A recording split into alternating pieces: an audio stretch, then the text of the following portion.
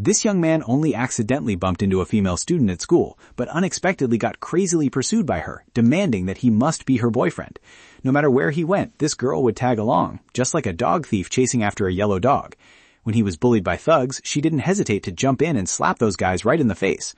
Knowing he was in a difficult situation, without saying much, she immediately transferred hundreds of millions via a banking app.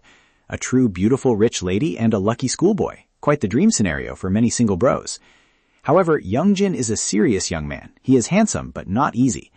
After her confession was rejected, Lee Hee-soo suddenly and coldly revealed that he was about to die. It turned out that on the day Youngjin bumped into Hee-soo, he unfortunately dropped the death card. The card he accidentally picked signaled that he would die today.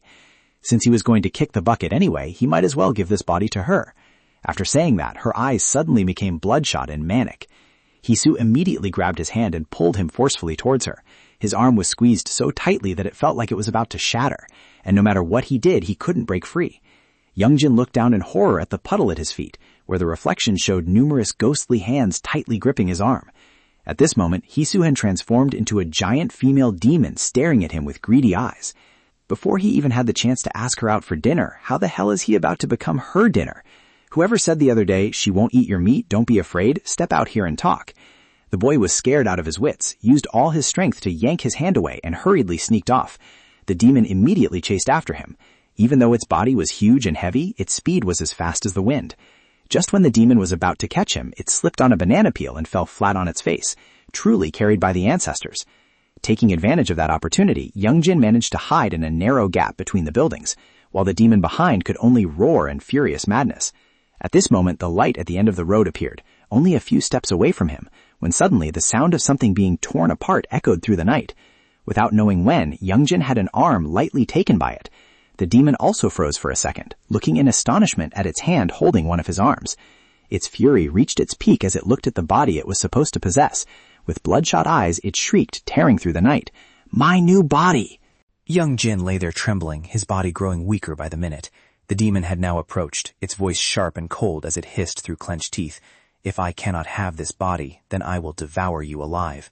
Having said that, the demon roared, opening its giant mouth full of sharp teeth, ready to mukbang him. However, just as Youngjin closed his eyes to accept his fate, the rustling sound of footsteps running on the water suddenly echoed. It was the white dog he had picked up today. Time went back to the morning. When Youngjin went out to throw away the trash, he saw a stray dog burying its head, digging and searching for food. Watching it eagerly gnaw on a piece of leftover food that had gone bad who knows how long ago, he suddenly felt a bit nauseous. Youngjin turned away, threw the trash bag into the bin, and intended to leave.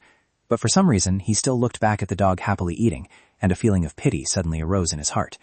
Afterwards, he stepped into a supermarket to buy a sausage, returned to his residential area, held out the sausage in front of the dog, and softly called out to it. It looked up at him for a moment, then immediately snatched the sausage and ate ravenously. Youngjin, "Eat up. Don't dig in the trash anymore from now on." Saying that, he stood up and left, leaving the dog still looking bewildered. It ate half of the sausage, then suddenly dropped it, looking up at his feigned back with silent gratitude. When the sun set, he returned home and saw the dog still sitting stubbornly at the garbage dump. Youngjin stood still, looking at it for a long time, thinking to himself, "It's the dog from this morning. Why is it still here?" Finally, he decided to ignore it and stepped inside the house. A few minutes later, the first drops of rain began to patter outside the window. The rain grew heavier by the minute, and the image of the white dog shivering at the garbage dump kept haunting his mind. Unable to bear it, Youngjin finally ran outside and brought it home. He carefully wiped it down and blow-dried its fur. As soon as it was free, the dog shook itself, splashing water all over Youngjin.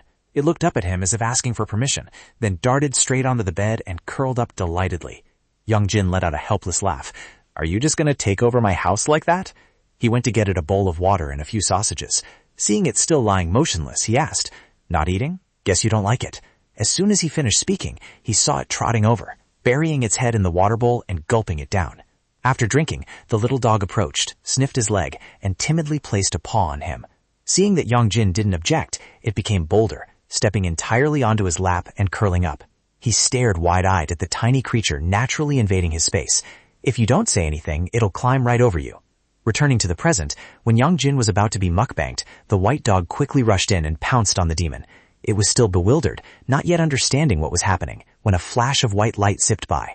The demon's limbs were instantly slashed into multiple pieces, causing it to scream in sheer agony. Within the white smoke, the dog had transformed into a tall man, holding a sharp greatsword in his hand. Youngjin cracked his eyes open, vaguely witnessing everything. He saw someone standing in front of him, protecting him. It was a long-haired young man with a gold earring. He turned to look at the dying Youngjin and spoke, "Happy birthday, my nephew." Before passing out, that sentence was the last thing he heard as the person's hand reached toward him and gradually engulfed his entire vision. Time passed. When Youngjin opened his eyes again, everything was still blurry. Gradually, the light and images became clear. He realized he was lying in bed, drenched in sweat. It was so hot, he exhaled and wiped his face with his hand. His sticky hand made him exclaim in surprise, "Wow, that's a lot of sweat." Youngjin fumbled for his phone, its screen lighting up with a series of unread messages. The latest message was from Song-eun. "Are you dead?" "What?" He jumped up in panic. "What time is it?"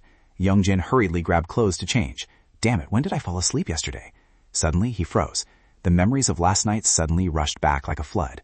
He immediately raised his arm to inspect it. It was still there. He tried clenching it tight and then opening it. It was still normal. A feeling of relief spread, but right after came an extreme sense of confusion. What on earth happened? Remembering the girl from the day before, a name flashed in his mind. That's right, Lee Hai-soo. Suddenly, the ringing of the homeroom teacher's phone pulled him back to reality. In the schoolyard, a janitor was complaining. "Why does this annoying machine keep getting unplugged? I wonder which kid keeps messing with it." Meanwhile, Youngjin was rushing to school. Panting as he ran, he thought, "Lee Hai-soo, will she come to school?" Stepping into the school, he wiped the sweat from his forehead and let out a sigh. The scene was so peaceful under the clear blue sky. He sneaked down the hallway, darting his eyes around in search. Up ahead, he heard two of Hai-soo's friends talking to each other. "Hey, why is Lee Hai-soo acting so weird lately?" "I don't know either. Today I really need her to read my tarot." Lee Youngjin carefully peeked into the classroom and was startled. Lee Hee-soo was happily chatting with her friends. What? She looks completely normal. He suddenly wondered if he should ask her directly about yesterday's event. Right at that moment, his two best friends appeared right behind him. Coming to school right at lunchtime, it can only be Jukon. "Hey, why didn't you read our messages, making us worry for nothing?" He came to school just to see his girlfriend right away, see? What a Jukon. "No," Lee Youngjin hurriedly defended himself, stuttering. No, it's not like that. Yesterday His words choked in his throat when he caught Lee Hee-soo's gaze from inside the classroom. For a moment, the two looked straight at each other. "What happened yesterday?" the friend pressed. Seeing Lee Youngjin say nothing, the group of friends started teasing again, making things up. This bastard pretended to go home but was actually going on a date with his girlfriend. Instead of answering, Lee Youngjin suddenly bent down, hiding under the windowsill. "What are you doing?" one kid asked. The other two burst out laughing. "Ha! Just making eye contact and you're already that flustered." "I'm not jealous. Really." Lee Youngjin's face darkened with panic. He crawled slowly on the ground, trying to dodge the line of sight through the window frame. So pathetic, one judged. Throughout the afternoon class, Lee Youngjin couldn't focus at all. He couldn't remember. He was sure he had been severely injured. He looked down at his perfectly intact hand again. A big question kept spiraling deep into his mind. But what happened after that? How did I get home? The image of the smiling demon mask haunted his mind relentlessly. What the hell happened? If only it were all just a dream, that would be great. He hurriedly checked his phone. The only proof that last night wasn't a dream was still there. A transfer notification of 100,000 won from Lee Hee-soo, along with a note saying that if not accepted within 3 days, the transaction would automatically be cancelled. "What is this money for?" Youngjin muttered. He hesitated about whether to text and ask, but then decisively put his phone in his pocket. Whatever, as long as she is okay. In the teacher's office, his homeroom teacher asked worriedly, "Han Youngjin, are you sure you're okay?" "Yes, I just overslept." She sighed. "Have you eaten anything yet?" "Yes, I have." "All right, if you're okay, go to class and go home early after school." Youngjin obeyed and stepped out, not forgetting to close the door. He walked slowly down the hallway, glancing at the clock on his phone. It was already 2 p.m., so he had missed almost all of today's classes. Just as he stepped out into the schoolyard, while Youngjin was engrossed in his phone, a head suddenly popped out right in front of him. "Hi! Ah!" Youngjin jumped back in fright, his heart pounding. Hee-soo hurriedly explained. "Sorry, I didn't mean to scare you. I heard some friends say you went to the teacher's office, so I came out here to wait." "Geez, the school bell already rang. Is stalking others your hobby?" Youngjin was still panicked. "Why can't you just act normal for a bit?" "I'm sorry if I made you uncomfortable," Hee-soo stammered. "Ask for what happened yesterday." Hearing this, Youngjin instinctively looked around on guard. The schoolyard was completely deserted without a single soul. "Damn it, there's no one here." "Hey," he said stiffly, "let's go somewhere more crowded to talk. It's not that I'm scared. It's just a precaution in case you suddenly attack me again." "That's not it. I was possessed by a ghost at that time," Hee-soo quickly explained. "What?" Youngjin frowned, his face full of skepticism. "It's a long story. First of all, I'm sorry for hurting you." While Hee-soo was trying to explain, Youngjin's gaze suddenly stopped. Something was very wrong. He pointed at a nearby blue object, coldly interrupting her. What is that? Why is it there? Huh? Hisu turned around in confusion. It was the statue originally placed at the school's main gate. It wasn't here just now, Youngjin said, his voice starting to tremble. Suddenly, the statue slowly lifted itself up. Holy shit! They both blurted out in unison. Right after that, the statue started running like flying toward them. Run fast, Hisu shouted. Both of them turned their heads and ran for their lives. Youngjin screamed in fear when the giant statue was chasing right behind their backs. He gritted his teeth and asked, "Hey, this time it's you again, right?" "No, not me," Hisu hastily denied. "What do you mean, no? Yesterday you did exactly the same to me." "Youngjin, I can explain. Actually, it's not because of me. It's due to a ghost named Songoxi." Seeing the statue getting closer and closer, Youngjin snapped, "Shut up and run faster. So fast, at this rate, we will get caught." Right at that moment, Youngjin saw a pushcart full of basketballs. Without thinking, he grabbed the handle, spun around, and used all his strength to push the cart toward the rushing statue. "Youngjin!" Hisu exclaimed in surprise. The cart overturned. Dozens of basketballs spilled out, rolling toward the statue, thinking they would block its footsteps. It used the ground as a fulcrum, bounced slightly, and jumped gracefully over the pile of balls, then landed perfectly. "Holy shit!" Youngjin swore, and quickly changed direction, pulling Hisu along. Hisu ran while rummaging in her pocket, pulling out a plastic bag full of black beans. She grabbed a handful and threw it straight at the statue's face, shouting loudly, "Go away!" But it seemed this trick had no effect. It just lightly flicked, and all the beans flew back. A few beans even hit Hisu's face, causing her to cry out in sharp pain. "What are you doing, idiot?" Youngjin immediately pulled her to keep running. Suddenly he stopped when he saw the iron gate ahead was open. He pushed Hisu forward strongly. "Get out quickly!" As soon as both of them slipped outside, Youngjin hurriedly slammed the gate shut, just in time when the statue rushed over. Both leaned against the iron fence, panting heavily, their hearts beating like a pounding drum. The statue stopped short in front of the gate, quietly observed them for a while, and then turned around to walk away into the yard. Seeing that it had left, both of them rejoiced. Did it leave? Did it finally give up? Youngjin sighed in relief. Suddenly Hisu stuttered, pointing toward the schoolyard. "Youngjin, look!" Youngjin followed her gaze and froze. The statue had returned, and what it was holding in its hand was the flagpole that had just been uprooted. They looked at each other in panic. It was planning to use the flagpole to pole vault over here. Is it crazy? Youngjin was terrified, his eyes darting around looking for an escape route. Nearby was a handcart. On the other side of the fence, the statue planted one end of the flagpole into the ground, swung itself up, gathered momentum, and the statue actually used that method to jump over the fence. Hisu stood rooted to the spot, stunned. Just then, Youngjin shouted her name. "Hey, Lee Hisu, get out of the way!" She jolted and hurriedly stepped back, while Youngjin stared intently at the statue. It fell to the ground like a high jumper, but what caught it was not a mat but a handcart.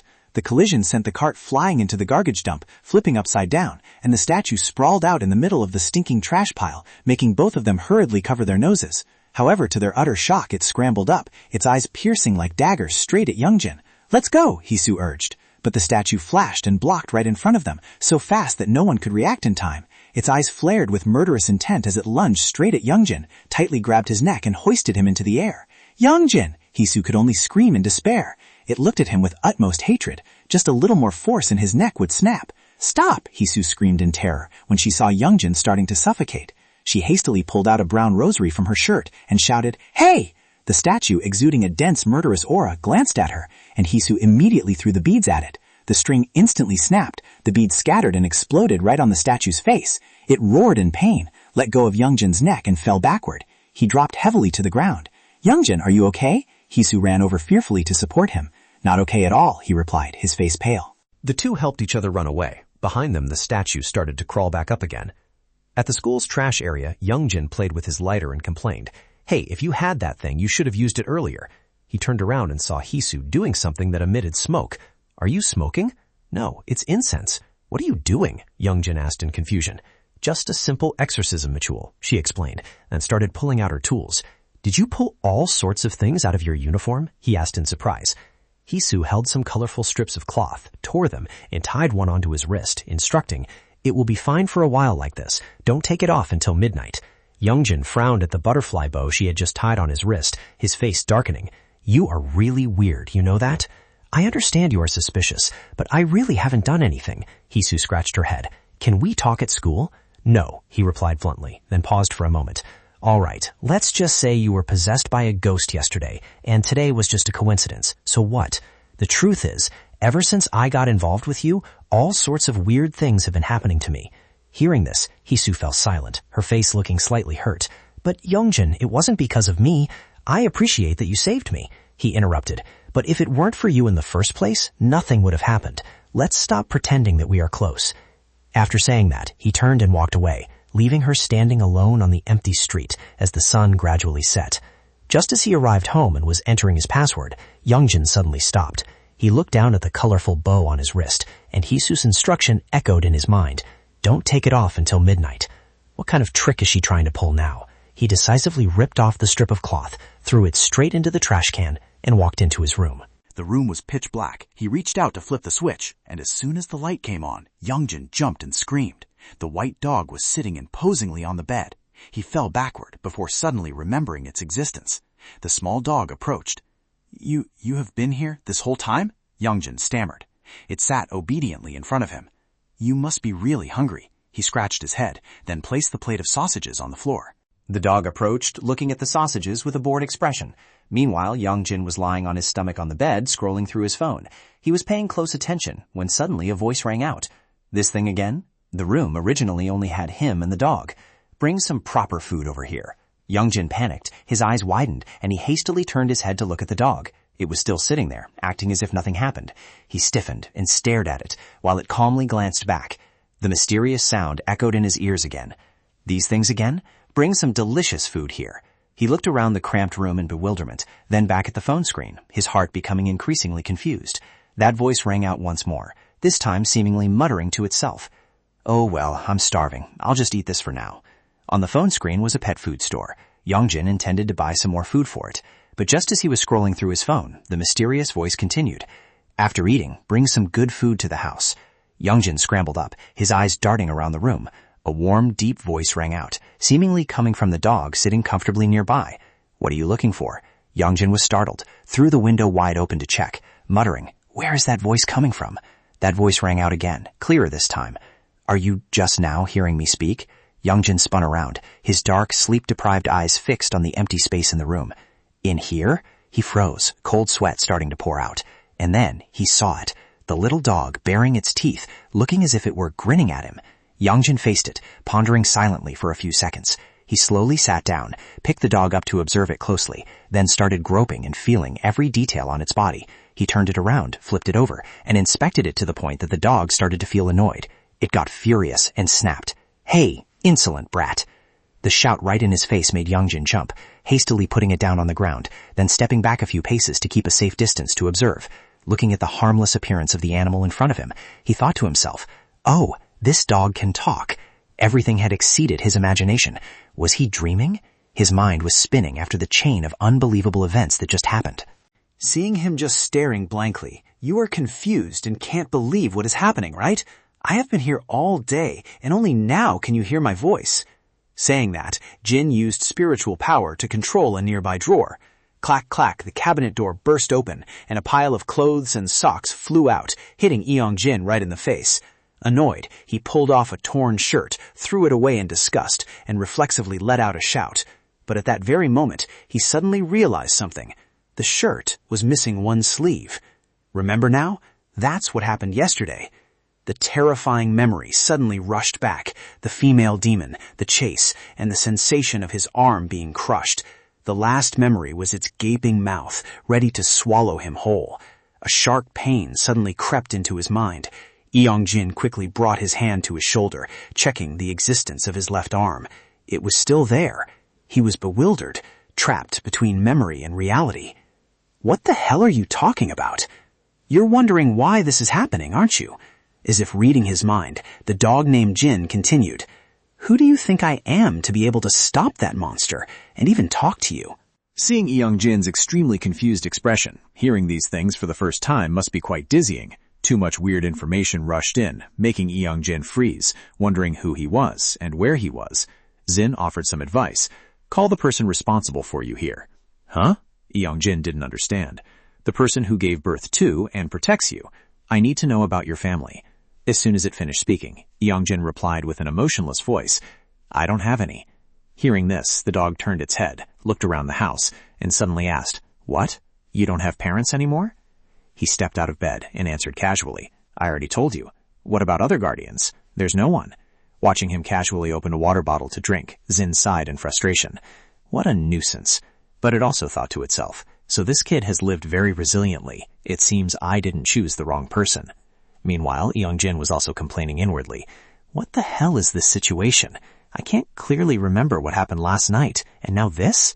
Zin looked at his back and complained. Hey, I saved your life. Why don't I hear a single word of thanks? Young-jin turned his head, threw it a disdainful look. You saved me? A puppy is stronger than that monster? So are you a monster too? Hearing this, Zin was choked with anger. It coldly declared, You dare call me a monster? I am your ancestor. This firm assertion made Young-jin freeze. He stood stunned, sweat pouring down. Ancestor? He stared at the dog in front of him, muttering naively, Are dogs the ancestors of humans? So was I a dog before? Idiot, Zin snapped, fuming with anger. I am not a dog. Then what are you? He asked casually. Young was about to go crazy with this descendant. I am only inhabiting this body. You look at me and see a dog, but in reality I am not. Young-jin replied indifferently. So you are possessing a dog. Let's consider it that way. The dog nodded smugly. But immediately after he dropped a blunt remark, Then you are still a dog anyway. I told you I am not, Jin got cranky, trying to explain. But if you don't have a suitable human body, then right now you are still a dog. I told you I am not. Okay, he nodded, pretending to understand. So you are an ancestral ghost possessing a dog. That sounds a bit weird, Jin muttered. But well, it makes sense. Calling me a ghost is technically correct. Young-jin went straight to the point. So what do you want from me? He frustratingly threw out a few hypotheses. Do you want offerings? I don't have the money to do that. Hearing this, the dog just silently turned its back. Young-jin casually muttered, If you need that many offerings, why not find a wealthier descendant? At that moment, Jin's face suddenly darkened. The small dog didn't reply, but only hovered over his blanket, continuously sniffing and pacing back and forth as if searching for something. Afraid it would relieve its nature right there, Young-jin pointed his finger and warned, Hey, what are you doing? If you want to go to the toilet, go somewhere else. Being misunderstood, Jin slowly stopped. It immediately switched to a pitiful mode, expressing its inner sorrow. What an impoverished family. There is no one else left by now. What? Young-jin felt a bit let down. You mean there are no other descendants, so I am the only one? Jin looked down and sadly replied, That's right. Then it turned its head back. From now on, let's help each other out. So you're going to stay here permanently? He asked indifferently. Jin narrowed its eyes, helpless. Where else could I possibly go? Young-jin screamed frantically, What are you talking about? If you're so capable, go sleep outside. After saying that, he grabbed the edge of the blanket and tossed Jin flying to the floor. The little dog lay sprawled out, groaning in pain. What an ungrateful descendant. All right, just sit out there and talk, Young-jin retorted. I still have to go to school. I can't afford to raise you. Although he said that, his hand still picked up the phone, clicking away his search for wheat seeds for it to eat. He also sarcastically added, If an ancestor like you demands only delicious food, I'd have to sell the house. Young-jin's words made too much sense, so even though Jin was angry, he could only remain silent. Suddenly, the little dog pricked up its ears toward the window as if it detected a strange noise. Sensing danger, it abruptly jumped up and barked loudly. Woof! Young Jin, who had his eyes glued to his phone, was startled. What is it? Turning his head, he saw Jin constantly jumping around in a weird way. Why are you randomly acting up? There's something outside, Jin whispered, his ears still perked up to listen. What? Young Jin jumped up, looking panicked. The dog stared intently at the window, speaking seriously. You've dragged something back here. The stone statue from this morning that had chased him and Hisu was silently advancing into the alley, its heavy footsteps echoing loudly. What nonsense are you talking about? There's no one there. Young Jin didn't believe it, quickly dismissing him. Go, quickly. Jin rushed over, clinging tightly to his head and urging. Go where? He asked back in pain. Outside, Young Jin froze completely. What? Stand still, Jin suddenly ordered. He had to stay silent for a few seconds to feel it, but the result was nothing unusual. He quickly grabbed Jin, pulling him off his head. Stop sitting on my head. As soon as he finished speaking, a terrifying shaking sound echoed, making the whole room tremble. The rumbling sound echoed again. The terrifying reality, not a hallucination, made him sweat profusely. Jin grabbed Young Jin's hair and pulled his head up. The pain made him let out a scream. Outside the window, the streetlights flickered and the front door remained tightly closed.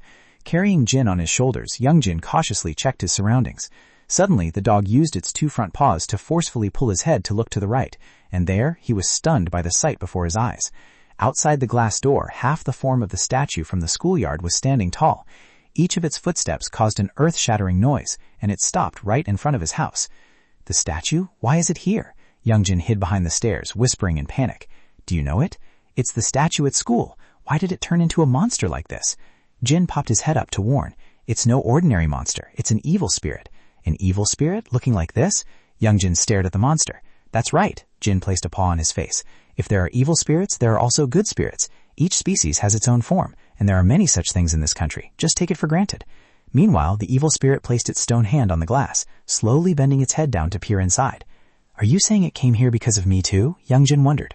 Seeming to have found its target, the evil spirit slowly smirked in a creepy manner. Exactly, Jin replied. Both of them did not take their eyes off it. But why is it following you? Even though evil spirits are vicious, they do not naturally follow others.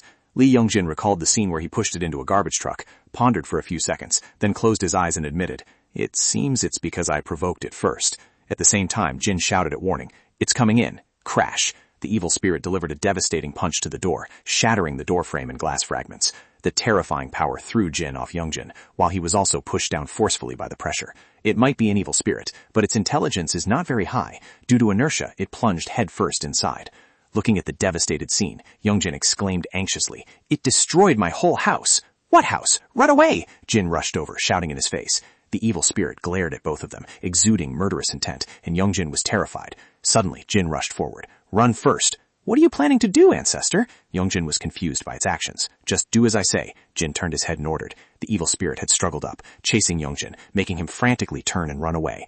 When he looked back, he saw the small back of the dog, standing tall, directly facing the giant monster without any fear. "Really? Is that our family's ancestor?" Jin showed its authority, looking straight at the evil spirit and shouting loudly, "You bastard!" The debris under its feet began to shake from an invisible energy, internal power exploded, and pink lightning wrapped around Jin, radiating stronger and stronger. It declared firmly, "How dare you touch my descendant?" The dog opened its mouth wide, preparing to unleash an earth-shattering move. But the only sound that came out was woof woof woof woof woof. Arlen stood still, staring at the farce in front of it, then simply raised a hand and flicked Jin away for several meters. The dog rolled a few times before hitting the road with a thud, then clumsily stood up and ran after Youngjin to Arlen's bewilderment. Feeling strange, Youngjin ran and turned to ask, "Huh? You're running too?" The somewhat sensitive question made Jin freeze. "Then who do you think I am? I just thought you could hold out against it for about 10 seconds. Youngjin replied indifferently. "But it's weird. How did you save me yesterday? Or were you lying? You're really arrogant. What do you get out of mocking me?" Boom! Before he could finish speaking, Arlen caught up, swooped down from above and grabbed Youngjin. "Ah!" He was terrified. "Damn it, it caught me." Suddenly the jacket slipped off Youngjin's body, causing him to fall straight to the ground. Arlen held the jacket, froze for a few seconds, then happily put it on, even zipped it up, and smiled with satisfaction. "Quick, stand up." Youngjin tremblingly crawled up. Arlen, in a bizarre appearance with his jacket, put its hands on the ground, getting into a starting position. Seeing this, the two of them were terrified again and ran headlong forward. Just as Arlen was about to start, a voice suddenly rang out, "Come here." Glowing words appeared in midair. Hisu, holding a speaker, was playing Buddhist scriptures at maximum volume. The sound struck directly into Arlen's mind, making it writhe in pain. Youngjin looked at her in shock. Hisu stood there, without a hint of fear, tightly gripping the phone connected to the speaker, continuously broadcasting suppressing incantations. Was it Lee Hisu? Luckily, she arrived just in time. The 8-hour chanting video on her phone was still playing, and the sound from the speaker caused Arlen's body to burst into flames immediately. Is it scared?" Youngjin asked tremblingly. He looked at the flames burning the monster and suddenly exclaimed, "Ah, my jacket!" Hisu still didn't take her eyes off the flames. Suddenly, Youngjin froze. Something was wrong. "Did we win?" As soon as the words were spoken, an unharmed hand and foot stepped out of the flames. The evil spirit had resisted the power of the Buddhist sutra, slowly standing up and raising its head with an even more terrifying appearance than before. Hisu backed away in shock. Impossible! Her Buddhist sutra had no effect. In the blink of an eye, the evil spirit appeared right in front of her and swung its fist. "Watch out!" Youngjin rushed forward, forcefully shoving Hisu aside to help her dodge the attack. The strong push caused both of them to tumble to the ground. Youngjin groaned in pain. Hisu turned back in panic, only to see the evil spirit raising its foot, aiming straight at the speaker. With an earth-shattering stomp, the speaker shattered, and the concrete road cracked open. The evil spirit bent down to pick up a broken piece of concrete, placed it on his shoulder to gather momentum, and spun around to throw it directly at the two of them. "Careful!" The concrete fragments rained down on Hisu, scratching her legs. Youngjin hurriedly raised his hands to shield them, but was still hit in the body and head by large rocks. A terrifying explosion occurred. After the dust and smoke settled, both lay collapsed on the ground. Youngjin struggled to sit up, trying to call out the name of the motionless Hisu. "Lee Hisu!" The evil spirit emerged from the explosion. Youngjin looked at it in astonishment, but a strange noise from Hisu's direction caught his attention. She was trying to light a bundle of incense. "Hey, we have to run!" Youngjin shouted. "Please!" Hisu pleaded weakly, still stubbornly trying to light the fire. Youngjin anxiously prepared to yell again, but suddenly froze. His eyes became filled with extreme terror. The evil spirit was standing menacingly right over Hisu, its two hands lifting a car, preparing to throw it down. The image of his pet dog Jin suddenly flashed in his mind. You said you would come out. Li Yongjin desperately crawled up, running frantically towards Hisu. Then help me. He gathered all his strength, let out a shout, and jumped forward, shielding Hisu, ready for death. But instead of feeling pain, his feet suddenly stepped into an infinite void, surrounded by a completely unfamiliar land. The space began to transform, and Li Yongjin was dazed, not understanding what had just happened. What the hell is this? The sky before his eyes suddenly became murky. Where did everyone go? A feeling of unease rose in his heart, and he unconsciously called out loudly, Li Hisu, ancestors! Suddenly, a pair of legs appeared behind him, and a warm, deep voice spoke up. Only now do I hear your desperate cry for help. Hearing the familiar voice, Li Yongjin was stunned. He turned around sharply, calling out in astonishment, Jin! A man dressed in black ancient costume emerged from the faint white smoke. His appearance was extremely mysterious, especially the yellow pupils glowing brightly in the dark. Who are you? What is with this outfit? Li Yongjin asked in bewilderment. Who else could it be? The man replied calmly. Yongjin was startled. Don't you recognize my voice, my descendant? The man smirked, his face faintly shifting between a human form and the face of the dog, Jin. Yongjin finally began to suspect the identity of this person, muttering, Ancestor? That's right. The man stepped close behind him, affirming, I am your ancestor. The sudden closeness sent chills down Yongjin's spine. The man gently held his hand and began to tell the story. In the beginning, there were 12 gods, he continued, and I am the god who rules over dragons. A warm surge of power transmitted from his hand into Yongjin's body, making his palm glow brightly. From there, an earth-shattering energy erupted. At that very moment, Yongjin returned to reality, the words still echoing in his ears. I will lend you my power. Without a second of hesitation, he immediately used the energy he had just received, summoning a weapon to fight the evil spirit. Hisu witnessed the scene and couldn't believe her eyes. Yongjin shouted loudly, his eyes blazing as he charged straight at the evil spirit. The power of his ancestor transformed into a giant sword, effortlessly cleaving a car in half. A terrifying explosion rang out. Seizing the opportunity while the evil spirit was still dazed, he rushed forward, slashing a sharp line across its ugly body. Due to the momentum, he fell face first to the ground. Yongjin, Hisu yelled anxiously. What the hell is this? The car was actually cut in half, he said with difficulty. What are you doing, Jin? In his dog form, Jin growled furiously. Get up right now before you get chopped to pieces. Yongjin hurriedly stood up, gripped the sword again, and cursed through gritted teeth. Damn it, it's too heavy. Suddenly, he was startled to realize that the slash wound on the evil spirit had already completely healed. It was growling angrily, its bloodshot eyes lunging toward him like a hungry tiger. It swung its elbow, delivering a devastating blow to Yongjin. Unable to defend himself in time, the sword flew out of his hand, and his entire body was sent flying straight into a nearby pile of scrap. When he scrambled to his feet, the evil spirit was standing menacingly right in front of him. It roared and lunged forward, making him pale with fear. Jin unexpectedly jumped onto the evil spirit's face, shouting, Run now, hurry! Of the 36 stratagems, running is the best. Yongjin immediately turned and ran away. Why are you actually running, you idiot? Jin, driven mad by his actions, cursed loudly. You handle it yourself, he flatly refused. Seeing its prey about to escape, the evil spirit grabbed Jin and threw him aside, then leaped up, catching up with young Jin in the blink of an eye. Use the sword! Jin shouted loudly while lying flat in a corner. Young Jin gritted his teeth, turned around, tightened his grip on the sword, and suddenly swung a horizontal slash. The evil spirit was forced to bend its body to dodge. Taking advantage of that moment, he poured all his strength into the next slash.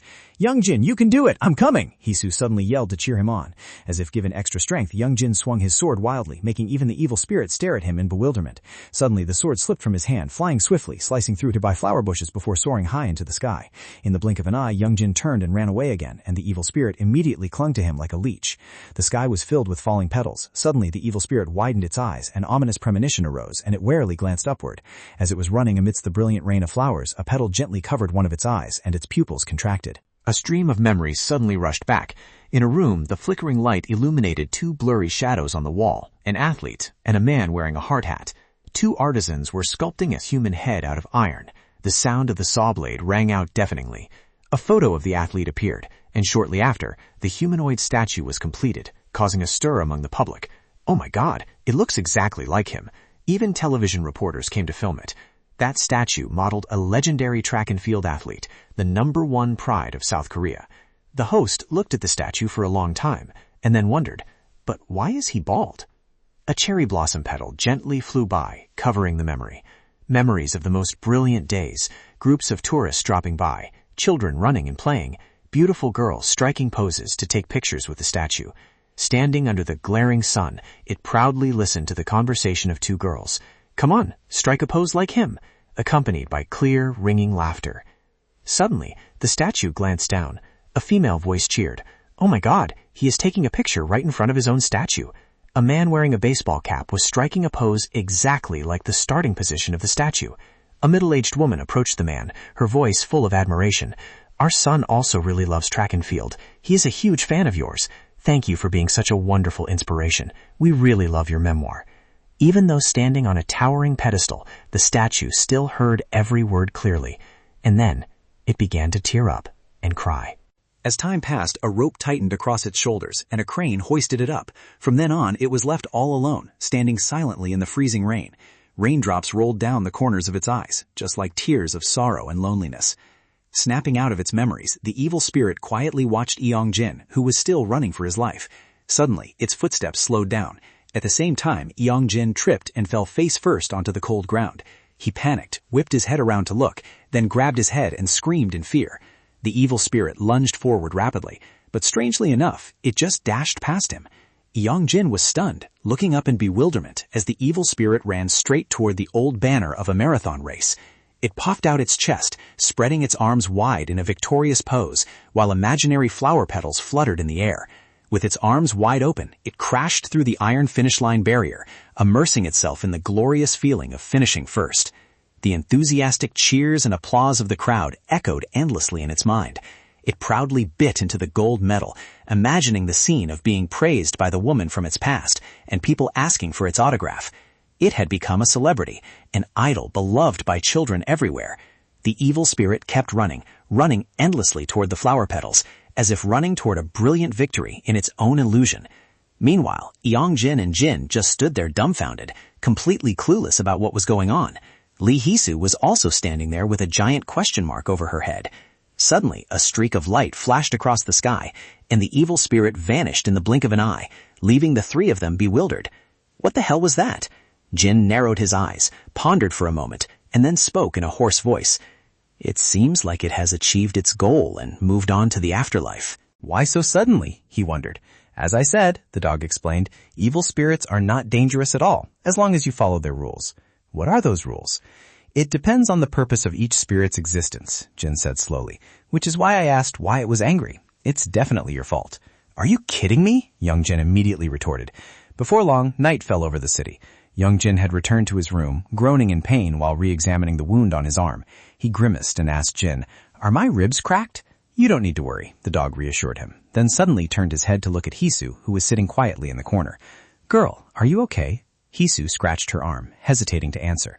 Then suddenly she lowered her head and shouted, "Thank you!" Young-jin stared wide-eyed, while her face flushed red with embarrassment and shyness. "You are Young-jin's ancestor, right?" Late at night, at the finish line of the marathon, a broken iron barrier suddenly flashed with a strange light and then joined back together as before. A nearby car that had been broken in two suddenly levitated into the air, its debris automatically assembling perfectly. The shattered glass of a store healed itself, and a broken apricot branch automatically reattached to its trunk. Under the streetlights, the silhouettes of 3 children, 2 boys and 1 girl appeared. They put their arms around each other's shoulders, laughing happily, and then vanished into the night. In a small room somewhere, an ancient sword was solemnly placed on a cabinet shelf. Hee-soo hesitated for a moment before daring to ask, "Are you Young-jin's ancestor?" Jin was stunned for a few seconds, and then raised his eyebrows. "So you can see me?" The little dog asked curiously. "Are you a shaman?" The girl hurriedly shook her head, answering in a low voice. "No, I am not a shaman. I am the daughter of a shaman." Jin burst out laughing. "Ha ha ha, the daughter of a shaman?" Recalling the last time Jin saved her life, Hee-soo said with immense gratitude, "Last time you saved me from that monster, but then I fainted." She smiled gently. "I still haven't had the chance to thank you properly. Thank you so much." "Hey," Young-jin suddenly interjected. He stared at Hee-soo with wide eyes, unable to believe it. "You can hear this dog talking?" "Yeah," she nodded honestly. Hearing that, Young-jin unconsciously breathed a sigh of relief. "So I don't have schizophrenia." Hee-soo looked at him, unable to help but laugh. "Schizophrenic, right?" At this time, Jin smiled and asked her, "How do you know I am this kid's ancestor?" Yes, Hee-soo looked at the dog and the boy sitting in front of her, then unconsciously imagined Jin's image in human form and compared it with the young Jin. After that, she smiled honestly, "Because you two look very much alike." "What do you mean?" Young-jin couldn't accept this truth. She blushed and explained softly, "Young-jin, don't you see it?" "See what?" He raised his eyebrow, pressing. The appearance of your ancestor. Jin suddenly turned around, sarcastically asking Youngjin, "Can't you see my super handsome appearance?" Huh? The little dog was extremely confident in his outstanding beauty, proudly saying, "It's natural for women to feel shy in front of my beauty." Youngjin scoffed with disgust, grabbed the mirror and put it in front of Jin. "You are so handsome indeed." As soon as he finished speaking, one person and one dog immediately rushed at each other, fighting fiercely. In the midst of that, Hisu took out her phone. "Youngjin, look at this." As soon as he glanced over, she clicked the shutter, and a filter of a rabbit chewing a carrot appeared right at Jin's position in midair. "What is that?" he suddenly cried out. Youngjin stared at the phone and yelled, "Oh my God, how did you do that?" He absolutely refused to believe his eyes, telling himself it must be an app glitch. She turned to Jin and said, "Great-grandfather, please move closer to Youngjin." Instantly, a vomit face filter appeared right next to Youngjin's face, followed by a mask filter just like it. Still stubbornly disbelieving, he deliberately waved his hands around randomly to check if Jin's figure was actually there. Jin only frowned, showing no signs of caring. It was getting late, the streetlights outside had turned on, and the clock struck 9:05 p.m. "But aren't you going home?" Youngjin suddenly asked. "It's already 9 o'clock. Hisu was startled, hesitating to speak before stopping herself. Finally, she mumbled, "I can't go back." Youngjin took a sip of water while staring at her. "Why?" he asked. Hisu took a deep breath to gather her courage. "My mother is also possessed by ghosts like me. She is strong enough to summon an evil spirit easily." Hearing this, Youngjin's eyes widened. "If I go home in this condition," her voice trembled, mixed with fear and sorrow, "my mother will forcefully possess me again and then come looking for you, just like that evil spirit." "Why would your mother come looking for me?" he asked curiously. "Because she wants your body," she replied bluntly. Jin also looked stunned upon hearing this. "Why my body?" Youngjin frowned. Hisu turned around, her sharp eyes looking straight at him. "Because you are a soul vessel." Hisu stood up, grabbed a bowl, and approached him. "Wait a minute." She filled a white bowl with water, holding it in front of him, her image reflecting on the water's surface. "This is a normal person," she said in a low voice, before decisively pouring the water away. Next, she held up the empty bowl. "And this is you." She explained seriously that in the future, more and more spirits would want to possess the empty vessel that is him. Youngjin could only swallow hard. "Before, I didn't know how to explain it, so I didn't say anything. But what those spirits want is you," she said, looking straight into his eyes. "What the hell?" Youngjin frowned in bewilderment. "You didn't know?" Jin, who had been silent until now, suddenly chimed in. The dog said bluntly, "All these strange things keep happening because of you." Hearing this, Youngjin's face turned pale as he suddenly recalled the words he had said to Hisu. "What did you do this time? Strange things keep happening ever since I got involved with you. If it weren't for you, none of this would be happening." At that time, she had repeatedly explained, "No, it's not me," but he didn't listen at all. Youngjin's face darkened. "Nothing happened before your birthday." Hisu's voice suddenly rang in his ears. After speaking, she also fell silent. Suddenly, she approached Jin, quietly knelt down, and respectfully said, "Sir," she pleaded earnestly, "please help me." Jin looked at her for a moment and then raised an eyebrow, asking, "You said your mother is a shaman? Does she worship ghosts like gods?" Hearing that question, Hisu was startled. "She doesn't know what she's doing," Hisu quickly explained. "My mother wasn't famous for fortune-telling before, but she always prayed wholeheartedly. The image of a woman sitting in the middle of the forest appeared in her story, until one day she returned and said she had welcomed a god. After that, the shrine, which rarely had visitors, suddenly became so famous that people had to book a year in advance. She recalled the moment she hid behind the door, curiously watching the guests coming for fortune-telling. But I saw that thing didn't look like a god at all." Her voice trembled when thinking of the creepy smile of the demon standing behind her mother. When she was little, she innocently asked, "Mom, is the spirit you were worshipping really a god?" Immediately, a heaven-shaking slap sent her tumbling to the ground. She held her face in pain, listening to her mother curse, "How dare you blaspheme the gods?" Her mother's terrifying face at that time still haunts her to this day. "It is an evil spirit," Jin's voice rang out, interrupting her reminiscence. Hisu pursed her lips and continued in a low voice. "Since that day, I have tried to escape the spirit haunting my mother, but to no avail. Eventually, it summoned dark spirits and forced me." Hearing this, Jin nodded. "As a spirit shaman, I understand now. No wonder ordinary rituals didn't work."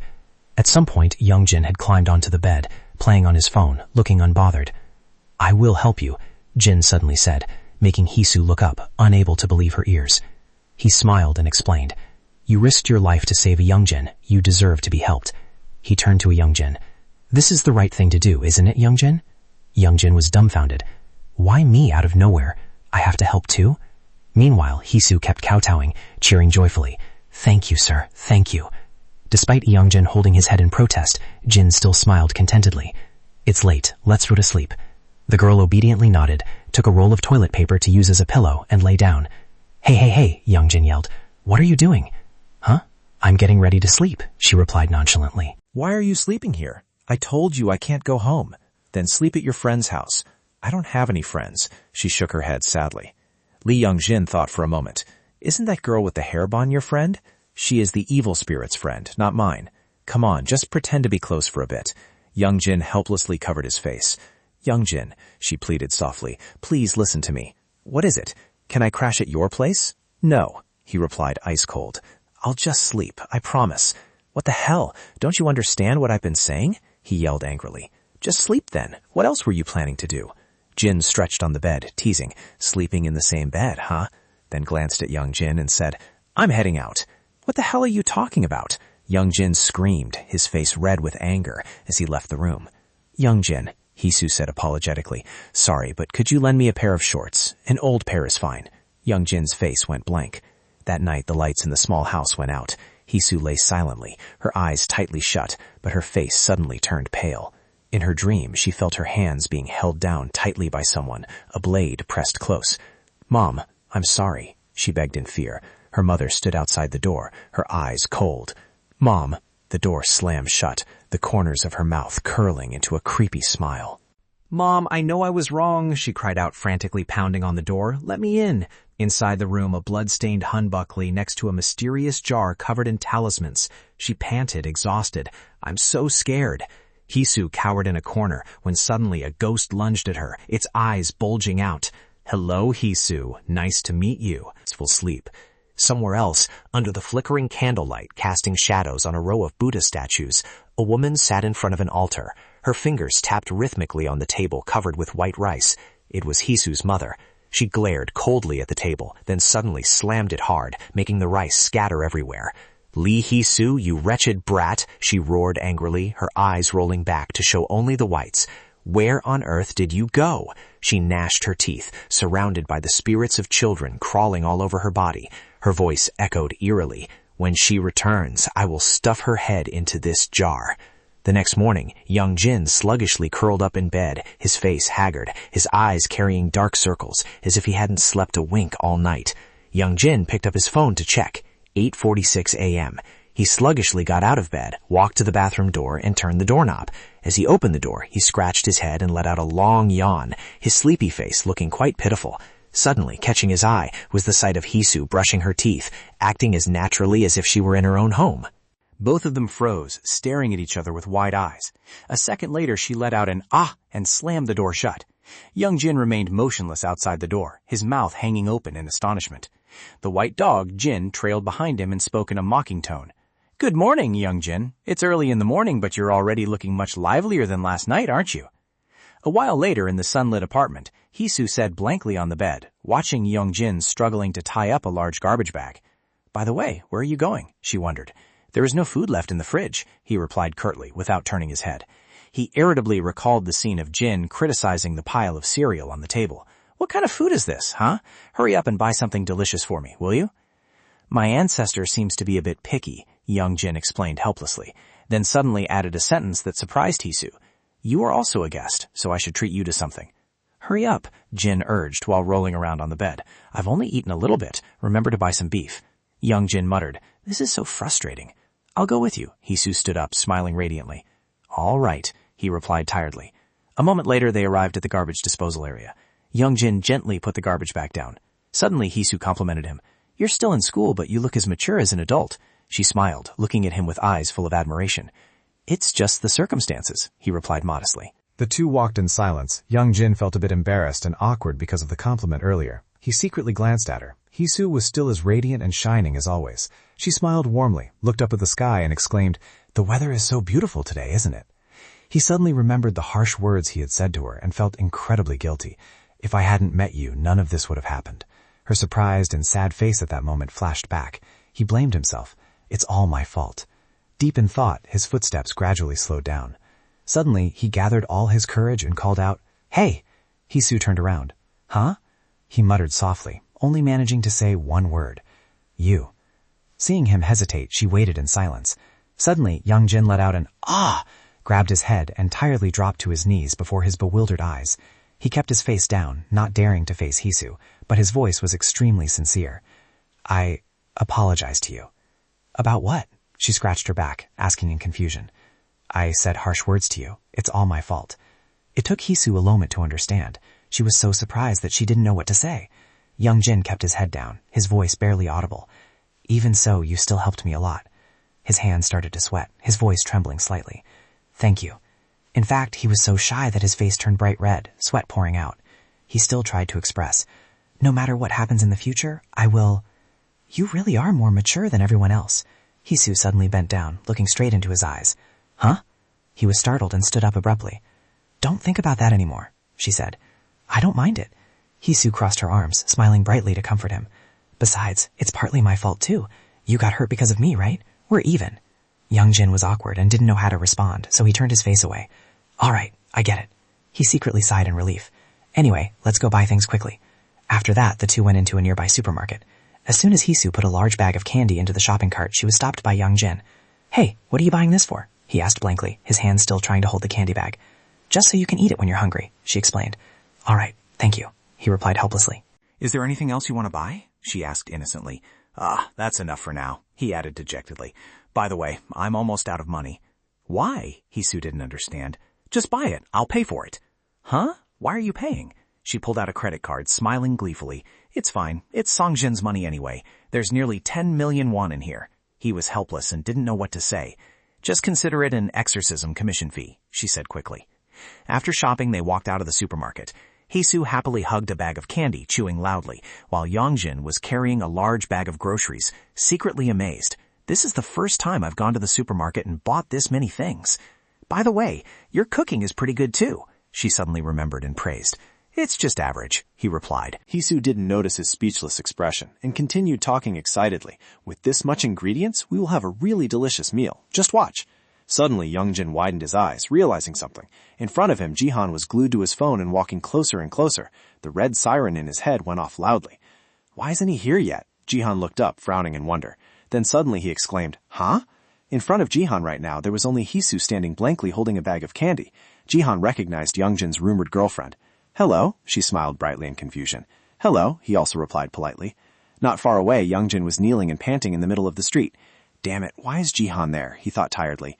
He looked up at the sky and complained, Oh my god, that guy will definitely make all sorts of guesses. He anxiously opened his phone. 10:58. The messages in the chat group were jumping wildly. I'm talking to Youngjin's girlfriend. She's so cute. Good job, Youngjin. You just wait, Jihan. When I see you, you're dead. After reading all the annoying messages, he sighed. So tiring. Youngjin put his phone away and continued walking home. Behind his lonely back, a giant, bizarre black shadow was slowly approaching. Youngjin didn't know at all, his eyes still glued to the phone screen. A huge, pitch-black hand reached out, ready to grab him. Whoosh! A soccer ball flew out of nowhere, hitting Youngjin right on the head. Ah! The collision not only caused him sharp pain, but also made the black shadow vanish in an instant. The ball bounced off and rolled along the sidewalk. Youngjin rubbed his head in frustration, turned around and grumbled. What the hell? Right behind him was a strange kid. Black hair, strangely calm face, dark circles under his eyes like he had been sleep-deprived for a year. That kid also brought along a few younger kids. Youngjin rubbed his head while interrogating. Did you throw it? The kid clearly didn't look normal. He looked at him. You should pay careful attention. What? Youngjin completely didn't understand, irritably arguing back. I should be the one saying that. You walk carefully. The tiny kids accompanying him suddenly gathered around, grabbed his arm and advised, Brother, you must look at the road when walking. That's right, it's very dangerous. We are just worried about you. Youngjin was stunned, not understanding why he was the one being scolded, and by a bunch of kids who still smelled like milk. They waved goodbye to him, not forgetting to remind, Remember to be more careful in the future. Helpless, he had to reply, Okay, thank you, kids. Watching the kids skip away, he thought to himself, These kids are really weird. But the older kid with dark circles under his eyes remained standing still, staring at him inexplicably. A moment later, he turned his head and calmly walked away. Youngjin watched his retreating back, wondering to himself, What is this again? Meanwhile, near the supermarket, Hisu was wandering alone, holding a pack of candy, looking for him. Did he leave first? She thought, then took out her phone to call. At that very moment, a huge, terrifying dark shadow appeared behind her, possessing a large, deformed foot. A moment later, Hisu and the shadow disappeared together, leaving only the pack of candy lying helplessly on the sidewalk. In the apartment, Jin was having a sound sleep on the bed. Hearing the door open, he woke up with a start. "Oh, you're back?" Drool was still dripping from his mouth as he asked in a daze, "Why is it only you?" Seeing young Jin stay silent and not reply, Jin got a bit confused, jumped off the bed, and asked with narrowed eyes, "Where is that girl?" Young Jin, who was busy putting the newly bought groceries into the cabinet, just turned around and replied casually, "She'll probably be right back." 15 minutes later, young Jin started to get worried. He called continuously, but there was only a long beeping sound on the other end of the line. Ultimately, the phone only played the notification of no answer. Did something happen? He asked himself anxiously. Jin's puppy face also turned serious.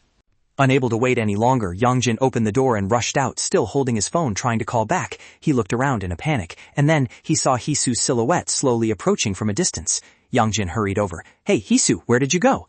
She didn't answer, but suddenly called his name. "Youngjin." Then she gave a strange smile. "Where did you go just now?" I left first," he hesitated, scratching his head to explain. "I was afraid that guy John would catch us again." "Who is John?" Hisu asked. "That friend with glasses." "Ah," she explained, then smiled terrifyingly again. "Is he a bad person?" "No, just a friend. He just teases a bit," he quickly explained. At this moment, Youngjin finally felt that something was wrong. He looked up, looking straight into her face for the first time since they met again. Hisu looked truly different, exuding an eerie, gloomy atmosphere. Her eyes were dark and soulless, accompanied by a bizarre smile on her lips. He instinctively looked down at the shirt on her chest. Youngjin's face suddenly paled. He realized something, but still stepped closer, questioning, "Your face, what's wrong?" Instantly, Hisu's eyes turned blood red. A chilling wind blew down his spine, blending with her ghostly smile. The disguise shattered. The lower half of the imposter's face and neck cracked into grotesque red pieces, revealing his true form as an old man with white hair and beard, wearing tattered clothes in a medieval style. The old man waved the torn piece of cloth, grinned with terrifyingly sharp, cold eyes, and declared, "I am the boogeyman." Li Yongjin hadn't even regained his senses, still staring blankly when Jin screamed out, but it was too late. Jin helplessly watched him disappear right before his eyes, leaving behind only a pile of ashes fluttering chillingly. In silence, Jin stared intently at the smoke and dust, a serious expression clearly showing on his face. Damn it, did he let him slip away? The small dog moved forward, sniffing around, trying to find any remaining traces. Suddenly, a mocking voice rang out from behind. "Looks quite fitting on you." Jin immediately became alert. He discreetly glanced back, seeing a figure dressed in black, only as tall as an elementary schooler. "So what if you're living the life of a dog?" that person mocked. It was the dark-circled boy who had previously saved Li Yongjin. "Quite confident, aren't we?" Jin spoke up. The boy with gluey, scary eyes looked at Jin. "It's been a while," he said, his sharp gaze directly calling out the dog's true name, Din Mao Bin Twat. Jin was bewildered. This person was clearly related to the demon realm and possessed power that was far from ordinary. He looked at the boy's small body, asking suspiciously, What's with that body?" The strange boy suddenly smirked, but his eyes were full of resentment. "I don't know if you're genuinely asking or trying to mock me." Jin really meant nothing by it, just blankly scratching his dog face. "How did you break the seal?" The boy radiated a murderous aura. "I don't know," Jin calmly replied, shaking his head while smirking. "Maybe there is a dissatisfied person among your group, or perhaps some demon god wants to bother me." The little boy was slightly annoyed. Without bothering to answer, he pulled out a paper fan from a strange box on his back. The fan emitted sparks of electricity and a magical blue aura, and a small swirling tornado shot rapidly toward Jin. At the same time, a long red and blue cloak appeared on the boy. The attack created a massive gust of wind, making Jin's dog body feel like it was going to be blown away. Those wind streams transformed into giant razor-sharp spears, rushing in relentlessly.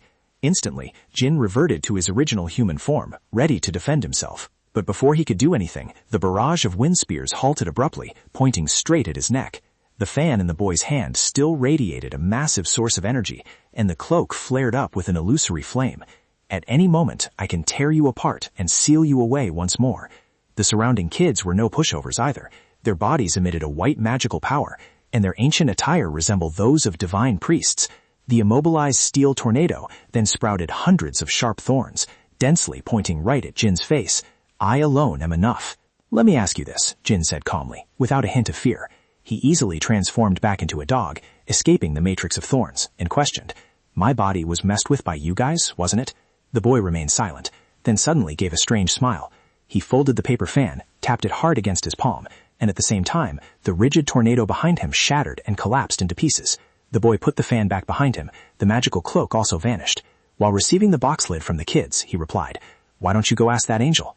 After saying that, he turned to leave, but still clarified, "This matter, it's also my first time seeing it." "Why did you seal me?" Jin suddenly spoke up, causing the kids to turn back with wide eyes. Because you're afraid of me? The dog's question made the boy stop in his tracks. He turned his head to look at Jin, frowning slightly, his lips moving, but ultimately remained silent. After a long while, he finally let out a curse. "You idiot." The boy's figure disappeared into the white smoke, not bothering to wait for his subordinates. "What do you mean, idiot?" Jin grumbled with annoyance. Leaving right after saying that, "A gentleman like me will let it slide this time." At this moment, Jin suddenly remembered something important. Now is not the time. He shoved his head back into the dirt, continuing to sniff around, ignoring the innocent calling, "Puppy, puppy." Jin lifted his head and jumped in surprise. A child's face with bright eyes and a round, drooling mouth was pressed close to his face since who knows when, still muttering, "Puppy." A bunch of kids crowded around Jin, their eyes sparkling with excitement. "The person you are looking for is the guy in black clothes with messy hair, right?" one kid asked. "Let us find him for you."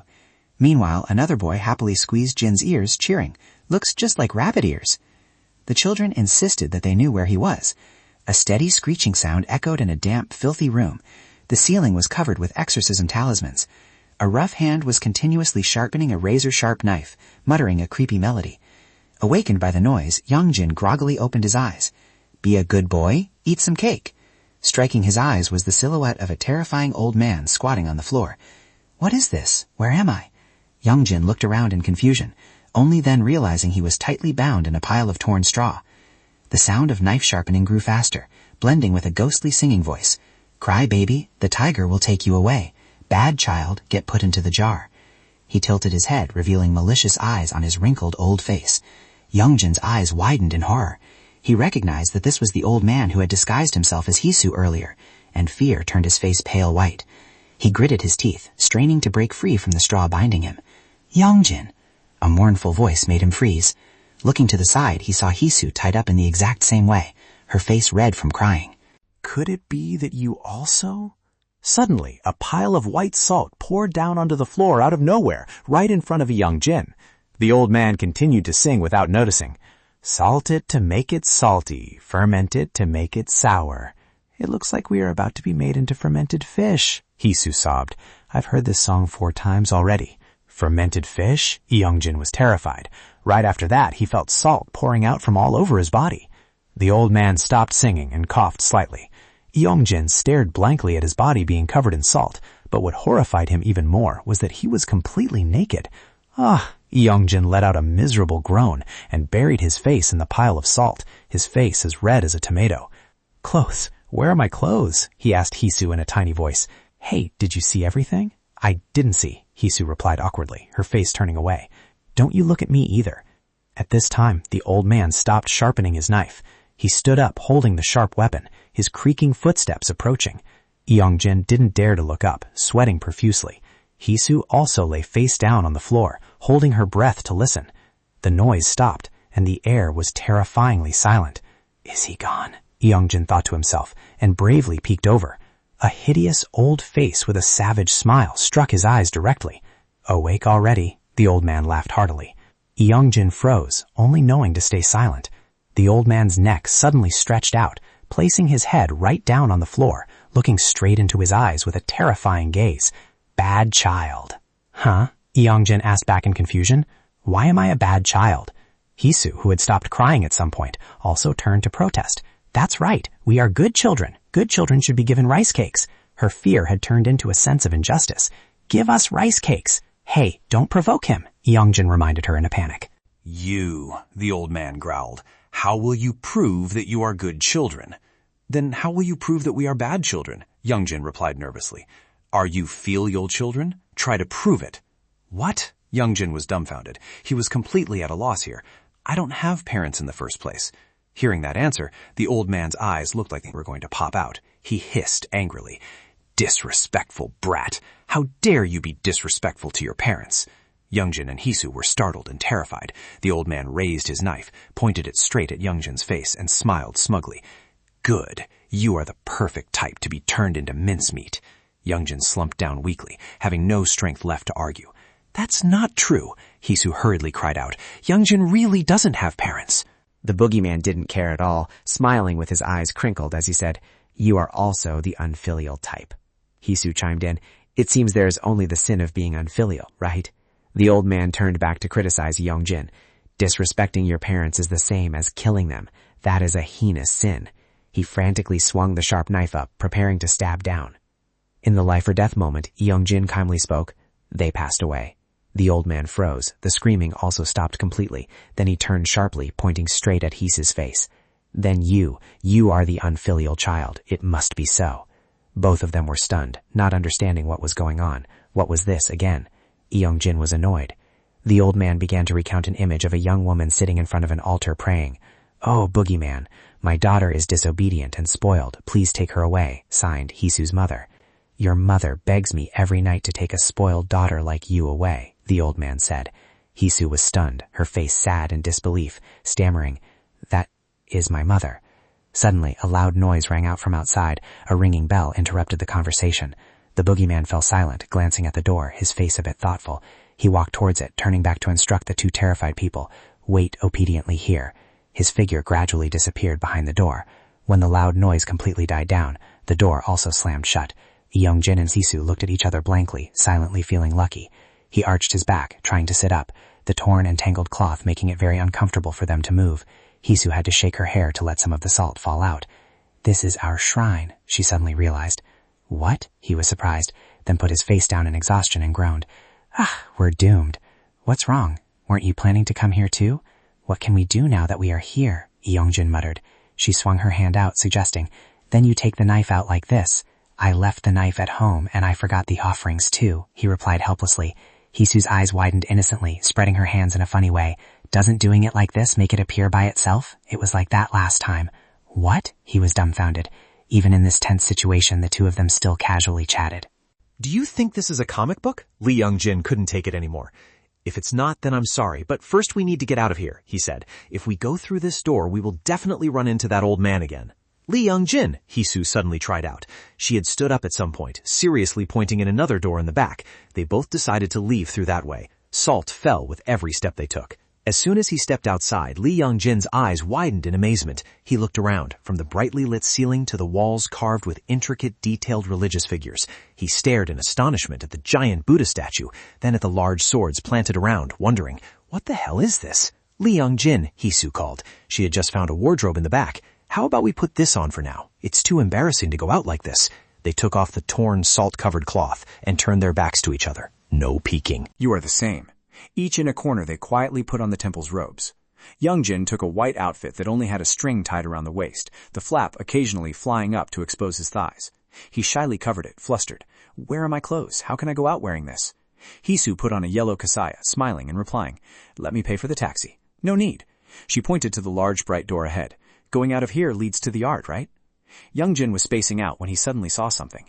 He frowned, sweat breaking out, his eyes turning serious. Hey, Outside that bright door was a rather tall figure. It looks like someone is there, he said. Both fell silent, staring intently at the door. The figure had come very close. The door frame slowly opened, and someone wearing a red shirt and purple pants was entering. Tense and scared, Youngjin and Hisu hurriedly hid in a small cabinet placed right in the corner of the wall. Outside, the sun had almost set. Darkness gradually covered everything. The temple yard was deserted, with only the evening light reflecting on a lonely tree silhouette. Sitting in the cabinet for a while without seeing any movement, he wondered, why is it so quiet? Youngjin risked reaching his hand toward the door, intending to peek out. As soon as he opened a small gap, a face was already pressed close to the door, glaring eyes staring straight into his, the corners of the mouth curled into a creepy smile. Youngjin froze, then strangely calm, he quickly slammed the door shut. He pressed both hands tightly against the cabinet cap, only then turned to look at Hisu with a serious expression. We're dead. What's wrong? She asked somewhat timidly. But it was useless. The other person easily opened the cabinet door on Hisu's side.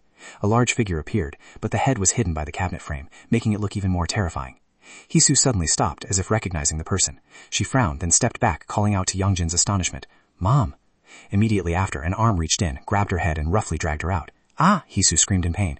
Lee Hisu! Youngjin shouting in panic, unable to do anything in time. She dragged her out and pushed her down onto the cold dirt floor. Hisu trembled, not daring to lift her head. A cold voice spoke up. "You're back. Why didn't you say a word?" The dark figure gradually became clear. Hisu. She called her daughter's name coldly. Mom was very worried. She glared down at her daughter for a while, then glanced toward the cabinet, her sharp cold eyes stopping on the panicked face of Youngjin, who was still sitting stunned inside. She smirked as if asking, "Did you bring a friend home too?" Youngjin tried to break the thick atmosphere. He scrambled out from under the table, trying to appear calm. He stood up, hastily brushing off his clothes. "My family has an emergency. I probably should go home first."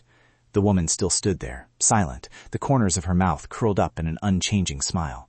"Next time. I'll come over to play next time," Youngjin added, trying to dispel the terrifying silence. At this moment, Hisu's face looked desperate. She looked up at him in confusion. Youngjin became even more tense. He turned to her, blurting out a lie. "Hey, Lee Hisu, I don't know the way home. Can you walk me back?" She still said nothing, keeping only that chillingly creepy smile. Youngjin hurriedly pulled Hisu's hand, and both of them awkwardly turned around, intending to run outside. Suddenly, she pursed her lips and let out a strange whirring sound, exactly like before. That noise made Youngjin freeze, his feet seemingly nailed to the ground. She slowly turned around, her voice gentle as if reminding him, "You've met your friend's parents. Shouldn't you say hello?" A bone-chilling sensation ran down his spine. Youngjin dazedly looked down at his feet. A severed, grayish, and disgusting hand was tightly gripping his ankle. Immediately after, a series of other hands surged up from the floor, clutching tightly onto him. Dozens of shriveled, bone-like faces with deep sunken eye sockets were screaming in silent, desperate whimpers while clinging to his body. Hisu's mother only now revealed her true form. Her eyes lit up sharply, her voice as cold as ice. "Insolent, weren't you taught properly?" Darkness rushed in, enveloping Youngjin along with a myriad of ghostly arms. He was stunned, completely dazed. "Youngjin," she called his name, her pupils shrinking, pinning him down. Children who are not taught properly need to be taught a lesson. The evil spirits lunged forward, pushing both him and Hisu to sprawl on the ground. There was no need to turn around. Hisu's mother wore a triumphant smile, because after all, you guys could never escape from here. Right at that moment, a mysterious voice echoed from the door. "What are you doing?" It was the boogeyman. He walked in wearing ragged clothes. Hisu's mother glanced at him. "Honey, if you're done with your work, just leave." The evil spirits clinging to Youngjin suddenly tightened their grip. The boogeyman narrowed his eyes, remaining silent for a moment. As if understanding his thoughts, the woman replied, "Yeah, that's the one." "Is that so?" the boogeyman said coldly. Youngjin and Hisu looked at him with a faint glimmer of hope, but then he suddenly spoke up, uttering a sentence that made both of them turn pale. "These children are good kids," he criticized the woman, "but you are a terrible mother." He pointed his finger straight at her face, growling, "Terrible parents are also the kind that need to be punished." Hisu's mother smirked. "Is this old man senile? What, do you know why you are locked up here?" she asked. "Let me tell you." She lightly flicked a finger. A white silk ribbon flew out from nowhere, surrounding the boogeyman. He swung his blade to cut it, but the silk ribbon immediately wrapped tightly around his arm and then tied up his whole body. Hisu and Youngjin watched the scene in terror. Wrapped tightly by the silk ribbon, the boogeyman shrank in the blink of an eye. She pointed a finger down, sealing him inside a porcelain vase. She snapped her fingers. A talisman stuck tightly to the mouth of the vase. "Old but don't know your place," she said coldly. "If you can't even recognize your own master, what good are you?" Youngjin looked at her warily. The woman turned around, smiling at him. "Have you kids finished eating?" she suddenly asked an irrelevant question. The evil spirits clinging to their bodies suddenly let go. Right after that, Youngjin felt dizzy, his limbs exhausted, without a bit of strength left. He bent down trembling, his hands shaking non-stop. "What's wrong?" Her voice was freezing cold. "Didn't you say you wanted to go home?" Youngjin was bewildered. His body couldn't move, completely paralyzed. "Youngjin," Hisu whispered beside him. "Look." In the distance, the evil spirits were gathering together, giggling with each other. "It seems we've been tricked," she said. Suddenly, an invisible force pushed hard, causing Youngjin to fall heavily to the floor. "Go on," the voice of Hisu's mother rang out, now as vicious as an evil demon. "You guys can't go anywhere." "Mother," Hisu whispered in fear. She closed her eyes tightly, her face pale. "Please, Mother, stop it. Mother." The woman glared straight at her. "You know perfectly well I am not your mother. What trick are you trying to play?" she warned. "Keep quiet and stand right there before I lock you up together with them." Then she turned back to Youngjin, smiling triumphantly. "Now, it's your turn." Just then, another voice from outside echoed in. "Divine Maiden, are you in there?" Interrupted, Hisu's mother glared angrily at Youngjin, then turned and walked out, slamming the door. The surrounding scenery suddenly changed, and they returned to the original room. Youngjin was still dazed. "We're back again?" He let out a trembling breath.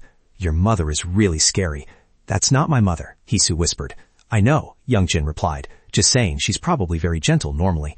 My mom is very gentle and kind. She has never said a harsh word to anyone before. She was silent for a while, lost in thought. Memories of her gentle mother before being possessed by a demon and the cruel reality of her being taken over intertwined, making her heart ache. Youngjin, she called out in disappointment. What's wrong? I'm sorry, Hisu suddenly said. Because of me, you are in danger again. Youngjin rolled his eyes in frustration. Are those your last words? In your eyes, I must be a selfish and annoying person, right? Feeling wronged, tears began to well up in her eyes. No, he replied, and then added, but you are really making me feel annoyed. I'm really sorry, she sobbed. Hisu's crying gave Youngjin a headache. Stop crying and stop apologizing, he sighed. Looks like we are really doomed. Hearing this, Hisu cried even louder. We really are doomed, she apologized while blaming herself. I'm sorry for asking for your help. You must be scared too. But, she choked up, but if I don't do anything, my mom, she sobbed. I saw it. My mom's skin is rotting. Hisu recalled that terrifying day when she only dared to hide in a corner, fearfully watching her mother's flesh gradually necrose. The demon in her body had said, this body won't last much longer.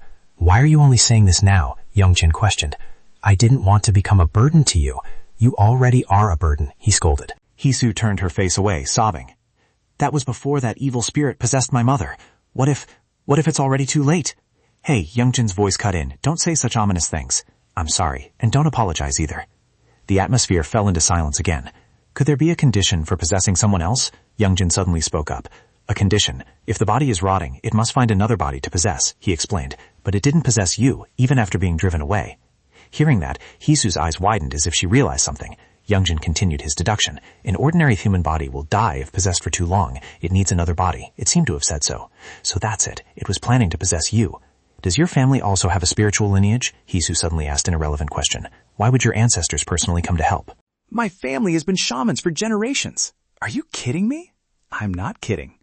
Suddenly, he realized something. His fingers twitched slightly. Hey, Youngjin said byly. I can move a little bit now. You should try too. Hisu listened and tried to move. While she remained motionless, Youngjin was already able to swing his arms back and forth. I still can't. All right, Youngjin suddenly sat up, overjoyed. Hey, Lee Hisu, grab my shoulders, he said. Yeah, she obediently clung to his shoulders. Youngjin rocked his body to build momentum. 1, 2, 3. He pulled sharply, but it was to no avail, only causing his shirt to be pulled down. So annoying, he said irritably. You can move too. Stop pretending. Get up quickly. I'm not pretending, Hisu said, feeling wronged. Youngjin had to pull his shirt up. Just then, a voice rang out from the door. Consummating the marriage? Jin had been standing there for who knows how long. Seeing the dog, Hisu's face lit up. Ancestor! Oh, Youngjin was also surprised. But behind Jin were others, the kids who had teased him earlier. Hello, brother. You're not wearing clothes. Oh my God, pervert. Carrying a giant broadsword, he swung it around lightly and smiled brightly. Here's yours. Youngjin's jaw dropped, unable to believe his eyes. His gaze was glued to the broadsword, and his hand slowly reached for the hilt. But the moment he touched it, the heavy broadsword instantly fell to the ground with a clang. His hands had absolutely no strength. A sharp pain from his red, swollen hand transmitted to his brain, and Youngjin let out a soft groan.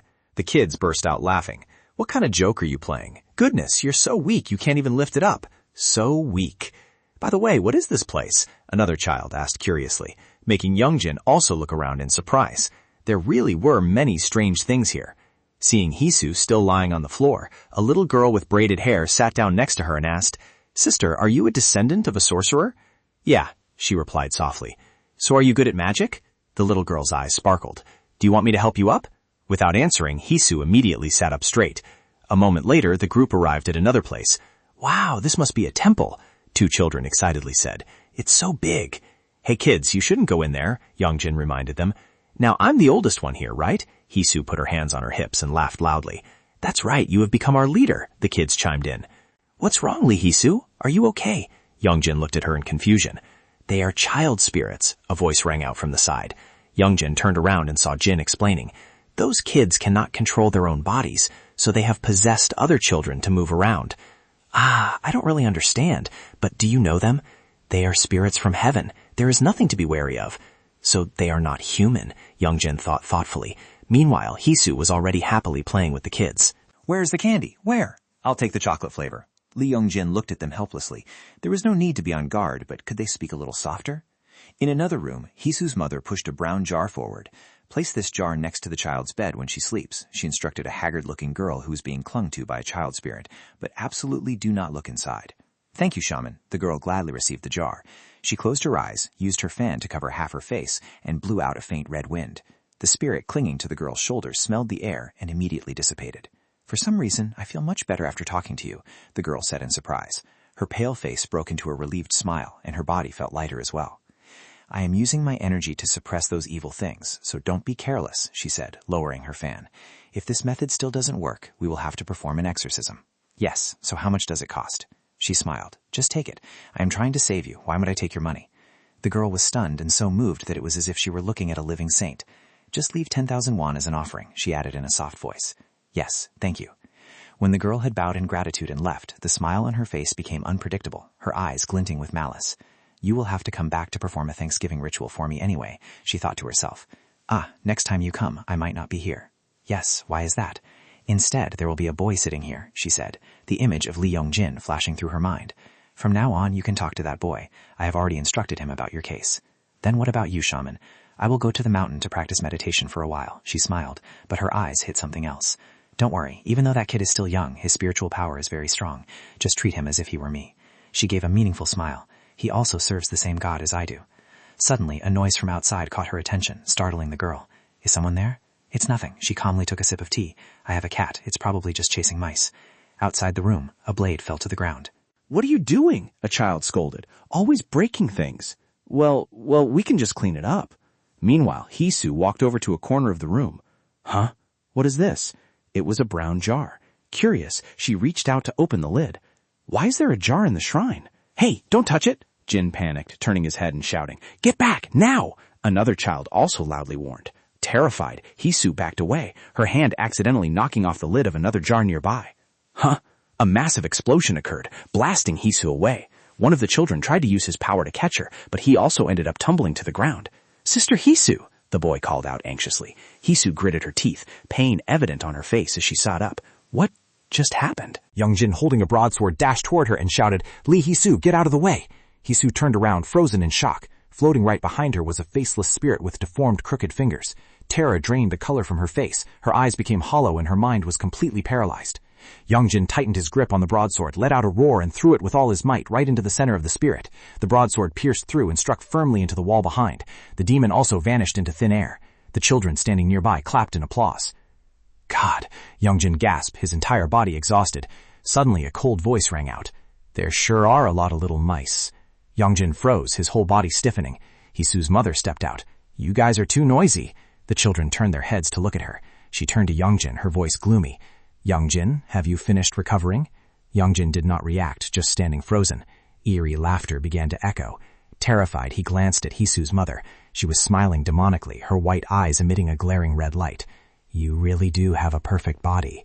Young-jin and Hisu both stared in horror as she slowly approached. You should have stayed hidden. Don't interfere in my business, you fool. Young-jin's face went pale. He gritted his teeth, unable to utter a word. She took a drag from her cigarette and blew out the same red smoke as before. The child spirits simultaneously inhaled the smoke. They stood up together, moving lifelessly as if being controlled. Are you going to use these evil spirits to play around again? A clear voice rang out, catching her attention. The child holding the rosary stood blocking the other spirits, his body emitting a gentle blue light. I won't let that happen. You've done a very bad thing, haven't you? Hisu's mother sneered, her face full of disdain. A sorcerer doing these things? The child in red spoke up. It is always the sorcerers with strong spiritual power who do such evil deeds, the child in blue explained. The boy's eyes lit up and he angrily questioned, Where are the fingers of these children? She said nothing, just pouted in contempt. Just then a call made her shift her gaze. Sorcerer! The girl hugging the jar stood there, stammering. What is this? Her face was pale, drenched in sweat, her terrified eyes glancing in another direction. Young-jin also looked over in fear. Their eyes met. The jar in the girl's hand suddenly cracked, and a bizarre red light flashed from the fissure. The jar shattered, and something resembling an orb escaped, transforming into a monster spirit. It opened its wide mouth and lunged at Young-jin. Completely terrified, he subconsciously raised his arms to block it. That body is mine, the spirit roared, opening its mouth wide to devour him. But at that exact moment, it suddenly exploded, falling in front of Young-jin as a cold voice rang out. How dare you? Hisu's mother clenched her fists, her eyes full of contempt. How could it be yours? Her glowing red eyes revealed absolute possessiveness. It is mine. Youngjin was scared out of his wits looking at the scene before him. A giant black circle appeared right in front of Hisu's mother. Tsk! She clicked her tongue, then turned her head to look at the girl lying motionless on the floor. One down. Suddenly, the sound of chanting echoed. She startlingly turned around and saw the children clasping their hands, chanting incessantly. They had already surrounded her. What a bunch of tricks, she scoffed, then pulled out her hairpin. These petty little tricks. She took the hairpin and slashed it across her finger, drawing blood. Her drops of blood fell, spreading across the ground like red snakes, then coalesced into 2 blood-red words of resentment.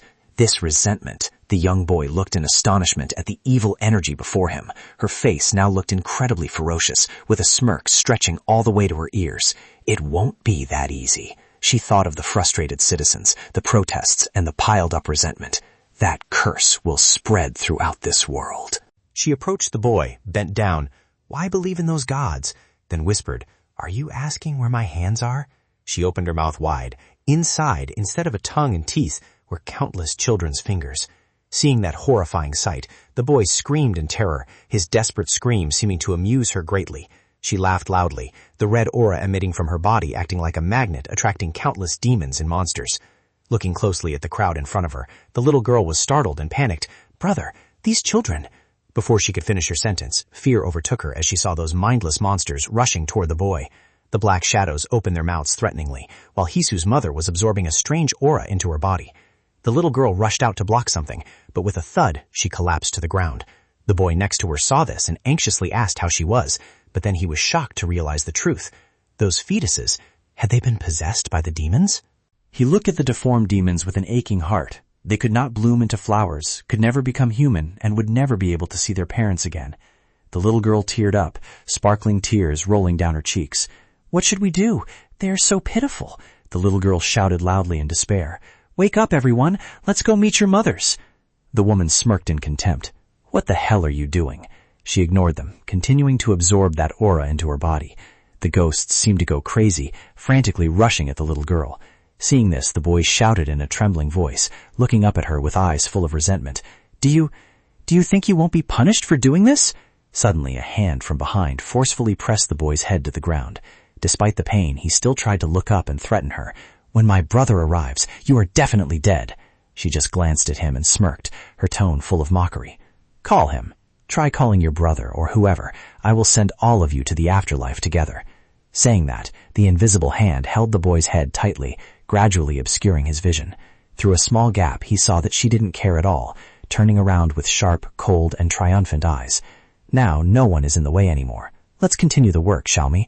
After this, I will become a god. Oh no, even more than that. Youngjin looked at her with hatred. Beside him was Hisu's eyes flashing with fear. Youngjin gritted his teeth helplessly. As she reached out her hand to touch Youngjin's head, suddenly something tore through the wind and brushed past, making her freeze and quickly step back a few paces. It was a knife, thrown with such force that it lodged deep into the wall behind. Before she could recover from the shock, a mocking voice rang out. God, even more than a god. How ridiculous. Since when did your kind dare to mention the title of God? The one who just spoke was Jin in the form of a dog, but his whole body emitted an oppressive murderous aura. She staggeringly held her bleeding wrist in astonishment. A dog? She muttered, looking at the dog still standing firmly on her formation. To still be able to stand like that, it is not an ordinary dog. Jin frowned. It seems you cannot see my true form, probably because your eyes are out of divine power, right? She suspiciously probed. What the hell are you? From beneath Jin's feet, a small light emanated and gradually grew brilliant, enveloping him. After that light, Jin appeared in his original form as a god, standing there with crossed arms and a highly arrogant expression. A god, what else? Both young Jin and Hisu were extremely surprised. Hisu's mother was stunned, unable to believe the sight before her eyes. For the two terrified children, Jin's appearance was like a final lifeline. Hisu's mother gritted her teeth, her eyes wide open. A god? Jin kept an emotionless face. Have you seen my true form now? After a moment of freezing, she suddenly smirked, seeming to still hold the winning hand, and laughed out loud weirdly. Well, a pretty handsome guy too. Jin only smiled lightly with full contempt. The two sides faced each other, neither willing to yield. She continued, "Keep that form, if you do not want to die in the body of a dog." She narrowed her eyes, assessing Jin's outfit, seeming to be some kind of martial god. Young Jin was full of questions. What? Why is the ancestor just standing still? Jin calmly watched her rambling, but his gaze suddenly shifted toward young Jin. From Jin's perspective, the boy was sitting helplessly on the ground, surrounded by streams of red aura. Seeing Jin distracted, Hisu's mother immediately asked, "Where are you looking? Don't even try to play tricks. It's useless." Jin replied, "It's just that you were in a human body, so I was a bit hesitant." Young Jin seemed to realize that Jin was calculating something. He thought to himself, is the ancestor planning to do something to me in this condition? Setting aside those questions, she began to chant, a sneer on her lips. Is that so? If you claim to be a god, let's see if you can block a sorcerer's attack. Finishing her words, she launched a direct attack with terrifying destructive power toward Jin. "Ancestor!" Young Jin shouted in fear. With just one move, she blew Jin away. "What's that?" she mocked. "And you still claim to be a god." As expected, just an empty vessel making loud noises, she thought triumphantly, her eyes flashing with a deadly red glint. If you are truly a god, expelling me from this body would be a small matter. Jin remained silent and motionless, enduring the humiliation. Could it be that this god has been tamed into a wild dog? She sneered. Young Jin was utterly panicked, his mouth agape, unable to speak, yet still daring to pretend to be a god. Suddenly, her gaze shifted back to Young Jin, making his face turn pale.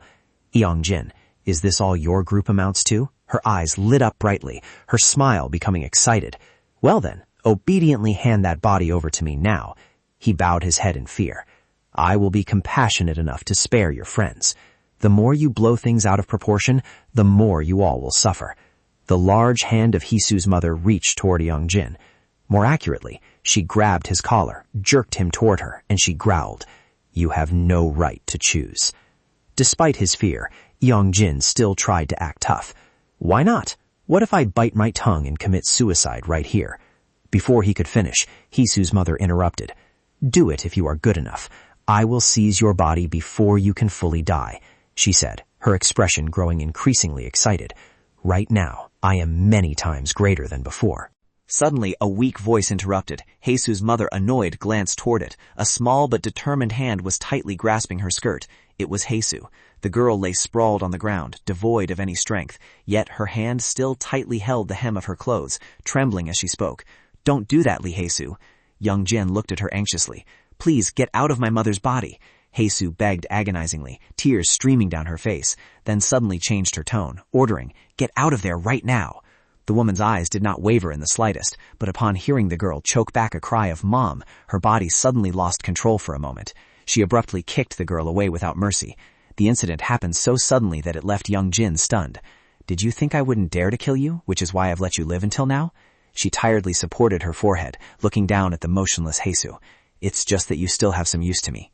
She began chanting an incantation again before Young Jin's terrified face. "Rest assured, I will soon send your beloved mother to follow." Seeing Hisu in imminent danger, Young Jin shouted in despair, rushing forward to protect her. The girl just smiled gently as a final comfort. "I am sorry." Young Jin froze, watching her close her eyes tightly, accepting death. "Hey!" he roared, charging over in vain. But her mother's cursed spell inexplicably dissipated right before touching Hisu. And then a tender voice echoed, "Mom." The scenery suddenly changed, returning to the past. Young Hisu was holding a string of beads. "This is a bracelet made from Bodhi seeds," her mother affectionately explained. "It is very popular lately. You should try wearing it." Hisu looked at the oversized bracelet on her hand. "How dare I wear this? It is so big and tacky." "It will help you exorcise evil spirits," her mother replied. Hearing about exorcising evil spirits, the little girl paused. Was it because of that again? She lowered her head, hiding her sadness. "I do not like it. My friends always tease me for being a shaman's daughter, and now I have to wear this." She continued to say hurtful words, ignoring her mother's expression. "Do not put talismans in my backpack anymore. Last time I took my books out, they scattered all over the classroom floor. Because you worry about me? If I get boycotted by my friends because of you, will you take responsibility?" The girl could not hold back anymore and spoke loudly. "Other friends don't need these things and still live perfectly fine. Why do we have to live like this?" She quickly wiped her tears. "I hate it." "Then how about this talisman?" her mother asked, opening her arms wide. "I told you I hate talismans." Her mother smiled.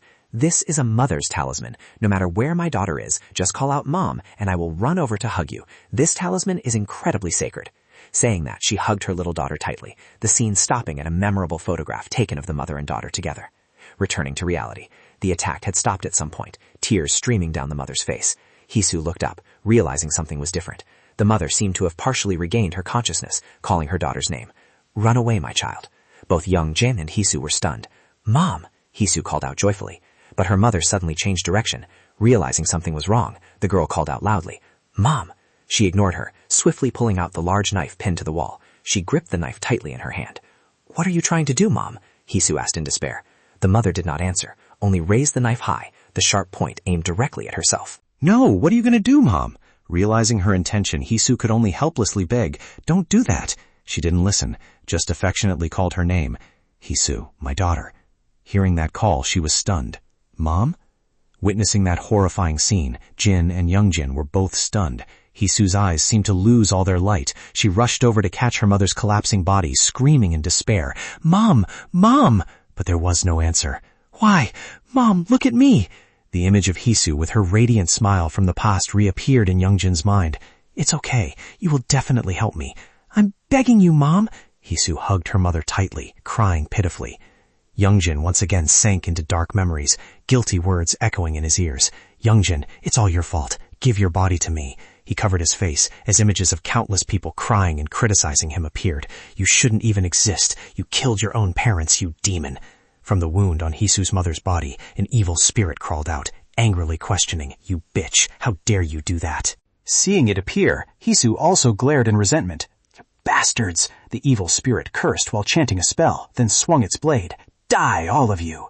Hisu hurriedly hugged her mother tightly to protect her, but suddenly, the weapon in the evil spirit's hand disappeared, soared high into the air, and then stabbed firmly into the ground. What? It turned around in confusion.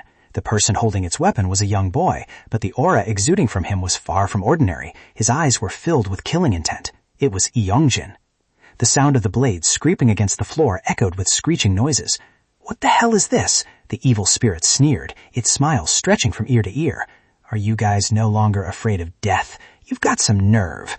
As soon as it finished speaking, Youngjin disappeared right in front of it. While the evil spirit was still looking around in bewilderment, he appeared right behind it. A slashing attack rushed forward. It luckily managed to dodge, but the prayer beads on its body were cut apart. "Damn it!" The evil spirit stepped back, looking at the prayer beads scattered on the floor. "What is happening? Why is my magic dispelled? You are just a bunch of lowly humans." It opened its mouth and blew out a hazy white smoke. The nearby corpses opened their mouths to absorb the smoke, then turned into vines that tightly wrapped around the children. The evil spirit's broken arm was also replenished by those corpses, forming a new arm. It grabbed a spear. "You bastard!" Youngjin rushed forward, swinging his blade down, and the evil spirit hastily used the spear to block the attack. The two sides struggled. Suddenly, Youngjin forcefully threw it away, and then a clean slash cut the spear in half. The evil spirit gasped in astonishment. Youngjin gave it no time to recover. He jumped up, landed, and thrust his broadsword straight into its arm. "Ah!" It screamed in agony. It hastily retracted its arm, did a mid-air somersault to keep its distance, and landed on a high platform. "Who are you? You were just vomiting blood from my spell," it roared furiously. "Anyway, you were just a lowly human." Youngjin suddenly burst into laughter. "Laughing? Brother!" a child called out. Youngjin firmly gripped his broadsword and charged straight at the evil spirit. It was taken aback, but then its eyes caught sight of a sealed jar nearby. Without hesitation, it threw the jar straight at Youngjin. "Here, catch this!" Its face clearly showed malicious delight. By reflex, Youngjin swung his arm to smash the jar. Instantly, a swarm of pitch-black insects swarmed out and covered him entirely. "Idiot!" The evil spirit grinned widely and delivered a kick that sent him flying away. To stand his ground, Youngjin plunged the broadsword into the ground, anchoring his body. He looked up, glaring at the monster before him with resentful eyes. The evil spirit laughed, its voice full of mockery. "That is no ordinary demon. It was created from goo poison. You don't have the strength to defeat it, kid." The giant monster had the body of a centipede and the face of a demon, looking so hideous that the children were terrified. "So gross! What on earth is that?" Youngjin stood tall facing it. Outwardly, he appeared calm, but he knew very well that his injuries were more severe than expected. "I need to return to human form," the evil spirit thought to itself. It targeted the woman lying motionless on the floor. "Let me borrow this body for a bit." It grabbed the girl's neck. "I don't really like this, but you won't dare to attack your own kind, right?" It exhaled a puff of white smoke into the girl, and she immediately absorbed it. Suddenly, an earth-shattering crash echoed. The wall was smashed open, and the startled evil spirit turned around. Before his eyes was an unimaginable sight. Youngjin, with just one hand, had cleanly severed the demon-faced centipede monster.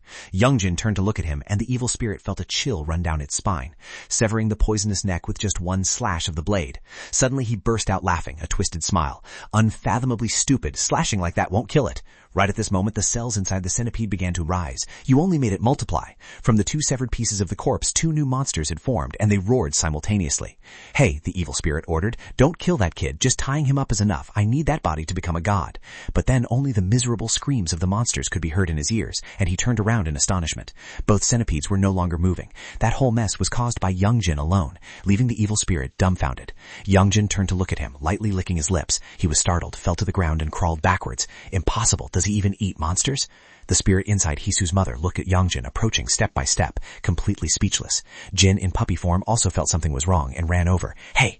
Youngjin, with blood-red pupils full of murderous intent, turned around and swung his blade. Clang! The blade crashed into the ground, sending rock debris flying just millimeters past Jin's body. After finishing, he turned away, leaving Jin wide-eyed in terror. Seeing him advancing towards her, the female demon panicked extremely. The black smoke on Youngjin's body became thicker and thicker, terrifying her. What is this? He is no longer human. While thinking, she bolted towards the door. Too dangerous. I have to run. The door was smashed to pieces, allowing the female demon to escape, her face twisted in pain. Right at this moment, Youngjin had caught up, delivering a straight kick to her body. He landed, stepping one foot directly onto the female demon's nape, slamming her face into the ground. A long trail plowed across the stone floor, the female demon's entire face buried in dirt and dust. Youngjin's foot, heavy as 1,000 pounds, made it impossible for her to lift her head. Seeing the broadsword being raised, the female demon panicked. Taking advantage of the moment Youngjin lifted his foot, she immediately crawled away. Seeing the prey trying to escape, he gave her another kick to the ground. Youngjin's eyes remained as calm as if he were looking at an ant. Images flickered back like a broken film, showing a scene of a person falling down, cursed by people. A fan in one hand and a bell in the other was performing a ritual. As the ritual ended, the female sorcerer turned around and smiled. "The gods have heard our prayers. It will rain tomorrow." Unfortunately, the next day, the sun still blazed like fire. The female sorcerer's hands trembled, her pupils contracted. Why? She silently asked herself 1,000 times in her heart. Why isn't it raining? She angrily kicked over the sacrificial altar. Damn it, why did it turn out like this? Sweat poured down her face like a stream. I can't feel anything anymore. Has my magical power weakened? No one will respect me anymore. The villagers had all left. Why? She looked at the worship painting that had been hanging for years, a sense of fear creeping into her mind. Could it be there were no gods at all? Thinking of this ridiculous hypothesis, the female sorcerer stood in a daze. That's right, from the very beginning, everything was thanks to her own talent. She was suddenly pulled back to reality by the whispering sounds. A few remaining villagers were looking at her and then walked away in fear. Seeing herself being ostracized, the female sorcerer's mood worsened even more. In the dilapidated tavern, the rumors spread faster than the intoxication. Hey, what happened with that sorcerer? I heard she was punished by the gods and lost all her magical power, a drunkard replied in a slurred voice. Is that so? I heard she even destroyed her own shrine with her own hands. What a fraud. I didn't believe it from the start. They didn't know that the female sorcerer was standing right behind them, listening without missing a single word. Hey, her ice-cold voice rang out, causing a guy who was drinking to choke. A major epidemic is about to sweep into the village. We must hold a ritual to worship the gods, to hope for survival. But times had changed. The villagers looked at her with contemptuous eyes. Worship? What are you talking about? We're out of rice. What do we use to worship? Or are you telling us to go steal and rob? Another person rushed in to argue. Come on, a grinning guy interjected. She prayed for the whole village anyway. Pray for what? She has no magical power left. She's just tricking us. Everyone chased her away and despised her. Why should we believe a woman like you? What epidemic? All lies. Get out of our sight, you crazy hag. She growled. You dare now? The cursing crowd suddenly became speechless. Her eyes looked as if she wanted to eat them alive. Looking down on a sorcerer like me, aren't you afraid of being punished by the gods? Saying that, she burst into a fit of maniacal laughter. The crowd seemed provoked, and a scruffy bearded noun pointed right at her face. And you, hag, you say you were chosen by the gods. Why haven't any of your recent spells worked at all? It's all lies. We're about to die from the plague, yet you're still standing there running your loud mouth. The female sorcerer said nothing, only leaving behind a gaze that seemed to pin down her prey. A few days later, "Oh my God, Mr. Kim is gone," some neighbor women whispered to each other. As soon as the female sorcerer left, our village ran into trouble immediately. Before that, Mr. Kim cursed at her and didn't believe in the gods, and now his whole family has caught the disease and died. His wife and children are also bedridden. Hiding behind a nearby wall, the female sorcerer listened, a satisfied smile blooming on her lips. She knew that soon enough these people would have to beg her to come back. It's true that the gods cannot be looked down upon. It's because Mr. Kim kept saying the sorcerer ran out of magical power that things ended up like this. I heard the Park family is also holding an exorcism ceremony. They did many evil deeds in the past, and on top of that they are childless, so now they have to beg the gods. In a cheerful mood, the female sorcerer gently blew out a stream of black smoke from the newly dead bodies. Countless invisible hungry demons crawled out, obediently slithering onto her body. At the same time she left, leaving behind a crowd of people being gnawed by fear. Now we can only rely on her. Hey, Zhangyi's mother, watch the girl carefully. It's chaotic lately. Don't let her go out at night. After that time, wealth and fame returned to her. Amidst the requiem ceremonies, the woman smiled contentedly. Another period of time passed. In the middle of the late night, a desperate call rang out. Dongyi, my child, the mother sobbed, tears falling profusely. The villagers were also terrified upon hearing the story. What happened? The little girl is missing. I told you not to let her out at night. She must have been taken by a ghost. Stop saying ominous things. She probably just wandered off somewhere. Everyone quickly help find her. Under the perfectly round moon, in a gloomy dark corner, a skinny little girl was lying curled up on the cold ground. She was shivering and clutching her stomach. Her body was just skin and bones. The sorceress smiled, called, "Come, daughter." She sat down, holding out a fragrant piece of cake, her voice full of wickedness. "Are you hungry, Su-yi?" The little girl's eyes lit up with a craving expression. Su-yi was so weak she couldn't utter a word. She only babbled softly, trying to reach her bony hand toward the cake. "Eat, child," the sorceress said happily. But then, from inside her sleeve, she pulled out a large axe. The shiny blade swung up and slashed straight down. The main target was the hand reaching out. Finishing the job, the sorceress covered a nearby jar with a lid and left. She did not know that, from afar, another little girl with a freckled face had witnessed everything. She stood behind the door, her face pale from terror. The sorceress returned to her room, looking around. "Dongyi, where did you go?" she muttered. "Going out to play at night without telling anyone will get you taken by a ghost." In the corner of the house, inside a large jar, Zhangyi was holding her breath in fear. The next morning, the female sorcerer held another ritual. Zhangyi's mother stood in the crowd, her eyes red from crying, silently praying for her daughter. Suddenly, she was startled. Zhangyi was climbing out of the jar, running frantically toward her. Seeing her child, the mother burst into tears of happiness. The little girl hugged her mother, trembling as she pointed at the one who caused everything. The whole crowd was stunned. No one could believe their eyes. Exposed, the female sorcerer's face darkened. In the dark night, flickering with torchlight, a panicked man fell to the ground. His trembling hand pointed at a bamboo tube, from which a finger bone fell out. The father and mother who lost their child screamed in agony. The female sorcerer was quickly tied up, amidst overwhelming curses. "Give me back my child, you evil demon," She sneered. "Regretting it now? What?" The sorceress laid her cards on the table. "You were the ones who wanted this. When you wanted to use me, you said nothing. But when it affects your own interests, you scream loudly. Your children died solely because of your bottomless greed." Those words made the villagers dizzy. "You fools must pay the price." Laughter hissed through her teeth. The villagers could not hold back anymore. Tons of spit and curses were thrown at her. "Crazy woman, aren't you afraid of being punished by the gods?" The sorceress's smile suddenly twisted. "Gods? Why do you think I would be afraid? If the gods existed, I wouldn't have lived until today." In the crowd, a woman grabbed a torch, rushed forward frantically, and threw it straight at the sorceress. "Die!" The curse of the mother who lost her child echoed. The fire caught the straw and firewood, gradually spreading to her body, but the old woman remained calm. "Even if the gods manifest, they can't do anything to me." The villagers stared blankly, watching her burn alive. The sorceress's mouth stretched to her ears. "Now that I am here, all of you will have to die." Her voice mixed with the flames. "I am the god of resentment, the god of greed. All of you are nourishing my power." Her body turned to ashes, but the gruesome sound still echoed. "I will be the incarnation of the god." Right at this moment, on the ground, two red streaks of light gradually connected, forming a magic circle that imprisoned Yongjin and the female demon. As soon as it appeared, countless jars shook and then exploded simultaneously.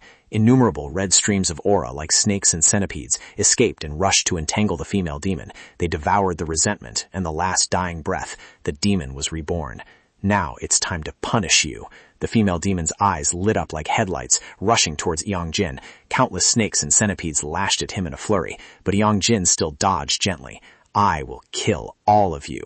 The female demon screamed, the flames around her body burning fiercely as she launched her move once again, the power of resentment. The kids and Hisu were endlessly worried. Brother, be careful. Oh no. A child looked at the meat cleaver that was straining to block the female demon's attack, thinking to himself, he looks even more terrifying than that demon right now. On Yongjin's face was a deeply villainous smile. He lifted the meat cleaver high. The female demon was astonished. The blade moved like the wind, gliding lightly across her body. All the snakes and centipedes around her body were chopped into many pieces.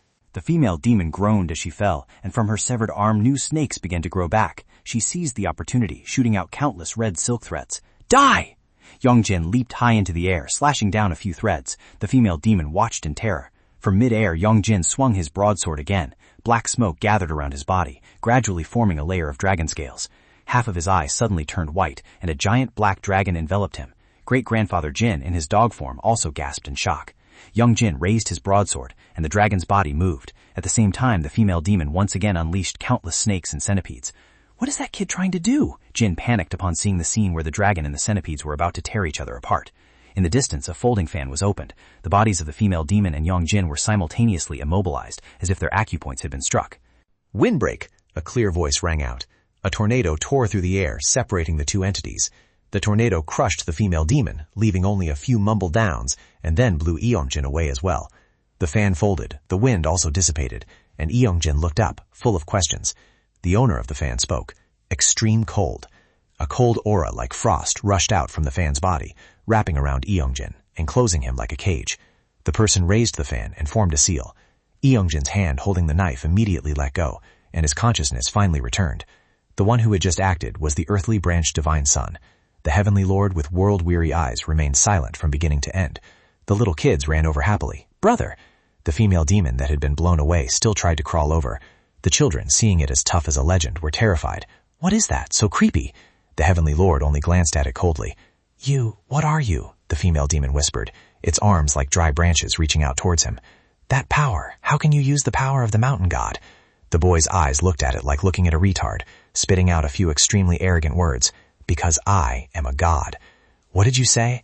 The heavenly lord just slowly continued. The earthly branch divine son, his whole body exuding a haughty aura. Coming from the great heavenly lord. The female demon was stunned. God? Its worn-out fangs trembled, drool continuously flowing out. A real god? The clear eyes of the children watched nervously, and tears began to roll down from the empty eye sockets of the female demon. It dragged its crooked feet, step by step moving forward, its hands tightly clutching the hem of the god's clothes. Why? Its voice was full of resentment. Why didn't you listen to my prayers? Why did you never come? It remembered the most desperate moment of its life. Why, when I needed you the most, where were you? If you had appeared earlier, I wouldn't have ended up like this. Why did you let me die? What kind of gods would abandon their followers? The god only felt like he was listening to a joke. He gently brushed off its dirty hands and dusted his clothes. Prayers? Look at your appearance. You certainly only prayed for filthy personal gains. No gods would listen to those prayers. As soon as he finished speaking, countless little demons suddenly crawled out from the sleeves of the female demon, draining its last bit of life force.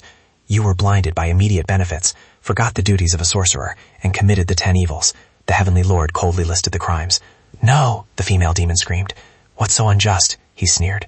Don't you see the souls that died unjustly by your hands? It was because they started it first. It still tried to make excuses.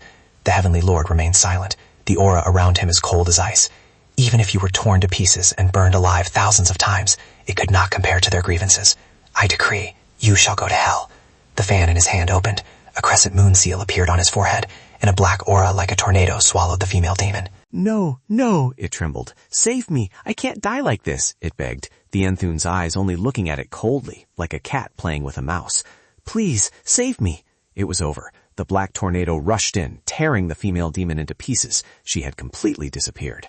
The kids looked at their brother with admiring eyes. How are the humans? The Enthun turned and asked. The humans, a child panicked. She got stabbed. The evening shadow dyed the sky red. The Enthune walked over to Hisu and her mother. Seeing a stranger, Hisu fearfully hugged her mother tightly. Still breathing, he muttered. He opened the fan, the symbol on it changed, and a flower bloomed above Hisu's head. He waved the fan and countless petals enveloped the mother, healing the wound on her arm, then stitching up the deep stab wound on her stomach. Her face gradually regained its vitality. Hisu stared in awe at that beautiful sight. Tian Tuong closed the fan. The flowers vanished, leaving a beam of light surrounding the mother. "Mom," Hisu gently shook her.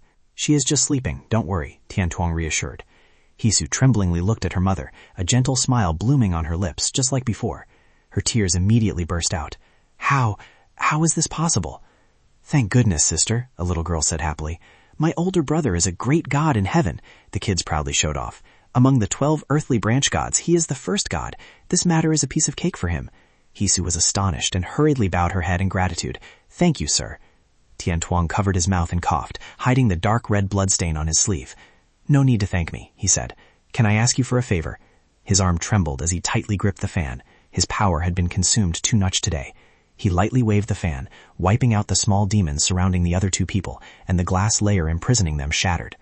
"When that sorcerer wakes up, please collect the fingers of these children and perform a ceremony to help their souls find peace." After saying that, Tian Tuong left. Outside, in the twilight, the atmosphere was eerily quiet. Tian Tuong stood there, his eyes carrying a bit of amusement as he looked at Yongjin, who was still floating in the mist, with a dog next to him. "Hey," he called. Jin, in his dog form, was startled. "Let's go." Tian Tuong approached Yongjin, lifted the fan, aimed right at the top of his head, and tapped it lightly. Yongjin slowly opened his eyes, waking up from his coma. He looked blankly at a stranger standing in front of him. Not only that, he was surrounded by a cloud of white smoke, making him even more confused. "What is this?" He tried to struggle, but the smoke didn't dissipate. Suddenly, it gradually disappeared. Yongjin lost his balance and fell to the ground with a thud. He hurriedly sat up straight, then looked around in shock. A completely ruined area appeared before his eyes.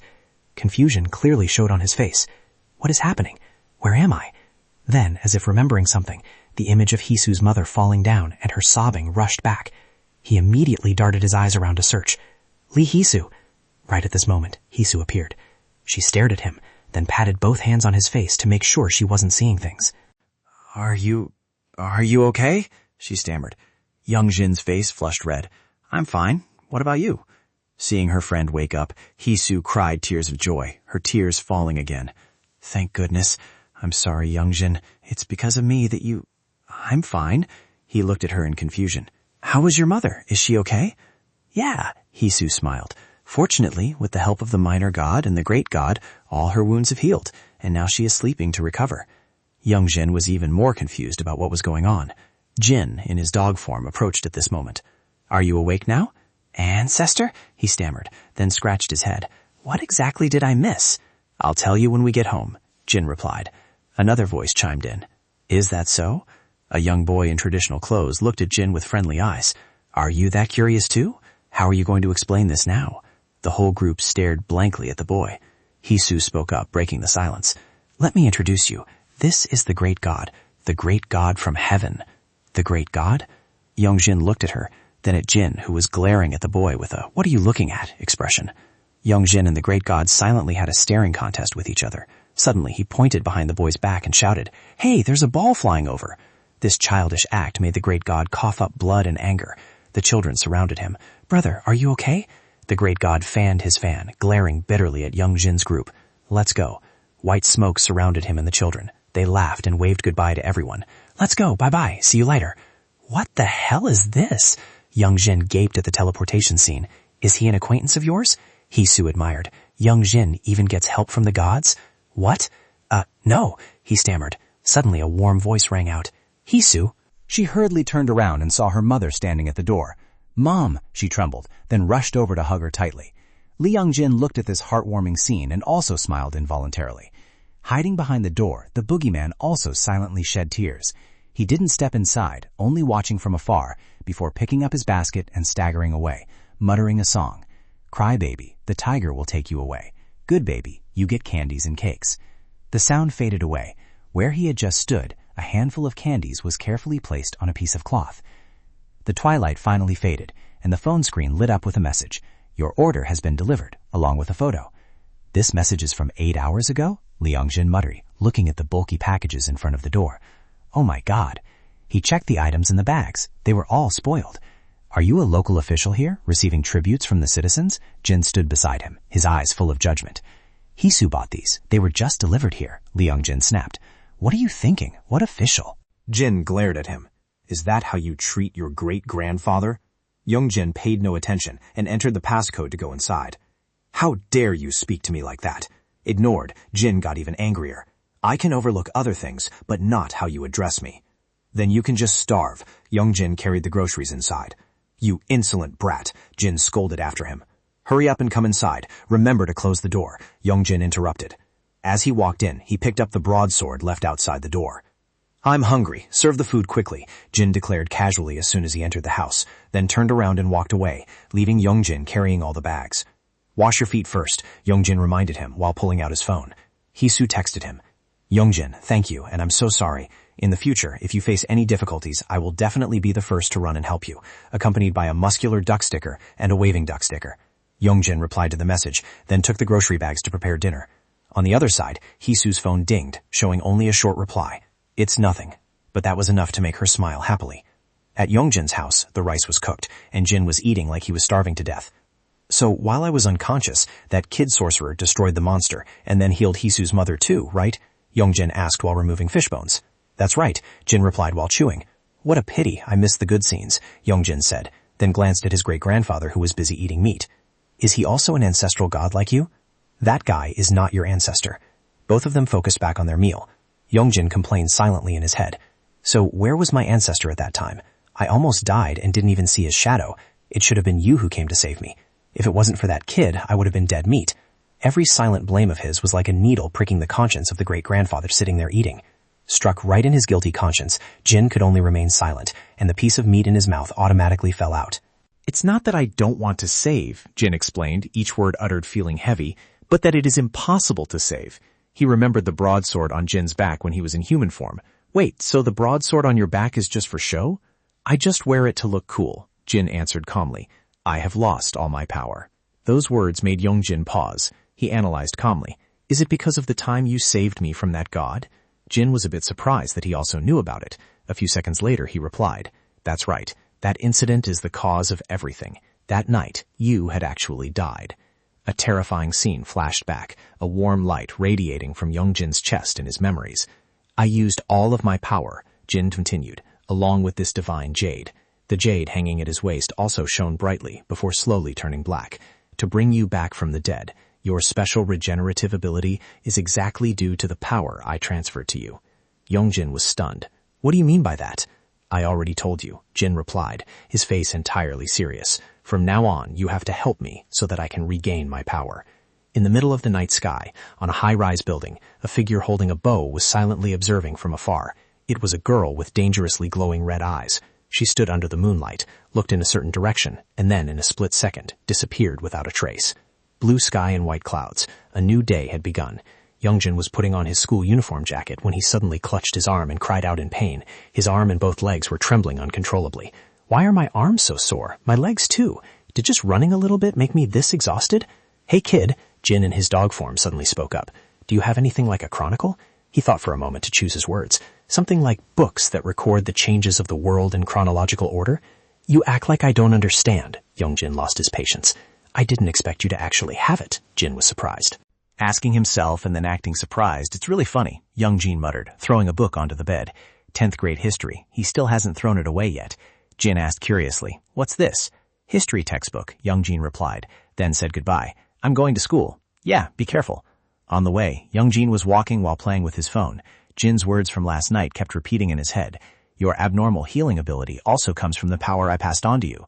If so, I should be stronger. Why hasn't my physical strength improved at all? That way you won't be targeted by demons anymore in the future. This statement from Jin left him a bit speechless, but also somewhat relieved. It's still a good deal. Lost in his thoughts, he suddenly bumped into a sculpted statue. He recalled the previous incident, a chill running down his spine, and hurriedly dodged away. At this exact moment, a walkie-talkie-like device pinned to the chest of a freckled boy walking ahead suddenly beeped.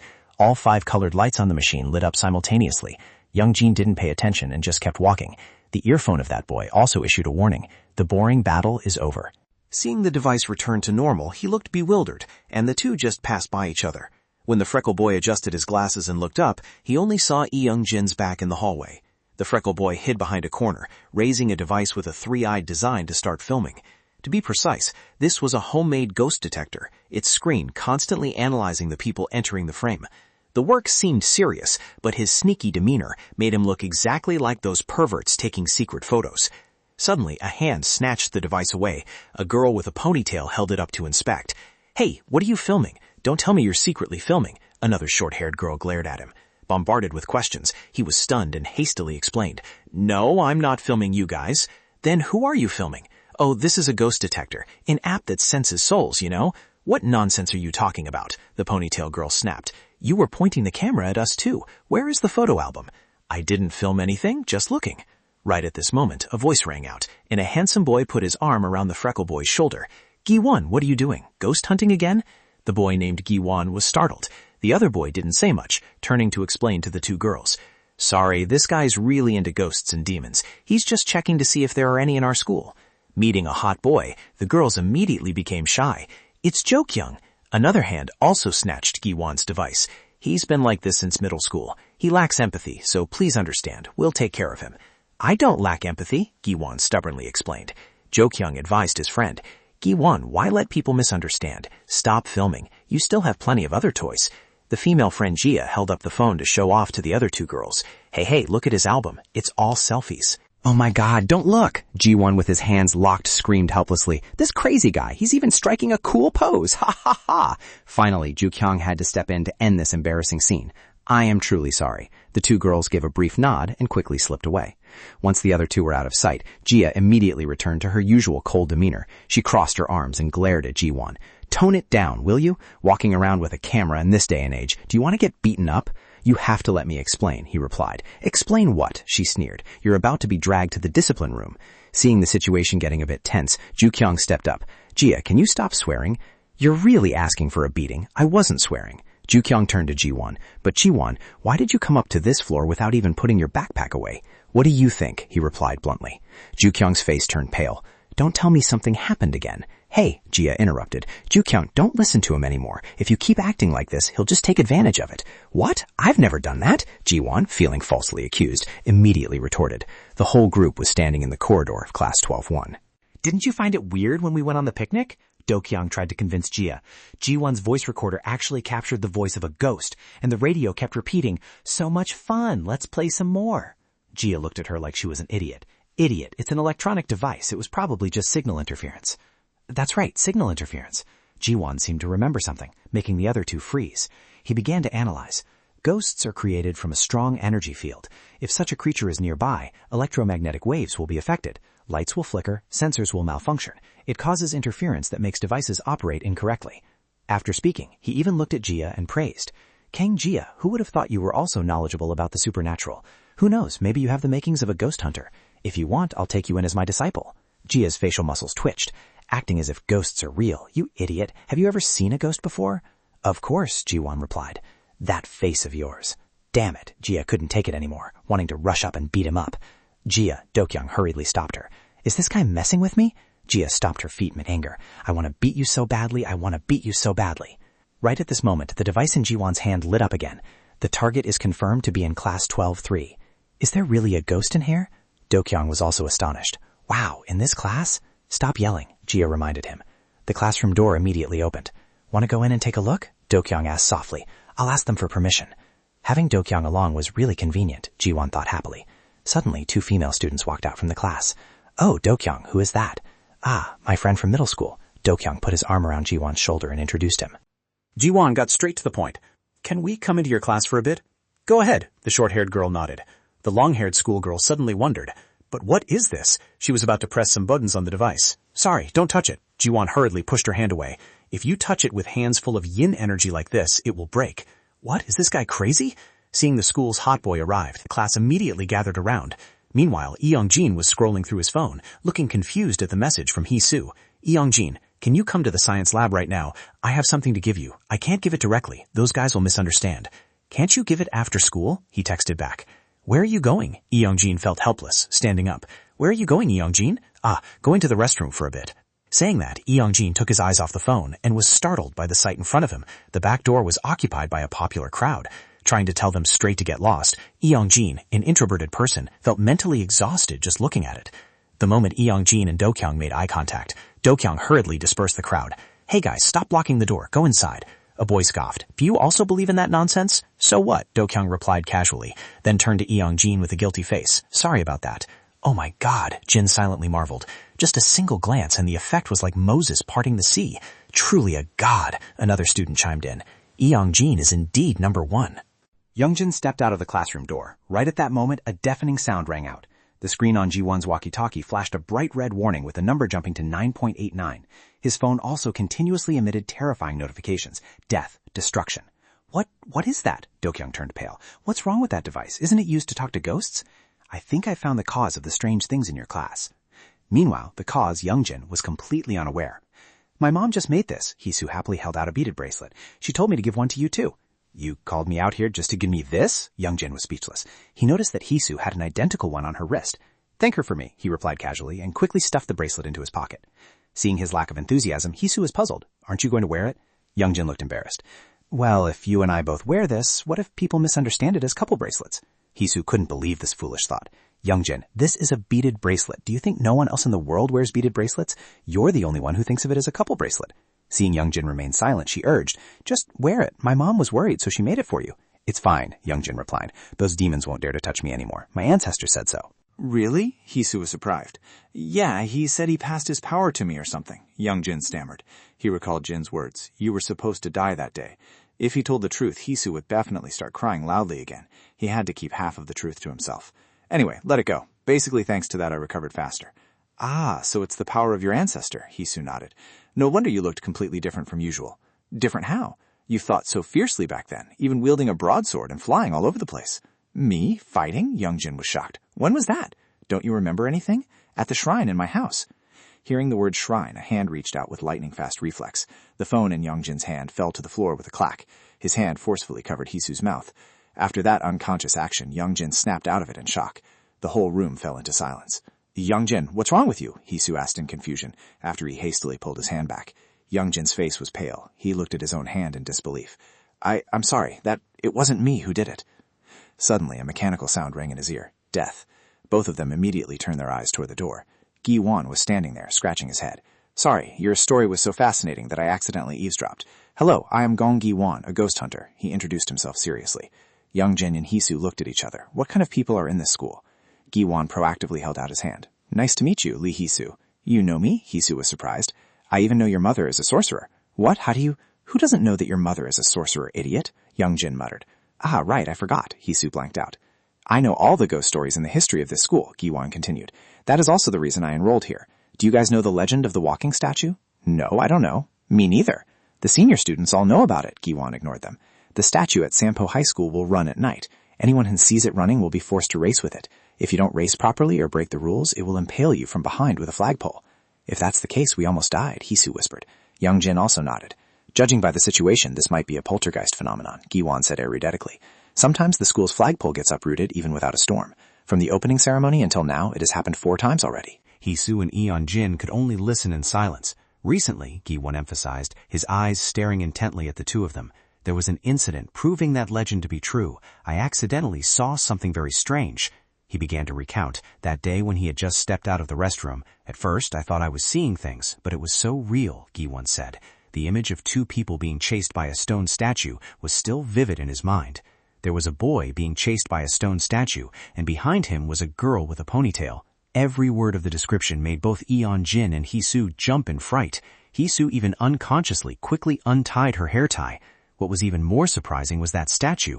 The next morning when I went to school, it was still intact.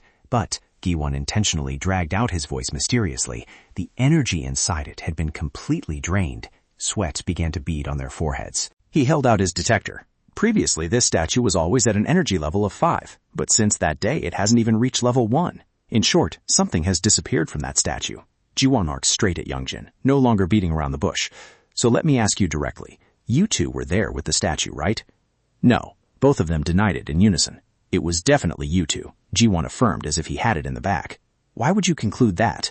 Usually if I say that, people would call me crazy or ignore it, he analyzed calmly, but you guys denied it immediately, which further proves my deduction is correct. He shook the detector. This device is used to measure magnetic fields. Demons don't show their forms, they exist as energy, and this machine will detect that. Hearing Ji-won's rant, Youngjin lost all patience. Has this been scientifically proven? Ji-won immediately brought the detector closer. The moment it touched Youngjin, it lit up instantly, the index jumping to level 5. This means the thing that used to be in the statue is now inside you, right? That is my conclusion. Youngjin forcefully pushed the detector away. I'm asking if science has proven this. Of course. If only this device reacted, I wouldn't make things difficult for you, Ji-won replied calmly, then pulled out countless other machines, but all my devices are reacting strongly, beeping constantly like this, with piercing alarms ringing non-stop.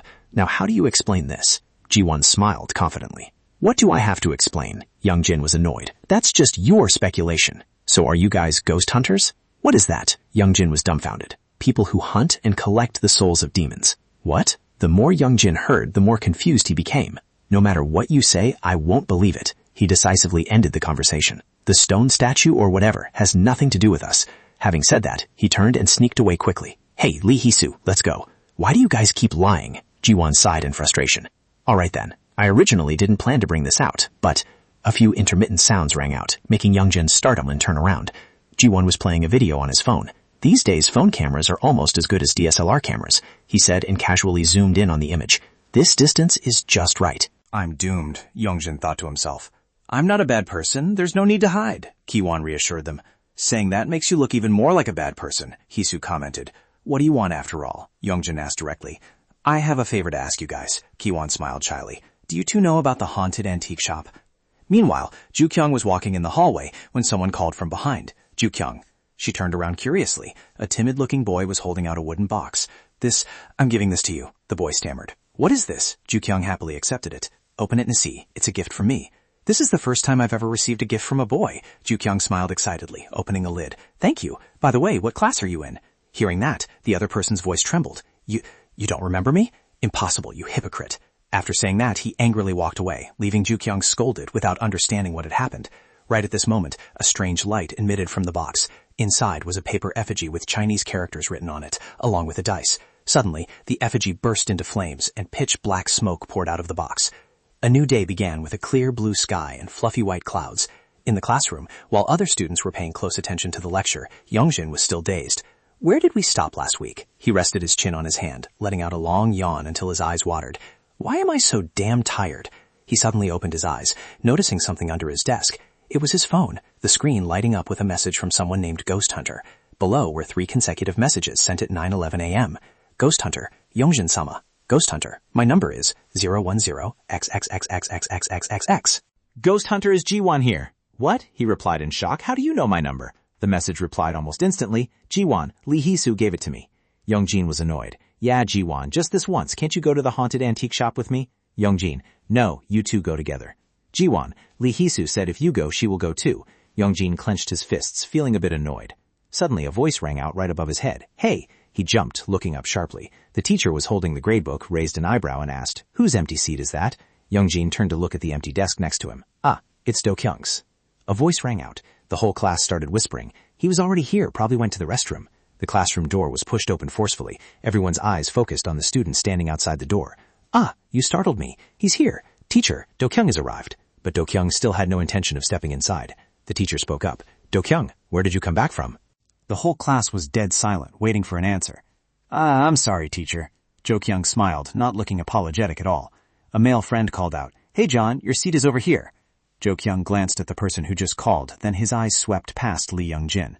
He smirked, then turned his face to the board, his hand starting to spin a dice. The school dismissal bell rang.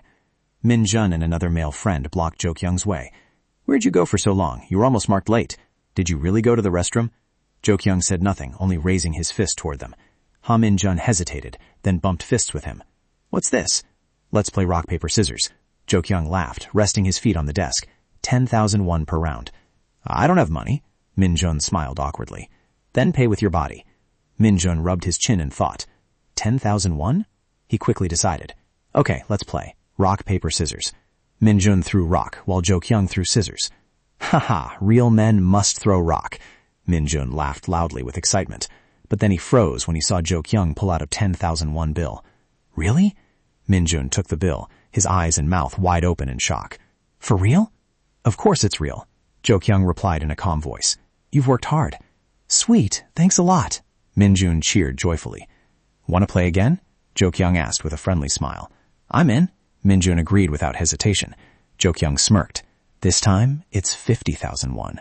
What? 50,001? Rich kids sure are different. Minjun mocked, rolling his wrists. This guy plays crazy. Rock, paper, scissors. This time, Jo Kyung played paper. Ah, damn, Minjun chuckled. Before he could finish his sentence, Jo Kyung threw a devastating punch that sent Minjun crashing to the ground. The whole class turned around in shock. Hey, what's going on? Hitting someone out of nowhere. Lee Yijong was also stunned. What was happening? Jo Kyung just stood there laughing loudly. He pointed at Minjun, who was lying sprawled out. Men have to take risks. What can you achieve if you just play rock all day? Hey, are you okay, Minjun? A worried friend shook him. It looks like he passed out. We need to call the nurse. What's wrong with everyone? Jo Kyung looked around blankly. Everyone was staring at him. It's nothing. He approached and grabbed Minjun's arm. This guy won the 10,001 bet. What more do you want? He laughed out loud, trying to pry the bill from Minjun's tightly clenched hand. This guy holds on to money really tightly, huh? Hey, Jo Kyung, that's going a bit too far. A friend spoke up to reproach him. Jo Kyung's face darkened. Too far what? Do I have to pretend to lose? I already gave him the 10,001. I told him he had to pay with his body. Hearing his chillingly calm tone, everyone couldn't believe it. Ah, Jo Kyung suddenly seemed to remember something, moving close to the friend who had just spoken. I think you agreed to it too, right?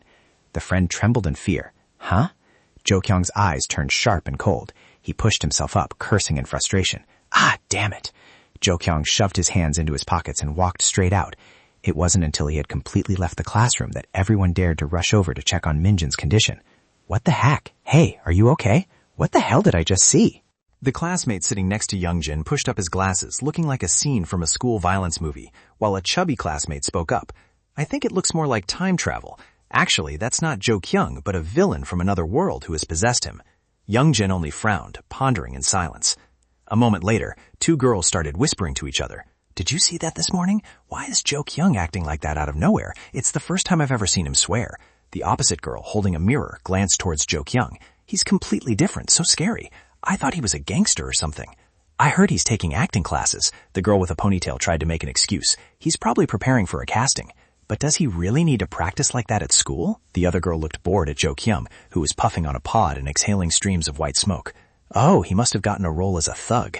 The whole class was in an uproar. What is he holding over there? I can't believe it. Hey, Jo Kyung, the bowl cut boy spoke up to remind him. You're not allowed to smoke. The teachers are coming soon. Jo Kyung hardly cared. What? You're speaking too softly. I can't hear you. His tone made the other boy freeze for a moment, feeling a bit pressured. Speak up! Jo Kyung suddenly shouted loudly right in the bowl cut boy's face. The whole class was startled. What is it? Is he going crazy again? Suddenly, Jo Kyung reached out and gently rubbed his ear, his voice softening. Just kidding. Did I startle you? He raised the pod in his hand, laughing. You call this a cigarette? But the teacher is about to arrive. Want to bet?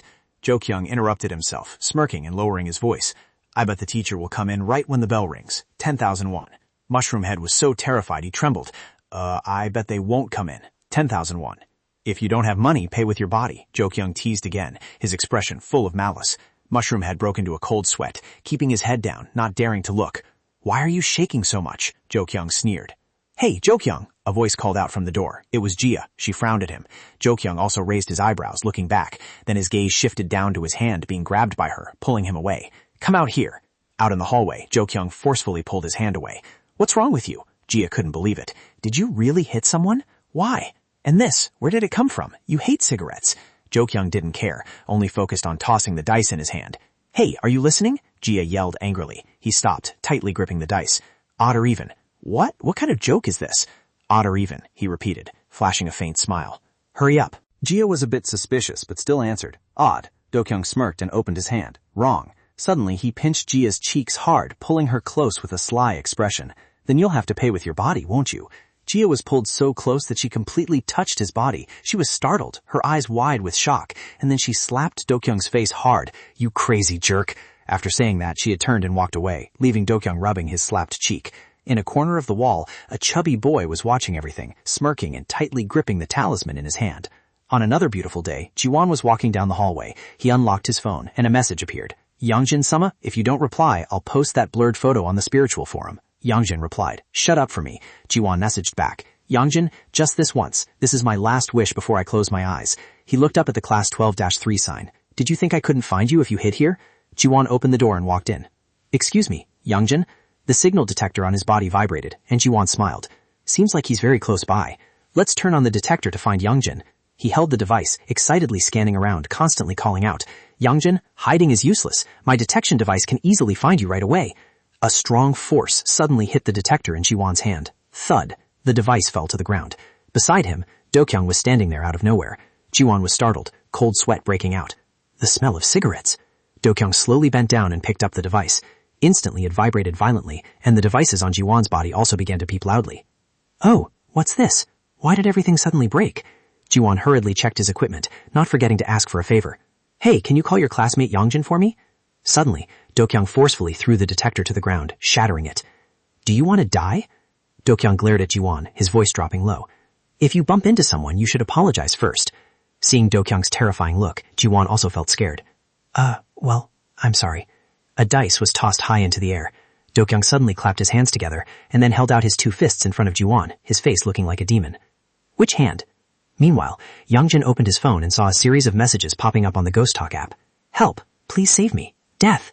Oh no! Hisu frowned at the tarot card on the table. She turned to Youngjin, her voice filled with fear. Your classmate Dokyung is possessed. Youngjin absent-mindedly tapped on his phone, just giving a dismissive, yeah. Hey, Dragonjin! Hisu stood up abruptly. Your name is Youngjin, so that's why I call you Dragonjin. No need to explain. He buried his face in the desk. But why do I have to go? We have to go save our friend, right? What kind of friends aren't close? But just because of one card, are you sure he is possessed? Youngjin was confused. He was still normal this morning. Maybe that's just his natural temperament. He stood up, intending to leave. This doesn't affect me anyway, whatever. Seeing that, Hisu's face became gloomy. And stop calling me that, Youngjin reminded her. What if he is a good person? Hisu looked out the window, acting pitiful. He must be suffering a lot, just like when I was possessed. Dokyung and I went to the same middle school. A sudden voice rang out. Ji-won had appeared out of nowhere. So I can confirm he is a good person. Never hit anyone. Didn't even dare to swear. Just like a character straight out of a comic book. See? Isn't it pitiful? Hisu immediately chimed in. He doesn't even have the guts to bet with anyone, Ji-won continued. Hisu looked in surprise at his swollen cheek. What happened to your face? Youngjin asked. Hit by a ghost, right? Seeming to understand the intention, Youngjin replied bluntly, I'm not going anywhere. Ji-won lowered his head, then looked up to face Youngjin. I won't force you to go to the antique shop anymore. I also apologize for what happened earlier. You sounded just like when you were possessed, right? He became serious. Thanks to a successful exorcism, you're here now, aren't you? If you two aren't Ghost Hunter, then the bronze statue incident was also solved by you two, right? That again? Youngjin angrily said. We have nothing to do with it. Before he could finish speaking, Hisu cried out in fear. Youngjin. Her phone screen displayed a notification. Gong Ji-won has transferred 50,000 won. Here is the deposit. What is it this time? Youngjin was annoyed. I will pay the rest if you agree, Ji-won said. Please help me. He bowed his head before the two. Save Dokyung, please. Youngjin recalled the scene of Dokyung slapping Ji-won to the ground, along with the devices beeping non-stop and his creepy growling voice. Despite that, he still bluntly refused. I won't do it. He coldly walked past Yuan. You help him yourself, Hisu. I'm going home. Lee Youngjin said and walked away. Hisu hurriedly chased after him. As she passed by, she glanced at Yuan with pitying eyes, then quickly left as well, leaving only Ji-won all alone in the room. Outside in the hallway, the footsteps of the two gradually faded away. As Lee Youngjin walked, he thought to himself, what kind of trouble is she trying to drag me into now? Sad memories suddenly rushed back. He just wanted to live a normal life like before. The voice from the past echoed in his head again. From that day on, you are already dead. No, Lee Youngjin told himself. From now on, personal safety comes first. Absolutely no getting involved in anything else. Lost in thought, he unexpectedly ran into Jokyung. Jokyung, he thought to himself. A friend walking next to Jokyung happily nudged his shoulder. See, the girls are looking for you. Lee Youngjin glanced over. Being like this might actually suit you better. Thinking the two would pass each other like strangers, but suddenly Lee Youngjin's hand reached out, stopping Jokyung. His hand grabbed Jokyung's collar on its own, to the astonishment of the accompanying friend. Even though he was the one who acted first, Lee Youngjin himself appeared extremely panicked. At this time, Hisu was rushing down the hallway to find him. As she ran, she called out, Young! Before she could finish his name, she was stunned to see Lee Youngjin grabbing Jokyung's collar.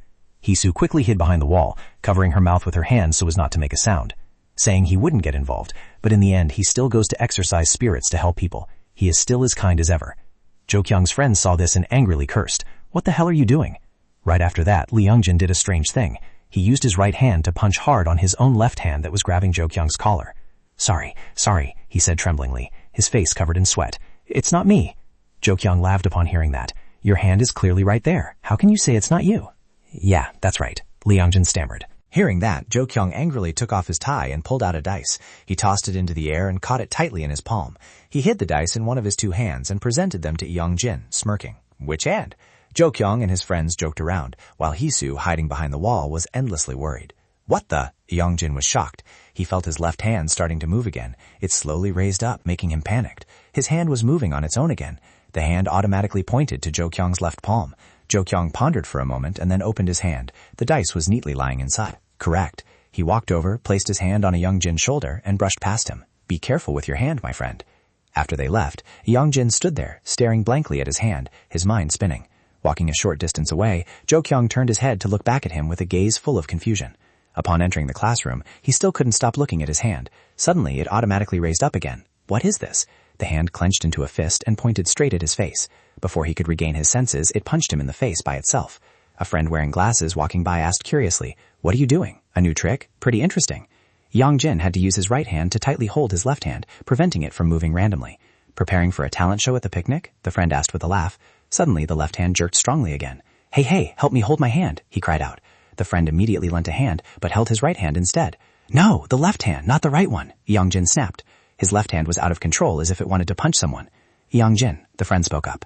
Do I really have to participate in this boring situation? It's gross. Youngjin had to use all his strength to pin his left hand down. Finally, it stopped moving. He breathed a sigh of relief. It's over. A friend playing games at the desk above turned around. Youngjin, could it be that you, he asked seriously, have alien hand syndrome? What the hell is that? Youngjin wondered. As soon as he left the classroom, he immediately went online to search for that strange syndrome. After reading the symptoms, Youngjin thought in fear, Oh my god, why does this sound exactly like me? Could it be a brain problem? I've been hitting my head a lot lately. No wonder I feel so sluggish.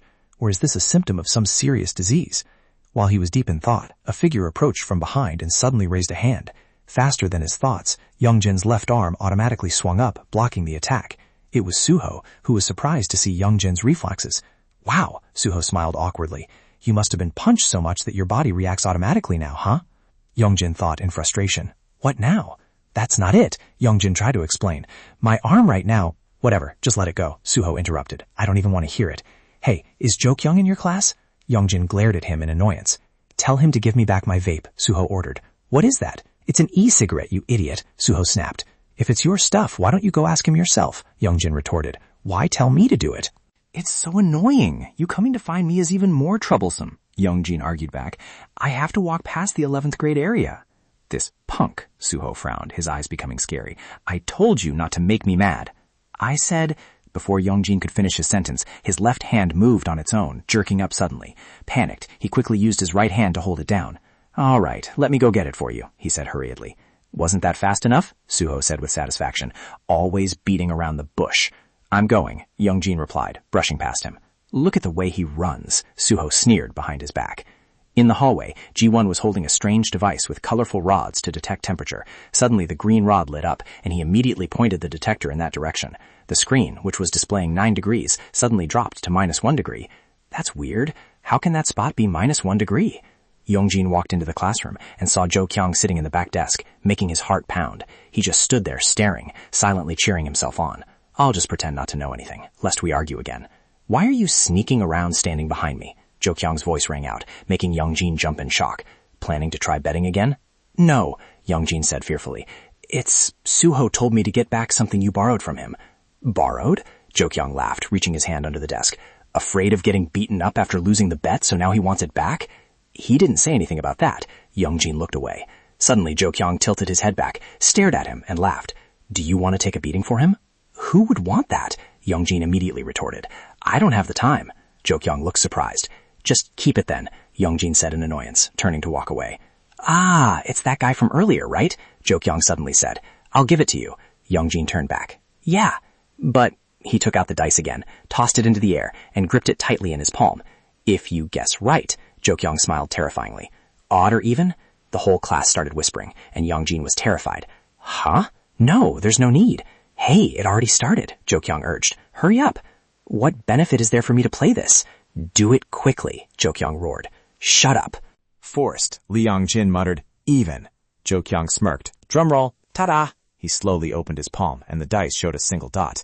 Guess it's odd, right? Jokyung sweared and raised his hand. Lee Young-jin flinched, and the whole class held their breath in fear. Just as Jokyung's fist was about to land, Lee Young-jin's left hand suddenly moved on its own. It raised up, caught Jokyung's arm, and forcefully pushed it away. At the same time, his finger flicked Jokyung's forehead extremely hard. Bam! Jokyung fell backward, his back slamming into the bulletin board. He slumped to the ground, leaving the whole class staring in astonishment with their mouths wide open. Everything happened so fast that even Lee Young-jin himself didn't understand what he had just done. What? What just flew away? Jokyung's hand resting on the ground twitched slightly. Youngjin was startled, his face turning pale. Jokyung staggered to his feet, one hand covering most of his face so no one could see his expression at this moment. In an atmosphere as tense as a bowstring, Youngjin awkwardly explained, this is because of my left hand. He suddenly realized he had a slip of the tongue. Why did I say it's my left hand? And because my left hand is parasitized? A sarcastic voice rang out. Still acting, huh? Another mocked, oh my, you made me think you were a hidden master. A female student with hair rollers standing nearby listened without understanding a thing. Wait, what's a parasite? Youngjin was sweating profusely. He hesitated, unable to speak. Well, he glanced at the guy wearing glasses and then continued awkwarded. Jokyung asked me to play the role of the opponent. An opponent? The guy in glasses was bewildered. Wait, what? Are you guys practicing a play? In just a moment, Youngjin's somewhat awkward but incredibly reasonable explanation successfully convinced the whole class. That's right. Ha Jokyung is about to become an actor anyway. Aha! That makes so much sense. Everyone completely believed it, but Youngjin still couldn't recover his wits. Perhaps because of Jokyung's usual image, he thought to himself, whatever, let it pass. At this time, the guy in glasses walked over looking unhappy. Hey, you should have told us in advance. You scared me to death. Jokyung stood there listening to everyone talking about him. Wow, Jokyung is really good. He acts so passionately in every role. Oh, so you and Minjin were also acting earlier? You got beaten so passionately.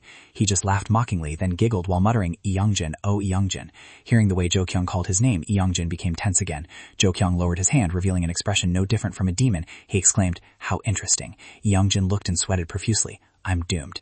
At the same time, Hisu was passing by the classroom when she happened to hear the whispering. Are Youngjin and Jokyung close from before? They've always kept quiet. She stopped, her face clearly showing unease and astonishment as she vaguely understood the whole story. Somewhere else, Ji-won was opening the old box he just found, scrutinizing the strange characters inside. What is this box full of evil energy? And what is this, Oracle Bone script? Shifting his gaze to the lid of the box, he was slightly surprised. Underneath the lid was an equally strange shape. A familiar feeling urged him to compare it with the information on his phone. On the screen was an anonymous post asking, has anyone ever seen this strange symbol? And coincidentally, that symbol was exactly like the one he was looking at. A spooky antique shop. A thought flashed through Ji-won's mind. But why is it here? He was still having a headache over it when a familiar voice called out, hey! Ji-won startled and turned around. It was Jia, her face still clearly showing anxiety. She opened the Ghost Talk app on her phone, and a series of short messages appeared. Stop it. Help me. Save me. Death. Destruction. I don't know if you believe it or not, she spoke up, but right now, Jokyung is a ghost. Maybe his soul is very close by. Ji-won didn't seem surprised. He calmly played with his phone and said, when he hit me, I heard a voice echoing from the box. How does it work? It combines the sound frequencies in the radio, so ghosts can convey messages. What did Jokyung say? Ji-won repeated his friend's words. Ji-won, I'm sorry. That was it. As soon as he finished speaking, he saw Jia burst into tears, teardrops falling on the phone screen. Hey, seriously? Ji-won couldn't believe it. Get lost, Jia annoyedly wiped her tears. Ji-won didn't tease her anymore, just sat down next to her. Earlier you said that was just a toy, but because it sounded so much like Jokyung's voice, thinking back to the time she faced the possessed appearance of her friend, Jia couldn't help but be suspicious. Suddenly changing 180 degrees, could it be a head injury? But she also bitterly gave herself the answer. This absurd thing was happening right before her eyes. She probably had to believe it. The glowing eyes and the sinister smile of Jokyung came back, making her shudder. That look was not like a human. It was very scary. Jokyung must be very scared right now, she anxiously expressed. He's inherently timid. What do we do now? Her voice was full of helplessness. Why did it suddenly turn out like this? Ji-won sighed. You already know. Before the first period, Jokyung was still normal. Something must have happened after the first period ended. There's no way. There must be something Jia didn't want to believe. Ji-won shrugged. I've found the cause. The one who caused this is still in the school. Hearing this, Jia stopped crying, exclaiming in surprise. Really? Right, you said there was something shady in the school, is that it? No, Ji-won replied while rummaging through his bag. He pulled out an old box. But I have gathered the evidence. He pointed to a symbol inside the box. Without it, this cannot be explained. What is it? Gia was curious. I will personally perform an exorcism for you to see. But what is it? Gia anxiously asked again, but Ji-won was completely immersed in his own world. Insolent demon, he muttered, his eyes never leaving the box. This exorcist sorcerer will officially make his debut today. Sunset dyed the whole street golden. Youngjin walked slowly, his eyes occasionally looking down at his fist. He was still deeply thinking about the finger snap earlier. Could it be I really used power? Suddenly, Do-kyung lunged from somewhere, wrapping his arm around his shoulder. Hey, Youngjin! This unexpected action scared Youngjin half to death. Where are you going? Play with me, Do-kyung grinned, inviting him. I have to go home. Youngjin tried to suppress his tension, his voice trembling slightly. Then let's go to your house to play. Do-kyung still wouldn't let go. Youngjin quickly dodged out of his embrace. My house has a very fierce dog. But after taking just a few steps, he was grabbed by the wrist by Do-kyung, yanked back. Hey, just play with me for a bit, he gritted his teeth and demanded. At that very moment, the beaded bracelet on Youngjin's wrist suddenly emitted a blinding light. Do-kyung was thrown back, screaming before stumbling, unable to stand properly. He looked in terror at everything in front of him, especially his hand, which was blinking miraculously. What is this? Even Youngjin didn't expect the bracelet's effect to be so obvious. Oh, such great quality. Taking advantage of the opportunity, he waved his arm wearing the bracelet at Do-kyung to shoo him away, and it succeeded. Do-kyung didn't dare to get closer, just standing there glaring bitterly at Youngjin's fading back. He clicked his tongue in frustration. How much longer will it take for my power to fully recover? That evening, in Youngjin's room, he looked at the dog flipping through a book and reading like a human, asking hesitantly, You mean it's not my brain that's damaged, but it's because of your power? The dog just let out a ha. I'll smash all your peanuts right now, Youngjin glared threateningly. Peanuts? Only then did the dog look up. Hurry up and bring them out to eat and relieve the sorrow. But because of this left hand, I was by the whole school. He raised his fist, trembling with frustration. I told you, the dog replied casually. The power I transmitted saved you. Thanks to it, the demons no longer target you. Not targeting me? Are you kidding? Li Youngjin raised an eyebrow. This power of yours picked a fight with them. It even controlled my arm to hit me. That arm is no longer yours, the dog sighed and explained. What? If it's not my arm, then whose is it? The dog raised its head, revealing a horrifying truth. Your real arm was chopped off by the doll demon. Li Youngjin's reaction, needless to say, was shocked to the core. Let me put it this way so it's easy to understand. It directed its gaze toward the hand resting on Li Youngjin's left arm, then emphasized every word. Your left arm is the last fraction of my power. Hearing the words Black Dragon and Final Power coming from its mouth, Li Youngjin was completely dumbfounded in amazement. The afternoon had passed, and a red hue dyed the entire area. The phone screen displayed a message. Spooky antique shop. Must go with a fortune teller. If you get curious and go in alone and get infected by something, no one can save you. The two friends stood in front of a store that looked no different from an abandoned warehouse. Could this be the place? Jia smacked her lips. It just looks like an old house. While Ji-won was scared of everything, Jia was strangely calm. Anyway, let's just go in and see. Wait, Ji-won put down his backpack, rummaging for something. If we go together, they might get suspicious. Let me go in alone. Even though he was scared to death inside, he still tried to act brave. In another development, Jin, in his dog form, was recounting the legend about himself. My power was originally formed from 4 dragons, Red Dragon, Azure Dragon, White Dragon, and Black Dragon. His eyes suddenly grew thoughtful, but now they have all disappeared, leaving only the Black Dragon. He looked at Youngjin's left arm. That arm of yours is the last remaining portion of my power. It was formed from the power of the Black Dragon. Youngjin listened with his mouth wide open. It is the strongest but also the most arrogant among the 4 dragons, Jin commented. Youngjin was petrified. Black Dragon, he held out his arm. What if you take this arm back? Jin looked at him like he was looking at an idiot. Then you will lose an arm. The arm will disappear completely. It will be gone forever. Youngjin fell into absolute despair. More accurately, it has already been crushed. Everything I say is the truth. Youngjin listened, wanting to cry. Stop it. By the way, Jin was curious. Why do you hate it so much? With your ordinary body, this power isn't a disadvantage at all. It's ruining my school life, Youngjin complained. Doesn't my ancestor know that? By the way, kid, Jin suddenly interrupted. Do you not care about what I'm saying at all? Youngjin was speechless. I want to ask something, Jin said. What is it? He held out the history book. Are there any records about the Earth God or perhaps the Mai clan? What Youngjin was confused by the unfamiliar names. This book has no records after the Dongun era. Youngjin held the book, muttering, It's all from the 3 Kingdoms period here. Jin shook his head. What about besides this? Youngjin turned to another page. Are you looking for this? Here is everything. There's nothing else. Strange. Jin's melon seed eyes narrowed. What now? Youngjin gave up. Suddenly there was a knock on the door. Youngjin turned around curiously. Youngjin, a loud voice shouted from outside, making him startle. In an old and gloomy room, Ji-won placed the mini camera on the shelf. Everywhere displayed ancient items, from earthen jars to wall paintings. Is anyone here? He asked. Here to buy things? A hoarse voice replied, making Ji-won startle and turn around. An old woman stepped out from behind the curtain, her body emitting an unpleasant stench. Seeing the scary-looking old woman, Ji-won stammered. He waited until the camera was working before daring to speak. Hello? Outside, GS stared intently at the ghost detector screen, her face tense. She tried to remember Ji-won's words. If there is no one there and you see blue light streaks like this, then call me immediately. Inside, Ji-won went straight to the point. The cursed item belongs to this store, right? The old woman glanced at the wooden box. So what? As expected, it is because of this thing. Ji-won gritted his teeth. Please tell me how to break the curse. The responsibility belongs to the one who cursed. I only sell things, she replied slowly. So, was the person who bought this a student from Sampo School wearing the same uniform as me? I do not disclose customer information. It's not easy to dig up information here, Ji-won thought to himself. The old woman looked at him, her face full of vigilance. Why did you come here just to talk nonsense? If you're not buying anything, leave. Then I'm relieved, Ji-won sighed in relief. I was just testing you. I will buy this item. He fingered the wooden box. My friend bought this item here and directed me to you, but since this is an item used to curse others, it would be a bit troublesome if you can't keep a secret. The old woman still did not show any suspicion. A moment later, she brought out a wooden box and a brocade bag. This cursed item can take effect just by looking at it. You must not open it to look inside. Understood? Ji-won stood blankly watching the old woman pull out a yellow talisman from the brocade bag. This is the talisman for the spellcaster, her voice hoarsely reminded. And remember, if you just want to play around a bit, tear this talisman within 49 hours.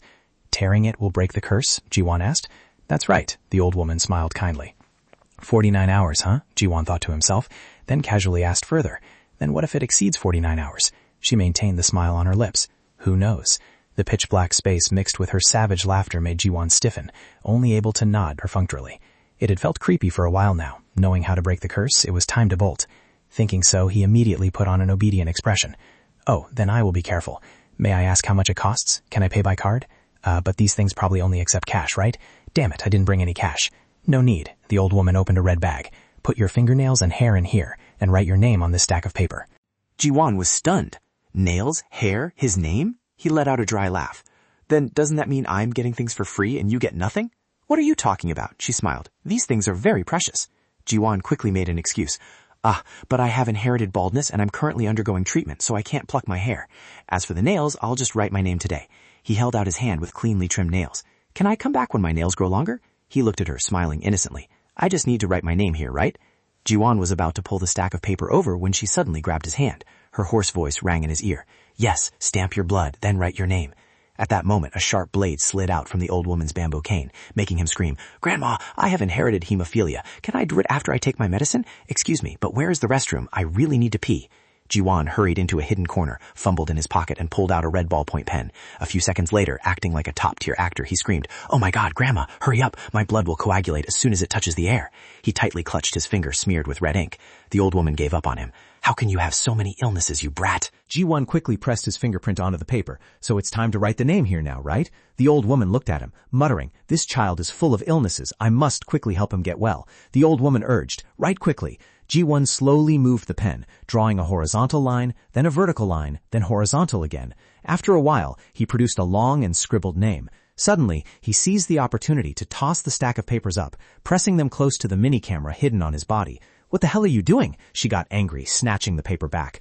You can't look. Ji-won feigned innocence. I just wanted to compare to see if I wrote it right. Suddenly, whispering sounds echoed in his ears, then turned into piercing screams, repeating over and over, Liar, liar, liar. Ji-won's spine ran cold. The ringtone of a call from his smartwatch rang out, startling him. I'll be going now. Right at that moment, the rolling door of the shop suddenly slammed shut. Pitch-black bones appeared from nowhere. Space seemed distorted. The entire store disappeared, and Ji-won was imprisoned in a pitch-black area like a sealed jar.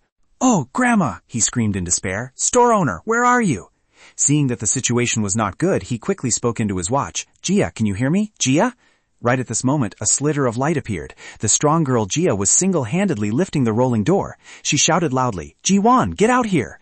Ji-won's mouth dropped open. Hurry up! Gia flexed with all her might. Teeth clamped down on the ground. The door slammed shut, leaving only Gia's last scream echoing out. Gia! Ji-won was stunned and shouted loudly. Right then, a figure dashed over, swinging a greatsword to slash powerfully at the door.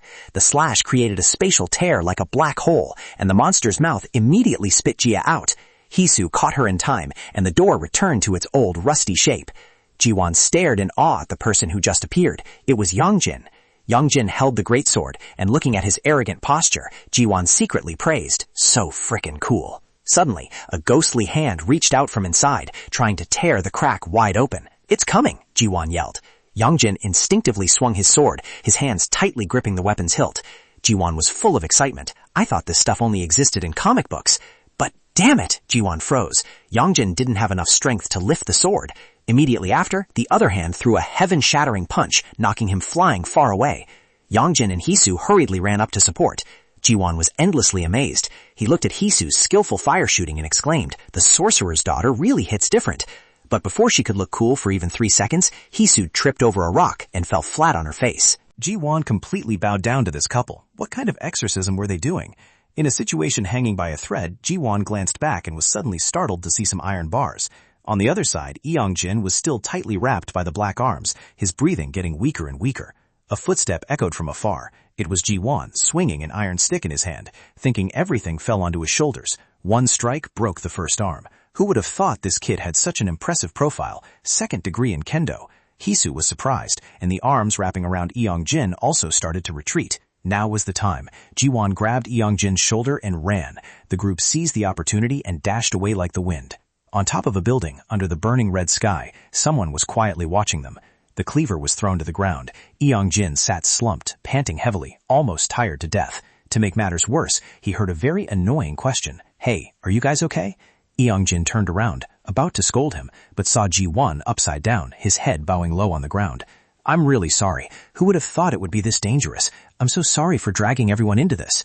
The words were full of sincerity, but -1 point for elegance. "I did text Lee Hisu to come help," Jiwon explained, then recalled the message he had sent.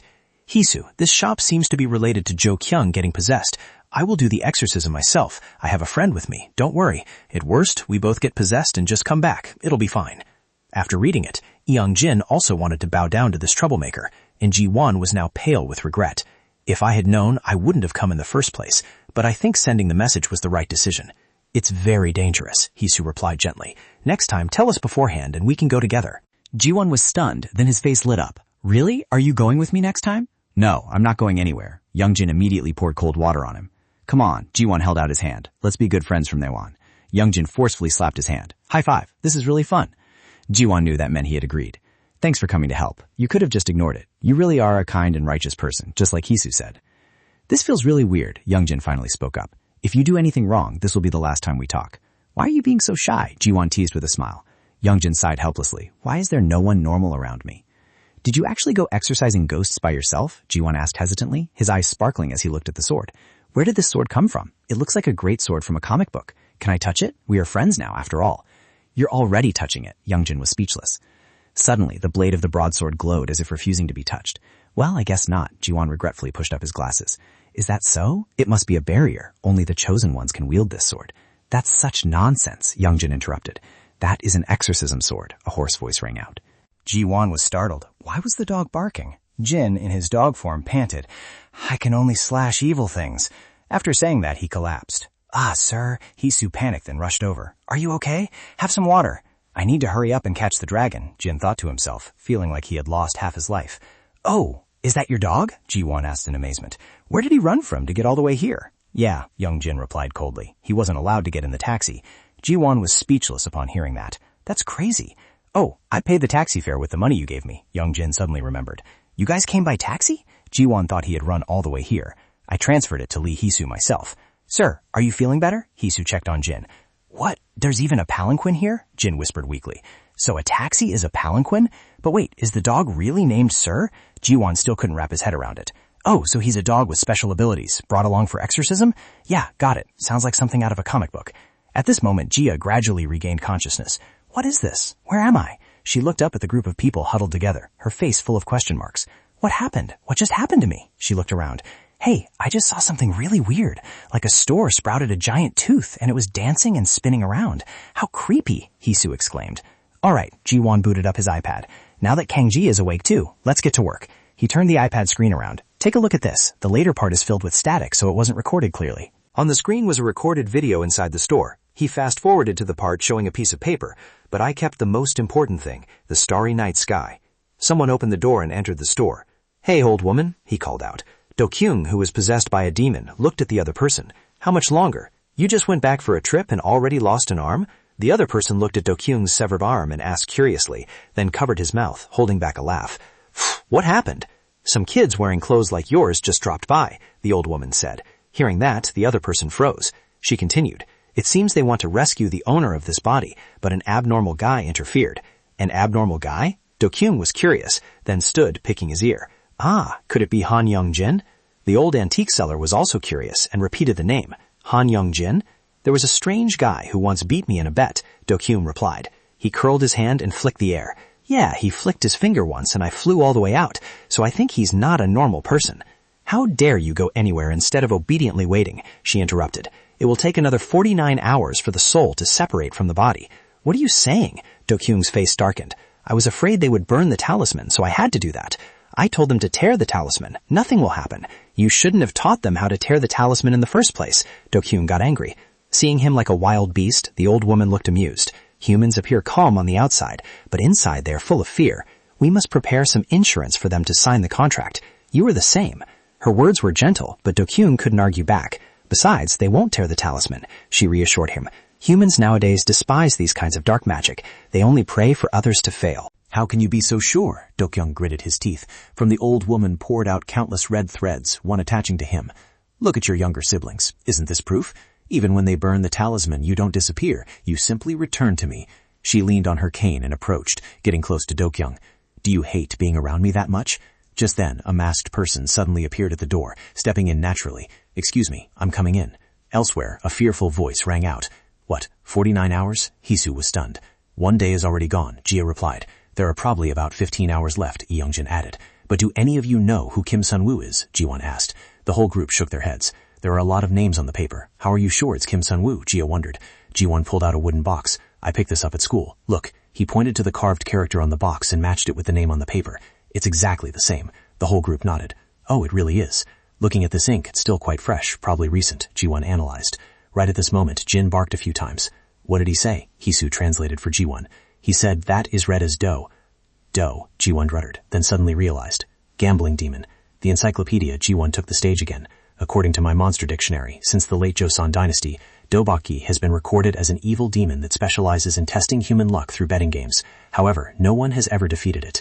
"Ah, gambling," Youngjin muttered. "So it's the one who set up those sick bow and rock, paper, scissors games?" "First, tell that sorceress about this immediately," Jin ordered. Hisu nodded vigorously. Yes, let me try asking my mom." Seeing the two of them constantly nodding at a puppy, Gio was stunned. "Oh, are you guys talking to this dog right now?" "Yeah, but you guys can't hear it. You must have the spiritual sense to hear it," Hisu explained. "Damn it, when will I ever get that spiritual sense?" Ji-won regretted, as the word mom appeared on the phone screen. "Burn the talisman immediately," Hisu's mother's voice echoed from the other end of the line, mixed with a dry cough. "That thing is very dangerous. Are you guys okay? I just looked at it through the screen and it gave me a splitting headache." "Mom, are you okay?" Hisu asked anxiously. "The person you met is Vodagu, the immortal demon, a spirit that uses the souls of others as its minions. In other words, the old woman at the antique shop is not human." "No, not human?" Ji-won was terrified. "The ancient room with countless imprisoned souls, the names signed with red marks in the notebook are contracts to steal souls. That talisman, both the cursed child and the one using it, will no longer be safe." Everyone was terrified hearing that. "If 49 hours passed," Jia said tensely, "the body will be completely taken over by the demon." Worry was clearly visible on everyone's face. "The child's soul will be locked forever in the sorcerer's talisman. At that time, there will be no way to save them," Hisu's mother continued. "But," she emphasized, "if you manage to destroy the talisman within the specified time, the possessed child will return to normal, and the parasite inside Jokyeon will also disappear." "What about the one who cursed Jokyeon?" "They will die. Their soul will be seized by the evil spirit." "Serves them right," Jia gloated. "That kind of person doesn't live a decent life anyway." "Anyway, they are going to die soon, so it's probably fine," Hisu's mother replied. "But you still have to bring that child here to check the situation. You must burn that talisman before 49 hours. The next day, the whole group went to school and split up to ask around in each class. Jia searched in class 4, Ji-won searched in class 5, Hisu also searched in another class with the same question. "Is Kim Sung-woo here?" In class 2-2, a curious classmate asked, "Kim Sung-woo?" Then turned and called out to the person they were looking for. "Hey, Kim Sung-woo!" Sung-woo, a seemingly introverted student, was startled. "Who's calling?" "Are you Kim Sung-woo?" "Yeah, so what?" The one looking for him was none other than Youngjin. Why does it have to be me? He sighed inwardly and got straight to the point. Do you have the talisman? Hearing this, Sung-woo startled and remained silent. Then, unexpectedly, he shoved Youngjin hard and dashed outside. Hey, stop right there! Youngjin hurried to chase after him. Why is he running so fast? And so a chase began. Hey, stop! Youngjin yelled, but after just a few meters, he was panting heavily. Wait a minute. His limbs trembled like an 80-year-old man's. Why is this so difficult? My limbs feel paralyzed. How is it? Did you find him? Jia opened the door and asked. Yeah, over there, Youngjin replied breathlessly, pointing at the chubby boy who was waddling ahead. That guy? Jia immediately dashed forward with the speed of a track athlete. You bastard, are you going to stop or not? But with her, you're dead meat expression, there was no way Sung-woo would dare to stop. Hey, Ji-won shouted from afar, you gave your hair and fingernails when you bought that, didn't you? You're dead meat. This statement acted as a crowd control move, making Song-eun freeze in his tracks.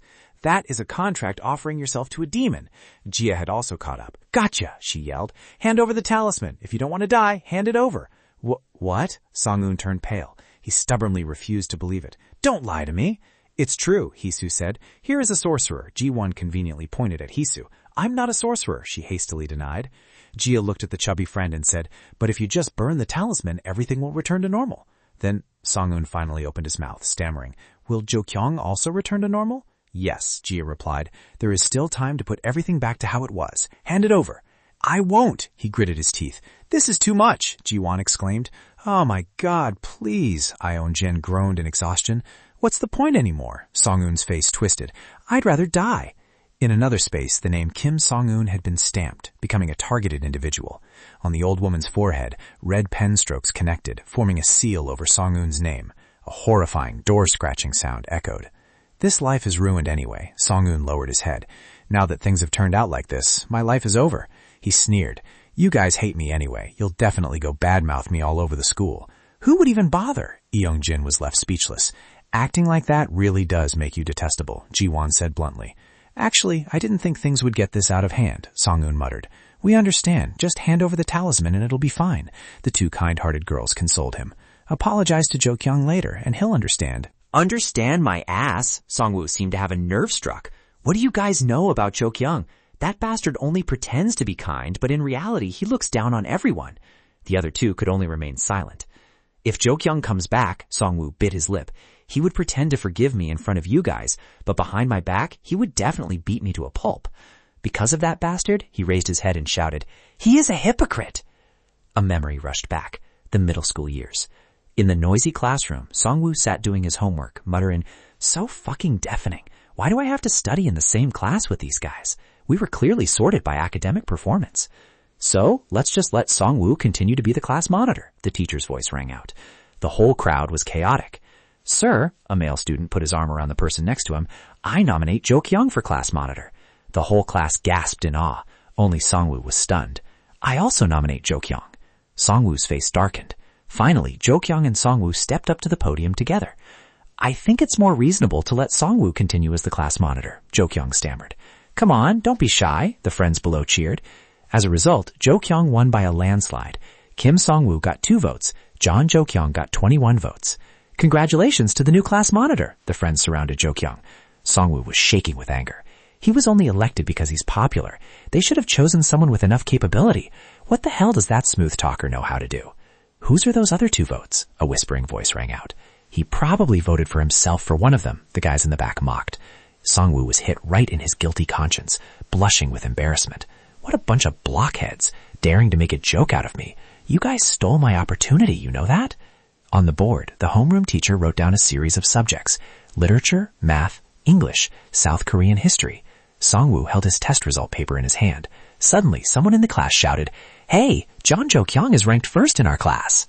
Song-hun's whole body froze. The girls began to marvel. Damn, the class president is on another level. Handsome, good at studying, rich, absolutely top-notch. So perfect that there is nothing to criticize. I heard he doesn't even have a girlfriend yet. Song-hun's face turned pale. He remembered Jo-kyung's smile and felt nauseous. There's no way someone could be that perfect. It must be fake. He crushed the grade sheet in his hand. That fake bastard must be secretly laughing in my face inside. That sinister jerk always acts nice in front of everyone, Song-hun recounted. So you were just bitter because you weren't elected as class president, right? Jia said, her voice speechless. That's more like a victim mentality, Ji-won chimed in. Have we reached the fake part yet? There's more, Songhun shouted loudly. This is the important part. This time it was the freshman entrance ceremony. A hand patted Songhun's skull. He was stunned. How did Jo Kyung know he was in this class? Hello, Jo Kyung smiled politely. Are you in this class? Could you call Dong-hun for me? Songwoo froze. Raise your hand if you agree that the part where he didn't remember my name is fake. Songwoo turned to ask Youngjin and Heesu. Not a single hand went up. Damn it, he yelled. How could that bastard not remember me? It's obvious he pretended just to look down on me. Just admit you hate Jo Kyung, Jia glared at him. Who the hell are you that he has to remember you? Furthermore, Jiwon calmly analyzed, you transferred right after. Who would remember someone who left at the beginning of the semester? Do you even remember my name? I was in that same class too. It's more like you're just hoping Jo Kyung is a fake person, Jiwon concluded. Everything you just said is just an excuse. The gentle but deeply hurtful words left Songwoo speechless. He gritted his teeth. A line of tears suddenly rolled down his cheeks. Whether he's fake or not, that bastard must disappear. This world is so fucking unfair, Songwoo sobbed. I tried so hard and got nothing, while he was born right at the finish line. Do you think it was easy for him to get everything he has? Jia said coldly. What else could it be? Songwoo sneered. Being born into a rich family, if that's not the finish line, what is? Bastards like him need to be eliminated. What do you even know? Jia couldn't take it anymore. Tears welled up in her eyes. She knew how much Jo Kyung had secretly struggled. He always had to work twice as hard as others because he was constantly envied by people like him, which made him terrified of being hated. Serves him right, Songwoo replied. I heard he's studying acting. He probably wants to play a decent role to use as a stepping stone for the future, right? Shut up, Jia screamed. This retard, Jiwon gave up. Why won't he understand? Or is it because of the talisman? Right at this moment, Youngjin, who had been silent all along, suddenly spoke up. That's right, it's too unfair. Jia and Jiwon were stunned.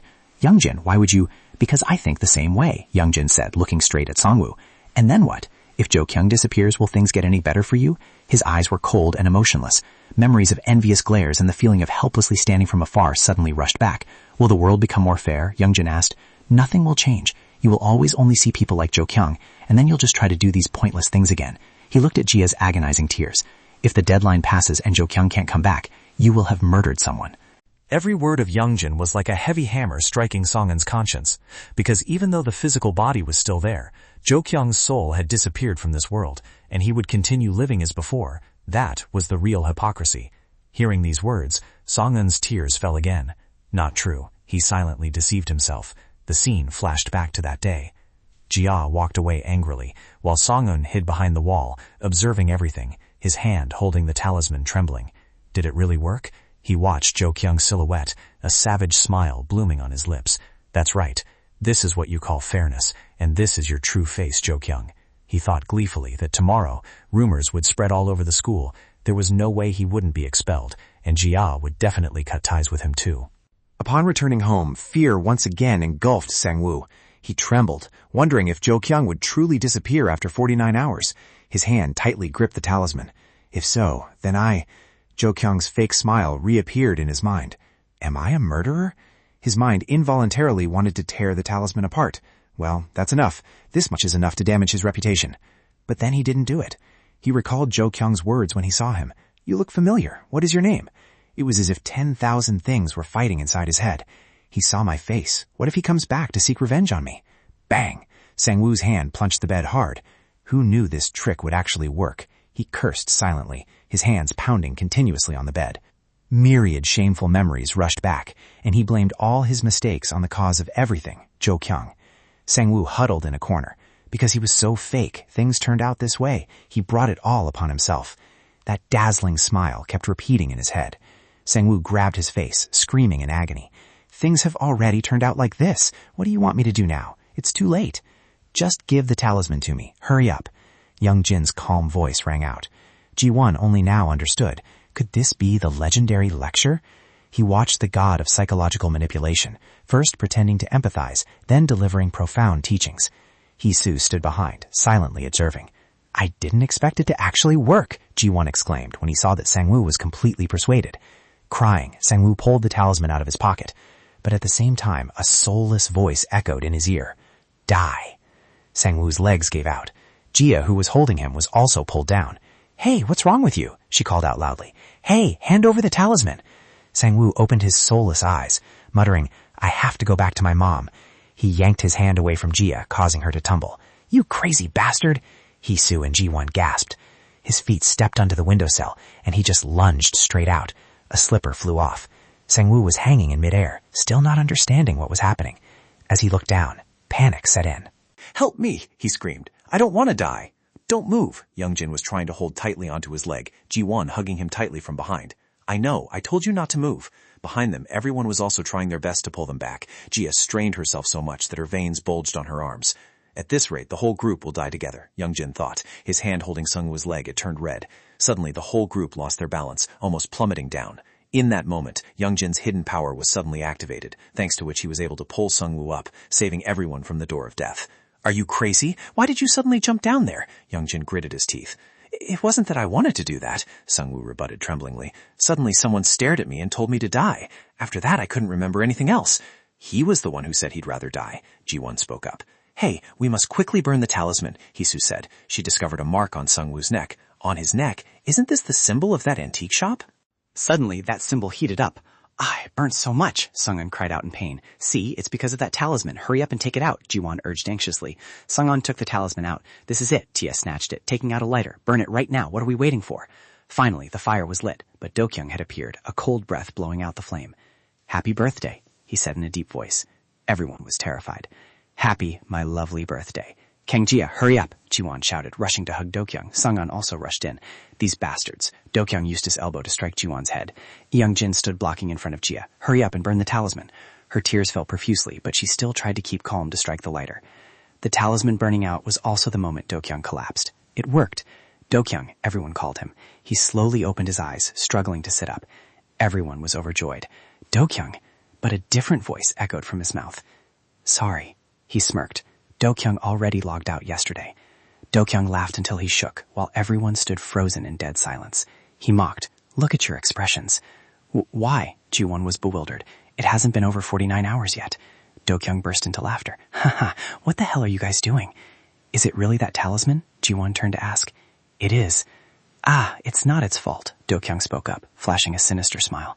"It is indeed that talisman, but now it's just trash paper. It has nothing to do with me anymore."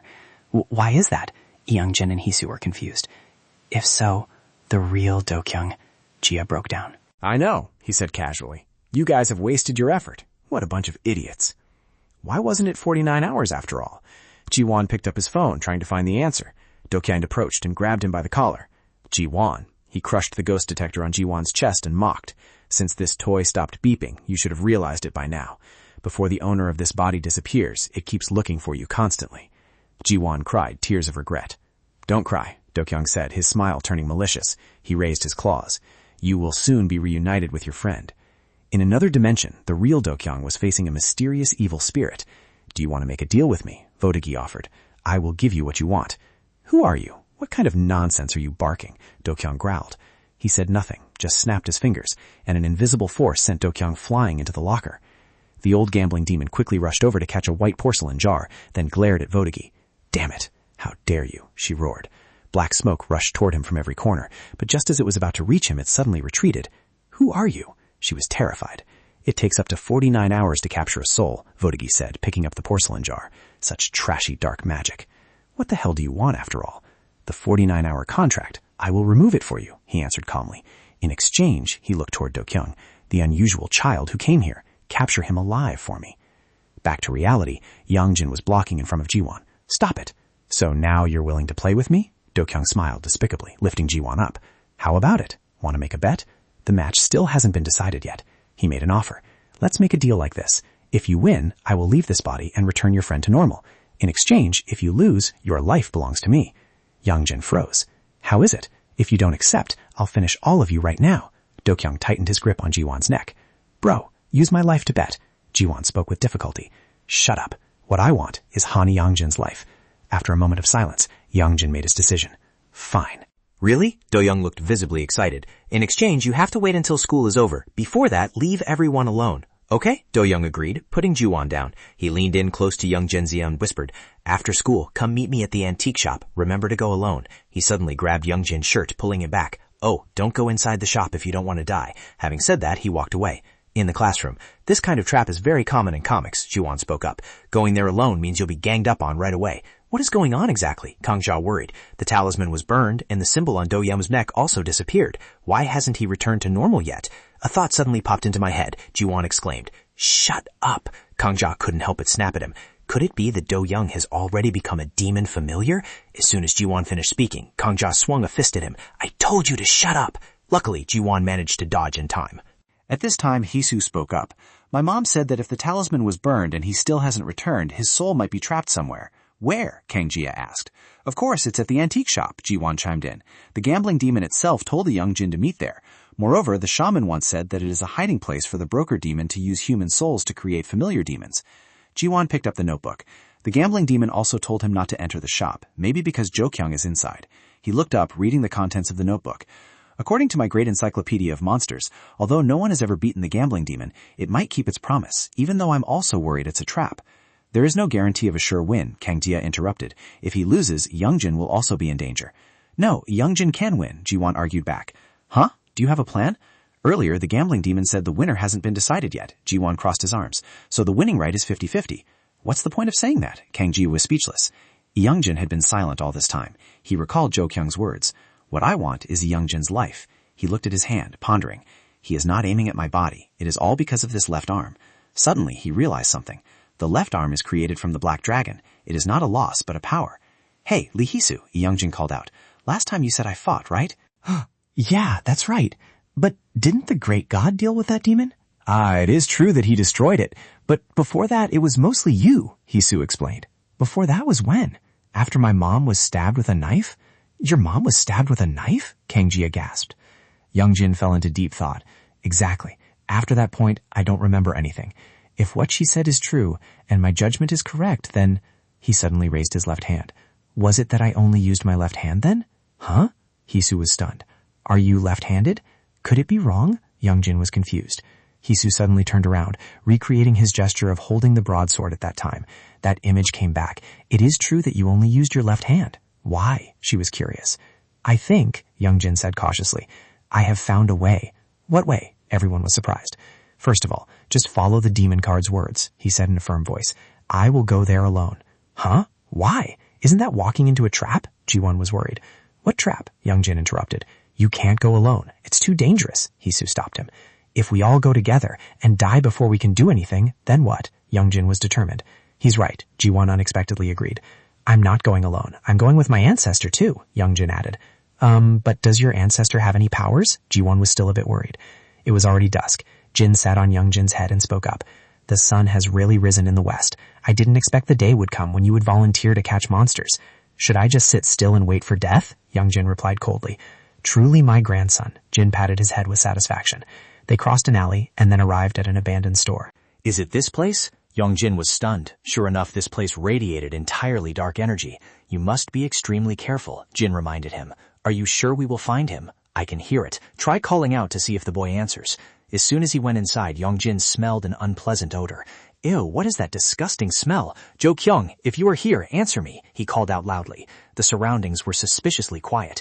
Suddenly, Jin saw something hovering behind him. Youngjin, my grandson, Jin warned. Get out of here immediately. But it was too late. When Youngjin was about to turn around, his foot stepped on something soft. Everything around him suddenly changed, leaving him stunned. By reflex, he reached his hand back, but his left hand didn't listen at all. It became stiff and motionless. In such an urgent situation, Jin noticed he wasn't reacting at all. Youngjin trembled. Before he could even lift his sword, tentacles lunged forward and tightly wrapped around his arm. Other tentacles attacked simultaneously. Helpless, he could only close his eyes and brace for the impact. Slash! Just then, a blade flashed and chopped the tentacles in half. It was Jo-kyung. He had saved him just in time. You idiot, he mocked, glaring at Youngjin. I told you not to go in there. After saying that, Jo-kyung grabbed Youngjin by the collar and dragged him away. The incident was so sudden that Jin was thrown off and immediately wrapped up by other tentacles. Youngjin called out in terror. Inside the shop, something huge was rising, and the old woman's voice echoed, How dare you betray me?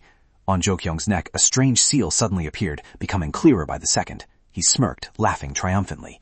From now on, he said as he grabbed Youngjin by the collar and ran off with an excited face, I am free. On the roof, Jo-kyung, now possessed by a demon, laughed weirdly while dragging Youngjin behind him. Youngjin, did you see that? He bared his sharp teeth. That hag's expression. Seeing him struggling, he turned back and snapped, Hey, stop thrashing around. I just saved you. If you won't listen to reason, do you want a beating? He dropped Eongjin, causing a pile of construction materials to collapse. Jokyung jumped down, quickly running over to him. Eongjin sprawled weakly in the thick dust, coughing violently. Jokyung stood there coldly, hands in his pockets, looking at him. One dice fell down, and Jokyung used a cup to cover it. Immediately, countless other upside-down cups appeared, surrounding Eongjin. "What is this?" he asked in shock. "What else?" Jokyung laughed aggressively. "We agreed to bet our lives, didn't we?" The dice started moving from one cup to another at a dizzying speed, making Eongjin's eyes blur. "Come on, guess," Jokyung ordered with delight. "How the hell am I supposed to guess like this?" But then Eongjin decisively placed his hand on the cup and slowly lifted it. Luckily, the smoking dice was right inside, and all the other cups immediately disappeared. Jokyung froze. How did he guess it exactly? The odds were 1 in 100. "I won," Eongjin sighed in relief, looking up at him. "Best 2 out of 3. Jokyung suddenly changed the rules. "Why did you suddenly change the rules?" "Because I feel like it," he replied bluntly, taking out another dice. "This time, whoever rolls the higher number wins. I'll go first." "Why do you always do whatever you want?" Eongjin complained. The dice stopped at the number 6. 6, Eongjin read. He scolded angrily. "Who let you change the rules like that? I already won the previous round. I'm not playing." But his left hand unconsciously turned face down, grabbing the dice. "What are you doing?" Jokyung asked in confusion. Eongjin panicked, using his right hand to tightly hold his left wrist. "I told you no! Stop!" The left hand still didn't listen. It threw the dice onto the ground. "Wait, I didn't do that," he explained awkwardly. "It already rolled." Jokyung smiled smugly. "Your dice will only roll a 1 anyway. I've definitely won." But the situation unexpectedly changed. Crack! Eongjin's left hand smashed the dice. Both were stunned, looking at the fragments on the ground, reading the number on the largest fragment. 7. 7? Are you cheating? Jokyung roared angrily. "You lost." "Why did I lose?" Eongjin calmly provoked. "It could still be a 6. You already smashed it." "There's no rule against smashing it," Eongjin argued. "Who told you not to state that beforehand?" "That's an unwritten rule." "By your logic, there's no rule forcing a best 2 out of 3 either. I should have already won from the previous round." Jokyung smirked faintly, then covered his face and laughed loudly. "Don't tell me I have to beat you to a pulp." A surge of dark power radiated from the palm of his hand. "Right, that demon didn't say I had to bring him back intact. As long as he's still breathing, it's fine." Just as his train of thought ended, Jokyung suddenly disappeared from where he was standing. He rushed like lightning toward Eongjin, throwing a punch with a demonic face. Eongjin panicked, but quickly regained his composure. He reached behind his neck, pulled out the broadsword that his ancestors had lent him, and decisively swung a slash at Jokyung. The broadsword, following its momentum, stabbed into the ground. Jokyung, with the terrifying speed of someone possessed by a demon, easily stepped back to dodge the attack. He was extremely surprised to see that Eongjin could react so quickly. Eongjin tightly gripped the broadsword, but he could not control it. The broadsword raised itself forward. "What the? Since when was my hand holding a broadsword?" Jokyung's voice roared shrilly. He fiercely questioned. "You were not an ordinary person, right? Why didn't you say so earlier?" The broadsword unconsciously moved again, pointing straight at him. Another voice rang out from Eongjin's mouth. "I will chop off your head." "You bastard." Jokyung flew into a rage. "Hey, it wasn't me who said that." Eongjin hastily justified, trying to buy time. "Wait, if you're not convinced, let's play another round." He rudely replied. "It's no longer fun, you know." "Huh." Eongjin was terrified. He set a condition. "If so, I won the match fair and square. Let Jokyung return." It was that bastard Jokyung again, he growled. "Didn't I already tell you he's been dead for a long time?" Hearing this, Eongjin felt dizzy.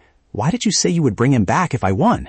He gloatingly teased. "Because I grasped your weakness. Fine. If you want, let me return this corpse for you to hold a funeral." He exploded with his true power. "But first, you have to defeat me." Jokyung aggressively charged towards him. Swish! A net gun aimed straight at him and pulled the trigger. A rainbow-colored net flew over, capturing Jokyung and slamming him flat on the ground. What the hell is this? The net took effect, making the demon scream in agonizing pain. Eongjin was stunned. He looked towards the direction the net was shot from. "Even if you win, he'll just turn the tables," Jiwon said, still holding the gun in his hand. Beside him, Hisu called out anxiously, "Youngjin!" "How did you guys know to come here?" Youngjin asked blankly. "Flip your tie over and take a look," Jiwon smiled. Youngjin did as told and saw a small device stuck to it. "What is this?" "A location tracker," Jiwon explained. "Sorry if it makes you uncomfortable, but I was worried. You told us not to come, but this is too dangerous. How could we let you fight alone? More importantly," he held out a sword, "my swordsmanship is even better than yours." "Youngjin, hurry up and cast it, just like last time," Hisu urged awkwardly. "Cast what?" Suddenly, 2 giant dice cups appeared in the sky. They fell down, trapping Ji-1 and Hisu underneath, making a deafening sound. Youngjin looked up in terror. Jokyung was floating in midair. He slowly descended, his face glaring down as he cursed. You bastard! He raised his head, revealing glowing demonic eyes. I told you to come alone. Youngjin panicked to the extreme. But it's fine. Jo-kyung spread his clawed hand, his voice softening. This makes it even more interesting. He conjured up another cup and waved his hand to exert his power. The 3 cups shifted alternately and continuously, at a much faster speed than before, then lined up in a row. What are you doing? Youngjin asked in fear. There's only one empty box, he said coldly, swiping his hand across one cup. This one. It is useless. Once trapped, they will be completely isolated from the outside world. Inside, Hisu called out in fear, Youngjin, what is this? Are we trapped again? Ji-won screamed. Na Do-kyung stood in front of the 2 cups, ordering Youngjin, choose one of the 2 boxes. You have to save at least one of them, right? He coaxed. Don't worry, just choose one. I'll finish it off so fast it won't even realize it's been logged out. He smirked, mocking Youngjin. How pathetic. They came here to save you. Youngjin stood rooted to the spot, staring at the 2 giant dice cups. And yet now, one of them has to die by your hands, the gambling demon mocked.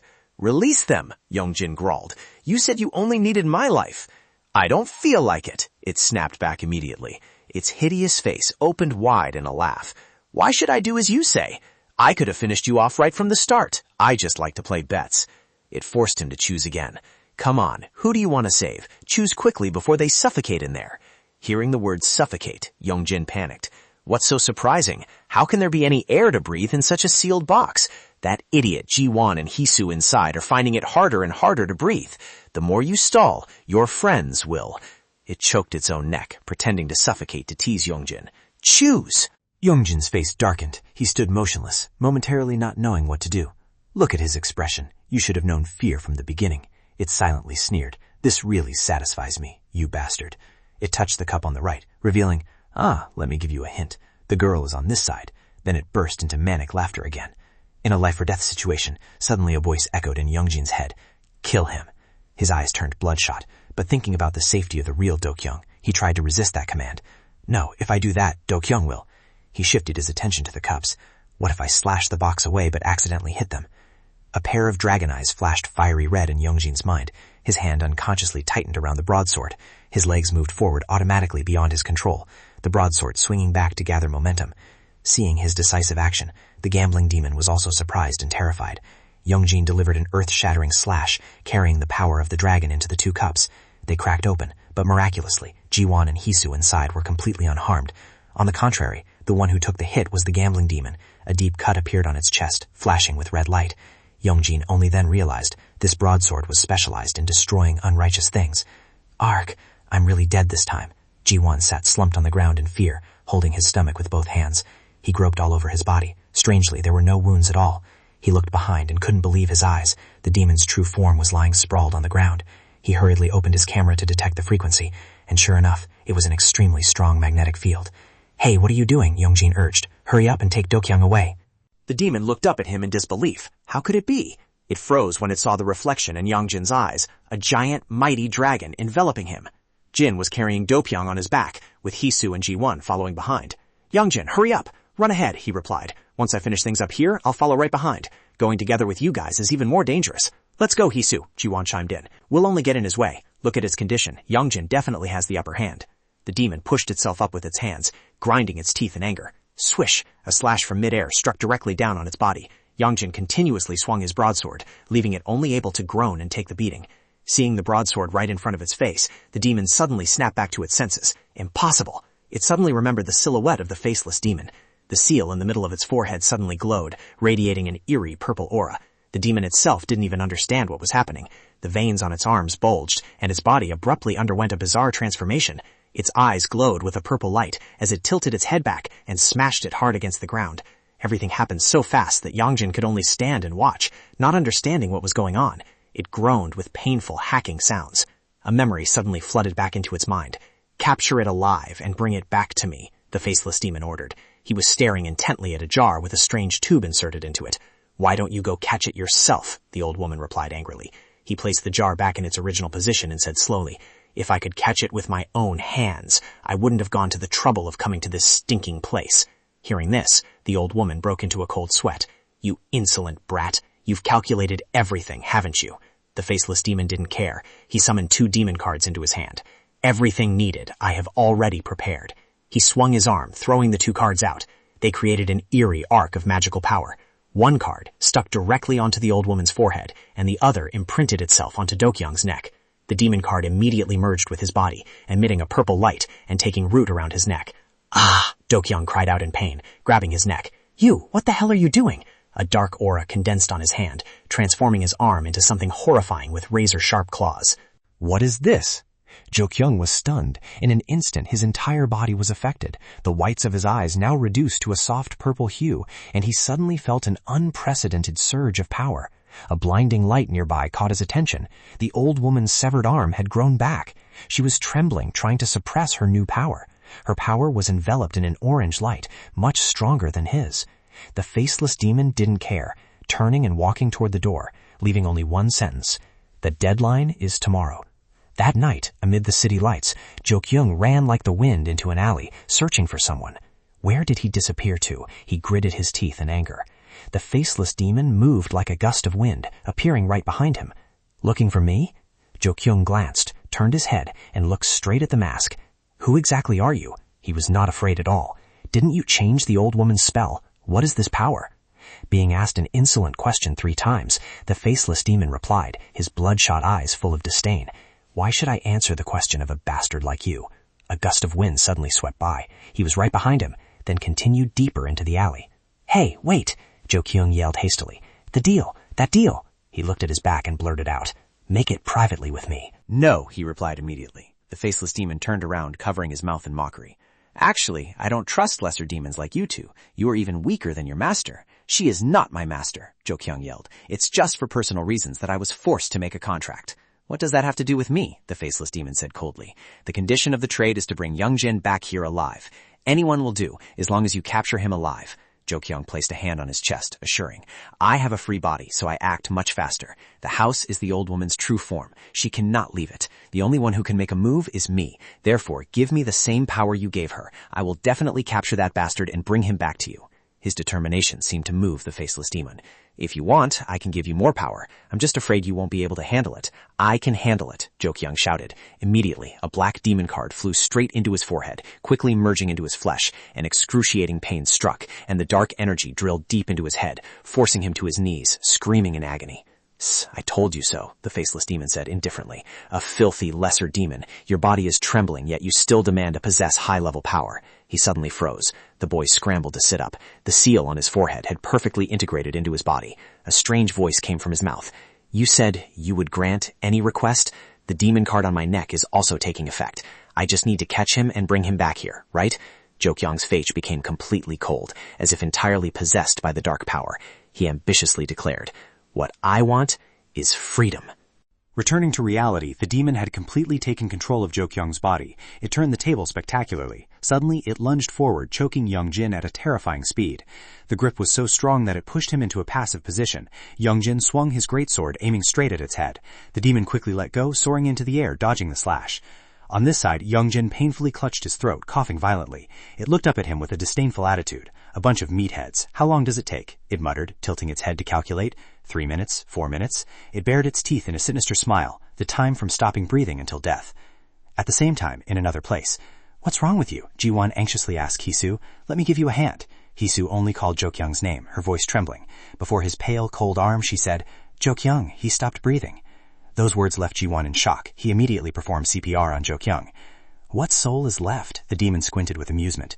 The thing you took away is just an empty shell. It laughed loudly, a savage laugh, mocking the desperate efforts of Ji-won and Hisu. Are you planning to hold a funeral for him? So, a thought flashed in Youngjin's mind. He spun on his heels, gritted his teeth, and ran with all his might toward the antique shop. But the demon was faster. It blocked his path like a gust of wind, its purple eyes flashing.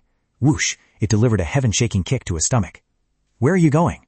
Youngjin was kicked flying, his entire body slamming hard into the wall until it cracked. This power is too hard to control. The demon landed, baring its sharp teeth. But you must not die. My mission is to capture you alive. Youngjin sat in the rubble, gritting his teeth in endurance. He gripped the broadsword tightly. Hey, left arm, he ordered. Kill him for me. The dust and smoke cleared, revealing Youngjin's glowing red eyes. He dashed forward, delivering a horizontal slash. The demon immediately jumped up to dodge, somewhat surprised and angry. Youngjin bent his knees to gain momentum, then soared upwards at a speed invisible to the naked eye. Slash! A strike landed right in the middle of the demon's chest. It roared, a source of dark power gathering in its fist, then crashed down like a meteor, aiming straight at young Jin. He tensed with all his might, his face drenched in sweat, raising the broadsword to block. But the power of the punch was too great. He was knocked away, falling straight to the ground. The broadsword plunged deep into the road surface, causing it to crack. The demon landed gently, seemingly annoyed. From its wounds, purple light began to leak out, and the seal on its forehead lit up. "I've been finding you an eyesore this whole time," it growled, looking at young Jin's left arm that was radiating a strange power. "What the hell is that thing?" "You don't need to know," young Jin panted, replying coldly. I kept wondering why that masked man wanted to find you. The demon glanced at him, its pupils flashing. Turns out there is a reason after all. Meanwhile, in another place, Jiwon was still trying to perform CPR. Jo-kyung, Jiwon, could it be? Hisu panicked. Jo-kyung's soul is still... Stop! A voice interrupted. The two looked in astonishment at the newcomer. A man wearing a shirt and earrings was approaching. Do you want to break his ribs or something, pressing down that hard? Back to the battle. Young-jin charged forward to attack again. The demon leaned back to dodge the blow. The pain transmitting from his arm made him falter. Losing his balance, he was about to fall but still tried to swing the broadsword at the demon's head. The blade came close to its neck. The demon was a bit panicked, but right at this moment he was exhausted. The broadsword halted and then fell. Young-jin collapsed, his body trembling incessantly, but his eyes were still full of determination. The demon lifted a foot and stomped hard on the spot where he had just lain. Fortunately, Young-jin managed to roll away in time. He knelt on the ground, trembling, using his last bit of strength to plant the broadsword into the ground to steady himself. Young-jin paused, glancing at the broadsword. He forced himself to stand up, his eyes showing no intention of giving up. At this rate, I will lose my life before I can destroy it. The demon tilted its head, observing Young-jin's staggering body. This bastard is acting as if he is possessed by someone. Young-jin's left hand automatically thrust the broadsword forward again, dragging his entire body along. The demon also charged forward, but its eyes seemed to hide a different thought. Suddenly, it relaxed its clawed hand, and the surrounding power dissipated. Young-jin was surprised. The demon suddenly used its remaining hand to punch him hard in the chest, the ancient character on its forehead appearing again. Sure enough, it smiled sinisterly, confirming its speculation. Young-jin was sent flying far away, the ground beneath his back cracking. There is no strength on the right side at all, the demon thought to itself. It laughed with full contempt. "Hey," it called out to the motionless Young-jin, "I don't know what kind of monstrous thing you have on your left side, but it doesn't seem to suit your weak body very well." Young-jin opened his eyes, gritted his teeth, and struggled to sit up. "Wait a minute," he hurriedly cried out. But in the blink of an eye, the demon was right next to him, tightly gripping his right arm. "Look," it looked at him with disdainful eyes. "The right side is no different from a noodle." Young-jin was stunned. "Ah!" he screamed in pain as the demon easily bent his right arm backward. His left arm dropped the broadsword. The demon stomped hard on his body, pinning his left arm to the ground. "Who told you to try and resist? You deserve the beating," it said, twisting the foot placed on Young-jin's left arm. Its eyes lit up, baring its sharp teeth. Now it's the turn of this damn left arm. Its foot pressed down. "Ah!" Young-jin's face changed color as he screamed. A stream of red aura escaped from his broken left arm, entering his right arm, and his right arm recovered like a miracle. Before the demon could understand what was going on, the broadsword had flown past the back of its head, the hilt resting neatly in Young-jin's right hand. Both of them glanced at the newly healed arm in astonishment. Young-jin's right hand swung the broadsword up, his eyes full of murderous intent. But before he could attack, an object flew over, pinning straight into the demon's neck. Powerless, its body flew away and slammed into a stone pillar of a nearby building. A bright white arrow firmly pinned the demon's body, sending it straight to hell. Young-jin could not believe his eyes. He turned his head to look at the person who had just attacked. High above, there was a fleeting silhouette of someone holding a bow. Jin, with white hair mixed with red, looking straight at Young-jin. On the edge of another towering building, Death Demon, the mysterious masked figure, was standing with his hands clasped behind his back. Damn it, he cursed angrily in his head. Things were getting more complicated now. On the other side, a handsome young man with golden eyes wearing earrings smirked. He coldly ordered Jiwon, "Step aside." "Who are you?" Jiwon was bewildered. The young man did not answer, only focusing on assessing Jo-kyung's condition. "Hey, what are you trying to do?" Jiwon yelled when he saw that the guy intended to touch his friend. High above, Death Demon formed a hand seal, creating a blinding blue flame. "Excuse me," he said, and then disappeared. At the same time, the flame flew out from his hand. Down below, the young man with earrings suddenly frowned and stopped. On Jo-kyung's pale face, a teardrop unexpectedly rolled down. "Look," the young man exclaimed. "Jo-kyung," Hisu and Jiwon called out anxiously. As soon as he finished speaking, Jo-kyung arched his back, choked out a sound, and then his eyes snapped open. He turned over and vomited profusely. "Are you really Jo-kyung?" Jiwon asked suspiciously while patting his back. "It really is him," the young man with earrings suddenly spoke up. "Hey, you!" Jiwon turned to say something, but the young man had already turned to leave. "It's late. Hurry and go home." He waved goodbye. "Jiwon," Hisu called out, "please take care of Jo-kyung." Huh? Leave it to me. I will... She suddenly stopped, remembering Yongjin's warning. Hurry and run away. It's even more dangerous for you guys to stay here. At an abandoned building, the red-haired girl holding a bow and arrow with sharp eyes was none other than the Grand Divine General. Yongjin gulped, his eyes widened as he looked at the girl.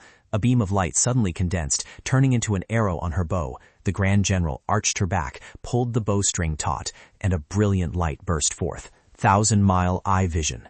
The arrow shot out as fast as a flash. Immediately, Yongjin's feet burst into flames, and he leaped high into the air, dodging the arrow's path by a hair's breadth. But before he could regain his composure, another arrow plunged into his shoulder. The strong impact swept him away and slammed him hard against the wall. The Grand General landed gently in front of him, frowned at the arrow, and muttered, "What is this? I clearly heard it was on the left hand." Clang! Yongjin dropped the sword in his hand to the ground. Then he suddenly gripped the arrow, piercing his shoulder, and yanked it out forcefully. A blazing red fire from his hand instantly burned the arrow to ashes, and that flame then wrapped around the sword on the ground. Quick as a flash, Yongjin grabbed the sword and swung a powerful strike at the Grand General. She had to lean backward, trying to dodge the attack, but instead of fear, she smiled with excitement. After a few somersaults, she stopped. In the dusty and smoky space, Yongjin raised his head. His face looked like a demon's, with pitch-black eyes, and the corners of his mouth curled up in a terrifying grin. The Grand General raised an eyebrow, looking at him as if he were an interesting prey. It's definitely the left hand. Elsewhere, Jin was tied tightly to the wall. Vodagi sat nearby, standing guard, his eyes watery, filled with hatred when thinking of Yongjin. How dare you do that to me? Suddenly, a figure holding a cigarette appeared behind the door. Who's there? Vodagi asked in a deep voice. The person calmly flicked the cigarette ash. He wore earrings, the corners of his mouth twitching up with smugness. Are you on that brat's side?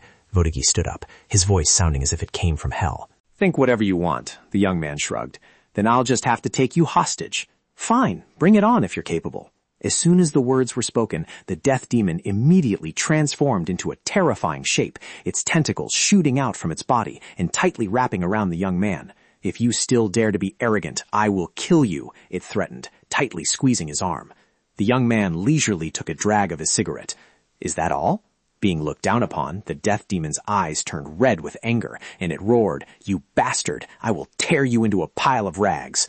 Boom! It charged straight at the young man. Thick smoke and dust rose up and quickly dispersed, leaving the death demon stunned. The young man stood there, indifferently putting out his cigarette, surrounded by tentacles that had been smashed to pieces. "Out of moves yet?" he asked in a hoarse voice. Who are you? How is this possible?" the death demon stammered, unable to believe its eyes. The young man smirked. "Me?" He yanked off his earring, which instantly turned into a Ruyi Jingu bong, blazing with fierce flames. "I am none other than Sun Wukong." Wukong gripped the cudgel tightly, transformed it into a sharp spear, and slashed powerfully at the death demon. An earth-shattering explosion occurred. "Oh, there are fireworks," the nearby residents gossiped. Sun Wukong pulled out his phone. Click. He smirked, smugly recording the moment the sky exploded, created by himself. High above, the rays of fireworks painted a beautiful scene, but below, the sight was the exact opposite. Crumbling city walls, blinding smoke and dust. Amidst the ruins was the figure of a brown-haired youth holding a spear. He bent down to pick up the bag lying on the ground. A few sobbing sounds echoed, catching his attention. The brown-haired youth turned his head. Not dead yet? An arm full of scratches was tightly holding on to something. In front of him was the monster, covered in injuries, clothes torn. It was clutching something tightly in its hands, crying continuously. "My children, oh no, I couldn't protect you." Its voice trembled, eyes brimming with tears. "I'm sorry." Suddenly, a spear stabbed hard into its head. He looked at it coldly, his voice full of contempt. "You think you're human? You are just a pile of resentment." He looked up, glancing at a strange sight. Jin was pinned across the body by a large rock, with only 2 small legs exposed. The youth was shocked, stepping forward to lift the rock, looking at Jin lying motionless. In another development, young Jin's eyes were filled with murderous intent. He gripped his spear tightly, dashing quickly toward Dao Daijam. A powerful strike crashed down, causing the ground to split apart. She used her strength to leap into the air to evade. Just as Tu Daijam said, the black dragon, she looked down at a young Jin who was seething with murderous intent. Suddenly, young Jin snapped out of it, the black light in his eyes gradually disappearing. At this moment, Dao Daijam had drawn her bow, aiming straight at him. The great Ko-Ho Tower. The arrow flew and pierced straight into Eongjin's arm. Before he could regain his senses, iron chains began to emerge from where the arrow struck. Ah! Eongjin screamed in pain. The chains quickly wrapped tightly around his arm, pinning him to a nearby pillar and embedding deeply into the ground. Grand Divine General Yu held 2 long iron rods in her hands, rubbing them together to create a piercing sound. The 2 iron rods sparked with red light, and then one of them transformed into a sharp sword. "You are right-handed, aren't you?" she asked softly, placing the sword close to Eongjin's shoulder. "Huh?" He looked bewildered. "Then that's fortunate. I will cut and stop the bleeding at the same time. Try to bear the pain a little." "Wait!" His eyes widened, hastily trying to stop her. Suddenly, a familiar voice called out, making her freeze. "Grand Divine General Yu." This commanding tone belonged to Jin. She slowly turned her head, gritting her teeth. In front of her was Jin, but in the form of a small dog. "Eongjin, drop the broadsword immediately," he ordered. Immediately, Eongjin's hand holding the broadsword trembled, dropping the weapon to the ground. Grand Divine General Yu couldn't help but be surprised. "Does it hurt a lot?" Jin asked Eongjin softly. "The current Jin is no longer in the form we know," Grand Divine General Yu thought to herself. "Haven't you stopped yet?" A brown-haired teenage boy suddenly walked over. He smirked. "Why attack an innocent, ordinary person?" "Ordinary person?" Grand Divine General Yu was surprised. His arm is about to be severed. Neither Grand Divine General Wei nor Grand Divine General Z were here, so she quickly stepped back and canceled the chains. "Eongjin!" Jin hastily called his name. The brown-haired boy raised an eyebrow at Jin, then turned to another creature trying to crawl away. "Oh, what's that? Still haven't finished dealing with it?" "Huh?" Grand Divine General Yu panicked and turned her head, quickly drawing her bow and aiming at the strange-looking creature. Please spare my life," it screamed in fear, tears welling up. "It's all because of that old woman." As soon as it finished speaking, an arrow flew over, piercing straight into the middle of its forehead. "Damned old hag!" it screamed in resentment, before disintegrating into fragments and vanishing into thin air. A stack of paper talismans fell to the ground, but then the writing on them gradually disappeared. A gust of wind blew by, sweeping everything away, leaving only 2 arrows lying bare on the ground. How strange, Dao Grand General wondered. How can a lesser demon still move after being hit by a divine weapon? The brown-haired guy teased, "Isn't it because you hit it too lightly?" She didn't take offense and got straight to the point. "Don't you find something very strange? Monsters usually live in hiding. Why would they suddenly appear here?" Hearing that, the brown-haired guy also paused, holding a cigarette in his mouth and pondering. He glanced at Eongjin and Jin. "I think that is the reason." Smack! Jin, in his human form, swung his hand and slapped Eongjin hard in the face. "Isn't the timing too coincidental?" the brown-haired guy said. She also turned to look, as he bent down, gently touching Jin in his dog form, and advised, "Hey, uncle, stop hitting him. It's been a long time since we met, and you just keep ignoring us." Jin glanced over slightly, and the brown-haired guy smiled lightly. "We are sad, you know." It was already dark, and the streetlights were on. In the small room, the brown-haired guy and Dao Grand General sat neatly in front of Jin. "Speak up now," Dao Grand General ordered. She glanced at Eongjin lying unconscious on the bed. "Who is he?" "My nephew," Zin replied. "Did turning into a dog make you bark nonsense?" The brown-haired guy laughed. "That is exactly your body." Zin stayed silent for a moment before speaking up. "That's true, but I don't know the whole story either. I only know that after the seal was broken, when I woke up, I was in this body. As for my body, it has a new ego that can move on its own and even talk." Dao Daijom widened her eyes. "Huh? I don't know if it's because the chakra was already opened beforehand," Zin continued, "but the lesser demons kept attacking continuously. That process weakened the body's ego. I intended to re-enter it, but it only accepted the black dragon, while I was rejected." Zin, in the form of a dog, frowned. "Since then, I've tried a few more times, but none were successful." "That's completely absurd," the brown-haired guy exclaimed. "So after the seal was broken," Dao Daijom concluded, "you woke up in the body of a dog while your real body has another ego and even took away your powers." "It seems this isn't a trick set up by you guys," Zin said warily. "What the hell does this have to do with us?" Dao Daijom gritted her teeth. "Logic," the brown-haired guy suddenly interjected. "Why not try thinking in that direction?" "If so," Zin growled, his eyes filled with indignation, "why did you guys seal me? Does that fit with the logic you're talking about?" These words left both of them speechless. It seems he doesn't remember anything, Dao Daijom thought. Just as 2V Daijom said, he remembers absolutely nothing. She lowered her head, her face showing no clear emotion. "If that's the case, then just keep living like that." She looked up, her glowing red eyes staring intently at Zin. "That way I can kill you at any time." "So if I were human, would you still kill me?" Zin asked. "If you're doing this just because of my background, then—" The brown-haired guy reached out and patted Zin's head, a smile on his lips, but his words full of threat. "Since we've already said this much, it would be better for you to know your place." This time, it was Zin's turn to remain silent. He recalled the words of the great heavenly Lord. I can tear you apart and seal you back at any time. Are you kidding me? Jin said in annoyance, about to snap at his hand. Whoa! The brown-haired guy quickly pulled his hand back. Did you really turn into a dog? All right, then I won't ask anything else, Jin said coldly. In exchange, can you guys do me a favor?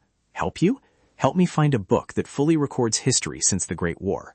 Why do you need a book? The brown-haired guy looked puzzled. Just go online and search, it's faster. Looking at this house, you probably don't have a computer, he observed the room. I don't even know if there's Wi-Fi. He handed an iPad in front of Jin. Use this. Turn on the cellular data and search. Just ask your grandson how to use it, he added. But you probably won't find what you're looking for. Do you even know what I want to find to say that? Jin got angry. Aren't you trying to find information about the earthly branch gods? The brown-haired guy said bluntly. It's not there. The era we used to live in, he started, his expression turning mysterious. Even the moment you were sealed, and everything that happened after that, have all been erased from history. There are no records of the 12 gods. The brown-haired guy uttered a sentence that left Jin stunned, asserting, we have been erased from history because of some dragon. As time passed, and the sky turned dark, Dao sighed. Enough of this nonsense. The brown-haired guy mimicked Dao's earlier words, perfectly imitating her facial expression. Just keep living like that, so I can kill you any time. Shut up. Dao so embarrassed she wanted to hide in a hole. If you had dared to say that in the past, the red dragon would have beaten you to a pulp, he sneered. You even dared to pat Finn's head. He's a dog, and now that he has no power left, he seems quite intimidated. But what should we do with that boy now? We can't separate the black dragon from him. Moreover, it seems to have spread throughout his entire body. She turned pale and shouted, if so, is only the head left? What to do? Dao despaired. Will I be hated by humans from now on? Just destroy Finn, right? The guy offered a solution and quickly turned around. While he is weak, let me go handle it. Don't be overconfident. Dao quickly held him back, gritting her teeth in vigilance. What if he remembers everything? Who knows what he will do? Tu had said, if they can't be separated, just keep observing. All right, the guy replied. There will be a lot of things related to Finn in the future anyway. You handle it yourself and report back to Tu. The brown-haired guy bent down and got into the car. Bye. Are you going straight home, sir? The driver asked. Yeah. So you didn't intend to mess with Finn from the beginning, huh? Dao only realized then. Hey, give me a ride to Hongdae. Midnight. The clock struck 3 a.m. Jin remained motionless, staring intently at his grandson. One person frowned, the other lay still. Finally, Lee Youngjin spoke up. What are you looking at so creepily? Why are you awake already? How can anyone sleep with you staring at them like that? Lee Youngjin, Jin called out with a serious expression. I have to question you. Why did you use the broadsword with your left hand? Doing that will harm you. Don't do it again. Didn't you say that power was harmless? That left arm is not yours. What I mean is don't rely on it too much. Only the left hand? Lee Youngjin recalled. Left leg, right leg, using the power you transferred to take over my body? Right, my body is just your shell, huh? So you heard everything. Jin sighed, but remained calm. That's why I said it's very dangerous. The most dangerous thing here is you. Lee Youngjin raised his voice and cut in, clenching his fists to control himself. Save me? More like leaving me until I'm about to die to take over this body. You said the demons wanted to target this body, but the most dangerous demon is right here. It's not like that. It's true that I lied to you at first, but only at first? Lee Youngjin caught the keyword. Does the left arm matter not count as a lie? At Hisi Shrine, at school, there were plenty of times. Now that you're caught, you finally tell the truth. Do you think I'm an idiot? I wasn't sure either, which is why I needed time to think. Now that I think about it, Youngjin cut in again. We've never had a serious talk about this. What exactly do you want from me? Do you want this body? Jin frowned, remaining silent for a long time before speaking. To be exact, that is not your body. The dog stared fixedly at Youngjin, his eyes glowing brightly. That is my body. And originally, Jin opened his mouth coldly. You were not allowed to exist. A horrific scene appeared, a man crying and scolding. It's because of you that your parents died. Behind him, many others were weeping in agony. You should never have been born. Youngjin froze, feelings of anxiety and fear welling up. The clock hands on the wall already pointed to 3:25 a.m. You said this is your body, right? Youngjin asked Jin. If so, Youngjin continued coldly, this is my house. He didn't say much, directly picking the dog up, throwing it outside and slamming the door shut. Get out of my house right now. Jin could only stand there, speechless. Outside, it began to drizzle. Youngjin lay in his warm, soft bed, sleeping soundly. Before long, the rain grew heavier. The pattering sound of rain on the roof woke him up. Why did it have to rain at a time like this? Annoyed, he pulled the blanket over his head and grumbled. In a bad mood, Youngjin opened the door and stepped outside. He was startled to see Jin still huddled there, silently watching the rain. He was about to quietly close the door, but a voice made him stop. "I have nowhere else to go." Youngjin stood behind the cracked door, remaining silent. "I apologize for what I said earlier," Jin expressed his remorse. "That is your body now. I don't intend to do anything to it, so you don't need to worry." Youngjin's heart wavered a bit. He kept his head down and turned back inside. The next morning, after a long, exhausting night, Youngjin woke up and removed the medical bandages from his body. He stood in front of the mirror, touched his arm, and smirked. Even a monster isn't this freaky. Just as he stepped out of the bathroom, he was horrified to discover a pair of dog paws stepping on his brand new tablet on the bed. "Oh my God, get out of the way!" He quickly ran over and tossed Chun aside. "How rude," the dog grumbled. But Lee Youngjin didn't mind. All his attention was now focused on the tablet. "Where did you get this?" "The people from yesterday gave it to me. They said it was a book." "They gave you this?" "That's right. They said if I opened that YouTube thing, I can watch the history books. They told me to just ask you." Seeing Lee Youngjin's eyes glued to the tablet, Jin immediately realized. "So you like this thing, huh? Just show me that YouTube thing and I'll give it to you." "Really?" Lee Youngjin was surprised. "In exchange, I have a condition." "What is it?" Jin glared at him, looking dangerous. Then he made a very simple request. "Make breakfast for me." As soon as he finished speaking, Jin's stomach growled. Upon arriving at school, Lee Youngjin heard his classmates buzzing about Dokyung. "I heard he went everywhere to apologize to everyone." "Apologize for what? I thought he was just practicing his acting." "I heard Dokyung even taught the thugs a lesson." What exactly is going on? Lee Youngjin wondered. It seemed he still remembered everything when his soul left his body. In another classroom, Dokyung was bowing his head to apologize to a friend. "You bet 50,000 and got beaten until your jaw was dislocated, didn't you?" "When did I get beaten? I didn't. I don't remember anything." Dokyung continuously waved his hands. They all happily forgave him, Lee Youngjin thought. "Maybe he was cast in the role of a character who found the light and enlightenment," a schoolgirl said. "This is exactly the importance of maintaining an image," Youngjin probably thought idly. "I told you so," a chubby boy in the class spoke up as soon as Youngjin took his seat. Jiwon spoke up to confirm. Dokyung had his body taken over by a villain from another world, but after a series of events, that person was expelled and he has returned. At the same time, in the classroom, Dokyung was standing by the window, swiping through his phone to check. Classes 2 to 3. Now there are only 2 people left. "Who is it this time?" Jiwon stood behind him, asking idly out of curiosity. Dokyung hastily ran off while calling out a name. "Sunglu?" "Huh?" Jio was surprised. Jiwon went to the classroom door, crossed his arms over his chest, looked at Dokyung's back and cheered. "Hurry up, Dokyung. Go apologize to all of them." "Being too kind is also a crime," Jia countered. "Hey, that wasn't Dokyung's fault." She gritted her teeth and reproached. "Why does he have to do that, just because of that bastard class president who dared to use curses on others?" "You know it's not just because of that," Jiwon defended him. "It's because he's jealous," Jia blamed. "It's true that he's jealous, Kim Sungwoo." Jiwon hadn't finished his sentence when Jia left him standing there, hurriedly chasing after Dokyung. "Hey, Dokyung, you are not allowed to apologize to that bastard." Jiwon stood there blankly looking after her, then muttered the rest of his unfinished sentence. "He put chocolate in your desk drawer on White Day, and you ate it with Dokyung, didn't you?" In class 2, Dokyung slowly walked in, and all eyes turned towards him. "It's Dokyung." Sunglu, who was cowering in a corner, heard that name and became terrified.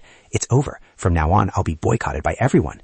But Dokyung interrupted that train of thought with a call. "Sunglu?" Sunglu was holding his head in fear, but upon hearing the call, he let go. Dokyung was standing right next to his desk, and Sunglu looked up. "I'm sorry for only remembering everything now," he said gently.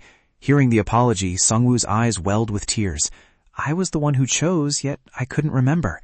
"Class president," Jokyung called out softly, giving a warm smile. His sincere call made Sungwoo unable to hold back anymore. He grimaced and buried his head on the desk, sobbing bitterly. "I'm sorry, Jokyung." "It's okay." Jokyung gently placed a hand on his shoulder, comforting him. Jia, who had just arrived at the classroom door, stood outside and witnessed the whole scene. In her eyes, Jokyung looked so gentle right now, as if radiating a halo, making her heart flutter. She recalled a previous conversation with him. "Hey, what are you doing?" "Memorizing the names and faces of our classmates," he replied thoughtfully. "I borrowed this from the teacher under the title of vice president." "Wow, that's really intense," she just casually remarked. Suddenly, Jokyung stopped, looked at Youngjin's photo and date of birth, and said, "Youngjin's birthday is coming up soon." After saying that, he turned to smile at her. That clear, sunny smile left a deep impression in her mind. "Jokyung, are you really an angel?" Inside the classroom, Jio placed a carton of milk on Youngjin's desk. "Here's for you." Youngjin, who was tapping on his phone, looked at the milk carton in surprise and then turned to her. Jia shyly looked away and reluctantly said, "Thank you." Hyeon was surprised. She sighed in annoyance. Suddenly, Jiwon grabbed Youngjin's shoulder, leaned down to his ear and whispered, I heard from Hisu that you were the one who saved Jokyung, and you saved me too. She glanced around and shyly repeated, thank you. A bespectacled boy standing behind Youngjin witnessed the scene and was utterly astonished, his jaw dropping in shock. After saying that, Jia quickly ran out of the classroom. What's going on, Jiwon? Someone wondered. Youngjin, the bespectacled boy stammered. Another boy picked up a chestnut-flavored milk carton, inspected it, and joked, oh, damn, two-timing, huh? The bespectacled boy looked at Youngjin in astonishment and asked, does Lee Hisu know about this? What nonsense are you talking about? He brushed it off. Afterward, a group of boys surrounded Youngjin's desk. How could you do that? Jiwon covered his face in disappointment. This guy is a real jerk, another boy scolded while covering his face. The two prettiest girls in the school, the bespectacled boy marveled. What did you do to lure both of them at the same time? It's not what you guys think, Youngjin explained in frustration, but they continued to tease him. So, do you choose Lee Hisu or Kang Jia? A puppy or a kitten? Are you guys crazy? Shut up, Youngjin snapped. Jiwon stopped the joke, adjusted his glasses and said seriously, but Lee Hisu. Youngjin ignored him, keeping his eyes glued to his phone. Strange, Jiwon wondered. Why hasn't Hisu come to greet Youngjin today? Another boy sneered. They probably had a fight. Despite pretending not to care, his friend's words still made Youngjin waver. He recalled the image of Hisu happily greeting him every morning. Youngjin, good morning. Come to think of it, he glanced at his phone. It was already 8:19 a.m., and there was still no sign of her. Why is it so quiet? I wonder if she has arrived at school yet. Passing by classes 1 through 5, Youngjin peeked inside to search, when suddenly a voice called out, startling him. Youngjin! He anxiously turned his head to see Jokyung holding out a can of Coca-Cola to him. He took it. Are you doing okay? Youngjin asked. Terrifying memories of being possessed by a demon rushed back as Jokyung screamed in his mind. Stop it! Don't do that! He scratched his head and shyly replied, Not really. I booked an appointment at the psychology department. Please keep it a secret for me. I'll forget it right away, Youngjin replied. But why did you call me out here? I have something to tell you. What is it? Jokyung suddenly burst into tears streaming down his cheeks. He said while crying. Thank you. This sudden action turned Youngjin to stone on the spot. He didn't understand what was happening, only seeing Jokyung bow his head, covering his face in sobbing. Under the clear blue sky, Lee Youngjin asked in shock, You saw everything? Even those tricks? That's right, Jokyung replied, wiping his tears. You were absolutely amazing. Not really, Lee Youngjin said humbly. He took a sip of coca, then suddenly realized. Wait a minute, so your soul was still hanging around there? You didn't return to your body right away? About that, Jokyung said awkwardly, gripping his soda can tightly. At that time, I was captured. The image of his soul being imprisoned by a demon hand flashed back, by someone wearing a mask. A mask, Lee Youngjin blurted out. On the way back to the classroom, he still felt confused. He remembered it was an old woman. How could it be a mask? Ridiculous. He was deep in thought when he suddenly stopped. Standing right in front of him was Hisu, his mouth unconsciously opening. The two stood facing each other in silence. After a while, she spoke, her face looking worried. Youngjin, hello. Then she slowly walked past him, her long hair fluttering. This action left Youngjin bewildered. He turned around, intending to say something, but two other girls had already run up, chatting animatedly with Hisu. The awkward situation left him with no choice but to scratch his head. In the small room, the history lecture from the tablet was still playing. The cause was due to the emo mutiny. Youngjin opened the door and put his bag down. You're back? Jin immediately greeted. Excuse me for a moment, my grandson is back. Youngjin's eyes widened. Who are you talking to? This YouTube thing is really fascinating, Jin replied happily. The person in here is telling me stories. Next time we will learn about the death of King Gojong and the Russo-Japanese War. All right, see you again, Jin gave a bright smile, replying to the screen. Youngjin was dumbfounded. At this rate, leaving him at home for 2 days probably wouldn't bore him. Where are you going? Let me go with you, Jin asked when he saw him packing. I'm going to a training camp with the school. How can I let you come along? Training camp? Is it gathering together to train? More like mental conditioning, Youngjin replied. Very good, excellent, Jin praised, his eyes sparkling. So the youth of this era haven't lost their martial spirit. Youngjin didn't pay attention. He set down a large bowl of food. I've prepared food for you here. There are sausages and beef jerky. Eat them gradually while staying at home. At this moment, the man on the tablet screen continued narrating. Hearing this, Jin rolled his eyes in anger, turning to mock. Doesn't he know how to get tired? I'm telling you, leave it for another time. During the emo mutiny, asking for the help of the Qing dynasty, Youngjin's face immediately darkened. How was he supposed to explain this? In the quiet of the late night, the voice from the tablet kept echoing, making Youngjin unbearably annoyed. It is said that Gojo-sun was also founded by Donggun, but there is still much controversy. A moment later, unable to bear it anymore, he jumped up and shouted, Turn it off right now! Aren't you going to let anyone sleep? Someone new has arrived again. He refuses to listen to me. Let me explain it to you, Youngjin said. This is just a recorded video. What is a recorded video? At this point, Youngjin was completely speechless. Under a blue sky with white clouds, Youngjin finally finished putting on his jacket. Why did you wake up so early today? Why not sleep a little more? Jin, still lying under the blanket on the bed, spoke unconsciously. I have to go to training. He just turned his head slightly, leaving a sentence behind.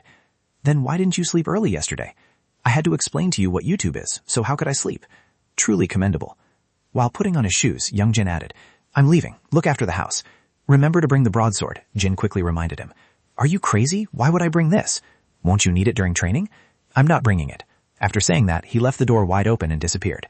In front of the passenger bus, a large crowd of students stood there. Hey, young Jin, have you seen Lee Hee-soo? Two male friends teased, making him angry. He probably has. They definitely meet in private.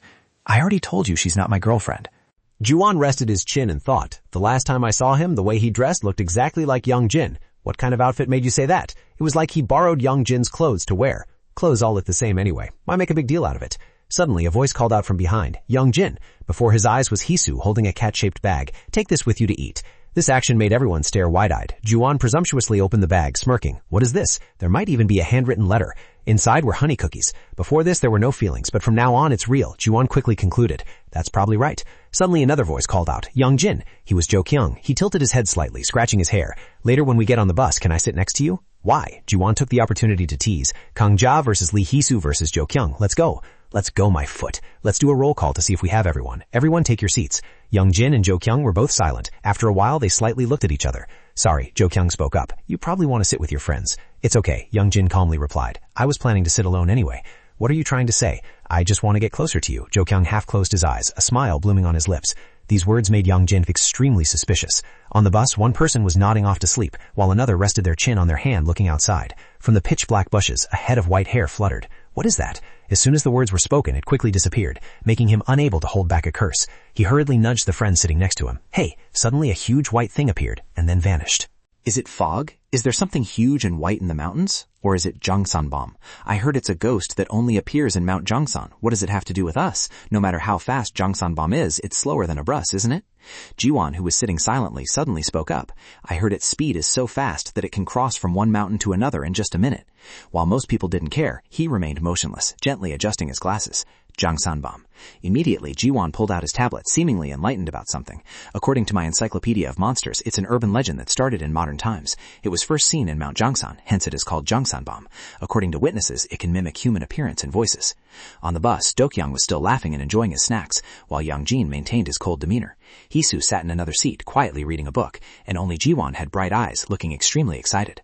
Long white hair briefly appeared and disappeared behind a tree. Above it, a glowing yellow sphere shone, and the eye inside opened, glaring forward with murderous intent. From now on, you have 5 minutes to change into your PE uniforms, then gather in the hallway. Why so tense? Isn't there any break time? A moment later, all the students lined up in a row, their backs against the wall, while the male teacher in a red jacket slowly paced back and forth. Young Jin stood in the middle, silent. When it was time to form groups, he just sat alone in his own world. At lunchtime, a food tray was placed down opposite Young Jin. Young Jin, I finally found you, Ji-won said happily. Couldn't you sleep? Your eyes are as dark as a panda's. Seeing the other person not caring and turning away, he quickly pulled him back. Hey, don't go. It was really hard for me to find you. Do you know what the next program is? Ji-won started blabbering again. A test of courage, a perfect choice for a school famous for strange stories like ours. About the treasure hunt program in the forest on the way here, have you heard the story about Jangsanbam? Jangsanbam? Young Jin repeated, still holding his rice spoon. That's right. Today we have a chance to encounter it, Ji-won said excitedly. So what? Go with me. No. Why? Didn't you say before that you would go with me any time? Ji-won threw a fit. Lee Hee-soo said that, not me. Come to think of it, Ji-won asked. Why haven't I seen Hee-soo?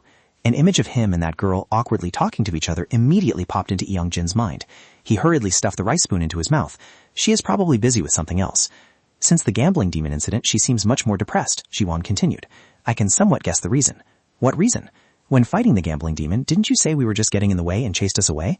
When did I ever say that? Youngjin panicked a little.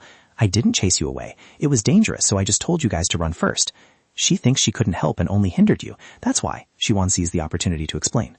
Honestly, in terms of swordsmanship, I am much better than you. You have such a cool broadsword, but don't even know how to use it. What a waste. I will teach you when I'm free. Quite a while later, Youngjin stuffed his hands into his pockets and slowly walked outside. Suddenly, a passing figure caught his attention. He quickly looked up. Lee Hee-soo? The other person immediately turned their head, their mouth twitching slightly. Youngjin panicked, his face turning pale, his teeth clenching tightly. Was it really Lee Hee-soo? But the other person was very calm. What's wrong, Youngjin? This situation caused countless thoughts to pop into his head. Back then, I told you to run first because I was afraid of the danger. If that made you sad, I apologize. But on the surface, Lee Youngjin couldn't utter a single word. Just as he was about to speak, a loud call suddenly interrupted. Hee-soo, A girl suddenly ran over and hugged Hisu's arm. Let's go to the convenience store with me. Oh, Hisu was bewildered, and so Lee Youngjin could only leave quietly. In another development, Ji-won bowed his head low, while Lee Youngjin stood up straight. Thanks for coming with me. I'm telling you in advance that I didn't bring my broadsword, Lee Youngjin warned coldly. I brought the 5-color net gun here. They walked together, the flashlight illuminating the path ahead. If we get caught by the teacher, you're on your own. No one cares about you anyway. Hearing this, Lee Youngjin just wanted to lose his temper. Do you know what the Jongsanbum looks like? Bum in Sino-Korean means tiger, so does it look like a tiger? I don't think it has any specific form. Ji-won focused on recounting what he knew.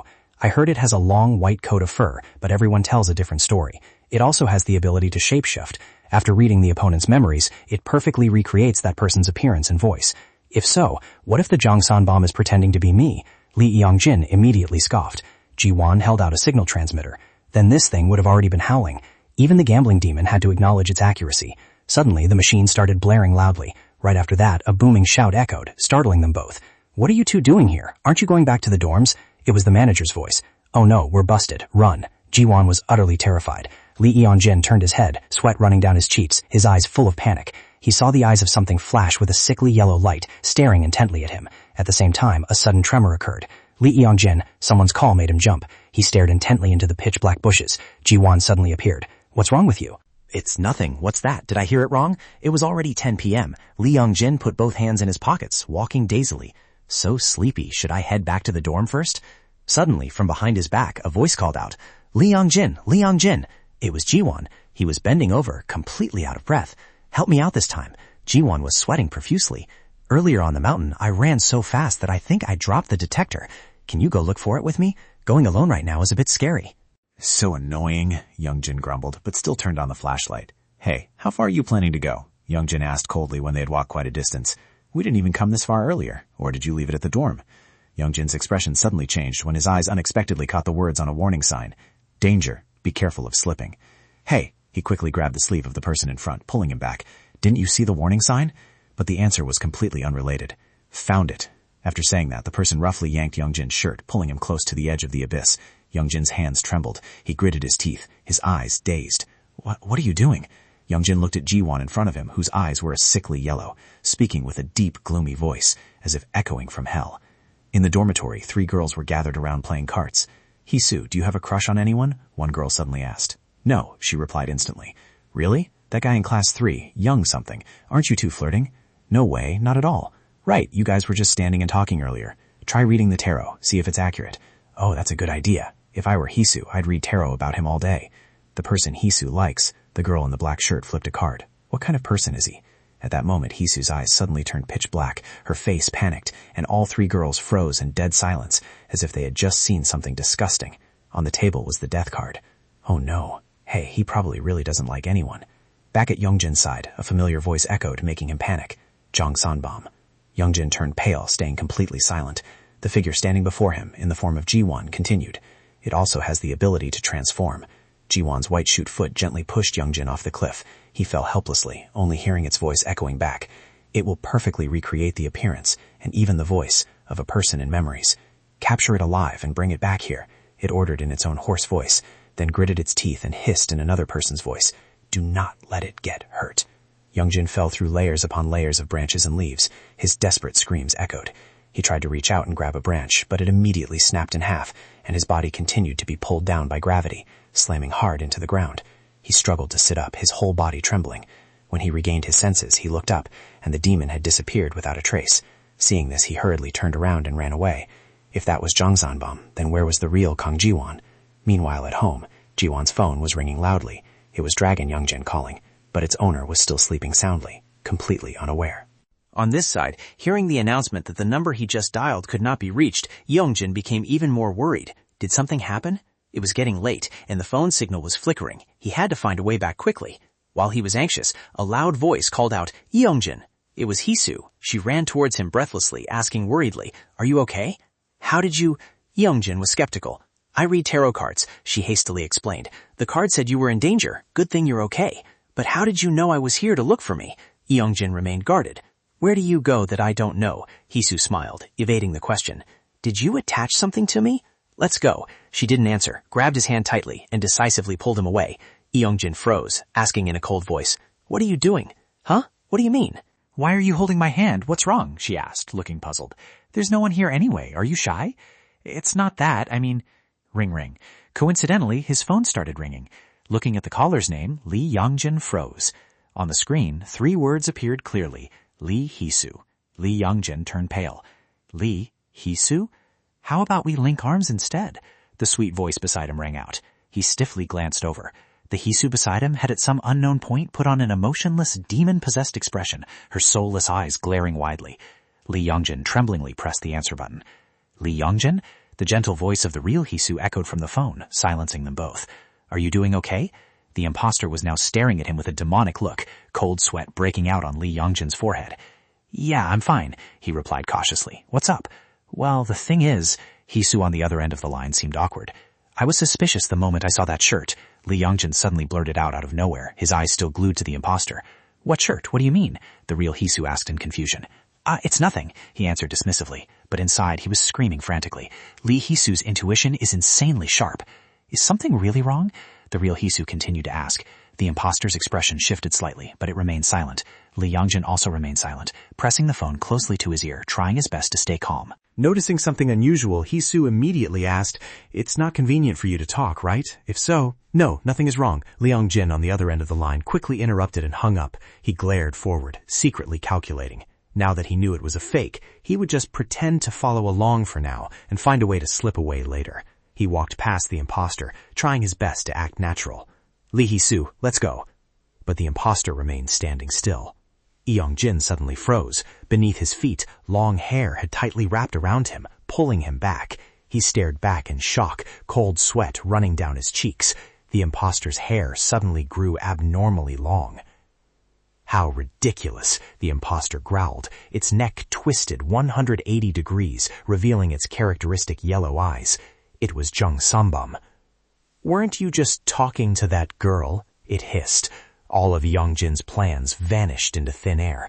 The hair suddenly lunged forward, violently pulling Youngjin high up into the air. He widened his eyes in terror, hanging upside down, face to face with the demon. "That girl is really tactless," Jung Sambam said angrily. "Why did she have to call at a time like this?" Knowing he couldn't escape, Youngjin smirked. "You don't look like her at all." "Nonsense," it tilted its head. "In your memories, this is exactly what she looks like. If you want a copy, you should at least do it right." Youngjin exposed it, looking at the familiar shirt the demon was wearing. "That is my shirt." Feeling humiliated, Jung Sambam became furious. Its pitch-black hair lunged forward, tightly strangling Youngjin's neck. "Shut up!" Youngjin gasped for air, trying to loosen the coil of hair. He remembered Jin's advice. Remember to bring the broadsword. Now he regretted it immensely. A blinding red power was suddenly activated in the palm of Youngjin's hand. Why couldn't he find peace even after coming all this way? He reached out his hand, and a powerful aura flitted in like a waterfall. Youngjin was stunned, his pupils already dyed red. In the smoke and dust, a broadsword carrying a deep red aura abruptly appeared. The broadsword somehow materialized, with the aura swirling around his legs. Youngjin was forcefully pulled forward by a mysterious power, rushing straight toward Jung Sambam. "Wait," he gritted his teeth, wanting to restrain his body. But the broadsword in his hand seemed to have a mind of its own, swinging up by itself and slashing at the demon's body. At a dizzying speed, it jumped from one tree trunk to another, heading straight into the deep forest. Youngjin turned pale, his strength dropping severely, his body moving on its own again. Before he could regain his senses, a huge tree trunk suddenly appeared in front of him. The broadsword managed to slip past, but he crashed right into it. Ouch! He slid down in pain, rubbing his bright red nose. Luckily thanks to the black dragon, otherwise he would have logged out. Looking at the broadsword in his hand, he secretly calculated. First of all, he would just use his left hand. Youngjin looked at the demon hiding in the distance, making up his mind to destroy it. Suddenly, a gentle voice unexpectedly rang out. Youngjin, in the middle of the haunted forest. This sound made him jump, getting goosebumps all over. Behind a tree trunk, a woman wearing a white dress peeked out. Youngjin trembled, unable to believe his eyes. "Mom!" But his mind immediately became clear again. No, it's fake. He still held the broadsword, rushing forward single-mindedly, looking at the familiar woman with a gentle smile. He had to try to convince himself. It only reads my memories and imitates them. Don't look. Memories from the distant past suddenly rushed back. A gentle mother who always smiled. Childhood days when he didn't hesitate to rush into his mother's arms. Memories and reality intertwined, making it impossible for Youngjin to distinguish what was real and what was fake. Tears streaming down that woman's face, she softly said, "Mom is sorry for everything." Hearing this, he slightly paused, tears appearing in the depths of his eyes, but the aura around him still surged violently. The broadsword in his hand, disobeying his command, swung high. Youngjin's face darkened and he sobbed out loud, "Wait, stop!" His feet tried to hold their ground, but that broadsword kept moving forward. Youngjin tried to tense his wrist, struggling to stop his out-of-control body. The broadsword lunged forward, aiming straight at the woman who looked exactly like his mother. "No, please stop," he helplessly pleaded. Memories came rushing back, nightmares from his subconscious violently reawakening. "It's you. You're the one who killed your parents." A persistent howling voice haunted him, the scenery blurring, turning blood red. "You are a devil." Tears fell profusely, by his own hands, once again. "No!" A heart-wrenching wail rang out, and he miserably collapsed. The cruel reality still manifested before his eyes.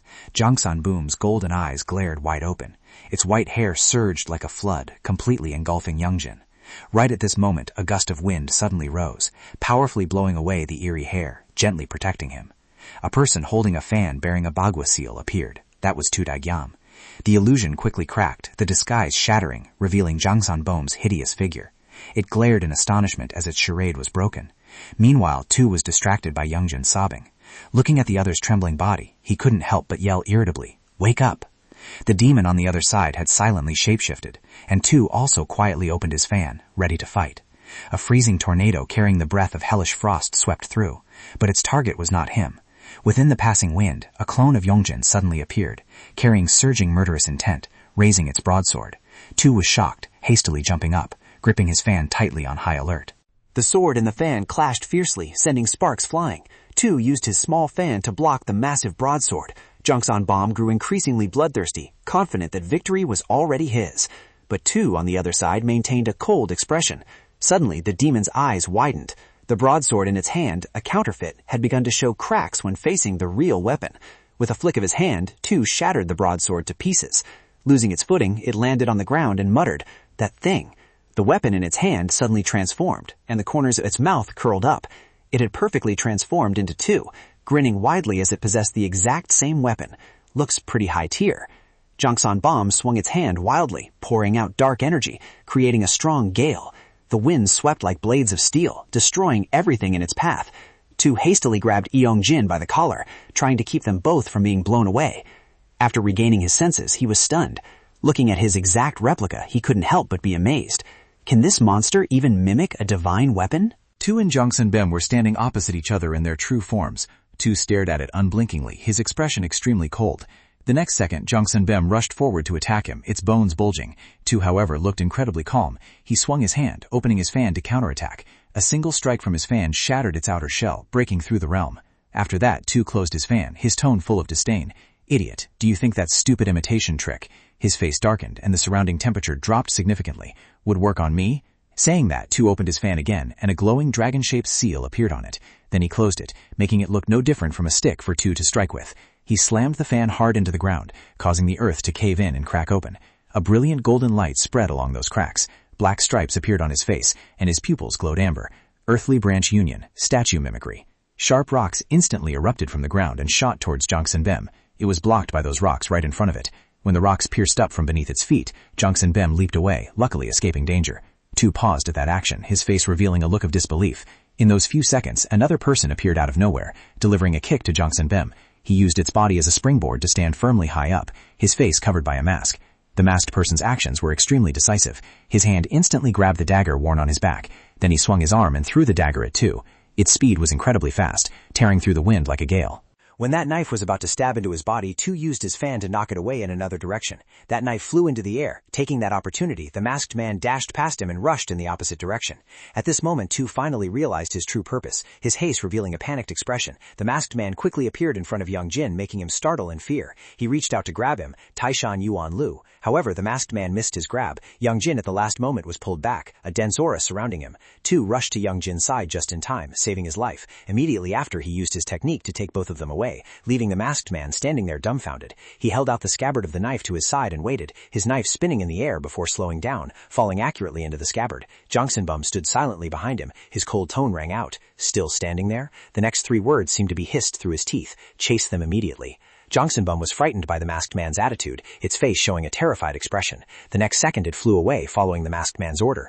Now only he stood there alone, seemingly thinking about something in his head. In the blink of an eye, it was midnight. The bright moonlight shone down on the ground. Youngjin and Tu had fled to a place quite far away, both looking rather exhausted. Tu tried to move his limbs, then gritted his teeth and said to Youngjin, "If you are sober now, find your own way to escape from here." He heard that and exclaimed in shock, "Huh? But how did he know I was here?"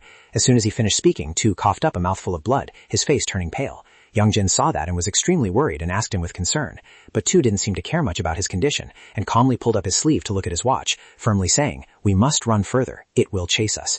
He glanced at Youngjin. "We must hold out until 11 o'clock. Youngjin heard that and couldn't help but feel surprised. 11 o'clock? He curiously wanted to ask clearly, what will happen at 11 o'clock? But Tu didn't answer. He raised his hand to block in front of Youngjin. "It's here." A screech echoed from deep within the forest. Something was rushing rapidly toward the two of them. That thing was none other than Jangsunbom.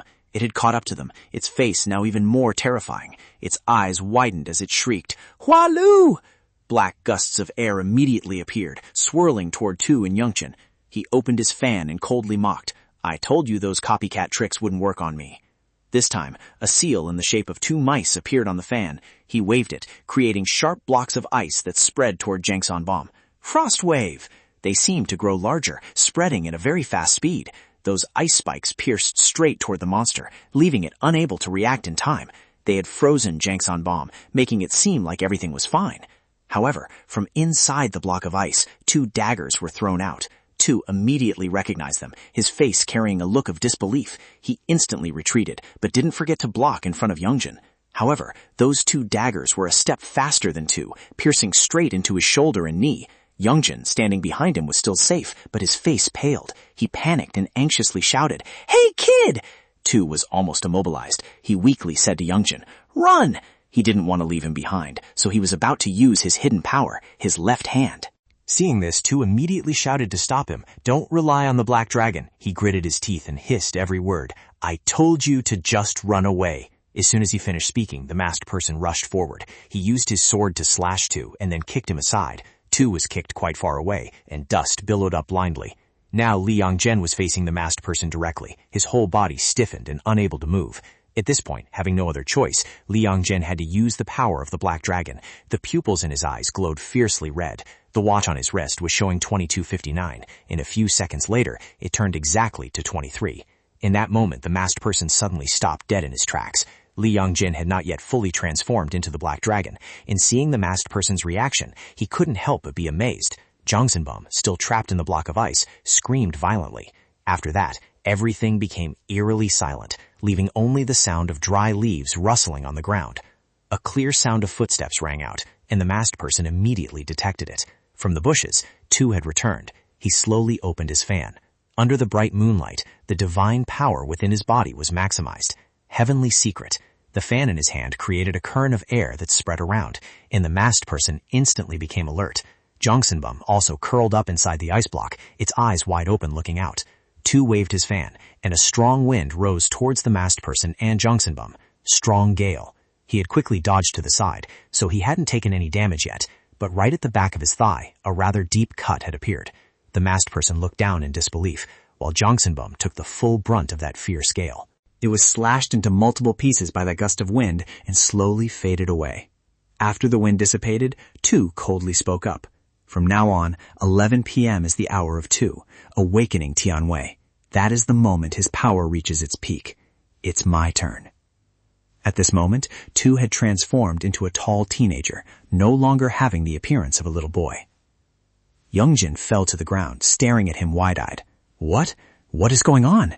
He didn't even realize the person standing in front of him was still Tu. Who is that person? Where is that little boy? Suddenly, a groaning sound echoed beside him. When he turned to look, Youngjin was terrified and jolted backward. The thing on the ground was an eye left behind by Jangsunbom. After a few groans, it also vanished into nothingness. At this time, the masked man had taken a battle-ready stance, firmly holding 2 swords in his hands. From beginning to end, he didn't say a word to the other two. All of his expressions were hidden beneath that mask. A second later, the masked man charged toward Tu. His speed was quite formidable, but Tu remained extremely calm, his facial expression unchanged. The masked man didn't attack directly, but jumped high, preparing to strike his sword down. Tu simply reached his hand behind him and easily blocked that attack with his fan. Meanwhile, the masked man was only using one hand, keeping the other hidden behind his back. Right after that, he swung his other hand to slash horizontally at Tu, but only managed to hit his afterimage. A burst of white aura suddenly appeared and surrounded him. Suddenly, a hand was placed on the masked man's shoulder. In a split second, Tu slammed him head first into the ground. The masked man was caught off guard and couldn't react in time. Tu didn't stop there. He used his hand to press heavily on his face, pushing it down. He squatted down and coldly said to him, "To go to this extent, there must definitely be a reason." His eyes carried no leniency. Who? Who instigated you? Tu's hand exerted more force, causing his mask to crack. The masked man did not reply. He spread his hand, holding iron marbles between his fingers. He created a black gust of wind and took advantage of Tu's momentary opening to escape his grip.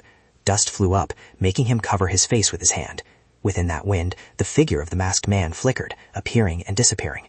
Tu didn't panic at all, but calmly used his fan to counterattack. TNG. Another gust of wind gradually rose. Suddenly, Tu stopped his hand in midair. The masked man had completely vanished.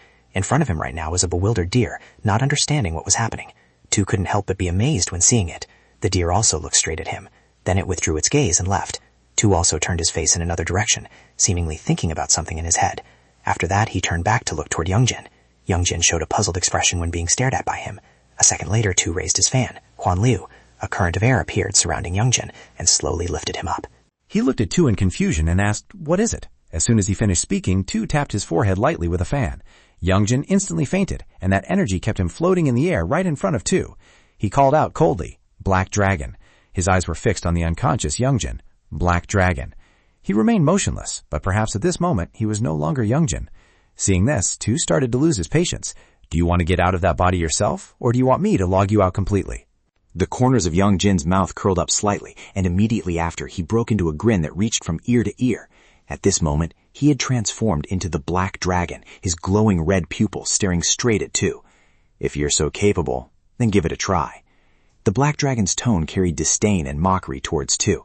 "A demigod like you dares to human."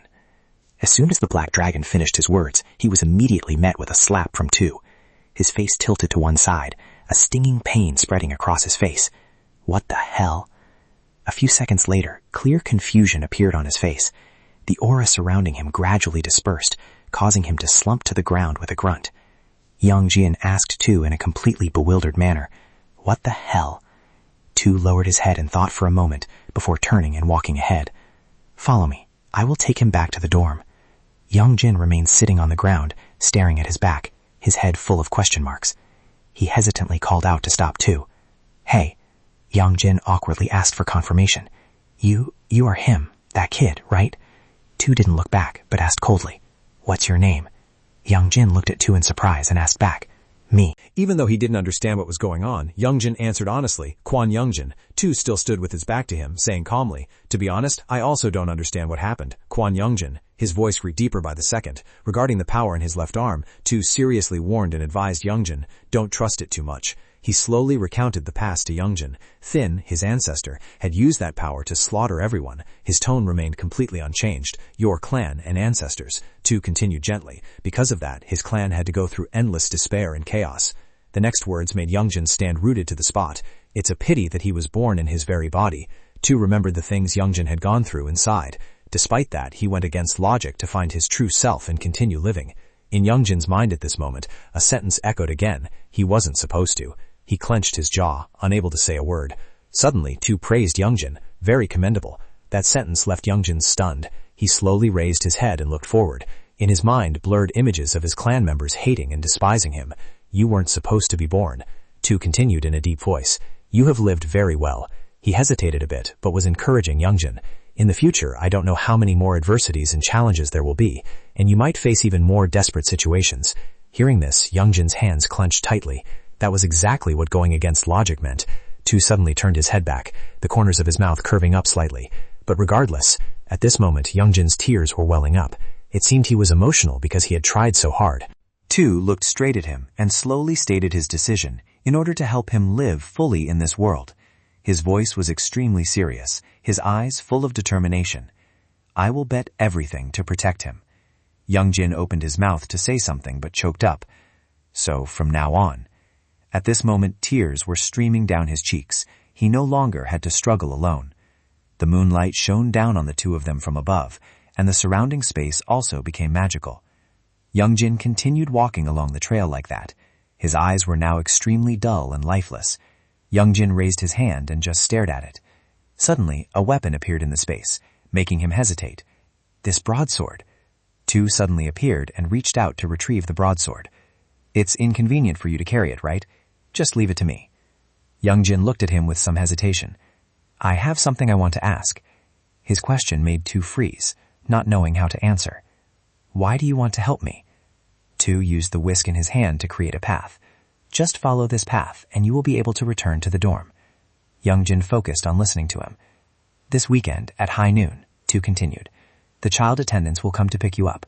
Follow them to meet me. Youngjin blankly asked, What is high noon? He irritably explained, 12 noon on Sunday. After 2 finished speaking, he disappeared again. In the unfamiliar forest, Youngjin just followed the trail created by 2. He blankly looked up at the scene in front of him.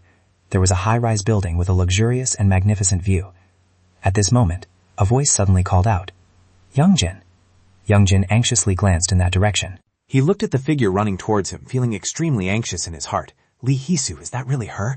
Hisu ran over and tightly held Youngjin's face, asking with great concern, Are you okay? Are you hurt anywhere? Youngjin was dazed for a long time before reacting, but at this moment his legs suddenly lost all strength. Hisu hurriedly ran to support Youngjin. Youngjin. He tried to speak up to reassure her. I'm fine, just a little tired. Hisu saw that Youngjin was acting a bit unusual, so she asked, Earlier when talking to you on the phone, what happened then? Aren't you going to tell me?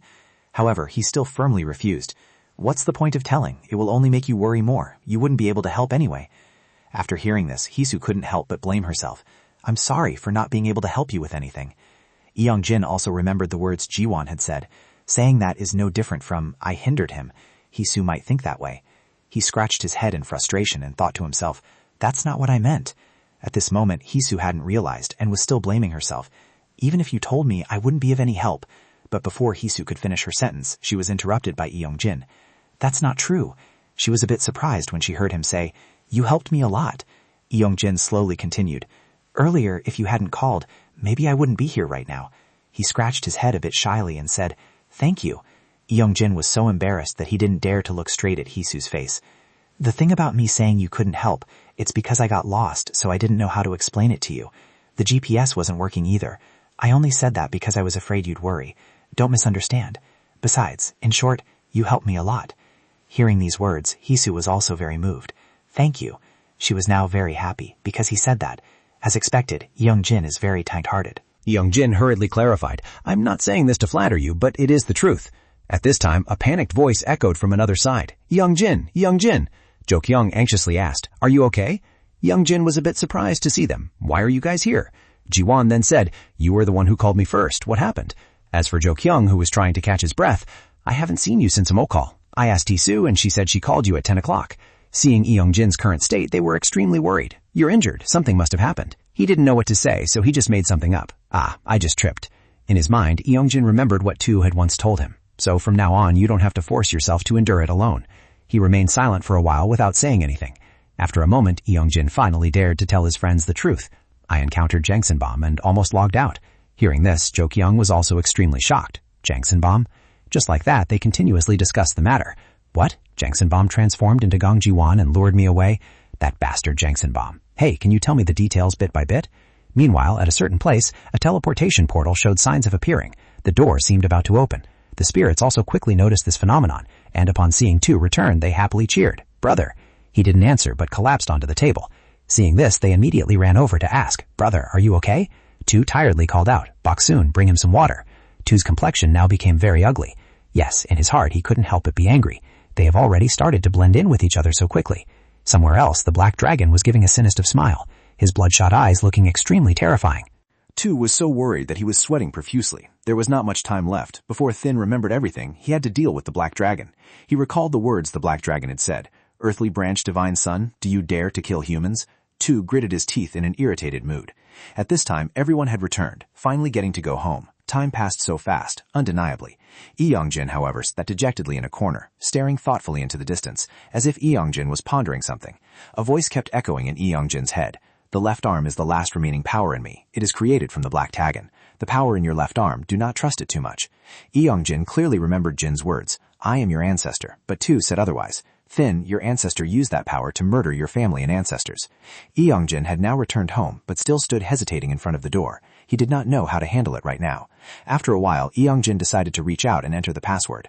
The sound of the door moving quickly rang out, and as soon as the door slightly opened, Eongjin heard music coming from inside. He froze slightly when he heard the singing voice inside. A man with messy hair, only causing pain.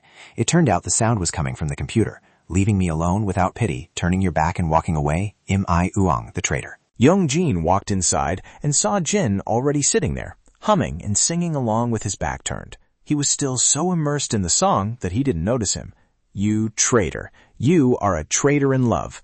After a while, Young-jin finally spoke up. "What are you doing?"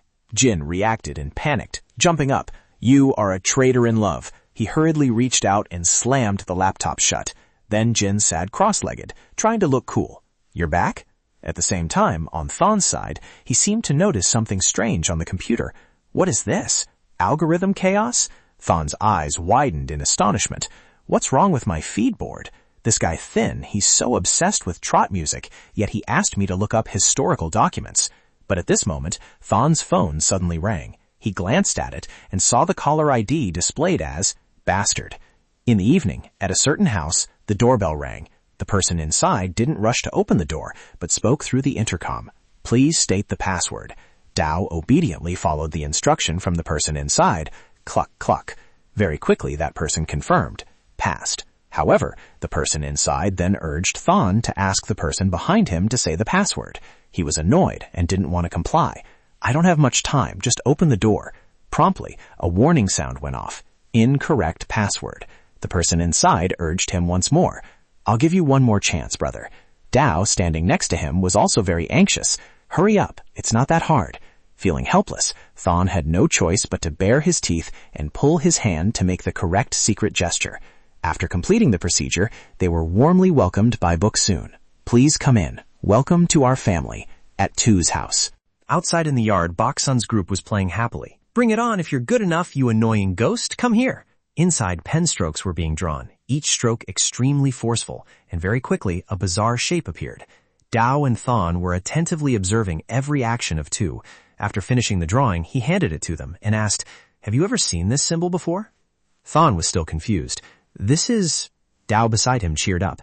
"This one, I've seen it before." She excitedly raised her hand to describe it on the demon's forehead. Thon beside her was also full of doubt. "On the forehead?" He tried to search through his memories. "I think I've seen it too." Tu only then corrected them. "This is not a demon's power." Thon felt curious and asked further, "Then where do they get that power?" Thon suddenly became excited. No wonder the combo couldn't be used. Dao only then realized and cried out, "What, so you couldn't defeat it with just one strike either?" Tu was the only serious person in this conversation. "It seems there is some force behind the scenes directing and granting power to the demons. Their target is the body of Thin." At this time, young Jin still didn't know what had happened. He was leisurely washing dishes at home. "Jin, what should we do now?" Jin, suddenly having his name called, was a bit annoyed. "I just took a little nap and the broadsword completely disappeared. How about you go back and get it?" Young Jin remained silent after hearing this without saying anything more. After a long while, he finally told the truth. "The broadsword has appeared in my hands." Jin was also stunned by this news. "Huh?" He continued to ask, "Did something happen?" Young Jin froze and did not answer. Tu's words kept echoing in his mind. "Thin, your ancestor, used that power to massacre your clan and ancestors." Sweat kept falling from his forehead. Jin remained silent, waiting for an answer from the other party.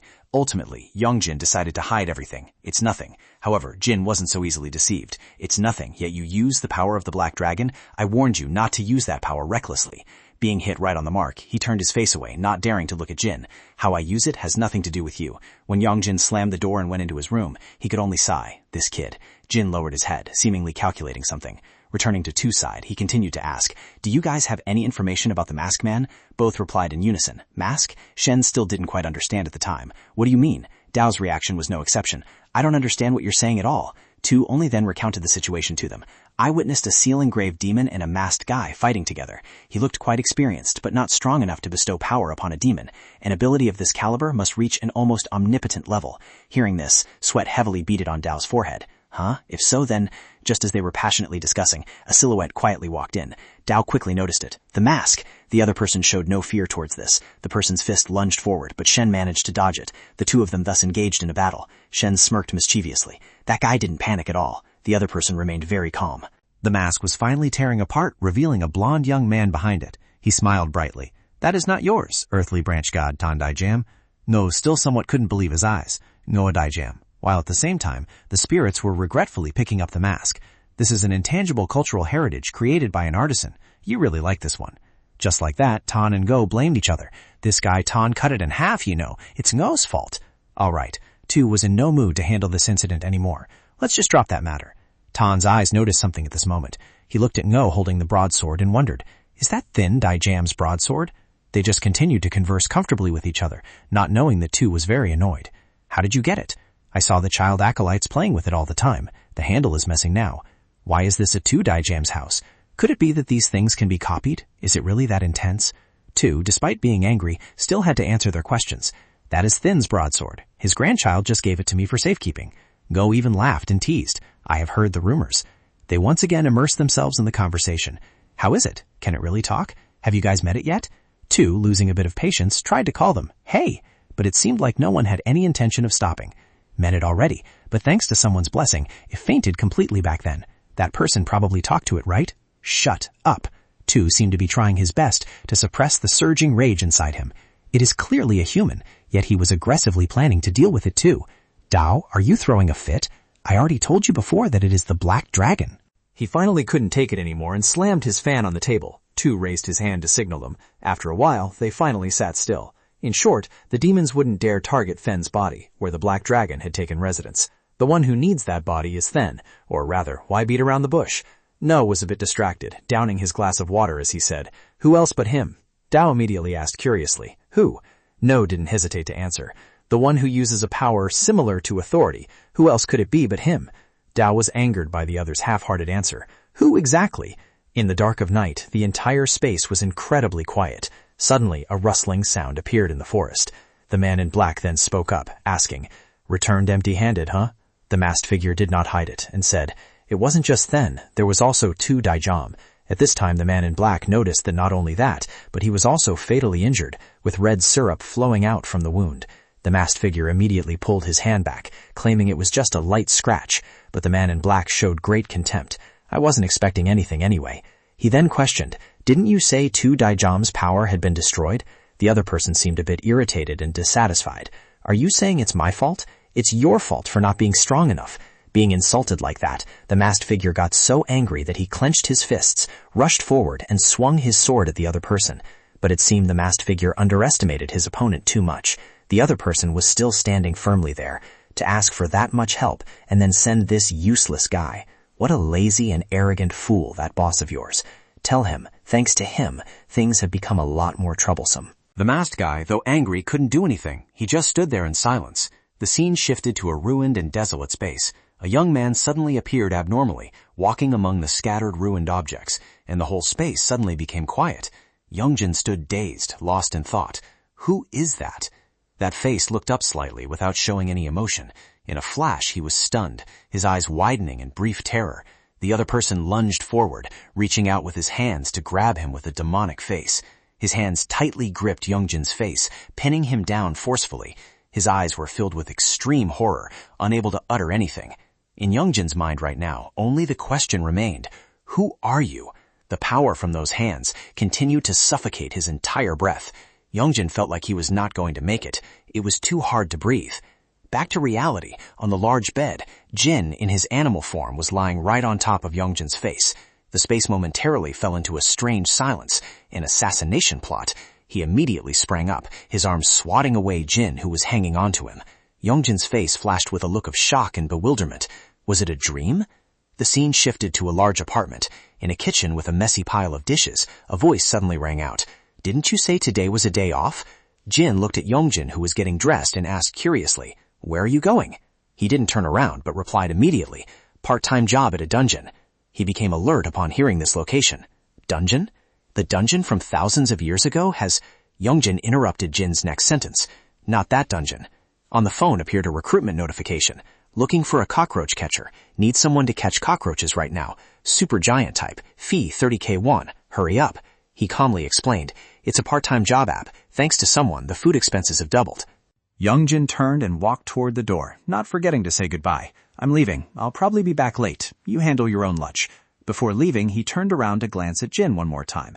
At this moment, he was rolling on the bed watching the computer, replying in a completely relaxed manner. "I can take care of myself. Go quickly and come home." The door closed, making a familiar sound. Youngjin suddenly lowered his head and sighed. After that, he quickly walked forward. Not long after, Youngjin arrived at the house of the person who posted about exterminating cockroaches. "Looking for a cockroach catcher. Need someone to catch cockroaches right now. Super giant type. Fee 30K1. Hurry up." In the blink of an eye, he took on another job, to the host's amazement. "Looking for a dishwasher. Large quantity. Fee 50,001. Time passed quickly. Youngjin was now carrying items at a warehouse with the post, "Looking for a moving assistant. Just moving things down to the truck. Fee 30K1. Finally, his back got to rest after a long day. Looking at the phone screen with the time, Youngjin was slightly surprised. Sunday noon. He remembered Tu once telling him, "The child attendants will come to pick you up. Follow them to meet me." Thinking of this, he looked around searching for a while, his hands typing rapidly on the phone screen. That day, Tu had told Youngjin that he had gone against natural law, he had found his true self, and continued to live. On the phone, a search box appeared. Natural law, noun, reason or morality, natural phenomena like flowing water, innate and irreversible. He fell into silence, only able to stare blankly at it. Right at this moment, a strong light emitted from beside him, accompanied by a loud call that startled him. "Brother!" Turning around, without knowing when, the three little ones from Bucksun's group had already gathered around, happily greeting, "We came to pick you up." Moving to another quite comfortable room, on the table were pastries of different colors, looking appetizing just by sight. Youngjin sat on the sofa staring at the plate of pastries but didn't move. Tu sat opposite, holding a hot cup of tea, enjoying it while asking, "Why the long face?" He didn't answer immediately but just looked up at him. In Youngjin's mind, the face that had appeared in his dream suddenly flashed. He immediately swallowed his saliva, hiding his eyes under his hair. Silently, he opened his mouth and voiced his question. "What exactly does the natural order you mentioned mean?" Tu unhesitatingly answered right away with an emotionless face. "All things disappear and then are reborn.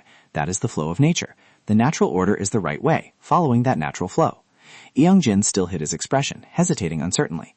"You mean," before Tu's unchanging face, he blurted out, "the fact that you guys borrow human bodies to live in is following nature?" The space wasn't quiet for long before Youngjin broke it immediately with a question. "So I'm not allowed to exist? Is that the natural order?" Tu put his hand down, placing the teacup on the table, and corrected. "To be more precise, we don't borrow human bodies." He glanced with widened eyes and continued, "The bodies of gods are almost like sculptures." Another sentence echoed in the room. "Your body is the same." These words surprised Youngjin. "You mean," he asked with uncertain hesitation, "sculptures, meaning being created? I don't understand what you're saying anymore." Right at this moment, Tu posed a question to him. "Do you know Dangun?" Youngjin replied like a question. "Lord Dangun, the one who founded the land?" He lowered his eyes and nodded. "That's right." Tu immediately explained it through a story for him to understand. Dangun created a land suitable for humans to live on. Dangun appeared a very long time ago, and we, the earthly branch gods, received orders to descend to Earth to help humans. From their hands they created fire and water, and we used our power to open a new era on the barren land. And of course, there were always witnesses, people who witnessed the power of the gods. Because they wanted to maintain that power forever, they built altars and prayed there. 64 seasons passed. Time passed like that, year by year, and on the altar where the energy of all things gathered, a human-like body was created. The times and all things changed through the flow of history. Finally, it appeared after months and days of cultivation, and that was the body of the first god. Everyone worshipped that person. The earthly branch gods loved humans very much, so they entered the body created by their hopes and wishes to stay on Earth and help them.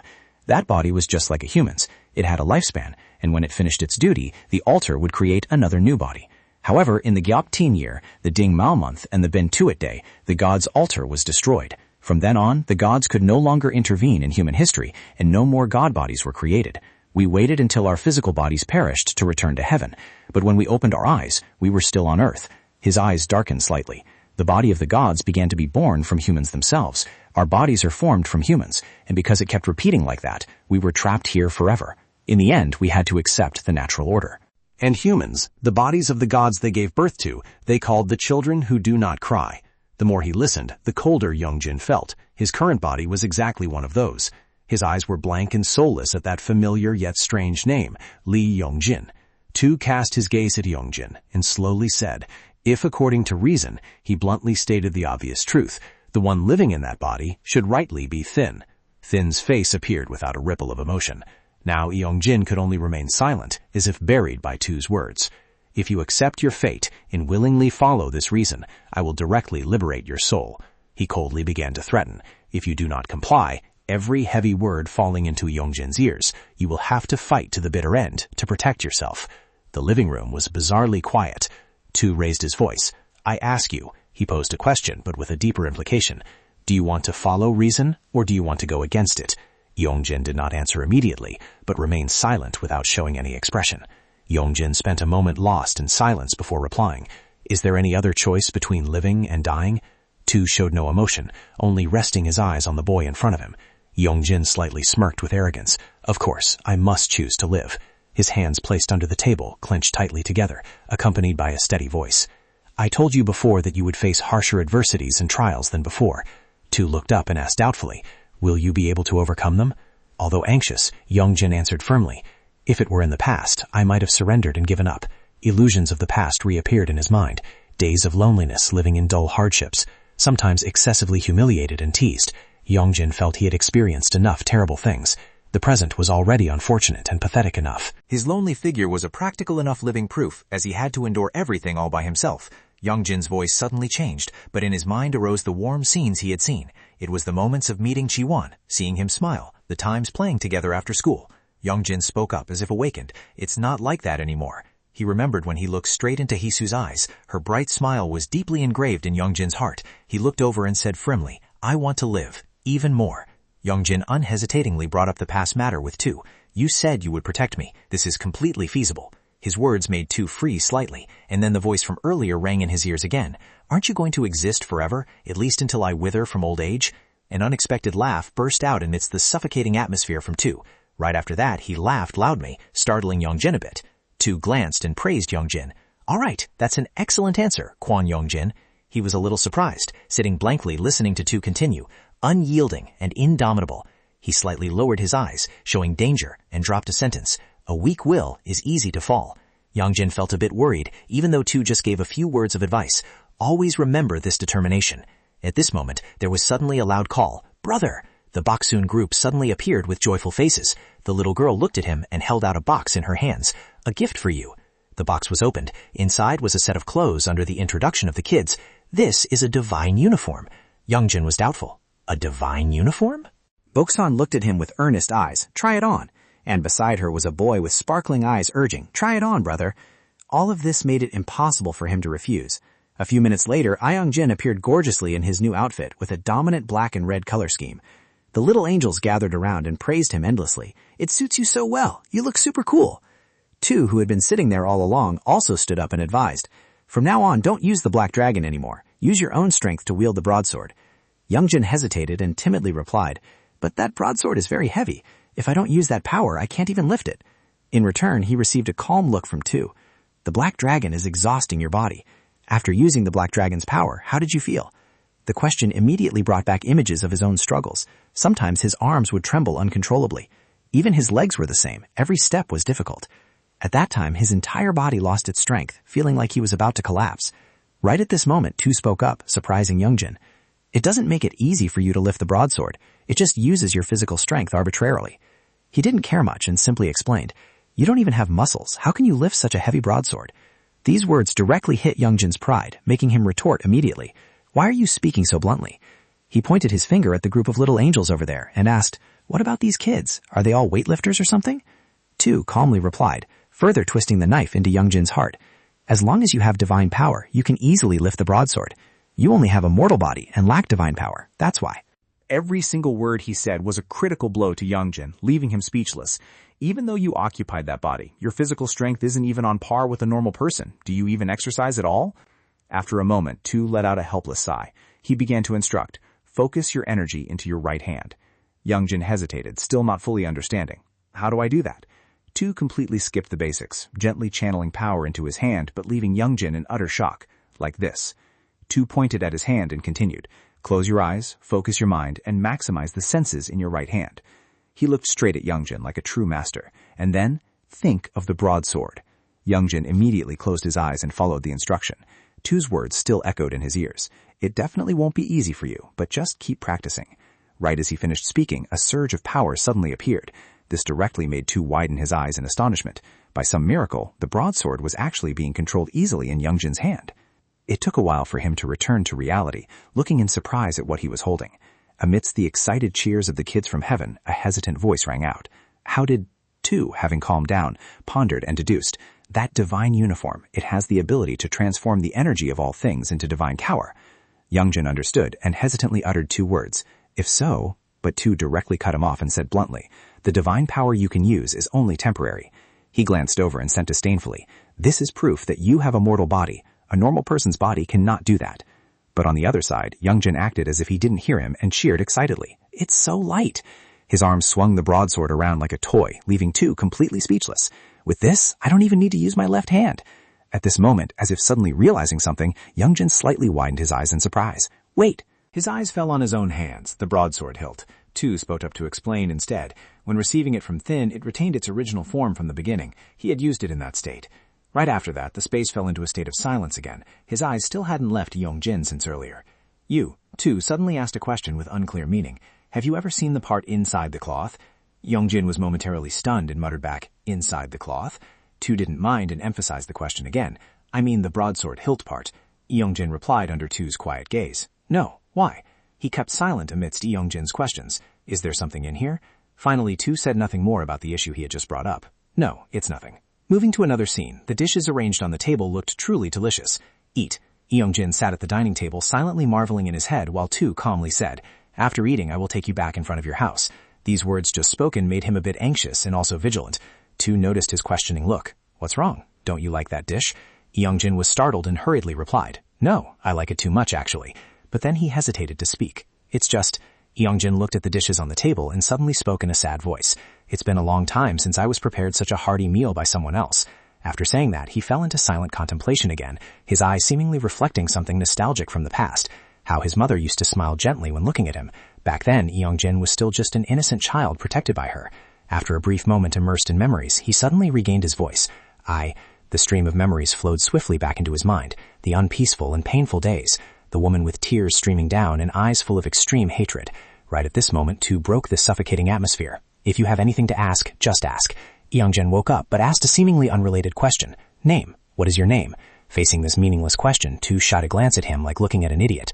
Youngjin hurriedly did damage control. Even as gods, you must have a name when living on this earth. He withdrew his gaze and calmly replied, that is not important. Of course it is important. Youngjin, somewhat speechless, spoke his mind. Am I supposed to keep calling you kid forever? Tu didn't want to talk about it, so he immediately retorted. Just call me Grand Divine General. This left him stunned. What? Tu looked at the boy in front of him and spoke words that dropped like ticking time bombs. Looking at me like this, but calculating by human age, I am much older than you. I have lived in this body for 28 years. Properly calculated, I should be thousands of years old. These words were a direct psychological blow to Youngjin. He panicked and exclaimed, 28? But why do you look like an elementary school kid? Tu was more patient this time and answered the question. I became like this because your ancestor caused me to lose half of my divine power. Youngjin was astonished at every word he heard. Even though born from a human body, based on the conditions, it is like the body of an altar. He lowered his eyes as if telling a story, going through 64 seasons, and finally added an intimate concluding sentence that brought the atmosphere back to silence, which means 16 years. From Tu's hand, a familiar green fan suddenly appeared, along with an even voice. If divine power is used before completion, he tested the power of the fan while stating the obvious. The body will be destroyed. His hand closed the small fan and explained, the ability to use divine power is limited due to the small body. Tu looked at Youngjin and concluded with a complete sentence, but this is a completed body. The focus of the question returned under Youngjin's inquiry. So you can't grow any bigger? Tu replied calmly and indifferently. That's right. Right at this moment, he suddenly said, I don't know what the ancestor is doing either. Youngjin was completely clueless, relying only on his own speculations. Could it be related to the massacre of the clan? Tu helplessly interrupted those thoughts and made a proposal. After extracting the black dragon from your body, I will tell you about it. Now, eat. As expected, Youngjin's attention was drawn in another direction. Extract? He replied, trembling with some fear. But the black dragon is my left arm. Tu looked disdainfully at the person in front of him and said bluntly, losing the left arm created from the black dragon, a slight mistake could cost you your life. As soon as the words were spoken, Youngjin was startled and panicked. Huh? Seeing his expression, Tu then said, it's not like there is no way. Meeting Youngjin's expectant gaze, he continued, this is something you absolutely must do. In the afternoon, at Youngjin's small house, he returned after a tiring day of struggling. Just as he opened the room door, Youngjin looked towards the bed with a bit of fear. At this moment, Jin was lying leisurely on it. He recalled the words Tu said at the dining table. Suggest that Jin goes to find the dragon with you. After experiencing the quiet atmosphere, Jin suddenly called out, Guan Youngjin? He was slightly startled and asked, have you eaten yet? The room became even gloomier with Jin's question. Where did you just come back from? Youngjin avoided eye contact and tried to gloss over the matter. I told you I went to earn some extra money. But Jin directly exposed his disguise. Didn't you meet Tu Daekyung? His words plunged Youngjin's heart into darkness. Jin spoke in a deep voice. I can... His eyes were as sharp as a true assassin, and his words were extremely cold. Smell a rat. Tu's emotionless eyes stared intently at him and said, this is something you absolutely must do. Suggest that Finn go look for the dragon with you. After hearing that, Youngjin was stunned. A dragon? However, he appeared apprehensive. But if the ancestor regains his power, who knows if he'll try to do something to me? Suddenly, the corners of his mouth twitched, uttering a few words. The dragon that is found. Then Tu sternly reminded the other party, it's not Finn's, it's Youngjin's. Youngjin on this side became increasingly shocked. It will belong to you. Then the timeline returned to the present, when he was standing opposite Jin, his cold, sharp gaze continuously staring at him as if warning him. Meanwhile, he was hesitating in confusion. Smell of a rat? But Youngjin gradually calmed down and continued. Of course there's a smell. I just went out to catch rats. Besides, he added another sentence. Truly, a dog's nose is different. Jin on this side was suddenly startled. You went catching rats? Noticing that reaction, Youngjin immediately picked up his phone and questioned him. Do you want me to read it to you? Need someone to catch rats. Need someone to clean up rat carcasses. Then he added, fee 50,000 won. This time, Jin was also surprised. Nowadays, people even pay to do those things? Thus, the atmosphere made Youngjin nervously speculate. If I suggest to the ancestor to go look for the dragon together now, his eyes followed Jin's actions and pondered again. It will definitely be suspected.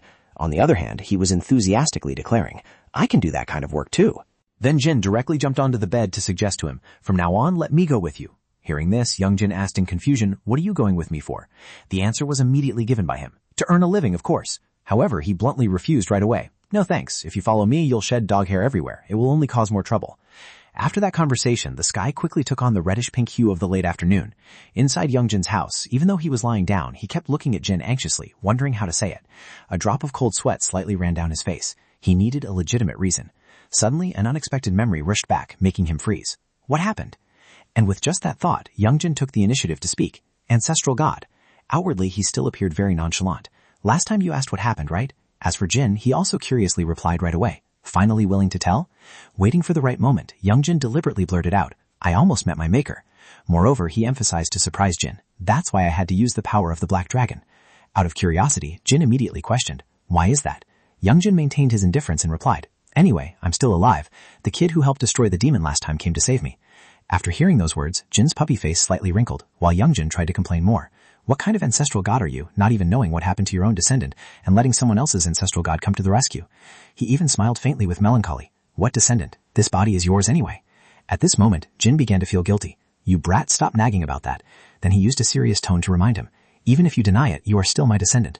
Facing those sharp, cold words, Youngjin fell silent. That was the truth. At this moment, he simultaneously recalled Tu's words that a mortal body could only be formed within the descendants of that clan. After that, Youngjin nodded and continued using his phone. Yeah, let's just assume so.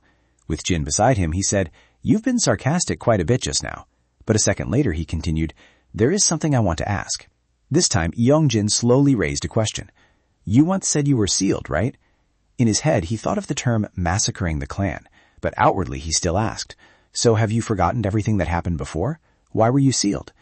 Faced with that question, Jin's mouth slightly opened to answer, little by little. I don't know. Along with that, his face suddenly darkened. But one thing is certain. Jin was also drawn into that emotion, so he looked at Jin tensely.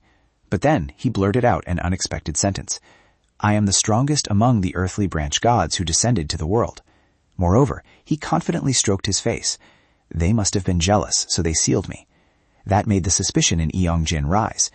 Being that annoying and still massacring the whole clan? Then he sighed. Really, anyone could say things like that. Every time something happens, you just stand there blankly like a folding screen. And suddenly he laughed out of frustration. Are you standing guard to take back this body or what? Hearing this, Jin immediately retorted. I already passed all my power to you, didn't I? Furthermore, what can I do in this form? Despite that, Jin deliberately provoked him further. Doesn't that prove you're super weak right now? At that very moment, he lowered his voice and revealed something. As long as I can recover one of the powers I had. That exact information startled him. The situation will change completely. Without a second thought, Jin lunged forward. Hit the jackpot, where is that power? As for Jin, he suddenly continued speaking calmly. All right.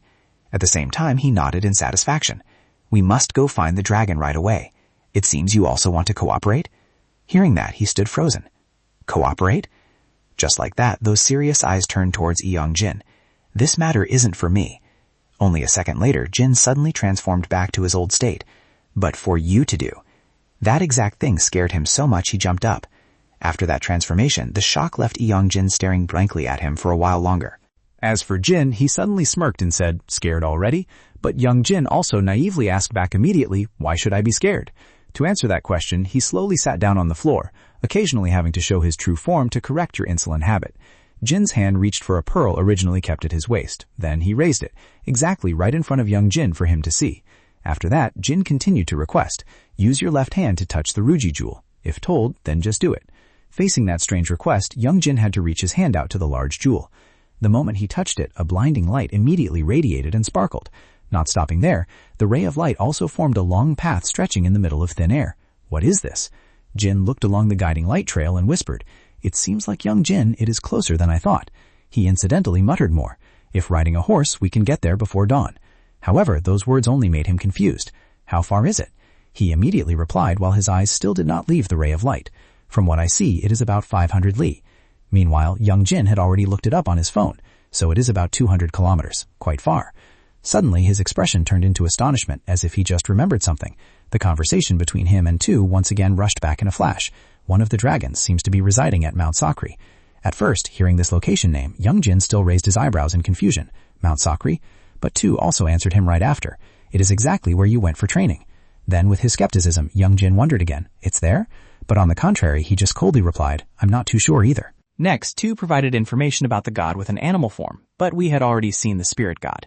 In addition, he carefully instructed that these entities usually only appear in sacred and safe lands. Finally, Tu firmly affirmed that there would definitely be a guardian deity in that place.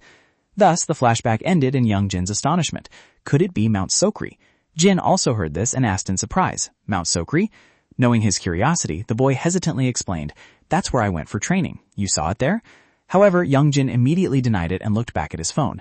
That's not it, but with this direction and distance, at this time he had also opened the map. It seems like that's the place. Let's just go there and see. While at it, he also informed him of another thing. We don't have to wait until tomorrow morning to go. It only takes 3 hours by bus. Having made the decision, he suddenly fell onto the bed. It's too late now. Let's go tomorrow. Jin quickly agreed. Okay, we'll depart after lunch tomorrow. Hearing this, young Jin hesitantly said, What lunch? I still have to go to school tomorrow. Seeing this, he let out a cold, You shouldn't neglect your studies. What time do you finish school? The answer was quickly blurted out by him. Around this time. Then Jin started to coax him. Can't you just skip in the middle of it? That question immediately made him hesitant. Didn't you just say I shouldn't neglect my studies? Before long, the time had shifted from night to early morning, and the phone in his hand now pointed to 12:44. Jin was lying neatly in the backpack with a calm but somewhat stern expression. Since he was let out of school early today, he was heading home, thinking that regardless of his studies, his own life was still the most important. To be more certain, young Jin reminded Jin, You have to stay still in the backpack, all right? He also quickly replied, Don't worry. Then he casually added, There's beef jerky in the backpack too. I'll eat it now, okay? Hearing this, the boy frowned in annoyance. Are you a dragon or a pig? Because he was too busy arguing, young Jin didn't notice the silhouette above his head, running his mouth without a break. By the time the attack closed in, young Jin glared at it. Facing him right now was a pair of toned legs looking like a student. Fortunately, young Jin reacted in time to block the heaven-shaking kick from the opponent. Sand and dust fell sparsely along with it, accompanied by young Jin's panicked face. That sharp, beast-like gaze was locking onto him. The attack that Tuat unleashed even crushed the sidewalk they were standing on. That power was so terrifying that it scared young Jin into falling to his knees on the road. Contrary to him, she stood firmly amidst the thick cloud of dust and smoke. With the identity of the earthly branch god, Grand Divine General Tuat, Tuat glared fiercely at him, the power of the Black Dragon. Then she glared and questioned young Jin. "You damn dragon, are you crazy?" At that moment, in a state of confusion and panic, he could only gape at the opponent. After those incomprehensible words, Tuat swung her broadsword up again. Go to hell. A slash filled with anger was thrown out. Thud. But at this time, Jin suddenly appeared in the middle of the battle. Grand Divine General Tuat. He immediately tried to calm her down while she was turning the blade of the broadsword. "Stop your hand." Then the next second, the sharp blade pierced straight into the ground, only a few centimeters away from young Jin.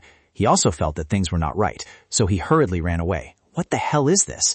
But because of the chaotic situation, he only had time to rush straight ahead, while Jin had already seen Tuat's figure. Then he hurriedly shouted to warn him, "Young Jin, above your head!" And at that exact moment, a familiar aura suddenly emitted from his arm. Before young Jin could figure it out, one of his eyes suddenly turned glowing red. Then the Black Dragon's broadsword instantly appeared and intercepted the slash from Tuat just in time. But that very action made her even more certain. Finally showing your true form, huh?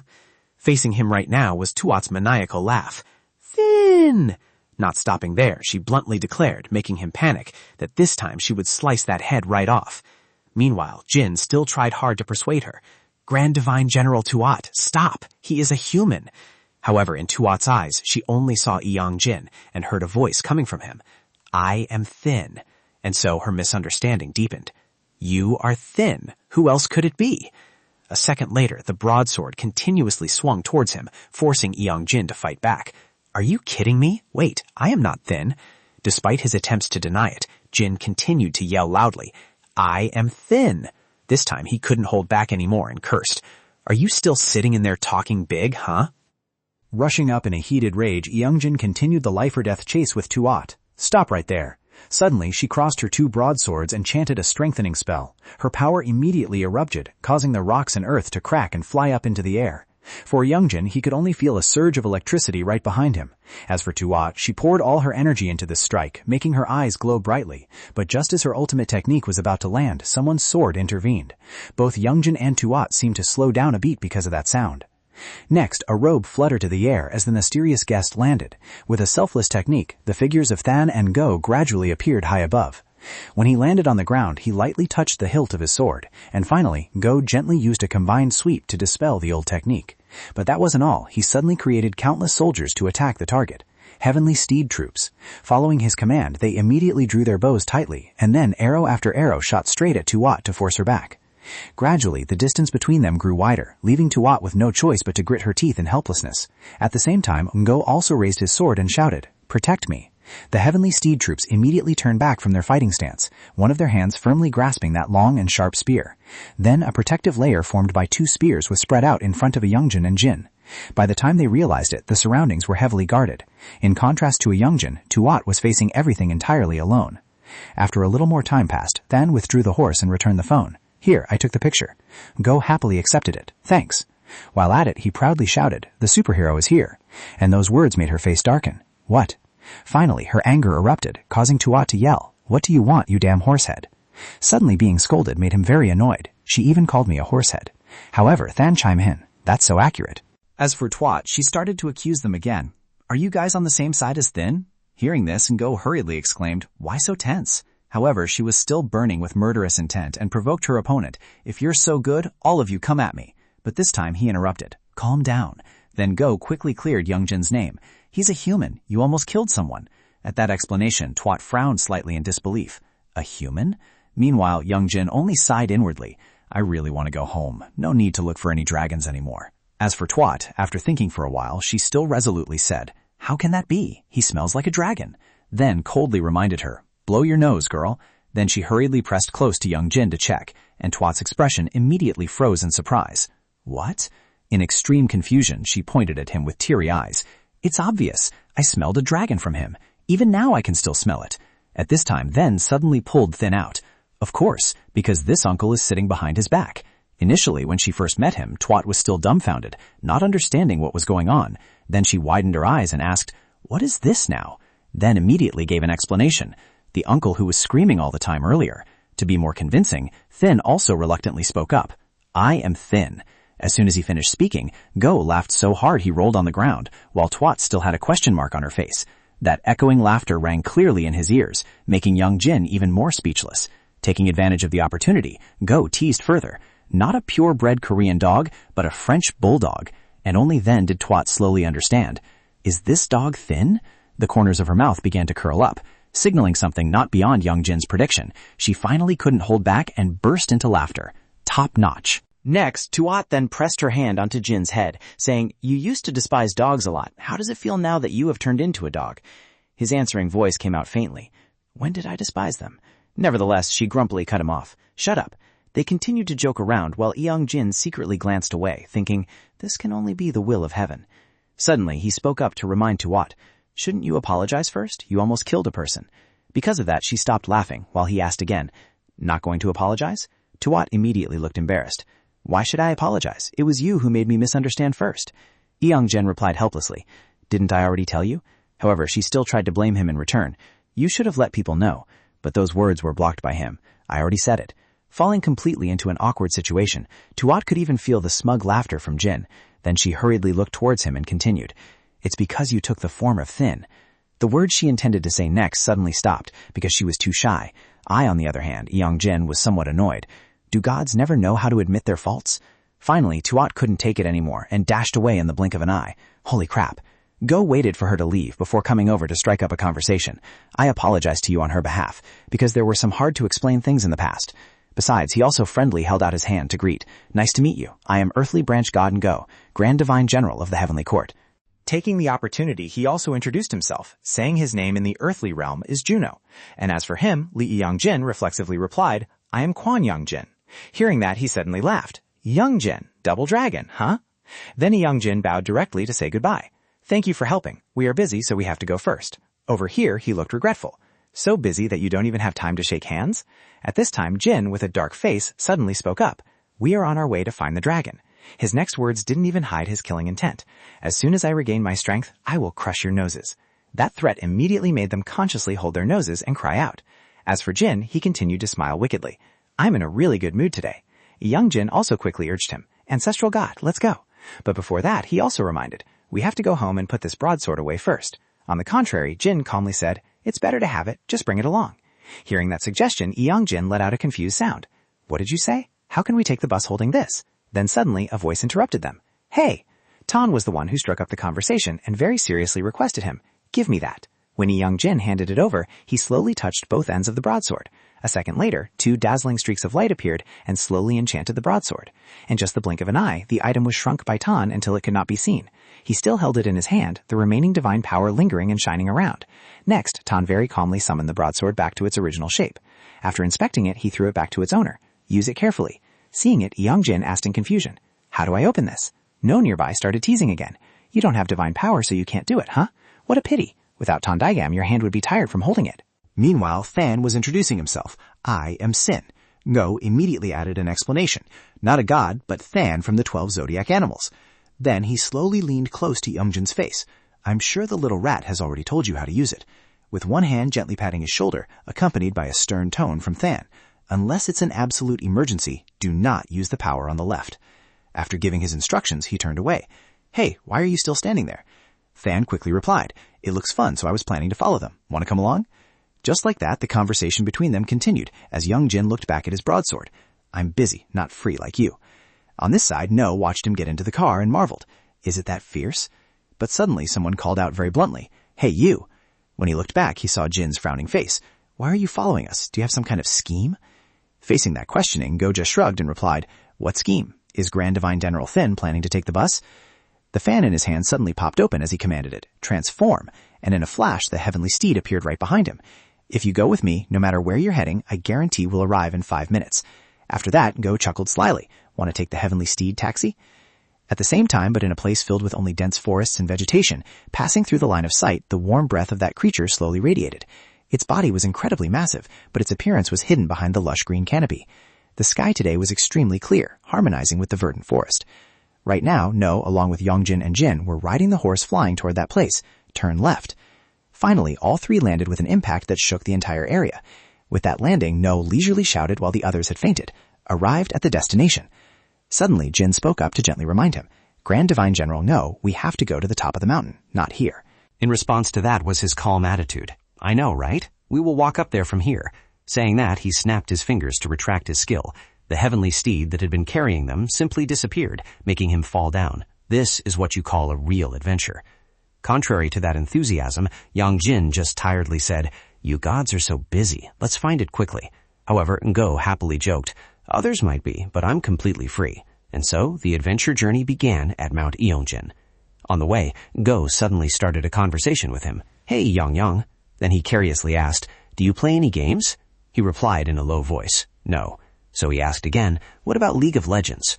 Even so, he decisively uttered the same phrase, I don't play. This time, Ngo was shocked. Why? He didn't hide it and told the truth, because I don't have a computer at home. He immediately suggested, Then go to an internet cafe. That idea was instantly rejected by him. It's a waste of money. But Ngo found it hard to believe and questioned further, You don't even play mobile games? And his answer was very decisive. Correct. At this point, he suddenly changed the subject. Then what do you live for? Yongjin flatly replied, I just live, that's all. Hearing that, he proposed, How about you come live at our place? There's even a gaming room. Ngo quickly explained further. Actually, it's not my house, but that monkey's house from earlier. We just need to ask to stay in one room. He also proudly boasted to Yongjin, Our mission is to protect humans anyway. He will definitely agree. On the contrary, there was only hesitation from him. No thanks. Those reactions made him wonder, Do you hate me that much? But in the end, Yongjin just coldly said, It's normal. Ngo naively asked, What does hate normally mean? Can you explain it more clearly? This time, Yongjin showed a bit of annoyance. Stop asking. I'm so tired I'm about to drop dead. Right at that moment, Jin suddenly spoke up in a very mysterious way. Hey kid. Then his exhausted appearance gradually revealed itself. Hold out your left hand. Yongjin was surprised. Are you okay? Why do you look so battered? In the end, he had to comply with the request while No was judging. Why are you as weak as a snail? As for Jin, he transformed back into his human form and placed the jewel in his hand. As usual, it immediately glowed brilliantly. After that, a guiding path formed right before Ngo's all. They then looked in the direction of the light ray and muttered, We have to go a bit further. When he was about to continue, Jin called out once more, Quan Yongjin. By now, he had returned to his dog form, so he was very tired. Carry me for a while. This body is too disproportionate. The legs are short and the body is like a potato. Seeing this, Yongjin remarked, You eat so much, no wonder you're fat, making even No sneer. In return, Jin just grumpily scolded him. Damn it, you should have trained your physical strength beforehand. You can't even hold a broadsword. And just like that, they started arguing. I can hold it now, okay? He firmly cut him off. Shut up. A while later, Jin was put into the backpack to rest. The person carrying him this time was No. If I hadn't come along, you guys would have been in big trouble. Yongjin, following behind, replied, Sorry. Gradually, they finished climbing the stairs, and now there was only a tall cliff in front of them. No stopped for a moment to guess. Is this the right way? Do we really have to go right through this rock? Suddenly, Jin took the initiative to sniff around, prompting a sarcastic remark, looking like a fierce dog, huh? Very soon after, Jin jumped straight into the bushes. Going right in? The two of them followed the direction he indicated, slowly parting the branches. When they looked closely, they saw a creature still fast asleep in a hollow of dirt. At first glance, No just widened his eyes in surprise. A trash bag? Meanwhile, Jin firmly asserted, That is a sacred creature. Seemingly sensing their presence, Jochan woke up on his own. He then bowed his head in greeting. It is an honor to meet the Grand Divine Generals. Those ocean blue eyes slowly met theirs. I am the mountain god protecting this mountain. My name is Jochan. Jin immediately asked him, Are you a mountain god? Your condition doesn't look very good. At that question, a hint of sadness flashed in Jochan's eyes. Do not worry. This is the consequence of everything on the mountain being destroyed, the ecosystem being broken. Then he quickly got to the point. Why have the Grand Divine Generals come here in person? He immediately stated the purpose. We need to find something. Hearing that, Jochan agreed very amiably. If it is something I know, I am very willing to guide you. What are you looking for? At this time, Jin began to ask for information. You have resided on this mountain for so long. Surely you have seen the white dragon. The name he mentioned made the boy raise an eyebrow slightly. Then Jochan suddenly turned and walked away. Although I do not have certain information about the white dragon, I have something I want to show you. His tone was a slow request. Please follow me. Given this positive situation, No made a remark, so it wasn't a wasted trip coming here. After that, they followed Yukon to a place shielded by a massive rock. Upon seeing it, Go showed a bit of curiosity. Is that rock the white dragon? But very quickly he pulled out his phone and took a picture first. Youngjin check. By the way, Go also asked Youngjin, Young, want to be friends on Insta? However, he shook his head. I don't have it. This made him confused and blurted out, why don't you have anything? As for Jukon, he was slowly telling Jin, this is a sacred rock that has existed since I was born in this place. Then he continued while looking towards the rock. At night, it usually emits a white light. Jin, on this side, quietly observed, not knowing if it was related to what he was looking for. A moment later, he spoke up to call Youngjin to get his attention. Hey kid. At the same time, Jin also used his human form along with the jewel to verify. This time, the reaction of the jewel was very different, as it no longer glowed. At that change, Youngjin widened his eyes in astonishment. In return, he maintained that posture, but nothing else happened. The light was off. After verifying the truth, Jin slightly furrowed his brows. So, is it right, or is it wrong? Before the question could find an answer, there was suddenly the sound of birds flying chaotically in the forest. Moreover, the trees were even swaying violently due to some factor. Go's sharp senses quickly tangled. This was a sign that something was about to appear. Right at that moment, Jukon was the only one who noticed a problem. However, that chain was one step faster than him and dashed out from nowhere. In just a blink of an eye, it tightly wrapped around Youngjin, making him very panicked. His face immediately darkened, and his eyes unconsciously looked back. In the direction Youngjin paid attention to, the chain was being held by a mysterious figure. Suddenly, the canopy rustled gently, revealing his appearance. Seeing that bizarre shape, Youngjin only had time to exclaim in confusion. Mask? Meanwhile, the mask guy had already started pulling the chain back to take him away. In that critical moment, Jukon suddenly rushed out and bit the chain. His sharp teeth instantly snapped the fragile string, and the other end of it was easily caught by Go. At the same time, he also held him back with a smug look. Nice try. And then Go's eyes glanced at him to check. Young, are you okay? Contrary to that calm demeanor, Youngjin was still very terrified at this moment. He was currently still tied up, while the other end of the string was held by an arm. That scene was seen by Go in astonishment. Then he hurriedly checked, only to realize that the one in his hand was the masked guy. Even Jukon didn't expect it, and was completely stunned. As for Jin, he only had time to scream his name in panic. Kwon Youngjin. Youngjin himself didn't dare to move, because he saw a few drops of saliva falling down. More precisely, it started from the sharp teeth of a ferocious beast, and gradually, the giant body of the dogman hitting his eyes made him even more shocked. Then Go hurriedly exclaimed, You bastard, when did you switch so fast? Jin scowled and yelled, Isn't it because you missed? In the midst of the unexpected situation, the dogman started to turn around to leave, but that action was immediately noticed by him. Stop right there. Before Ngo could act, the masked guy had freed himself from his hand. Then he landed along with the appearance of two other masked guys. At this moment, Ngo immediately used his sword and channeled divine power into it. Unite! Next, he immediately tapped the hilt of the sword on the ground, and the declaration of punishment was issued very decisively. In a flash, an entire squad of heavenly steeds quickly appeared with him, heavenly steed troops. Ngo quickly assigned tasks, the rear guard protecting the rest. The crowded army continued to appear to increase their numbers, and he himself also drew his sword into battle. Vanguard team, follow me. On the side of the masked guy, he aggressively shouted, Don't let them escape. However, Ngo's heavenly steeds easily dashed right past them. Because of that, they hurriedly changed direction to chase after, but blocking the way were two resilient spears. The heavenly steed troops that Ngo left behind had now completely surrounded them to block the way. On the other hand, Youngjin's vision was constantly changing at an extremely fast speed. The werewolf still held him in his hand, while it easily dashed through each forest. He was gritting his teeth bitterly. I can't move. In Youngjin's mind, he was thinking about the broadsword. He had to get it out of the backpack. Ultimately, he suddenly thought of another solution, using the power in his left hand. Even though it was just a plan, magical power had already begun to invade his eye. Right at this moment, Tu's words suddenly interrupted. If you continue to use the power of the black dragon, you will gradually lose yourself. That was why Youngjin hurriedly shut his eyes tightly. At the same time, a call from Ngo echoed right on time. Youngjin. His horse's hooves continuously trampled through the dirt and dust to dash forward. To catch up with him, Ngo did not hesitate to pull the reins tight to accelerate further. He himself still calmly smiled confidently. Just stay there. Then, in no time, the distance between them narrowed to the point where the werewolf's movements could be clearly seen. Seizing that opportunity, he immediately channeled divine power into his sword. Next, Ngo dashed across and slashed its upper part off. The sudden pain caused the dogman's eyes to completely roll back, and the arm that had been holding Youngjin consequently loosened. As soon as he was released, Jukon and Jin rushed in to rescue him, and they quickly landed on the ground very safely. However, its eyes remained fierce, despite its divine power pouring out. Finally, the arm and body of the dogman fell to the ground, motionless. No's troops, along with him, immediately surrounded it to check. Did it bite the dust? Seeing that, he clicked his tongue in frustration, as he hadn't even managed to extract any information yet. But just a second later, the dogman suddenly grabbed its own arm, and then it stood up on its own right before No's eyes. The sound of chewing and cracking bones rang out, scaring No pale. On the contrary, the dogman calmly digested that arm with blazing killing intent. A second later, the missing arm just grew back anew, and that once again horrified No to the extreme. Holy crap! By now his opponent had fully recovered, even becoming somewhat more frenzied. As for No, this unexpected situation unintentionally stimulated him. This bastard is truly disgusting. Returning to Youngjin's side, to be safest, they were running far away from the werewolf. Jukan was currently carrying him and Jin on his back, running at flying speed. However, the masked guys still caught up and hid behind the trees.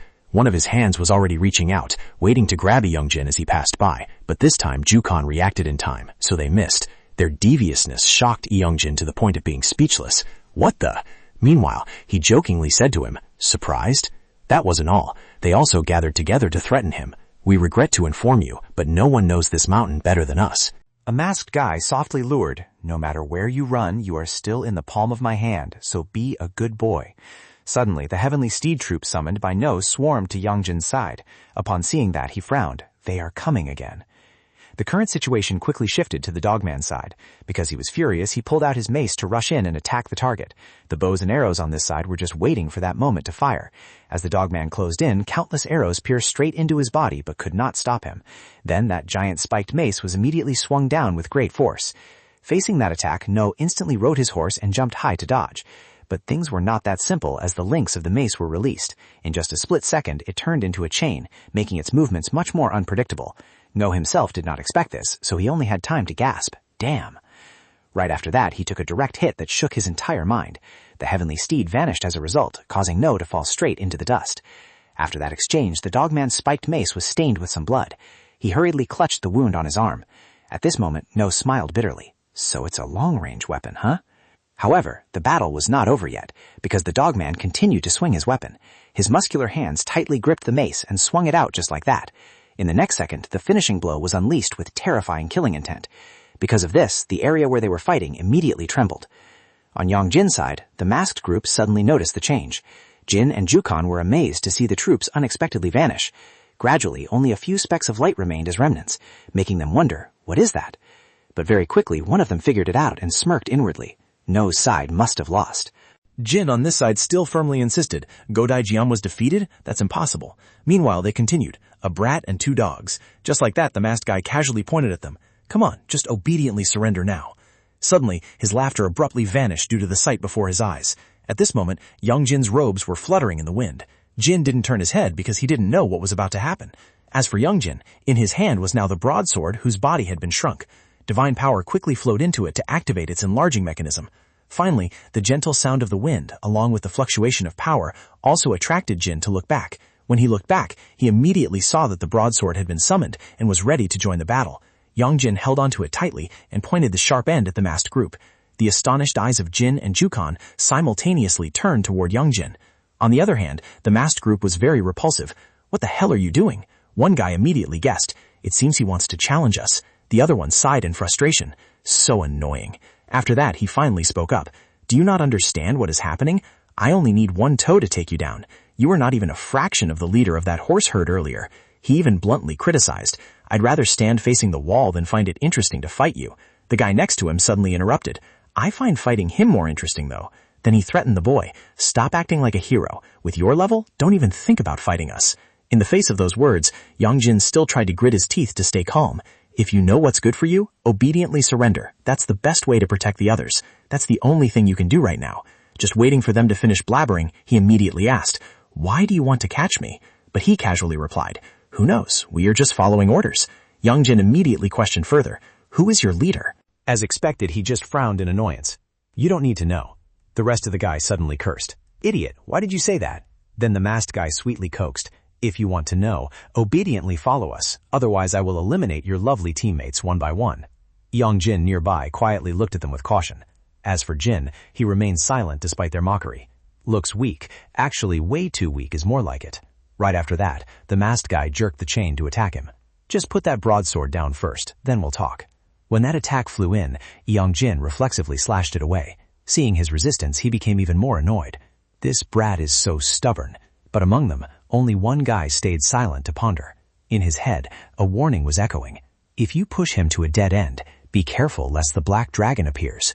Returning to the present, he looked at Yongjin with curiosity. If we succeed, perhaps there's a chance to see that black dragon.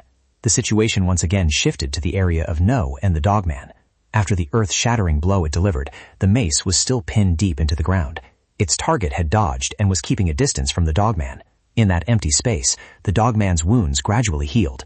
No also realized this, so he could only curse inwardly. Things are already messed up.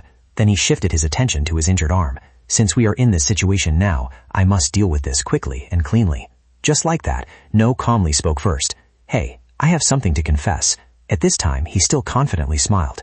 Because I want to maintain the soldiers, I haven't used my full combat power yet. His posture was immediately adjusted with a more decisive sword draw. Do you know what that means? This time, No directly pointed the tip of his sword forward. Now I will show you my true power. Divine power instantly rose from deep underground, slipping through every crack to surround No. No's expression also became more serious before he focused everything on his sword, and in the blink of an eye, his body gracefully glided past and unleashed a fast sword strike. That precise sword path instantly cut off the upper part of the dogman. If you eat yourself to regenerate, now you don't even have a head to eat. After unleashing the attack, No gently continued, and if it regenerates naturally. When he returned the sword to his sheath, it was also when he used his ultimate move, Azure Flame. Just burning it all is enough. Then with this smugness, No proactively chatted a bit more. Normally I should have interrogated you first, but because Yongyang is in danger. Suddenly he saw the dogman's hand placing itself on its neck. The next scene, it simply sliced off its own burning part. No himself didn't expect that at all, so he could only gasp in shock. What? As for the dogman, after dealing with the excess part, its cells rose up again, a new head sprouting straight from the stump incredibly fast. At this moment, No suddenly sneered because he understood something. Turns out it's not a common monster. Facing him was that persistently stubborn doghead. I plan to play with you for a bit and then leave immediately.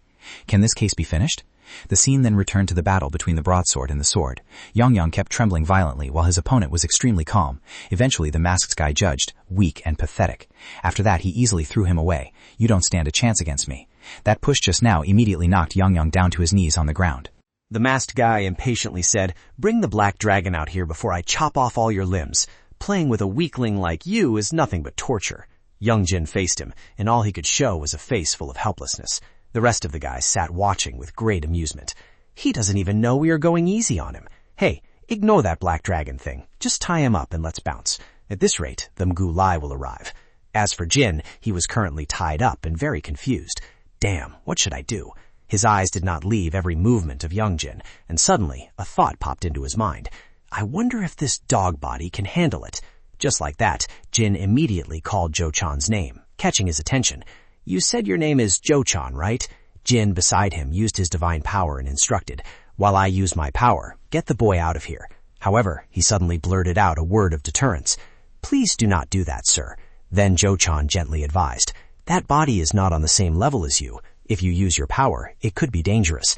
Let me try. Please don't overexert yourself. In return, he was very surprised. How did you know about that? At that question, Jo-chan's eyes stared pensively forward. Seeing Yongjin constantly getting beaten, he slowly continued. Isn't that the rightful position of you, Grand Divine General? Looking closer, he clearly saw Yongjin's misery. I've been feeling uneasy this whole time. A confession then poured out. Born and existing in a position that one is not allowed to. And now he seemed to be knocked out, but his hand still tightly gripped the broadsword. What the hell was that thing? Yongjin himself still didn't give up, so he tried to hold on to the handle, while the masked guy continued to mock. Although the outer shell is superior to humans. He used his venomous words to pierce straight into his mind, but inside he was just a weak person. Moreover, his expression was also extremely terrifying. With your strength, you won't be able to accomplish anything. Because it was so humiliating, the surroundings around Yongjin suddenly darkened.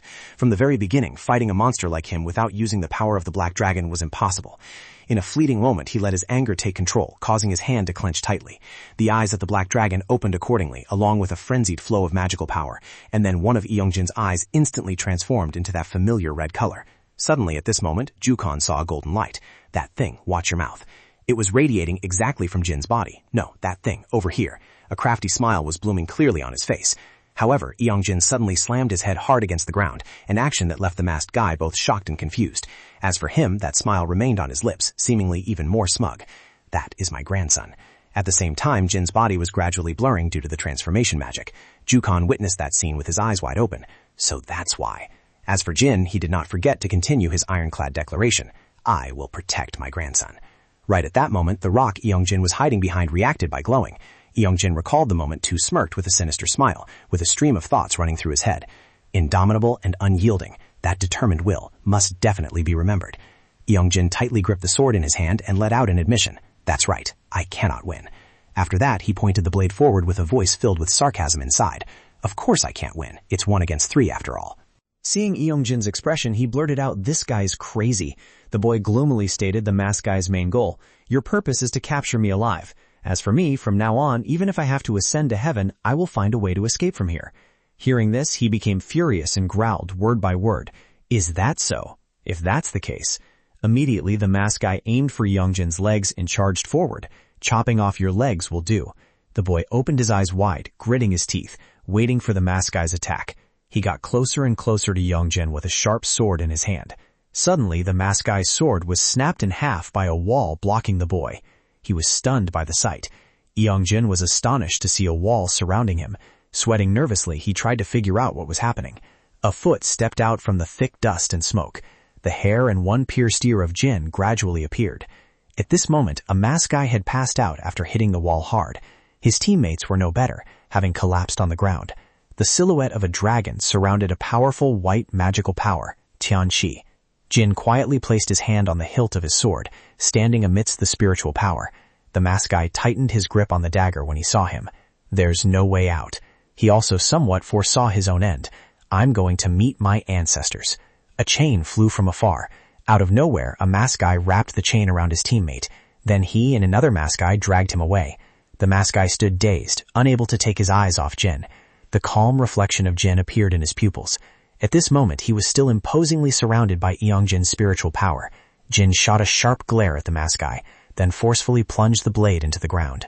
He bent on low, panting heavily, and complained, "So tiring." Go raised his head, observed the dogman in front of him, and shouted loudly, "I'm so sick of this game." It closed its eyes, its face still keeping a joyful expression. Go frowned, vaguely realizing the dogman's preference. He keeps laughing this whole time, which really makes my blood boil. It seems the more he is slashed, the more stimulated he feels. He raised the sword in his hand and said, "Anyway, this move helped me understand, if my speculation is correct." He carefully scanned every spot on the dogman's body, with a firm thought. There must be a fatal weak point. Go's face darkened as he pondered.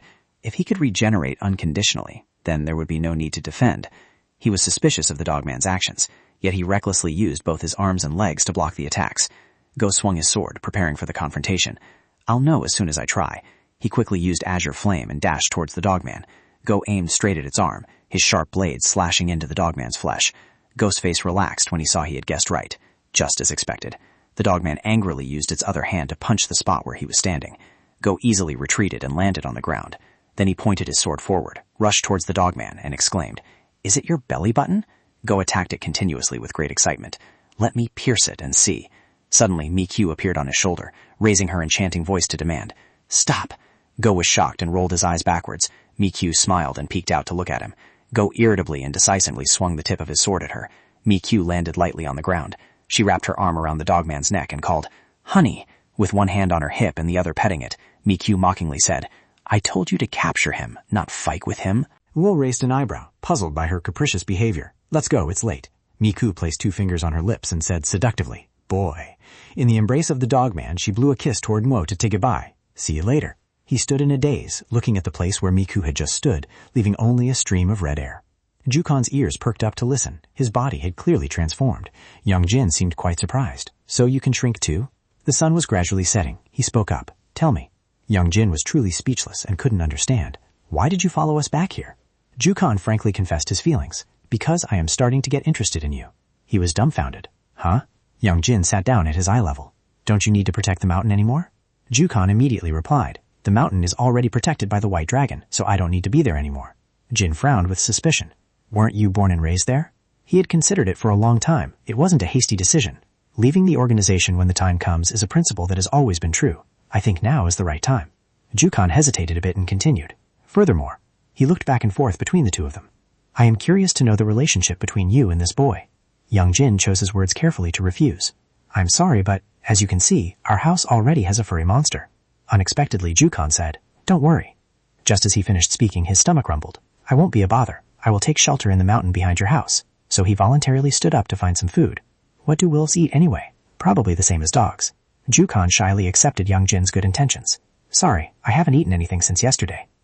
Young Jin opened the cabinet to look for some canned food. He grumbled. Isn't our house poor enough? He still planned to feed him? Jin bossed him around, ordering, Hey, mountain god, take care of your own meals. Jo-chan bowed his head obediently. I understand.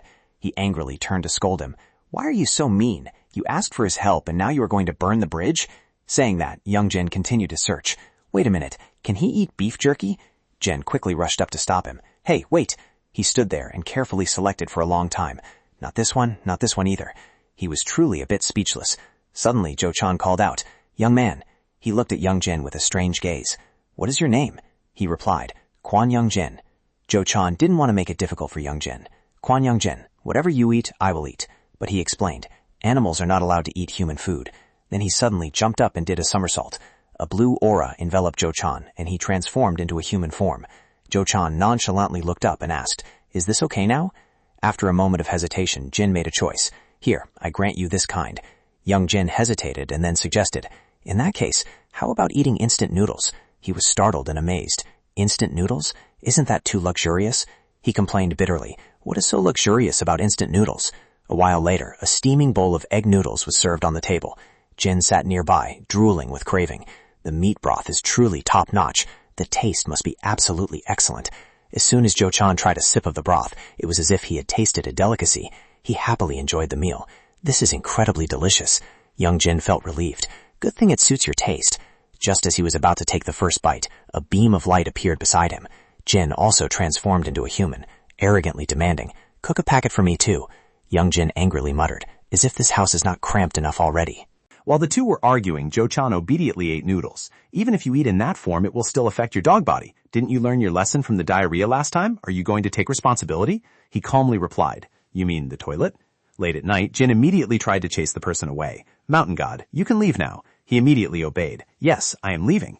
Unexpectedly, he threw out a set of blankets. It is late. Just sleep here tonight. He was annoyed at having another competitor. The house was already cramped and he still invited him to stay. Lee Young-jin didn't care about Jin's opinion. Is the dog form or the human form your true body? Jo-chan replied without hiding anything. Both are my true bodies. He smiled gently with concern. If so, you must know how to wash yourself, right? He confirmed. Of course. Lee Young-jin turned cold and immediately demanded, Then go take a bath. Your body emits a total dog smell. He frankly expressed, I almost threw up while eating. Jo-chan felt embarrassed. Sorry. Jin hurriedly checked his own body odor. The sound of splashing water echoed in the bathroom. Lee Young-jin and he each rested in a corner. He suddenly felt anxious. Thinking back, Lee Young-jin really didn't know what to do. How could he bring Lee Young-jin into his body now? It had already possessed the ancestral god. Old memories flooded back. I will get it? What do you mean by that? He couldn't believe his ears. Keep 2 dragons in my body? Lee glanced at Young-jin. Use the acquired dragon to create your left arm, and then eliminate the black dragon. That is the method I am thinking of. He had firmly asserted that any dragon would be safer than the destructive and terrifying power of the black dragon. Lee Young-jin was currently deep in thought. The white dragon was definitely safer than the black dragon, so he boldly suggested, Ancestral God, swap the dragons for me. Jin didn't have time to understand what was going on for a moment. Lee Young-jin sat up abruptly, earnestly pleading, White dragon, you heard it too, right? Please become my left arm. It bluntly replied, I refuse. He was bewildered. Huh? It arrogantly affirmed itself. I am the power of Thin, the dragon god. I cannot coexist with a human, a being with inferior spiritual power and willpower. He didn't know how to respond for a moment. Thin, I think this is actually better. It suddenly made a malicious remark. Imprisoning the black dragon in a frail human body is not a bad idea. Lee Young-jin turned pale. What? He panicked, unable to grasp the situation. I'm asking for your help here. The white dragon coldly affirmed. I cannot help you with anything. It kindly advised a few words. If the black dragon causes trouble, I can help give him a slap, so be careful not to let him run wild. Lee Young-jin was shocked. His processing unit temporarily halted. Jin suddenly spoke up, pulling him out of his train of thought. Did Tudai-jom tell you to do that? Seeing Lee Young-jin still dazed, he continued. Telling you to trade the black dragon for the white dragon? He honestly confessed to Jin. Tudai-jom, it's just that The black dragon always does whatever he wants, while the white dragon is easier to negotiate with. His expression immediately darkened. Do you think I'm an idiot? Jin shifted the topic again. Where did you get the handle of that broadsword? Li Yongjin frowned tensely and replied, I bought it on a second-hand app. He mumbled, taking in the information. Bought it? If so, Jin used his spiritual power to take out the shirt, his eyes full of scrutiny and pressure. Did you buy this there too? He was so tense that he broke into a cold sweat. This one is... Jin recognized the item. This, his gloomy eyes showed the matter wasn't simple. Tudaijam used to wear this before. A trembling hand tried to reach high up. Go lay on the bed receiving treatment. Even now, my hand is still trembling. He frowned, showing a displeased attitude. Is it because this is not a body created by the altar that it is like this? He immediately affirmed. It's just because you haven't cultivated enough. Tu, beside him, calmly analyzed. It caused the balance of your body to deviate, which is why your divine power became unstable. Go still couldn't get out of bed and asked in confusion. In the end, how on earth did you maintain balance with that body? His entire body still exuded a faint aura, and the simple answer was, habit. He couldn't help but exclaim, Oh, my father, how can you live like that? Go began to make excuses to shirk responsibility. Ah, right. It might sound like a fallacy, but it's all Grand Divine General Tuat's fault, isn't it? The more he spoke, the more enthusiastic he got. From the very beginning, I had to expend effort to stop her. Go was in the middle of talking when he was scared by a foot. Because of that, my divine power was depleted so much, so I fell into a disadvantageous position when facing that guy, didn't I? Tan arrogantly looked down at the whole group from above. Hey, you useless guy, look at your battered state from getting beaten up. He struggled to get up miserably. I told you my level is different from you guys, didn't I? He stepped over and Go. For the time being, don't you cause any trouble. You truly are a young horse. And Thon started a conversation and asked too, by the way, I heard that Thien Daijam has already absorbed the dragon, so from now on, maintaining his true form will become much freer, right? He coldly assessed the situation. Then it's really about to go terribly wrong. He nonchalantly said, he has only absorbed one dragon so far. It's still perfectly fine. But Tu didn't think so. Young Jin represents the power of protection and restraint. It cannot be reborn, so Thien's true form will not be free either. He firmly asserted that, and even if it returns to Thien, it doesn't mean everything is completely ruined. Tu calmly closed the thick book, because it was originally still part of my plan to resolve everything peacefully. A cute voice rang out. Brother, the little boy smiled brightly and announced, the portal is already open. He clasped his hands behind his back and led the way. Let's go talk to everyone. Go refreshingly swung his arms and legs, truly worthy of the Child Attendance Hospital. They are all genuine master physicians. Thon tried to act like he didn't care much. By the way, so ultimately did you, he didn't even bother to turn his face around, manage to kill that guy yet? He grabbed his shirt while recounting. Not yet. Right before I delivered the finishing blow, reinforcements arrived in time, so that guy also managed to slip away. What a pity. Thon sneered sarcastically. You are only good at making excuses. Go intentionally brought up the topic. So do you know who came to reinforce that guy? He paid no attention. Who? He said a name that Thon would definitely care about. It's me Q. As expected, he immediately glared at Go. Tu gently stepped through the portal. The spiritual energy surrounding him gradually spread out. Tu's expression became slightly serious. He spoke up. Everyone. Tu politely greeted everyone. Long time no see. All are familiar faces. Earthly Branch God, Grand Divine General, Su. Not far away was Earthly Branch God, Grand Divine General, Mao. He was sitting precariously in the corner. Earthly Branch God, Grand Divine General, Mui. He still wore his gentle smile as usual. Earthly Branch God, Grand Divine General, Hoi. Hoi stepped forward to represent them and spoke. Please come in, Tudaijam. Mao happily welcomed Tu. Long time no see. He looked at the object in front of him in wonder. What is this? He spoke up. Hoi excitedly presented the idea. I think that after the meeting ends, since everyone is already gathered here, we can play Yutenori together. Mao immediately responded, I'd love that. Tian looked around and didn't see anyone. Hey, where is Sarah? Dao widened her eyes slightly. Sarah is... you mean Grand Divine General Tai? She checked her phone again. For meeting matters like this, you have to notify a week in advance. I'm very busy. She also sent an additional message saying, just summarize all the main points and send them to me via text message. No quickly found a seat and sat down. Is that old lady still practicing fortune-telling? Tu decided, well, it's fine. Leave it be and I'll report back to her later. He noticed someone else was missing. Grand Divine General Dan is nowhere to be seen either, huh? Mao naively asked Tuat nearby. Grand Divine General Tuat, didn't Grand Divine General Dan come with you? She frowned, bristled, and refused. No way. Why are you looking for that old man but calling my name? She wilted, getting mad out of nowhere. Mui frowned and impatiently urged, let's just get straight to the main point. I had to spend my precious time to come all the way here. Hearing that, Mui immediately mocked. You used a teleportation portal to get here so comfortably, yet you pretend like it was so difficult to arrive. Tian kindly added another blow. He's also the one with the most free time among us. Tu spoke up to cut off the noise. First of all, he held out a strange drawing. Has everyone seen this before? He frowned tightly. What is it? Mao also tilted his head in confusion. Hoi suddenly spoke up, seeming to have a clue. This! He stepped closer to take a better look. I've seen it before. Hoy explained what he knew. The seal-engraved demon had murdered a human, or rather it indirectly pushed that person to their death. Dao was extremely shocked upon hearing this. Did such things happen on Jeju Island too? He expressed deep regret. If I had discovered it a bit earlier, that tragedy wouldn't have happened, which is why I remember it so clearly. Tu asked more thoroughly, exactly when did that happen? Hoy rubbed his chin and thought carefully. It was shortly after this body of mine awakened. It seems to have been about 10 years ago. He filtered the information. So it has existed since 10 years ago. Tu continued to ask about another matter. So have you ever seen a mask? He couldn't quite keep up. A mask? Tu gave a specific example, like a Goxitel mask or something similar. Hoy thought for a moment and affirmed, I haven't seen one, but what does that have to do with this? He stated, these seal-engraved demons and the masked guys are acting as if they are on the same side. Tu came to a firm conclusion, and there is a mastermind behind the scenes giving them orders. Mao was extremely worried, but what exactly is their goal? He continued his speculation. Judging by what happened before, their target is the true body. Tu mentioned a serious matter. As you probably know, the true body is currently containing a human soul. Wei was full of doubt. A human? He couldn't help but burst out laughing. Hold on, is that really a human? I bet anything. That brat is more like a demon. Mui was about to babble unpleasant, malicious thoughts to his demon lackeys, but Tu interrupted him. Watch your mouth, Mui Daijam. That is definitely a human. He continued to attack the person who wasn't present. How could a brat carrying the black dragon inside him be considered a human? He suddenly affirmed, I will remove it from the body of that human child. Tu was completely serious. I mean the black dragon.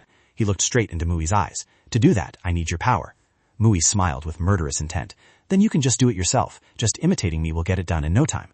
Tu remained silent in deep thought, but his eyes showed it clearly. He frowned tightly to show his attitude. Hoy purposefully spoke up. How about we stop arguing with each other and switch to playing Yutnori instead?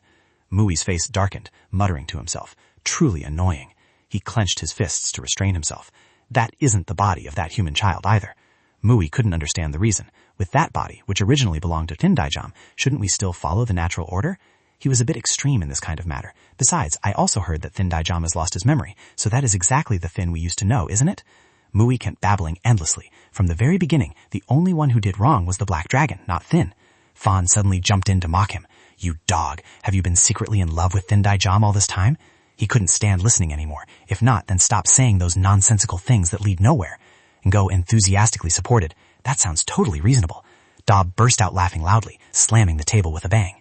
Mao frowned unacceptably. So do you mean we should forgive Thin, the one who heartlessly killed thousands, tens of thousands of people? He gritted his teeth trying to retort.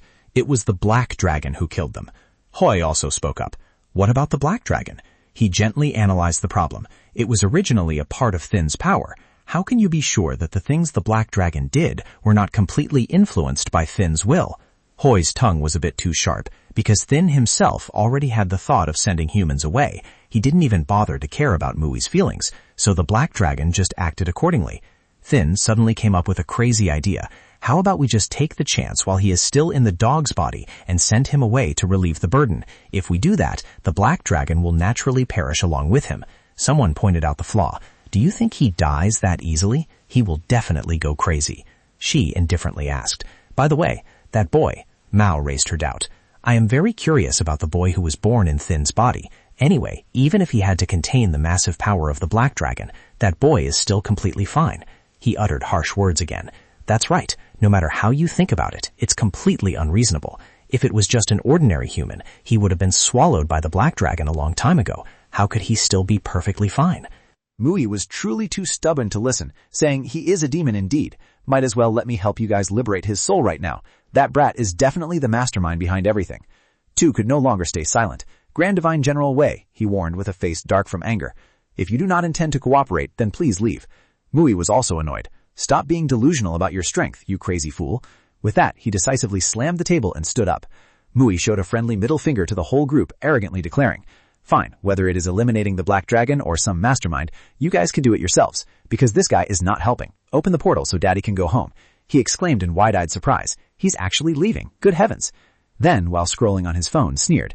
Staying any longer would be too humiliating, so of course he had to leave. Sue gently put her glass of water down. She softly assessed the situation. Whether that child is ultimately a human or a demon is no longer important now. Sue summarized the opinions. Since Grand Divine General 2 has stepped forward to guarantee that the child is human, there is no reason for us to object to his judgment. Everyone listened silently to her analysis. What we need to care about right now is who removed Thin's seal. Since Thin cannot unseal himself, someone from the outside must have definitely intervened. No one raised any objections. That person is definitely in existence with power equivalent to ours, which is why he could break the seal. There is a high chance that person has deep connections to that mastermind. We also cannot rule out the possibility that he has been in contact with Thin before. Sue came to a simple conclusion. Because the one who desires Thin's body the most is none other than Thin himself. Therefore, she suddenly made a brutal suggestion with a gentle smile. How about we just capture Grand Divine General Thin and torture him with the jury punishment until he confesses? What do you all think? If needed, we can just use Grand Divine General Mao's power. Dao, sitting nearby, could not help but exclaim. All you've been saying this whole time just means you want to use the jury punishment to torture old Thin, huh? Then hummed and joined in. Hey, he sneered calculatingly. That sounds pretty interesting, but why do we need to do that? Then suddenly dropped earth-shattering news. Because the mastermind pulling the strings behind the scenes is Thin Can. He received a message from Tu. Yoongjin, come out to the front of your house at 6 p.m. tomorrow evening. Yoongjin stared wide-eyed at the text. He couldn't take his eyes off the messages. Come out to the front of your house at 6 p.m. tomorrow evening. Let's have dinner together. Yoongjin happily typed a reply, quickly accepting the invitation. Yes, Grand Divine General. Then confidently and firmly asserted that the mastermind behind it all was Heavenly Stems. Tu's face darkened, his eyes unfathomable, while Mao looked confused and didn't understand anything. Twat also couldn't process it for a moment. What? He grinned and pointed at Na. The group that fought with this guy were minions of the Heavenly Court. They were in an uproar again. What? Heavenly Court? He then confirmed. It was the first time I met that guy, so I was half believing and half doubting the whole time. Na recounted the situation of the battle that day, but it seemed like he had that thing stuffed into his mouth by a fox, so even if his head was chopped off, he wouldn't die. I can confirm, he is one of those who use the fox speed of the Heavenly Court. He added more information. Even the masked guys we just talked about are like that too. Go almost forgot to mention an important character.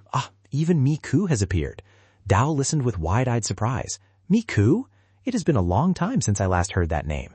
Tu spoke up to ask No Dai Jum. He clearly showed his displeasure. When I asked earlier, you said you didn't have any useful information, didn't you? He calmly explained. Well, I just like to save it and wait until now to tell. Is that not allowed? Tu sighed in frustrated annoyance. Hoi invited them again. Come on, let's play Uno to blow off some steam. That night, at a mansion deep in the forest, the warm water scattered with a few rose petals was truly relaxing. Tian Ding was enjoying the warm water when she suddenly paused, as if sensing someone approaching. The other party spoke first in a flat tone. Just leaving that matter to my kids is enough already. He gloomily probed Tian Ding. Do you really think that is enough? Are you going to take action yourself now? She didn't bother to pay more attention to such a trivial matter. You dare come in here in the middle of the night just to say those little things? Or do you want to come here and watch me bathe to feast your eyes? He clicked his tongue to clear his name. I've been standing here facing the wall this whole time. Tian Ding demanded. Finish what you were going to say. The masked guy carefully chose his words to negotiate. Could you stop sending your lowly soldiers to do the missions? He bluntly pointed out a ton of mistakes. It is one thing that they couldn't draw the black dragon out, but they couldn't even stop Yang Jin. Why is the outside handling work so inefficiently? She continued to enjoy the warm water. It is nothing, yet you come here making a fuss. The masked guy couldn't stand hearing it. It is nothing? He intentionally raised his voice to mock. You really are too calm. Tian Ding comfortably played with the rose petals. Are you being sarcastic with me? She lowered her voice, the surrounding air seemingly turning cold. You dare? The heavenly stem nine-tailed fox god Tian Ding glared threateningly. Are you giving me an attitude? The masked guy didn't even bother to tremble. Yes, it's a pity, but I really dare to. What is so special about the nine-tailed fox anyway?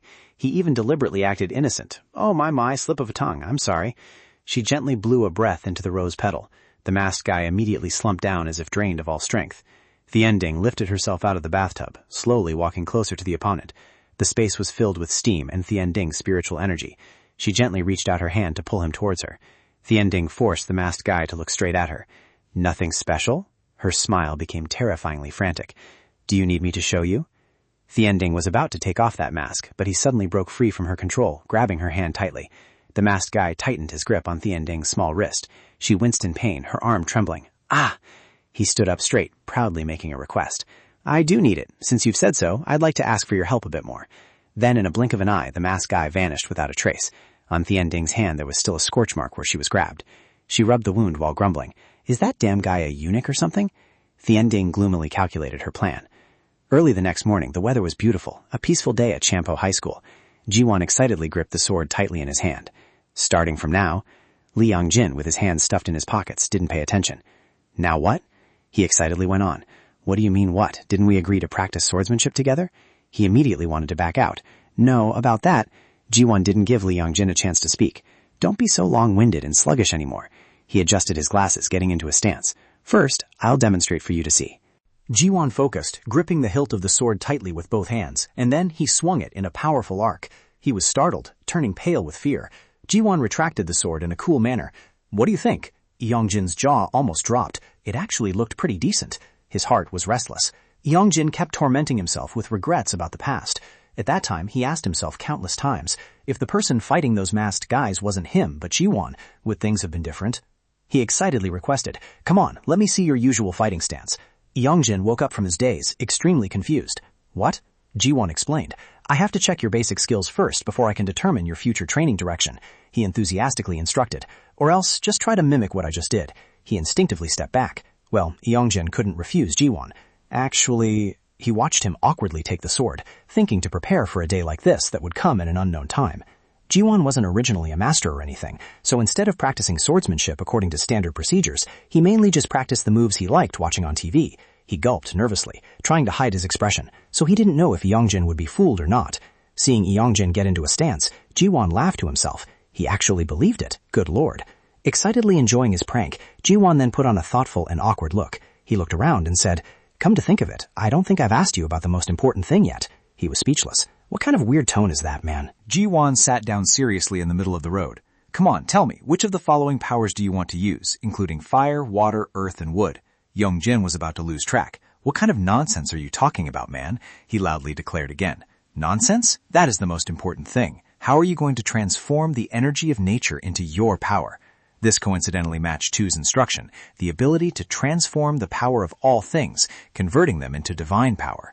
Ji-won was still urging, "Answer quickly or my watch is going to break." He decided to play along and see. Is fire okay? Because it's strong. He nodded in agreement. Sure enough, you would choose the breath of fire. Young-jin was confused. Excuse me? Ji-won nodded firmly. Okay, I got it. He stepped closer and adjusted his stance. Come on, hold your sword carefully. If you want to learn swordsmanship well, your starting posture must be perfect.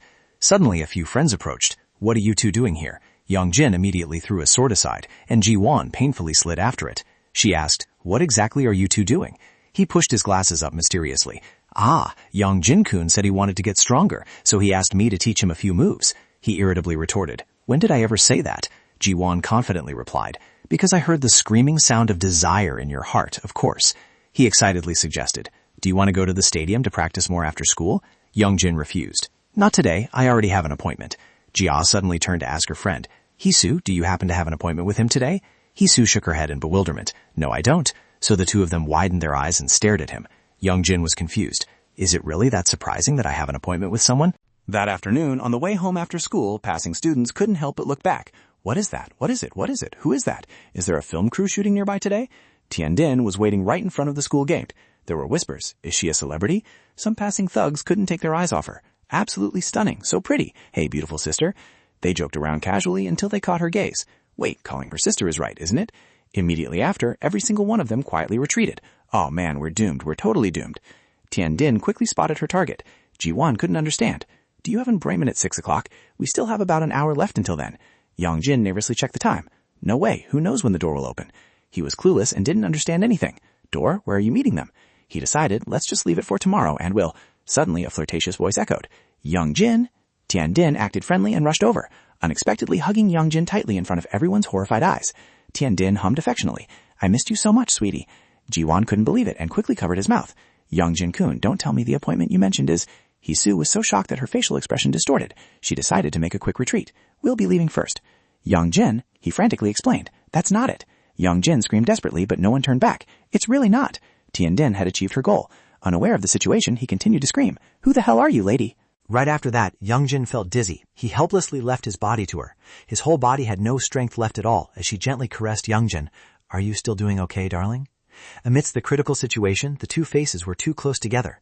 Hisu felt a gust of wind. It blew her long black hair, so Hisu resolutely turned back. She ran while loudly calling out, Young-jin. Then Hisu had to widen her eyes and drop her jaw when she saw that scene. From her perspective, Young-jin was being intimate with Tian-din, whose eyes were full of calculation, her gaze looking like she wanted to swallow the opponent. Tian-din clicked her tongue in annoyance when a card flew out to block her. A person calmly walked up, speaking in an innocent voice. Oh my! She feigned innocence, knowing nothing. Sorry for ruining your fun time.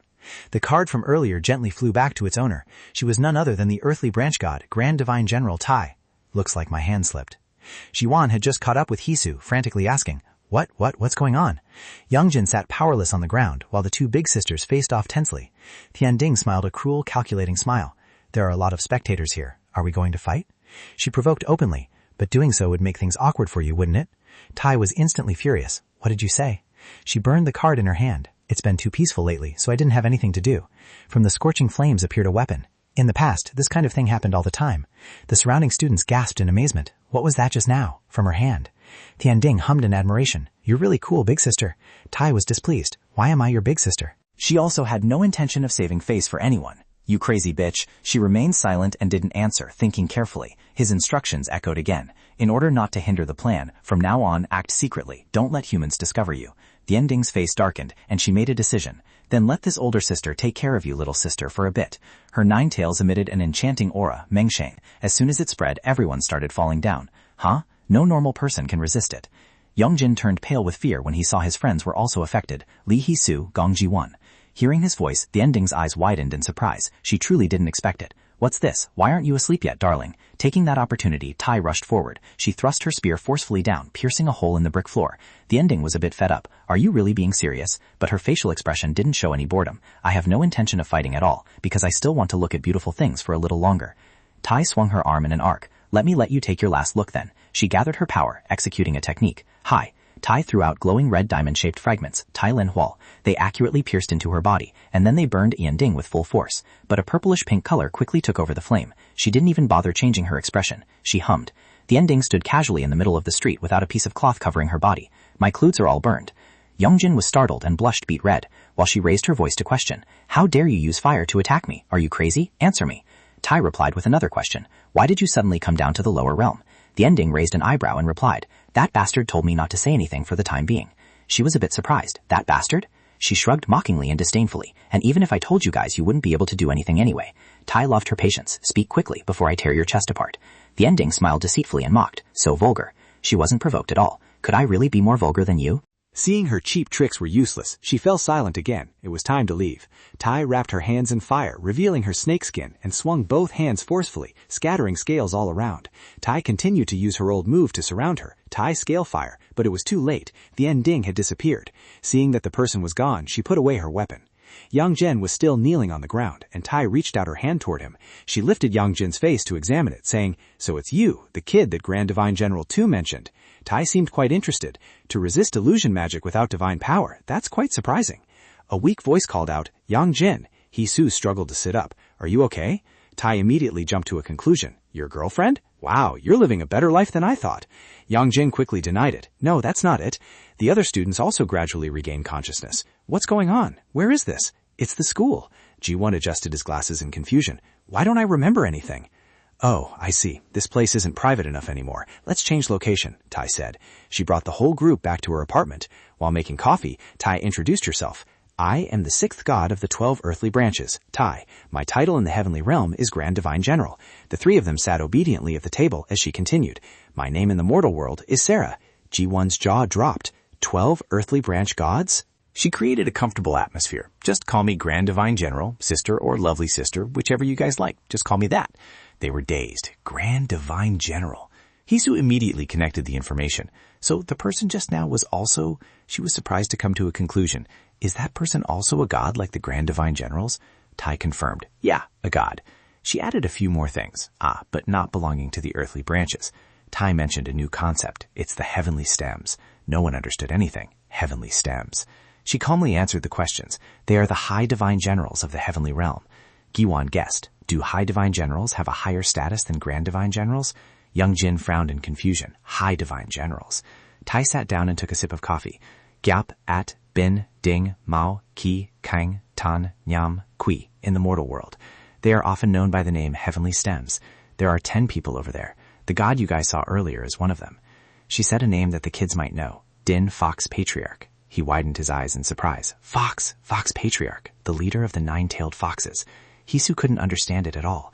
Why are those gods targeting Youngjin? Tai placed her cup down on the table of it forcefully. She crossed her arms and sat more comfortably to discuss. We are also looking into this. As for why the high divine generals from the heavenly realm descended to the lower realm, all 3 pairs of eyes simultaneously looked in one direction. The cause seems to be you, Kwon Young-jin. Tai kindly asked Young-jin's opinion first. Is it okay if I say this right in front of your friends? Gi-won spoke up first instead of him. No problem. He was full of determination to find out. We already know all the normal stuff. Isn't it true that he is also frequently targeted by demons? Hisu was no stranger to it either. Because Young-jin is a divine vessel, she immediately grasped the situation. Then... Tai frankly and comfortably asked, you guys probably know that Kwon Young-jin is a soul that shouldn't exist, right? And also the fact that the true owner of that body is the dog that always tags along beside him. The 2 of them immediately froze in shock. This time it was finally Young-jin's turn to speak. No, these guys don't know about that. The scene shifts to Thiending's villa, where the masked guys are always on standby. She returned, her whole body radiating spiritual energy. Mi-kyu ran out frantically to welcome her. Ah, Lord Thiending! Her face flushed with excitement. How can you appear in such a beautiful form? Thiending had noticed Young-jin's existence. What is up with that kid? She recalled the scene from earlier. Why was he still completely unharmed? Even though it was Tai's body, the soul inside was still human. Even a god, if off guard, would have their soul sucked out by me. She smiled crazily, unable to hide her towering anger. A mere human dares. Hisu hesitantly spoke up, wanting to ask. That is... She still didn't know anything. What do you mean by that? Young-jin, he... Tai also widened her eyes in surprise. What is it? She bluntly exposed Hisu. Didn't you already know everything? Tai's sharp gaze saw right through her. You are a shaman, so you should know. She pointed out without any hesitation. The fact that the kid's body and soul are not matching. You must have felt that it was as empty as a hollow shell. Tai casually explained the reason. That's also the reason why the demons like to seek his body, because the true owner of that body isn't inside. Hisu didn't understand. Then, she couldn't believe this. You mean the original owner of that body is his ancestor? This time she was surprised. Ancestor? Did that guy say that?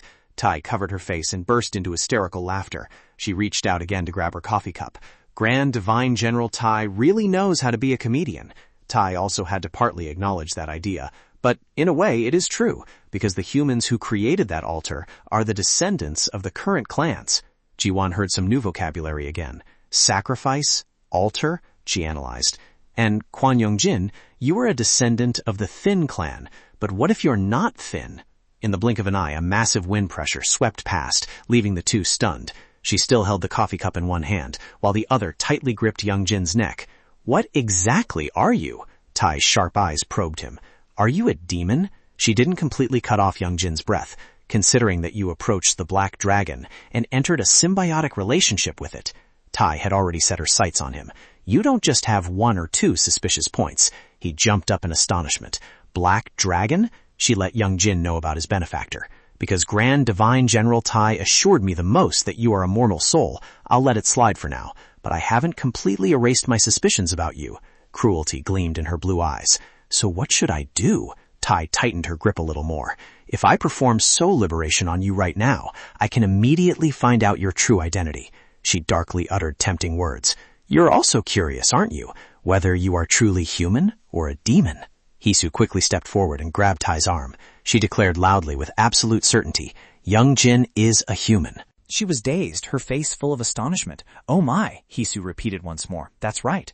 Ji-won took out some random gadgets. If Young-jin was a demon or whatever, my equipment would have reacted and beeped continuously right away, he stated firmly. Honestly speaking, whether it's an altar or a black dragon or whatever, I don't understand what they are. But Ji-won spoke up to guarantee, clearly showing his faith. If you guys are planning to harm my friend Young-jin, he decisively drew his sword, then you'll have to face me first. Despite trying to act tough, Ji-won's legs were trembling. Tai lowered her eyes to observe, slightly surprised. Is that so? She gently flew in front of him, making Ji-won fall over. Young-jin panicked. Ji-won! He still tried to hold his sword, trembling as he challenged. Bring it on. Tai burst into loud laughter. She relaxed. Hisu had jumped onto the table, ready to assist. Just kidding. I'm just kidding. What do you mean by harming? Tai smiled and told the truth. That kid is a human that we have to protect and take care of. She glanced over at Kwon Young-jin and teased. But Kwon Young-jin will surely feel at ease, right? The ones backing the kid up are all such formidable friends. What is that outfit anyway? His phone vibrated. The name on it was Tu Dai-jam. Young-jin opened the phone and answered. Grand Divine? The other person urged. Where are you? It's already past 6 o'clock. He checked his phone. It was indeed late, but Young-jin couldn't help but be surprised. It was only 1 minute late. He hurriedly put his backpack on. About that, I'm at Grand Divine General Tai's house. A beam of light appeared from behind. Tai smiled with a seductive, mocking tone. Goodness, always barging into a woman's house without permission. Young Jin was startled and looked out. Without hanging up the phone, he was surprised to see Tu appear. Grand Divine General! Jiwon was amazed and adjusted his glasses. Is this quantum teleportation or a black hole? He asked Tai directly, his tone slightly reproachful. Why did you drag him here? She explained. This kid was almost taken away by Thien Din. Know the truth before you speak. Tu furrowed his brows and observed. What is this? As soon as he saw that shirt, he understood. It seemed something had already happened. Tu decisively stepped forward, grabbed Youngjin's hand, and threw him straight into the portal. Youngjin panicked. Wait a minute. No one could react in time. Youngjin. He turned to Tai and demanded, let's go to the meeting right now. She refused. I can't. I have my own schedule. I'll message Nebi later if anything comes up. Tu didn't argue further and quickly left. Hisu hesitantly called out, Grand Divine General Tu. He recognized her. Tai was quite surprised. What's this? Do they know each other? Hisu anxiously tried to start the conversation. Yes, she decided to just say it directly. About Youngjin's specific situation, I already know everything. Tu annoyedly glared at the culprit. She avoided his gaze, acting innocent. Hisu asked sincerely, her attitude very earnest. Is there anything we can do to help him? Even just helping a little bit is fine. Ji-won also stood up straight. We want to contribute. The two tried to show their worth. We still have a lot of state-of-the-art equipment that hasn't been used. We have also fought demons before. She felt indebted to him because Yeonjin was always protecting them. Hisu clenched her hands and expressed, the guy next to her remaining silent in agreement, that this time we want to be the ones protecting him. Tu just faintly asked a question in return. Protect how? He bluntly pointed out the crux of the matter. You are only humans. Tu calmly analyzed specifically. Bodies made of flesh and blood are existences carrying limits within themselves. Her face was full of unwillingness. He continued. But Tu kindly advised both of them, if you truly want what's best for Kwan Youngjin, then throw away that thought, because he understood the current Kwan Youngjin all too well. Tu firmly asserted, he is not strong or free enough to shoulder your determination. He looked up at the other two. Tu did not overlook Hisu's tightly clenched hands, that heartfelt desire to protect. The truth he spoke left her stunned. On the contrary, it might become something that holds him back. Engrave this in your hearts. Tai spoke up to lightly reproach. Brother, you are being too harsh. Tu didn't care. You take the kids home safely. She shifted her gaze towards the two, especially Hisu, who looked to be in a very bad mood. They returned in the late afternoon. The sun was about to set. Jiwon exclaimed while walking, Today really had so many miraculous things happen. It's like I'm watching an anime. He kept rambling excitedly. I didn't expect to witness those scenes with my own eyes. That wormhole earlier too. If I have a chance, I also want to try entering it to see. Hisu absent-mindedly recalled Tai's words from earlier. Kids, Kwan Youngjin said he fights to protect you guys, right? So if you guys step into dangerous situations once again. She analyzed a bit more carefully. Then what would his position be? Youngjin had also truly said once, because you guys are here, it's even more dangerous. Ji-won was still immersed in his own world. There were many things to record in the Ghost Hunter diary because the camera couldn't capture them. Hisu gloomily stated her observation. Lee Youngjin, even though things had gotten that serious, he still endured it alone without telling us anything. He stayed silent without objecting. Ji-won thought so too. Hisu's eyes suddenly welled up with a layer of moisture. What if something happens to Lee Youngjin? He quickly reminded. She quickly spat to take back her jinxing words. Hisu, feeling incredibly guilty, bowed her head deeply. Ever since the incident with that virgin ghost, I've only caused trouble for Lee Youngjin. She wanted to help but felt completely helpless. I want to use all my strength to help him, but just like what the Grand Divine General said, if we are in danger, it will only make it harder for Lee Youngjin. Hisu fiddled with her fingers. Right now, I really can't do anything. Ji-won loudly denied it. What are you talking about? He pushed up his glasses, firmly affirming, if there is a divine realm, then there must also be a human realm. We can still help Lee Youngjin. Ji-won had a very positive way of thinking. Even if we can't fight like the gods, but standing in the position of humans, we can still support Lee Youngjin. He seemed to give Hisu more motivation. Wasn't that the Grand Divine General's intention, that we just entrust everything to the gods and return to our daily lives? Ji-won painted a beautiful and peaceful scenario after the war ended so that Youngjin could return to a normal life. He reached out his hand towards her, and Ji-won confidently declared, we have to become the strength to support him. I always firmly believe that Youngjin will win. Under the sunset dyeing the sky pink, the peaceful row of houses was sinking into a calm afternoon. In the room, Jin was sitting on the back, his ears pricked up, deep in thought, and a moment later he stared at his tiny hands. Jin suddenly recalled a day in the cold gray mist. He was standing there, his cloak fluttering as if caught in the wind. Jin looked at his hands and kept thinking, his sharp golden eyes appearing with an unspeakable tension. And then a small sound echoed.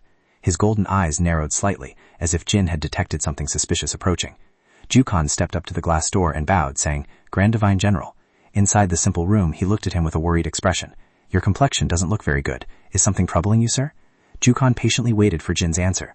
Finally, he softly muttered, You... Jin huddled up, asking in a helpless, raspy voice. How did you know this isn't my real body? Opposite him, he calmly replied, The bodies of the gods. I was told that gods are born in human form, right? Hearing this, Jin was slightly taken aback. Born? He looked at that spirit creature and spoke in a light but sharp voice. You phrase it as if we were real humans. You have quite a sense of humor. The atmosphere grew heavy. Jukon bowed his head, his voice dropping. I apologize. Jin's voice suddenly deepened. That's right. The scene shifted to the image of him fighting fiercely. It raised its voice. Originally, the body of that human was supposed to be my body. Jin continued to speak, his expression showing a bit of dissatisfaction. So, even if I regain my power, I cannot fully use it, because the body of this dog cannot withstand that power. He then looked at the other party and asked directly, Then you just returned to your original body, wouldn't that be better? He softly replied, his voice thoughtful, I have tried a few times. The atmosphere immediately dropped. Both sat silently in the quiet room. Jin continued to speak, his eyes slightly sorrowful. But for things to turn out like this, who knows, maybe it is the arrangement of fate. At this time, Jo-chan immediately bowed respectfully, his voice steady. If there is anything I can assist with, I am very willing to help you, so please do not hesitate to give me orders, anything at all. Hearing this, he raised his head, narrowing his eyes in doubt. Anything? Immediately, a cooking video was played. The voice from the video echoed softly. The amount of water is very important. The water level in the pot must be about 1 pinky finger joint high. 1 finger joint is about 3 centimeters. How to cook noodles by a female instant noodle artisan with 20 years of experience. Cooking with grandma. Jin, with a serious expression, held out the tablet in front of the black-haired young man, his voice indifferent. Can you follow this? The voice in the video continued. When the water starts to boil. He hesitated a bit, but nodded. I will try. The scene changed to the purplish-pink afternoon sky outside the peaceful house. Suddenly, an ear-piercing scream rang out. You idiot! Tu swung the terrifying red broom, rushing over and endlessly questioning. Who told you to talk about trading the dragon with that guy, huh? Poor young Jin held his head in panic. The dining room was in chaos. He slumped his face onto the table, while the other held his head. Suddenly, a voice rang out. Box on! Get some water, quickly! Yang Jin held his head inside, muttering his defense. Well, because you said the white dragon was better. He also raised his voice to admit. That's not wrong. Tu, taking the glass of water, growled. But saying that doesn't mean I told you to trade it. I clearly said it last time. He suddenly recalled that he had previously advised. The best method is to make the white dragon your left arm, and as for the black dragon, just extract and eliminate it. Pausing for a moment, Tu asked with a voice full of frustration mixed with worry. Why did you act on your own like that? His face remained calm, but his words made the atmosphere awkward. Without giving me any prior notice, you went and talked about it with Thin. Hearing that, Yang Jin continuously explained. I didn't know your number, so how could I contact you? That's why things just turned out this way. Seeing him still sitting there holding his head, Tu reminded, I'm not hitting you. Sit up straight. As Yang Jin sat up straight, his deep voice rang out like a warning. Weren't you the one who trembled with fear, worrying that your ancestors would act recklessly if they gained power? Speaking of this, Tu explained more clearly. And the black dragon is a very dangerous power, so what would happen if your ancestors got a hold of it, huh? Suddenly he asked curiously. So, can the black dragon defeat the white dragon? That question made him endlessly furious. The scene opened up in the middle of a flower garden, accompanied by a gentle but utterly helpless complaint. Why the hell would you let them fight each other, huh? At this moment, Tu's face darkened in thought, but leaving that aside for now, I cannot understand White Dragon's actions. He looked straight at Eong Jin and thoughtfully asked a perplexing question. Why did it choose to let Black Dragon stay inside a human's body? Having just been beaten, he could only scratch his head and sigh. That matter. Anyway, fighting wouldn't change anything. Tu looked over at Eong Jin and thought to himself, White Dragon, what on earth are you thinking? He still kept his silent demeanor, bewilderedly asking himself, but what should we do now? Go find another dragon? After a moment, Tu spoke up. Take it easy. There's still another way. And more importantly, those words made his heart feel much lighter. Suddenly, sitting up straight, he gently asked directly, I heard you ran into Theon Din earlier. Did you fight? Eong Jin was startled and replied softly, The image of being forcefully kissed flashed in his mind. Eong Jin's face clearly showed embarrassment, trying to explain. It wasn't exactly a fight, it's just that nothing happened at all. Tu tilted his head and asked, Then why did you wear the divine uniform? Hearing him ask about this issue, he was a bit startled and replied, I don't even know why I suddenly brought it out. Oh right. Eong Jin then asked him back, Why didn't you say the divine uniform was yours? Because of this, I was discovered by the ancestors. Hearing him say that, Tu calmly replied, "What does it matter?" He lowered his head slightly at this moment, his voice cold. "If they know, then." Tu looked up with a cold, sharp smirk, his eyes narrowing as if calculating. "That guy can't do anything to me anyway. Next time just tell him, and feel free to come here." Standing nearby and hearing that, he could only reply softly, "Yes." The atmosphere calmed down as Li Youngjin rested his hands on the table and said thoughtfully, "That's true. The ancestors also told me to come up and learn a few things from you." He furrowed his brows slightly, his sharp eyes coldly listening to every word he said. "The ancestors also said you are the smartest among the earthly branches." Tu heard this and let out a faint chuckle. How ridiculous. Li Youngjin, slightly confused, asked back, "Pardon?" He then continued, "Have you heard Grand Divine General Tai talk about the heavenly stems?" Hearing this, he was a bit stunned. "I've heard they are the heavenly stems, so they must be stronger than you guys, right?" But without answering Li Youngjin, he slammed his water glass on the table, then stood up and said coldly to him, "Let's go for a walk. Consider it as digesting our meal." The sunset scenery unfolded, with the sky dyed in orange-yellow hues. On the sunlit stone-paved path, Tu walked ahead of Li Youngjin carrying a water bucket. While walking, he suddenly spoke up. "Li Youngjin, tell me the names of the 5 energies that make up nature." He scratched his head in confusion, trying to recall, then answered hesitantly, "Water, fire, wind, earth, and plants?" At this moment, Tu's voice rang out firmly. "Metal, wood, water, fire, earth. These 5 are the 5 elements." Every word he uttered made Li Youngjin a bit stunned. A water drop falling from a leaf created a peaceful scene. Tu's voice continued evenly. "They are the fundamental energies that make up nature." Right after that, the image of a yin-yang vortex appeared in the dark background, and the thing that divided them into yin and yang, speaking up to here, he concluded, is exactly the heavenly stems. Amidst the bright yellow sky, a mystical symbol appeared. The sacred beasts of the primordial chaotic mass arose, which were created by the first heavenly god, serving as the source and beginning of the power of all things. Hearing this, his eyes widened in shock. "What?" When they stopped on the stone-paved path, Tu walked beside him and continued to explain. Because of that, their mere existence already carries an overwhelming status. Hearing that, Li Youngjin pondered and asked softly, "So that means they are absurdly strong?" He tilted his head, his serious eyes looking straight ahead, as Tu's voice rang out calmly. "The problem lies within that very strength." The scene shifted to a fierce energy vortex that seemed to tear through space. Because they were too pure and primordial, they began to conflict with each other. His face was calm, but his eyes were full of implications. And the thing created from that conflict is us, the earthly branches. We are existences that receive the power of the heavenly stems and maintain the balance of the 5 elements. Hearing this, Youngjin asked in confusion, "So the order of the days was decided by a running race?" Hearing him ask that, he was a bit surprised. "Huh?"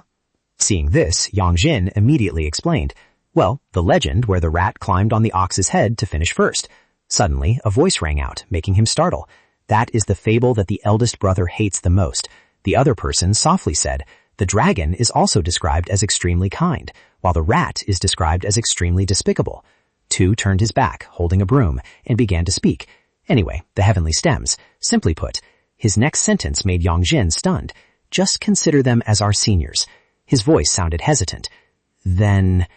Tu nodded slightly, reminding him somewhat reluctantly, "Don't worry too much." The two continued walking, and as he walked, he spoke. "On the contrary, since we already know the ones behind this are the heavenly stems, we don't need to overcomplicate things anymore." Speaking of this, Tu's eyes sharpened. For a god to set foot in the mortal world, they must first have the will of heaven. Pausing for a moment, he continued slowly, probably to return the distorted order back to its original flow. Youngjin became curious upon hearing this. "Return it?" At this moment, Tu gently explained, "It means eliminating an existence like you, something that shouldn't have appeared in the first place." His face suddenly darkened after hearing that. A moment later, Youngjin asked somewhat anxiously, "Do we really not need to worry?" As he walked, he slowly replied, "Just an appropriate amount is fine." Hearing this, he was surprised. An appropriate amount? But then anxiety rose in Youngjin's heart again. "But they have 10 people over there. Will it be okay?" Tu's voice interrupted his words. "The heavenly stems currently only have 9 gods." Youngjin's eyes immediately widened, as if he couldn't believe his ears. He held out his fingers and counted. Jia, Yi, Bing, Ding. Seeing Youngjin like this, he continued to explain.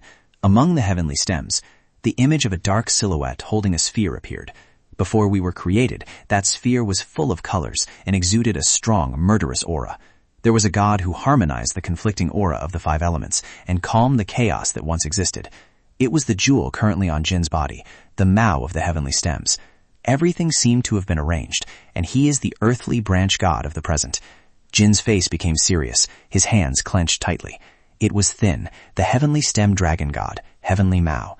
The more young Jin listened, the more dumbfounded he became. His ancestor Thin was originally. He stood before heavenly Yi. His face suddenly turned solemn and smiled faintly. Fortunately, that was the heavenly stem Kirillin god, heavenly Yi. Zhou Chan, with his blue eyes, was looking out the window as if pondering something. Suddenly, a voice rang out. Long time no see. Heavenly Yi appeared in the white smoke, his face revealing a sharp and cold expression, and softly called out, Heavenly Mao. Jin kept his cold expression, slightly surprised. Tianyi, his eyes clearly showed his unexpectedness at this moment. Tianyi immediately laughed happily. You still remember me. How delightful. Suddenly his voice rang out. You bastard.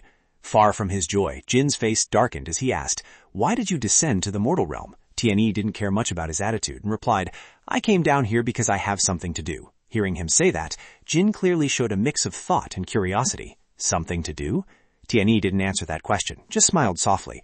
Today I only came to say hello for a bit. His eyes now revealed a difficult-to-express thoughtfulness as Jin slowly spoke. I have something to ask. Hearing him say that, he smiled mysteriously and replied softly, If you're asking about what I need to do, I can't tell you right now. But Jin denied it. No. Unexpectedly, he wondered about the clothes Tianyi was wearing. Why are you wearing such weird clothes? That question stunned him. My clothes? Tianyi rubbed his chin, slowly analyzing. Weird? The weird one should be you. He looked at Jin with his long black hair and black traditional costume, then commented, Anyway, you've been sealed for thousands of years, so I can somewhat understand. But you look really rustic. You used to be the trendsetter in the heavenly realm, but now you... Hearing Tianyi say that about him, he angrily shouted, What? How dare you? He closed his eyes in deep satisfaction and happily said, Well then, I'm leaving. Suddenly, Jin quickly drew his sword, putting the blade right next to Tianyi's neck. Seeing Jin so angry, he slightly tilted his head and smiled meaningfully. Does being called rustic make you that angry? He was not very pleased with Tianyi's attitude and immediately reminded him. The thing you need to do? Jin's eyes were sharp and cold as he directly asked him. Does it have anything to do with my body? Tianyi was also not very happy at this time and reminded him. You said you would only ask one thing. Seeing that his expression was not very good, he let it go. Oh well, it is fortunate that you still seem to be healthy. Without further delay, Tianyi looked at Jin and smiled gently. See you soon. Saying that, he instantly vanished before his eyes, leaving only a puff of white smoke. Jin seemed accustomed to this attitude, so he only frowned slightly. In the sunset scenery, young Jin looked towards Tu, his mouth uttering words full of confusion and curiosity. Heavenly stems? The ones who attacked me? Are the ancestors on the same side as them? He recalled the previous moments and fell into deep thought. In that case, his claim to be the strongest wasn't a lie either. His voice deepened significantly. The one who awakened Thin, who was originally sealed, must also be the heavenly stems. But what Tu said next was what truly shocked young Jin. Every cloud has a silver lining. The most formidable power, the Black Dragon, is currently with you, as well as the fact that Thin lost his memory. His eyes now hid a sense of weariness. Imprisoned in the body of a dog, unable to use power at will? That statement surprised him. Unable to use at will? Young Jin was slightly suspicious, but he still used his power very well, didn't he? That's not right. Right at this moment, it seemed he understood. The 16-year-old rule you mentioned, is it because my ancestors were the heavenly stems that he wasn't affected? You once said that if one uses power before the physical body reaches 16 years of age, that body would be destroyed, right? Without letting Tu say anything, Youngjin continued analyzing. The age of a dog couldn't possibly be 16. That remark made him sigh, not forgetting to glare at him. Tu quickly changed the subject. Has Thin ever used his power in front of you? Hearing him ask, Youngjin scratched his head and replied. Before finding the white dragon, he had never used it once. Recently, after using the white dragon's power to blow away the masked guys, he was still completely fine. Tu immediately continued. The white dragon represents the power of protection and restraint. Looking at the flowers in front of him, his soul felt much more relieved. Tu continued explaining. Perhaps that is why it prevented the collapse of the body and reduced the amount of divine power released outside.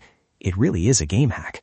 Hearing this, he suddenly felt anxious and asked softly, if that is the reduced power, then in the end... Hearing that, he did not deny it. Yes. Tu's voice became stern. Thin's power, when not subjected to any constraints. Suddenly, he spoke out the consequence that made Youngjin freeze. It itself is a calamity. Tu stared at the stretch of flowers in front of his eyes, softly explaining everything. It seemed he understood this matter very well. What if the powers of the remaining dragons also fall into Thin's hands, and he along with the heavenly stems decide to correct the natural order? Speaking up to hear, Tu slightly turned his body towards him and spoke. Then how do you think things will turn out? That statement seemed to make Yeongjin realize something. Have you understood what I just said? He turned to face him, speaking in a stern voice. For you, the power of the dragon is no longer an option, but a power you must risk your life to seize. To do that, Tu's deep eyes carried a hard-to-hide thoughtfulness, and he didn't hesitate to offer a trick. Fin is not heavenly Ma of the heavenly stems. Treat him as an earthly branch god Fin like me. Pausing for a moment, Tu continued. Then you will be able to use him. Hearing this, Yeongjin's eyes suddenly changed. After hesitating for a long time, he spoke in a probing voice. I heard you are a heavenly stem. Those words made Jin freeze for a moment. He sighed with a stubborn look. Did Grand Divine General Tu tell you that again? Immediately, Yeongjin replied defiantly. Anyone could have said it, right? Right at this moment, he constantly spoke in a reproachful voice. Seriously, how many more things are you hiding from me? Facing Yeongjin, Jin just calmly replied. Well, because you never asked. The answer made him angry and shout. What? Yeongjin's voice echoed in his ears again. Am I supposed to go find some heavenly stem and ask, hey, are you a heavenly stem, or what? Making him frown helplessly. The previous image flashed back in his mind. Yeongjin immediately retorted. Besides, what did you tell me at first? Something about the 12 gods in the beginning, something about the earthly branch god Thin, right? But Jin just gently replied, well, I really am an earthly branch god. That sentence left him speechless. Ah, that's true. He wore a scowling face, questioning, but is that something worth getting so mad about? But Yeongjin firmly replied, yes, leaving Jin at a loss for words. Unexpectedly, a shocking secret was revealed by him, because the heavenly stems are the culprits. He frowned curiously. What? Not letting young Jin wonder for long, Jin immediately explained the reason. The ones targeting you are the heavenly stems. Today, on your way home from school, you were also attacked. Hearing this, he asked, slightly surprised. So it is true. Seeing Jin's attitude, he asked back with a frown. What? He calmly replied, those guys. Jin's eyes showed an understanding look. It seems they are doing this all because of me. Seeing young Jin looking worried, he spoke up to reassure him. Next time we meet, I will talk decisively with him. Do not worry. Hearing Jin say so, he was slightly surprised and thought to himself, is it that easy? Yeongjin asked again in anticipation, you will speak up for me? He chuckled and slowly announced, it just so happens that today Tian Yi of the Heavenly Stems also dropped by here. Hearing that someone dropped by, he quickly dialed Tu Daijom's number. Yeongjin held the phone in his hand, panicking. Now you are preparing to join the Heavenly Stems to steal this grandson's body, aren't you? Seeing this scene, Jin replied in frustration, singing that chorus again. He kept his annoyed expression and sighed softly. I already told you last time. He broke into a cold sweat, his eyes wide with astonishment, listening to every word Jin said. I am no longer interested in your body. Anyway, you should not worry too much. He said with a serious expression. Just one word from me, and they won't target you anymore. Young Jin responded with doubt. How can you be so sure? Jin, with his sharp eyes and pointed teeth, confidently declared. Because among the heavenly stems, I used to be the strongest. Hearing that, he just replied, yes. Young Jin looked at him with an unbelievable expression. Sure, I believe it. Jin replied with a helpless look. Please believe me. What more do I have to do for you to believe me? Suddenly he raised his voice. Then, Young Jin immediately made a condition. Next time when we go looking for the next dragon, let Grand Divine General Tu tag along. He quickly agreed, I know. Hearing that, he exclaimed in surprise, really? Jin, with a serious face, also made a condition. As long as that guy isn't too wary of me, it's no problem. A moment later, he wondered, but you, little brat, why do you respectfully call Grand Divine General Tu to the point of adding the word sir, while I am just a normal ancestor? The more young Jin listened, the more helpless he felt, thinking to himself, is the ancestor really as dangerous as the Grand Divine General said? Jin then strictly made a demand. You must call me Great Ancestor Lord. Looking at his attitude, he thought to himself, he doesn't look like a dangerous person at all. The words he said about not caring about this body also seemed to be sincere. Remembering the previous scene, young Jin's train of thought echoed. When he gained power, he also protected me, and even said I could go with him to find the dragon's power. The space enveloped by a cold red hue and the presence of the nameless crowd made his mood heavy. On the contrary, if I keep constantly doubting and keeping my distance, will he side with Fin Can? If it were me, I would probably do the same. Jin now had a scowl on his face, his eyes clearly showing annoyance. Young Jin thought to himself, and, although I don't know if it's true, but if he is the strongest among the heavenly stems, wouldn't drawing him to my side be much better? Seeing him deep in thought like that, he suddenly raised his voice and asked, were those the only words Grand Divine General Tu said to you? At this moment, Young Jin suddenly remembered Tu's previous words, must use Fin. He immediately asked back, so what did you talk about with that heavenly stem guy? Jin remembered her previous words, you look really rustic, which made his mood plummet, so he only gave a perfunctory greeting. A silence appeared between the two of them. Suddenly he looked up and asked softly, can I ask you a question? That statement made young Jin a bit surprised. What is it? Jin asked with an innocent look, "Could it be that my way of dressing is really that rustic?" He didn't hold back and decisively replied, "You just realized that now? Can I ask you a question?" Young Jin held up the pan, asking in a growling voice, "What did you stuff into your mouth? Instant noodles again, right?" He looked at him, who was wearing a helpless expression, and continued asking, "Exactly how did you eat the noodles?" Jin immediately confessed, because Jukan was eating too. Hearing that, Young Jin strictly said, "Wipe the noodle soup off your snout first." He was too helpless, secretly thinking to himself, if Tu Daigyam saw this appearance, he would definitely change his mind too. A mysterious night scene with a starry sky appeared. The next day, the sky became much clearer. Outside the school, a voice rang out, "Class 3 has a new transfer student. Did you see?" At this time, inside the extremely lively classroom, a person softly said, "He looks really strange." Hearing that, the person next to her wondered, "Strange how?" But before she could answer, another person interrupted, "Shut up, you two. There's a rumor that he beat someone up, so he was forced to transfer schools." Outside in the hallway, it wasn't much better. Anxious voices constantly rang out. In the classroom, the other person was equally excited. "I also want to take a peek." Meanwhile, Young Jin thought to himself as he walked, "I really should have brought the ancestors along." He walked to the front of class 1-3, a thought suddenly echoing in his mind. If the heavenly stems attack again, there will be a way to handle it that day. But Youngjin reached out to open the door, but couldn't stop thinking, bringing a dog to school is a bit ridiculous. As soon as he opened the door, Tuat's figure appeared right before his eyes. He was so terrified that he fell straight to the ground. Seeing this, two schoolgirls kept whispering and pointing. "Look at him." Youngjin's eyes were full of panic, beads of sweat continuously rolling down his forehead. Suddenly, a heavy stomp landed right next to him. Seeing Youngjin's expression, she slightly smirked in mockery. Tuat's face was terrifyingly gloomy at this moment, wearing a sinister smile. Tuat kept getting closer to him, making Youngjin pale as a ghost. Someone's voice rang out. "That's the transfer student of class 3. The whole hallway was in an uproar at the sight of Tuat pinning Youngjin to the ground. "What is she doing?" "Beats me." Suddenly her hand reached out in front of him. Tuat smiled cheerfully and greeted, "Are you okay?" His expression couldn't help but stiffen in confusion. A murmur of voices arose. "What's that? What's that? What's going on?" The classmates also peeked their heads out to look. A girl again? Classic Kwan Youngjin. Being ignored, her expression darkened a little. In class 1-3, an introducing voice rang out. "Guys!" Jo Kyung stood on the podium with Tuat, telling the class, "Let me introduce. This is Kang Ajang, the new student who transferred to our class today." Hearing this name, some girls started whispering. "That girl? The one who got forced to transfer because of fighting? Sounds scary." Moreover, he put on a serious face to correct everyone's attitude. "I've heard some bad rumors about the new student. Those are not true. I hope you won't spread them." But the gossip still couldn't be held back. If Jo Kyung said so, it must really be a false rumor, but showing off right after transferring school is a bit much. At the bottom of the class, bad rumors kept being passed around. She was even about to hit Kwan Youngjin just now. Exactly. This immediately reached Jo Kyung's ears. "Youngjin? Is it true?" He coldly replied, "Yeah," which made her startle. Hearing that, the classmates burst out. "See?" Tuat angrily shouted, "Hey!" Everyone was startled by the loud noise. "Oh my god." She raised her voice to question, "You tripped on your own. Do you know him?" He denied. "Not at all." The chubby kid sitting in front muttered, "This is just like the opening scene of those school dramas." Besides, some girls started teasing. "Why is she wearing an eye patch? Does she have trachoma?" "That is to seal her power." Tuat calmly explained, "This eye of mine is blind." The girl awkwardly tried to make an excuse. "Hey, you just laughed too. You said that eye patch looks like a concept." A voice echoed from outside the classroom. Tuat was in the class, and the boy sitting right in front of Youngjin was suddenly called out. He was a bit startled. "Me?" She bluntly made a demand. "Give up your seat." "Yes." Just as he was about to give up his seat, the white dragon spoke up. "Sit still right there." The two of them kept arguing back and forth, making the boy in the middle feel awkward. "Move aside. Sit still right there. Move aside. Sit still right there." Finally, he made a suggestion. "Whoever speaks to me gently, I will listen to that person." Right after that, both of them blurted out at the same time, "Jihan, I'm begging you, please sit still right there. Jihan, Ajang wants to sit here." As a result, after a while of arguing, Tuat was able to sit in that seat. After settling down, she turned back and glanced at him. Tuat recalled the previous conversation. Tu had said that heavenly stems were targeting Jin's body and would take even more drastic actions, so we had to act too. Therefore, he made a request. "You should transfer to Jin's school." This decision made her extremely resistant. "Me? Why me?" Tu glanced at her, giving a convincing reason. "You're the only one who can be in the same grade as him."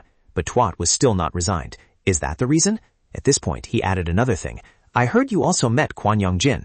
Seeing her stay silent, Tu was about to change his mind. "If you don't like it, I will ask No Daigyam." Tuat hurriedly spoke up. "When did I say I didn't like it?" Her strong reaction made him stop. "Then what do you want?" Finally, Tuat had to agree. "There's no other way, just let me go." Suddenly, she called softly, "Hey, Kwan Youngjin." Tuat opened her mouth to say something about the last time, but unexpectedly he interrupted. "Don't tell me you're clinging to me again." Hit right in the bullseye, she instantly became flustered. Me? Why would I cling to you? To avoid embarrassment, Twat deliberately leaned close and lowered her voice. I came to monitor you. If you use the power of the black dragon, I will kill you. That's still clinging to me. She turned her face away to correct it again. It's monitoring. Monitoring. I also find it annoying. I also don't like it. It's just out of necessity. Hearing that, Joan, standing on the side, exclaimed, Is she a tsundere? Just at this moment, Lee Hisu opened the door and walked in. Youngjin! The people in the class immediately laughed. Youngjin's good wife and loving mother has appeared. Seeing the white dragon being grabbed by the collar, she stood frozen. Things are gradually getting interesting here. A moment after leaving the class, Lee Hisu curiously asked, Who was that classmate just now? He replied calmly, That is Grand Divine General Tuat, who came to supervise me. Hearing this, she couldn't help but be surprised. Grand Divine General? This reaction made White Dragon wonder. I thought you would have recognized her. Lee Hisu was stunned. Huh? Me? He explained. You are a sorceress. Shouldn't you be able to see those things? You can even see the souls of ancestors. She immediately realized the other party had misunderstood. About that. Therefore, Lee Hisu clarified her abilities. It's true that I can see the floating souls of ancestors, but I cannot see other gods. Even Grand Divine General Tuat, I couldn't see. Suddenly, a third voice rang out to continue her words. Because that dog is not Jin's real body. They looked up and saw that Tuat had been sitting on the tree branch since who knows when. So the soul could escape outside like that. With Lee Hisu's surprised eyes, she sternly warned, Hey little girl, stay away from him. Tuat jumped down from the tree. Quan Yongjin. She lectured him. You must always be in my sight. What a great life you have, even going on a date. What nonsense are you talking about? Tuat pointed her finger and reminded, Don't use that word nonsense. At this time, Lee Hisu hesitantly spoke up. Grand Divine General, I'm sorry, but why are you doing this to Yongjin? She mocked. Why?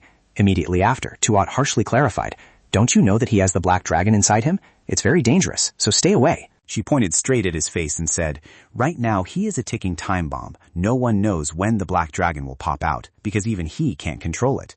What? Lee Hisu spun around the white dragon. Youngin isn't dangerous at all. I don't know what you saw to make you say he's dangerous. Twat yelled loudly. I'm not joking around. Her face darkened. That power could send all the humans in this school to their graves. Only then did he speak up to clarify. Because you were about to kill me at that time, the black dragon only appeared for defense. The unexpectedly revealed detail surprised her. What? Grand Divine General? Is that true? The white dragon confirmed. It's true. She attacked first. Lee Hisu was confused. Why? Twat immediately roared in anger. Saying it like that will make people misunderstand. His attitude was completely nonchalant. Misunderstand what? She wanted to retort. The whole story from beginning to end. Do you want me to tell everything? Then, right in front of Twat, he recounted everything to Lee Hisu. She didn't apologize and even blamed me. After hearing his story, she reached out her hand to block in front of the white dragon. The way I see it, Lee Hisu sternly reversed the issue. The dangerous one here seems to be the Grand Divine General. Her beautiful eyebrows furrowed as she questioned the other party. You injured Yongin, so why haven't you apologized? At this moment, Twat was completely speechless. The entire scene was witnessed by the classmates. Those two girls are fighting over Kwan Yongin, right? That must be it. Absolutely spot on. They whispered in jealousy. Did he save the whole world in his previous life or something? I wish I could live just one day like Kwan Yongin. I could make both girls happy. Down below, a moment later, Twat finally reacted. What? Hey, he didn't get hurt. He just fell down. But her attitude remained very firm. It was the Grand Divine General who pushed him down, so you still have to apologize. She refused to accept it. It was just a fall. What is there to apologize for? Twat pointed straight at his face, trying to make excuses for herself. He's still perfectly fine. Besides, the black dragon can completely heal that little scratch.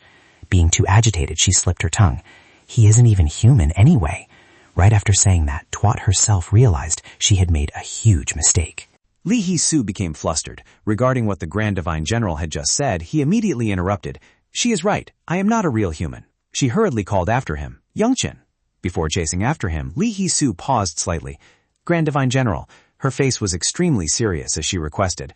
I hope you will definitely apologize to Youngjin for the words you just said. After speaking, Lee Hisu turned away, leaving Tuat standing there alone. Transitioning to a campus, there was a statue of a man with a few sparrows perching on it. Fan was sitting and reading a book when there was a sudden cry next to him. What? No's face contorted as he spoke to the person on the other end of the line. What the heck? You let Grand Divine General Tuat transfer to Youngjin's school? Are you stupid? The one close to Youngjin is me. He covered his face in helplessness. I should have been the one to go. Last time Ajong even tried to kill him. What if she causes trouble again? After a while, No decided, I will also transfer schools. Hearing that, Fan immediately turned to express his attitude. Do you think the school is your playground? Transferring for what? He calmly poured a bucket of cold water on the idea. Wait for your next life to dream about it. No wailed resentfully. By the next life, Youngjin will be dead already. Fan criticized. What a toxic mouth. He cried out miserably. I want to transfer schools too. With hurried footsteps on the tiled floor, Tuat's words seemed to echo in his ears. He is not even a human either. His figure was lonely, his hand crushing the empty soda can. A previously heard saying appeared in his mind. The bodies of the gods are quite similar. His face showed a hint of sadness, as if he were just a shaped vessel. Tuat sat alone on the chair. She was silent, thoughtfully recalling his appearance earlier, thinking she didn't say anything wrong. In her heart, Tuat tried to comfort herself, thinking she was right. However, his sad, heavy-hearted face interrupted her thoughts. But sucking on the lollipop in her mouth, she wondered why he made such a face. The phone screen displayed a message interface from Go Daijam. The other side quickly followed up. Oh, you read it. Go Daijam asked, Young, are you busy today? I already know you're free. Come hang out with me. I will bring the heavenly steed to pick you up. Seeing the sticker the other person sent back, he sighed helplessly. Suddenly Youngjin looked up and immediately locked eyes with Tuat, who was just turning around. To avoid embarrassment, she suddenly blurted out a weird sentence. Who do you look like to be so ugly? The teacher immediately caught them. You two in the back. He accidentally became the center of attention. Save the romance for after school. No, wait, is it Youngjin again? Kwon Youngjin? A moment later, the school dismissal bell rang. Youngjin didn't hesitate, slung his backpack over his shoulder, and turned to leave. Tuat immediately turned around and said, Wait, let me go with you. She hurriedly chased after him, calling out loudly, Kwon Youngjin, are you ignoring me? Suddenly Youngjin spoke up. From now on, he didn't turn his back and blurted out a series of demands. Don't pretend to know me and don't follow me either. She immediately objected, speaking so informally, I can't do that. Tuat even specifically emphasized again, I came here not only to monitor but also to protect you. Tu Daijam himself requested me to do so. This time, Youngjin decisively took out his phone. Then I will tell Tu Daijam for you. She was bewildered. What? He said casually, well, you didn't want to, but were forced to come here anyway. Seeing that attitude, Tuat began to panic. No, I heard the heavenly court has already come looking for you. It's very dangerous. Youngjin immediately interrupted. So what? His demeanor was extremely sarcastic. As you said, this body isn't human anyway. Even if I get attacked, I will recover quickly. These words completely caught her off guard. Tuat was about to call out after him, Hey, that... But Youngjin had already run ahead, even warning, if you still follow me, I will report you for school violence. At this point, she didn't dare to do anything more, standing there with a confused look on her face. On the street, scattered groups of students were walking home. Youngjin aimlessly looked up at the sky. The sky at this moment was clear and blue, with a few small ripples of clouds drifting by. He pondered in his heart, no matter what, it's probably not it, right? Probably not. Thinking of them, Youngjin told himself, he probably didn't ride that thing here, right?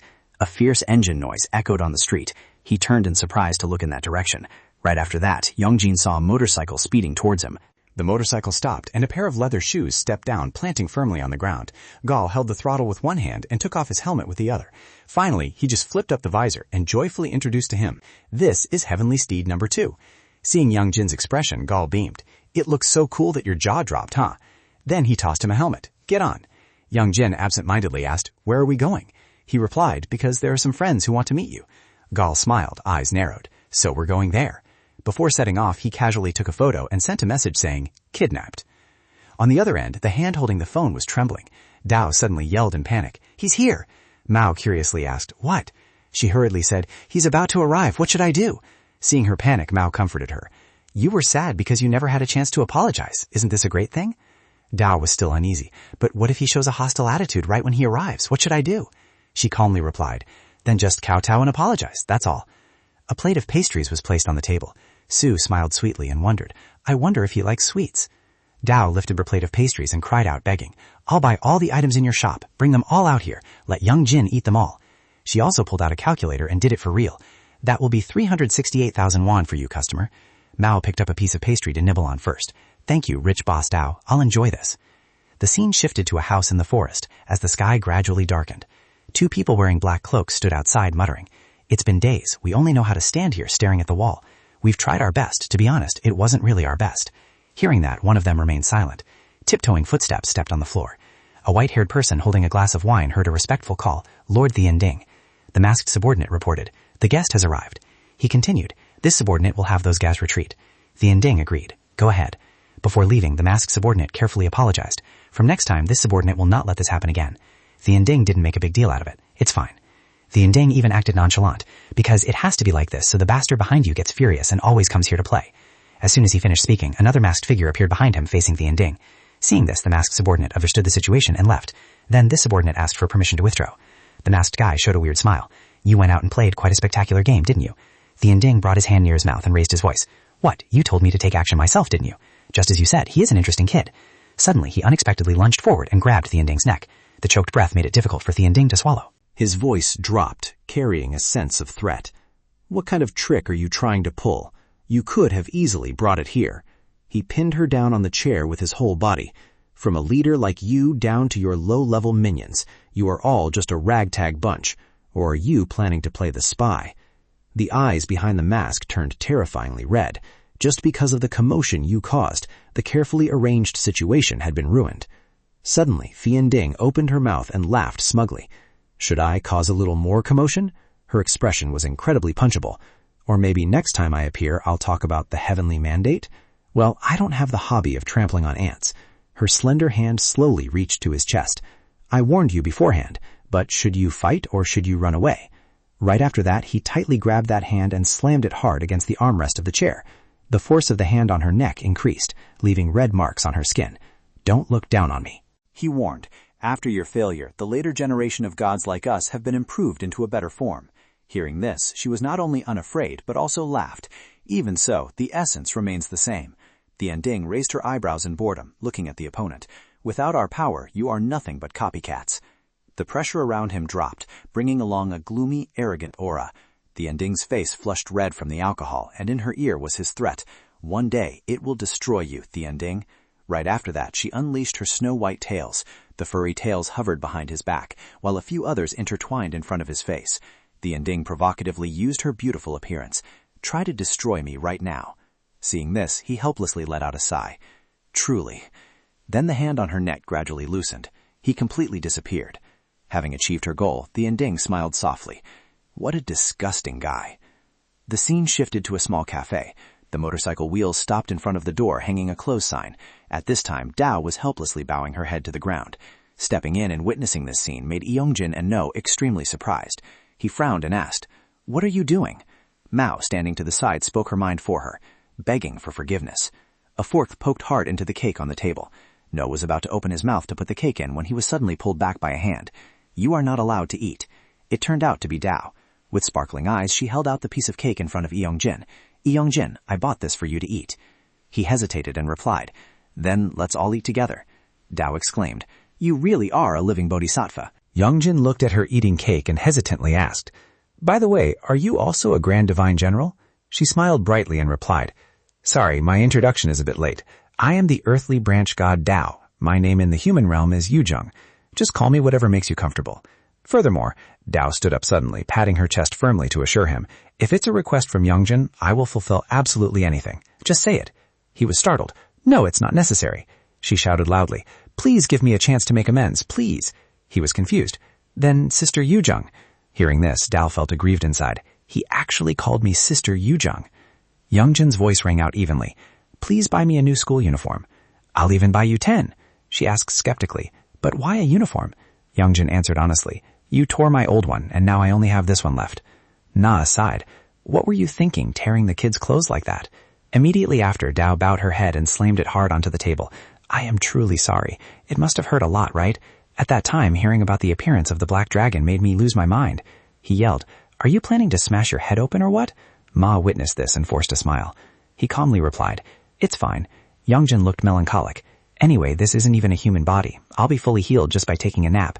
Seeing that his condition wasn't right, she immediately placed her hand on Yongjin's hand and called out, "Yongjin." Mao sternly reassured him. Yingjin's body became different from ordinary people because of the black dragon, so he absolutely must not take bodily injuries lightly.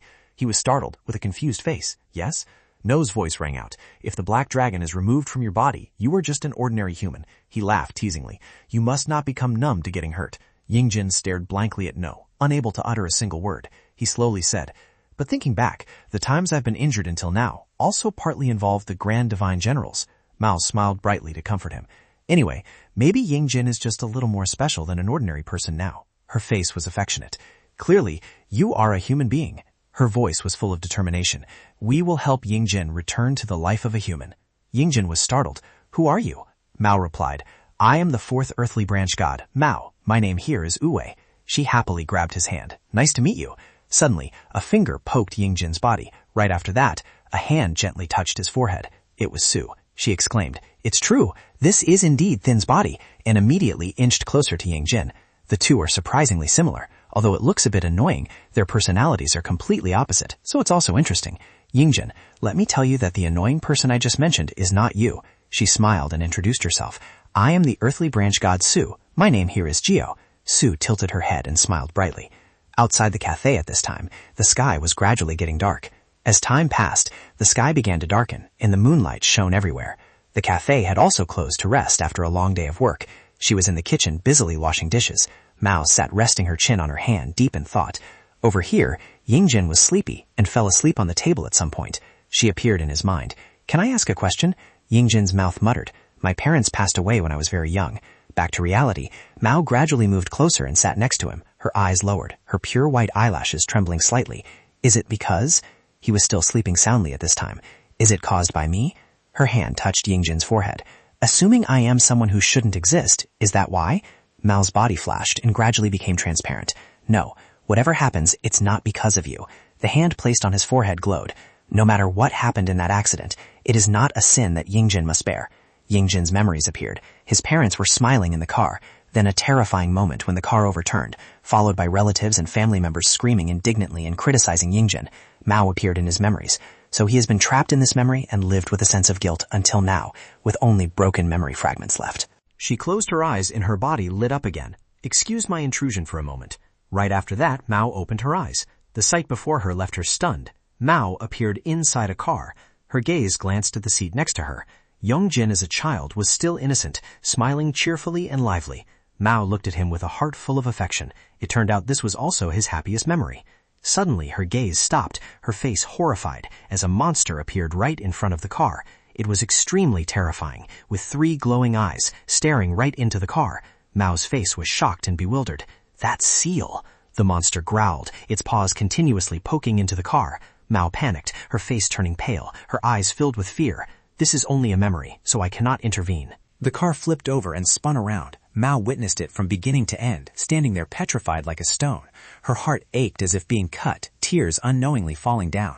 The 2 monsters were still groping for their prey. Shortly after they pulled him out of the car, she screamed in despair, Yongjin! Suddenly at this moment, a beam of light blasted in, causing the monster to dissipate. Immediately after, Hoi appeared and hugged him tightly.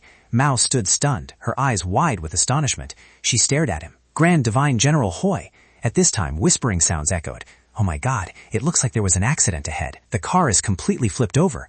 Mao looked at them in bewilderment. Hey, you guys, it's very dangerous. Get out quickly. Call 119 first. The crowd exclaimed. Good heavens, is the child okay? Is there someone else still inside the car? What is going on? The car had caught fire by then. Fortunately, the child was saved. Yongjin cried and screamed in despair. Mom! Mom!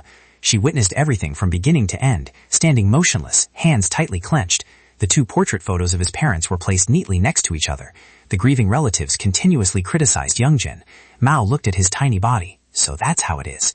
She slowly stepped forward. Because it was too difficult to endure, his memories just...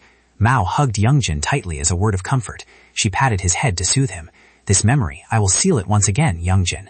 Suddenly, right at this moment, dense streams of dark energy billowed up. Mao alertly opened her eyes, her sharp gaze scanning the surroundings. It was the Black Dragon. He smiled eerily. I have seen everything, Mao. That brat has a very interesting memory. A sharp long sword appeared. Don't even try to play tricks, Black Dragon. Immediately after, Mao returned to her true body. A dense aura radiated around her, completely enveloping Mao's body as she gripped the sword tightly and raised it high. The Black Dragon did not waver at all. Mao said with a resolute voice, I will definitely kick you out. Her eyes were full of determination. Get out of this child's body. Mao pointed her sword straight at the Black Dragon, without any fear. He looked down. Even if you fight me in this place, only Yongjin's spirit will be injured. She rebutted with a growl. Not at all. Mao's eyes were full of determination. Only you will be injured. Her sword flashed. Suddenly, a hand slowly reached out, making her freeze in surprise. That person was none other than Yongjin. His hand slowly lifted, and then lowered. Immediately after, the black dragon's body was surrounded by colorful threads. Mao stood frozen with a bewildered face. He looked down and clicked his tongue. Yongjin's hand gently placed on her forehead. The corner of his mouth seemed to curl up into a smile. Right after that, a blinding light burst out. In reality at this moment, she jolted, her hand dropping limply, her face bewildered, not understanding what was happening. Did you push me out? Mao recalled the scene just now. And that thing, what on earth was it? That's so absurd. She fell into deep thought. If he was just an ordinary human, he would have been devoured alive by the black dragon long ago. Yongjin was still sleeping soundly at this time, oblivious to everything, his head resting on Mao's lap without her knowing since when.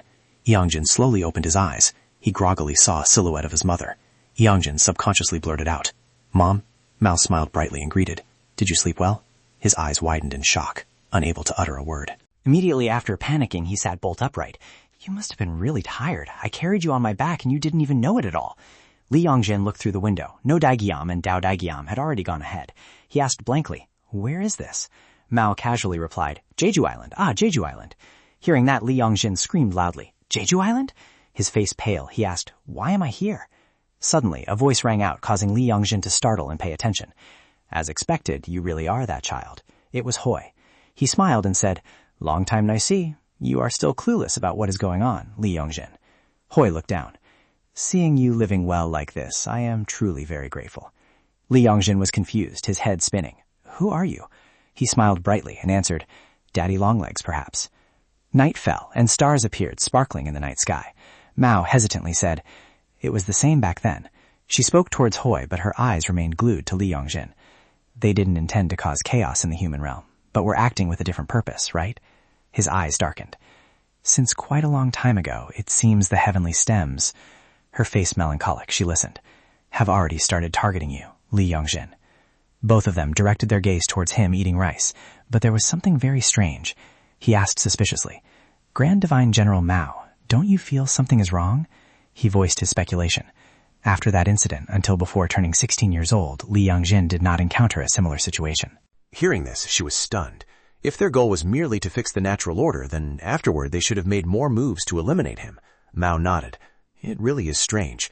I also don't understand why they didn't target Yongjin anymore, considering that ever since the accident he has always been left alone." Hoi glanced around. If the heavenly stamps had intervened 10 years ago, then Thin's seal should have been able to be broken at any time. Coincidentally, the time the seal was broken was right when the 16th year was approaching. What I'm about to say is just a guess. Hoi's face grew serious. The original goal of the heavenly stamps and that mysterious faction, I'm afraid, was not Quan Yongjin, but Thin's body, the body that can use divine power. Mao stood frozen upon hearing this, her eyes widening. "What?" He maintained a calm expression. "I think the heavenly stamps have already discovered it, the rule of 64 seasons. 64 seasons is exactly 16 years. Hoi's words made it impossible for her to believe. I mean, the condition to use that body. She slammed the table and stood up. I think we should share this with the other Grand Divine Generals." He shrugged slightly. "Do you still not understand what I mean?" Mao's face turned pale. "Hoi, Grand Divine General?" Hoi continued. "The ones who knew that information," his words turned her to stone, "are only the earthly branch gods." Mao's voice stuttered. "What do you mean?" Her face darkened. "It means, once that hypothesis is established, I can no longer share information with the other Grand Divine Generals." Mao called out tremblingly, "Hoi, Grand Divine General?" Even though it was all just a guess, cold auras radiated around him. "But if there is any suspicious point, that's reason enough for us to be on guard. But, Hoi, Grand Divine General." Mao's face turned pale and dripped with sweat, but it was the demons who killed humans, Hoi wondered. What Grand Divine General Mao meant was, she gradually calmed down, because the seal-engraved demons directly killed people, so she thought it couldn't be done by the earthly branch gods. Hoi continued, even if they didn't act directly, there could at least be a mole providing minimal information to the other side. Mao's hands clenched tightly. The two of them sank into a quiet space without saying a word to each other. His voice rang out to break the heavy atmosphere. "So, based on this assumption, I will investigate further and then report back to Tu Daijam." She hesitated. "If it is Tu Daijam." Hoi smirked and smiled when hearing Mao's words. "Then you surely wouldn't doubt him, right?" Her face also relaxed with a smile blooming on her face. Then Mao asked a question that made Hoi freeze. "But I already know everything. Are you still okay with that?" He smiled gently. "Yes, because Grand Divine General Mao is a very transparent person. But if rumors spread out, it will be Grand Divine General Mao's fault. Mao stared down at the teacup under the table. Grand Divine General Hui. She looked up with a cold and sharp face. I also have some information I want to share with you, although I am not very sure, but... The teacup was lifted. There is something inside Yongjin's mind. Hui froze. You mean the Black Dragon? No, there is something else that I cannot explain. She continued. I don't know if it belongs to Yongjin's subconscious or something else. Right now I still cannot conclude, but... Mao recalled the scene at that time. It didn't give me a negative feeling. Her head slightly lowered, and it pushed me out of Yongjin's mind. He was shocked in disbelief. Is this the ancient house? Mao's eyes avoided him, hesitating. Yes. At night, gentle breezes brushed by, making the leaves sway to the rhythm of the wind. The roof tiles were beautifully and sturdily designed. Yongjin bowed deeply. Well then, goodbye to you all. He stepped into the one-dimensional space. Before fully entering, Yongjin turned his face back and asked doubtfully, This side is Grand Divine General Tu's house, right? Hui smiled awkwardly. It would be better if I connected directly to your house, Yongjin, but I am limited in terms of space. Mao smiled brightly to reassure him. I have already informed Grand Divine General Tu. He probably already opened a portal straight to your house, Yongjin. Don't worry and step through slowly. Suddenly a voice called out, Yongjin. Yongjin was startled and turned around. It was Hui. He smiled. Don't worry, everything will be fine. Hui continued. Considering that currently only the appearance of Thian Ding has been confirmed, it's likely that not all the heavenly stems are taking action. Yes. He chuckled. Besides, in terms of rank, I am far above Thian Ding. Mao also added in praise.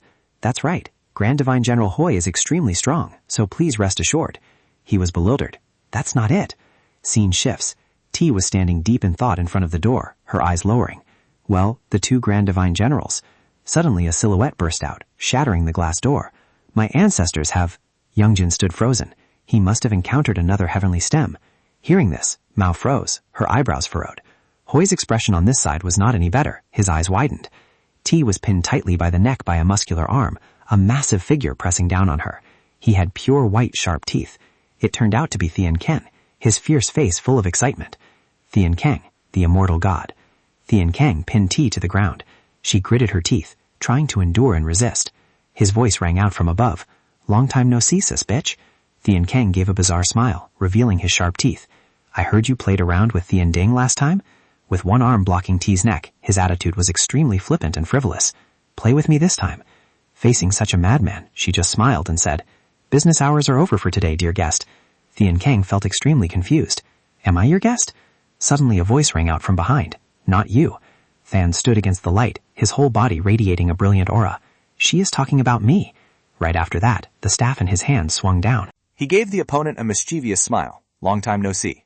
Tian Khan didn't turn around, his hand accurately catching Than's weapon. Then he turned his head and called his name, Than. The two of them immediately clashed. Tian Khan spun around, intending to launch a sweeping attack at him, but Than quickly advanced forward. His vision suddenly changed, his pupils contracted, and very quickly Than landed a powerful punch right in Tian Khan's face. The half-smoked cigarette fell to the ground, and his broken sword blade was pressed against his neck. The corner of Than's mouth suddenly curled into a smile. Think you can do it? The expression on Tian Khan's face immediately froze when he saw the blade getting closer and closer. Tai also froze, staring wide-eyed as she witnessed it. Bomber! Then a loud explosion rang out simultaneously with Than's decisive strike. She called out to him loudly, Hey! Than tilted his head in confusion. What? Tai angrily approached and shouted, This is my store. He calmly replied, I'll just renovate it for you. Is that okay? While the two were arguing, a third voice rang out. Oh, surprisingly, Thian Khan is completely unharmed. I thought being trapped in a human body would prevent you from using your power properly. That hurt more than I thought. Seeing this, Than became even more intrigued, his smile carrying a sense of excitement. He reached out and lightly touched Than's shoulder. Very quickly, the outfit on Than's body changed, donning a red cloak with golden patterns. Martial god. Next, he quickly threw out another dagger. Looking at the sharp tip of the weapon approaching him, Thian Khan was not worried at all. It won't have any effect. But right after that, Than suddenly jumped up and grabbed the hilt of the sword. This action left him extremely astonished.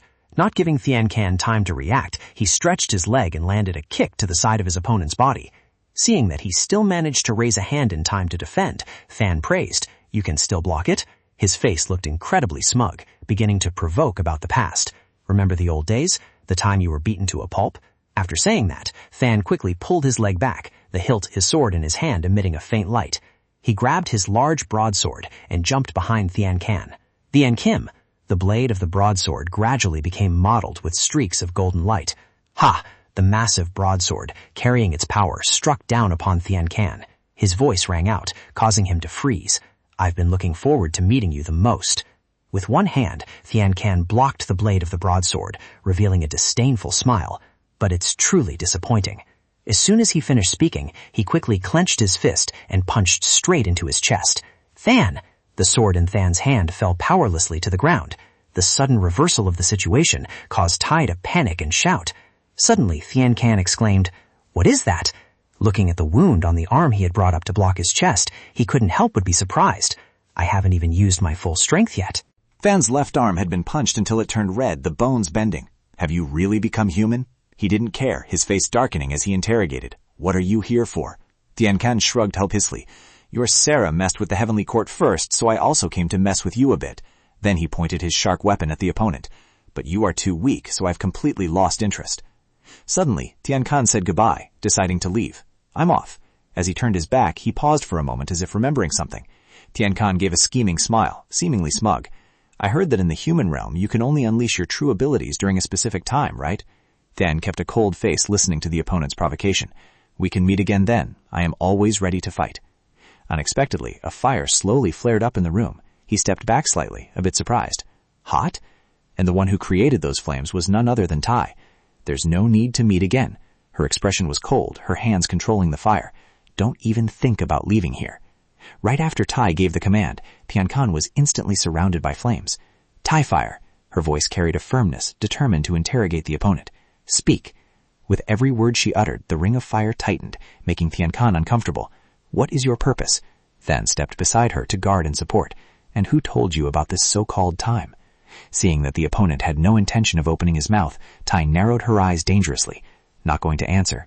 The ring of fire tightened even more, causing Thian Kan pain. Despite being in a weaker position, he still managed to open his mouth to mock. You've also become more pathetic than I imagined, sis. Thian Kang's hand tightly squeezed the grabbed ring of fire, and he threw a punch into the air. Thian Kang used Absolute Voidbreaker to fight back, while Thon quickly embraced Tai, protecting her from the massive surge of power. A moment later, only a giant crater remained around them, and Thian Kang disappeared. He glanced around in dissatisfaction, truly annoyed. That evening, in the brightly lit villa, that monkey was about to return. No poured a glass of wine and smiled mischievously, saying they should finish drinking and then clean up to destroy the evidence. Dao was in a bit of a mood, saying she suddenly had a thought. Swiping on her phone, she absent-mindedly talked about the existence of Yongjin. What if the loop of the child who doesn't cry had ended? This made him suddenly stop. Grand Divine General Dao, what is your chicken head talking about? According to logic, but Dao interrupted, telling him to hold on and listen to her first. She sat up straight, reasoning that the reason they considered it logic was because it was a flow that not even absolute power could stop, right?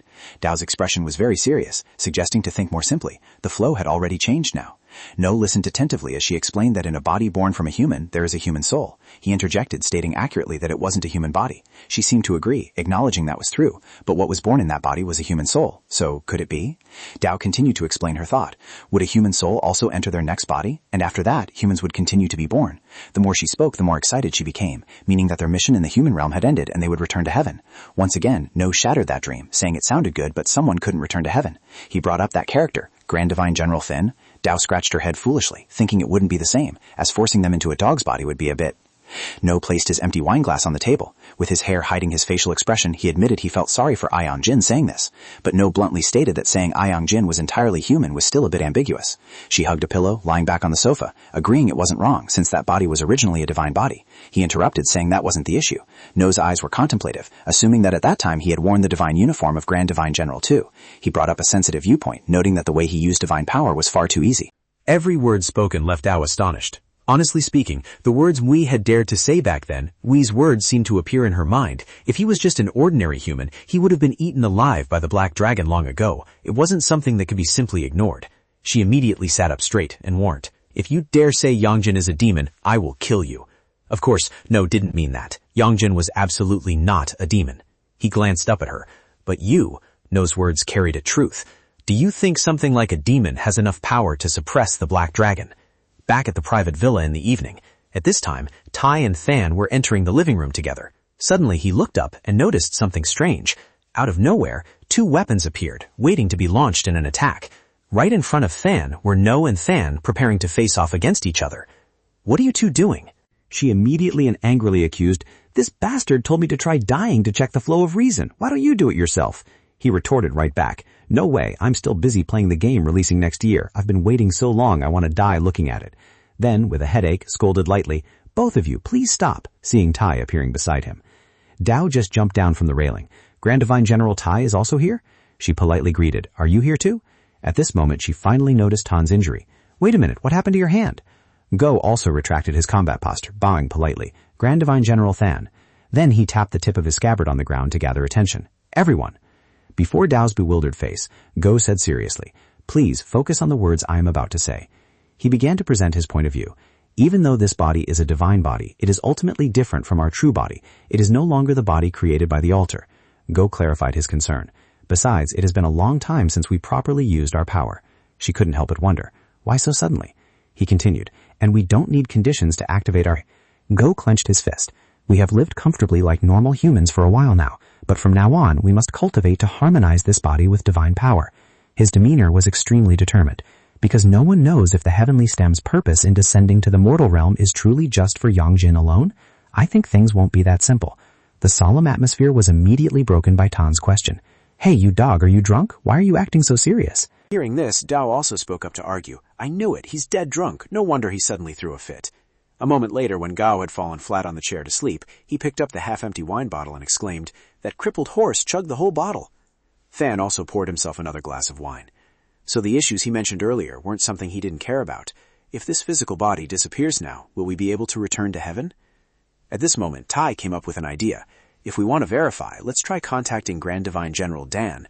He is the one with the least attachment to the human realm, after all. Dao complained, "To be honest, does anyone have any attachment, sis? We've agonized so much over these shackles." Fan looked up and recalled, "The last time I saw Dan, he was already a 70-year-old man, and since then there has been no contact for over 50 years. She had another thought. Would Grand Divine General Hoi or Grand Divine General Twat know his whereabouts? But first, let's just tell them the situation." Suddenly he interrupted. "No." Fan placed his empty glass on the table, his expression serious as he instructed. "We must minimize sharing information with other earthly branch gods." Someone immediately asked in confusion, "Why?" Tai then spoke up to answer the question. "The heavenly stems know clear information about us, things like the time we can unleash our true power in the human realm, all the way to matters related to the altar bodies." She sat in a daze listening to those words. When he said I was trapped in a human body, it sounded very suspicious. Right from the start, how he kept constantly mentioning my true power. He added, those were not words spoken after he was certain of the information he knew, but rather he was trying to reconfirm what he had heard. Doubt immediately cut in. Even so, if we doubt the others based just on that. Tai tried to calm things down. It's not certain yet. It's just a hypothesis. She recalled when I asked the heavenly stems about his purpose for coming to the human realm. He answered that that guy told him he couldn't speak yet, probably implying the one who provided the information, and that person definitely knows well about our earthly branch gods. Fan held his full glass of wine on the table, slightly raising his voice. Interesting. The corners of his mouth curled into a meaningful smile. There is a spy among the earthly branch gods. She said sternly, you must be crazy. This time Tai brought up another possibility. As Grand Divine General Gao said, maybe their goal is not just Quant Young Jin alone. Dao's face showed bewildered confusion as she listened. But for sure, to accomplish that goal, they need Quant Young Jin, so the only thing we can do now is to continue keeping an eye on the people around him. Cutting to the next day, the sky was sunny and clear. Yang Jin sat absent-mindedly holding an orange in his hand, while Gong Ji-won was practicing a wooden sword swing. Horizon slash. He stepped forward and handed the stick to Young Jin. Come on, try doing it again, with a somewhat reluctant expression. Hey, Young Jin complained, can't we skip this training stuff at school?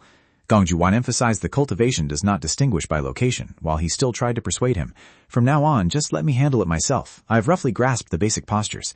The hand holding the sword tightened. No, he seriously promised with a dark face. In a short time, I will make you as strong as possible. Young Jin wondered, why? Gong Ji-won replied, because no matter how good I am with a sword, I cannot surpass the limits of a human. But you can do that. Therefore, I plan to pass on everything I have to you, so you can protect yourself. If you cannot escape destiny, fight strongly, and most importantly, you must win. Gong Ji-won held out the wooden sword in front of him. Unexpectedly, Lee Young-jin saw right through it. You took notes of everything on your phone, didn't you? He criticized. Honestly, you don't know what romance is, do you, Lee Young-jin-kun? Lee Young-jin also didn't save any face. You just find this situation interesting, so you did that, right? Right at that moment, a laugh appeared from behind. Hey, you losers. A spinning basketball was rushing towards Gong Ji-won. Lee Youngjin quickly grabbed the wooden sword, ran up to block it, and struck the ball with a strong force. Sure enough, it was torn to shreds, deflated, and fell to the ground. The other guys immediately froze. The basketball exploded? How is that possible? Jung Shi-woo's mouth twitched. What just happened? He sneered, trying to save face. Maybe this basketball is just old. No wonder it looks a bit dirty. But the two guys accompanying him didn't think so. It's brand new. It was so fully inflated. Gong Ji-won on this side clapped continuously in admiration. Lee Youngjin-kun, you just saw the horizon slash move earlier and you've already mastered it. Jung Shi-woo stepped forward to mock him. Lee Youngjin-kun, you've grown up a lot, haven't you? He swung the wooden sword in his hand forcefully. Lee Youngjin's face was full of danger. Don't mess with me anymore. Get lost. But he just sneered dismissively. Showing off, aren't we? Jung Shi-woo said sarcastically. Since you started hanging out with Chun So-kyung's group, you seem pretty happy, holding a wooden sword and acting all high and mighty. He laughed loudly. But did you get permission from the teachers? Probably not, huh? After saying that, the other guys immediately ran away. Gong Ji-won said, anyway, there are a lot of people watching at school, so let's find another place to practice. His face stiffened. Are you just realizing that now? Gong Ji-won replied calmly. I didn't expect those bullies to rush in and steal the spotlight like that either. He rubbed his chin and frowned, but it was really strange. How could someone with such a faint presence like Youngjin attract the attention of that bully? Gong Ji-won pieced together each incident. At times like this, if following the usual motif, the two of them used to be best friends when they were kids. Then, due to some misunderstanding, the two sides turned against each other. Youngjin denied it. We are not friends, and there are no misunderstandings at all. Suddenly, a voice called out, Kwon Youngjin! Twant appeared out of nowhere and snatched the wooden sword from his hand. Her face was serious as she interrogated, What did you just do with your left hand? A drop of sweat ran down Youngjin's cheek. I didn't use the Black Dragon's power. Hearing that, Twat didn't believe it. But you could still blow up the basketball? A passing dog would laugh if it heard that. I should be the one laughing first. That's because you don't know, Grand Divine General. Inside Youngjin, there is something even stronger than the power of the Black Dragon. What, stronger than the Black Dragon? What is it? It is the sword of the heart, named willpower. I told you not to talk to me when we're at school. I don't want to. Do I have to listen just because you told me not to talk? Why should I do that? Are you a kid or something? Good grief. Besides, what's with this cultivation thing? Do you think just doing those things can make you stronger overnight? Since when have you been eavesdropping on our conversation? It's not eavesdropping, it's monitoring. Is there even a difference between the two?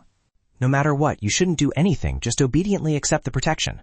Why? I already said that I would protect my own body. Didn't you guys say I was dangerous? To avoid using the Black Dragon that you all fear, I will do absolutely anything. What a useless trick. It would be better if your body just stayed weak like that. What? Someone like you? Do you think you can control the Black Dragon?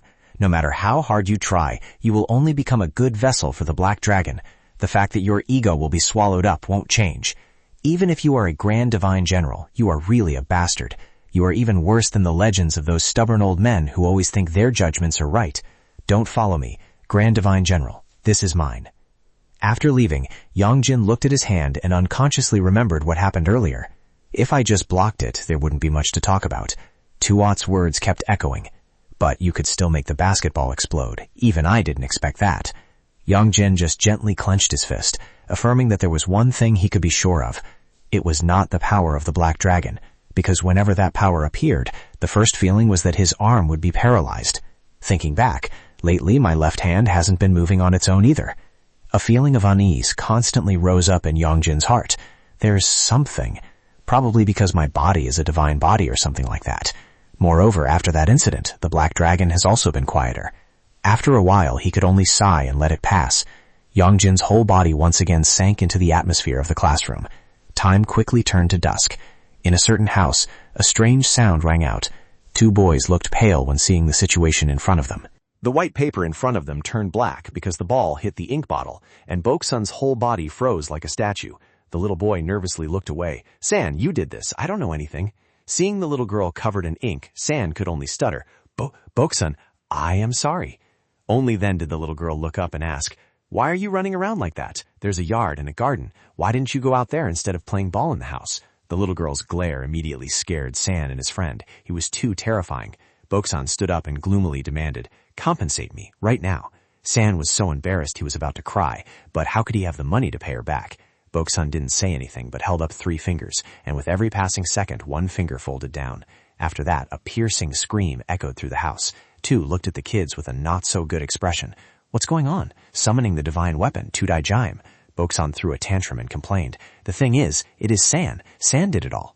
San shyly confessed. I was the one who spilled the ink. Boksan cried out of grievance. This is my favorite dress.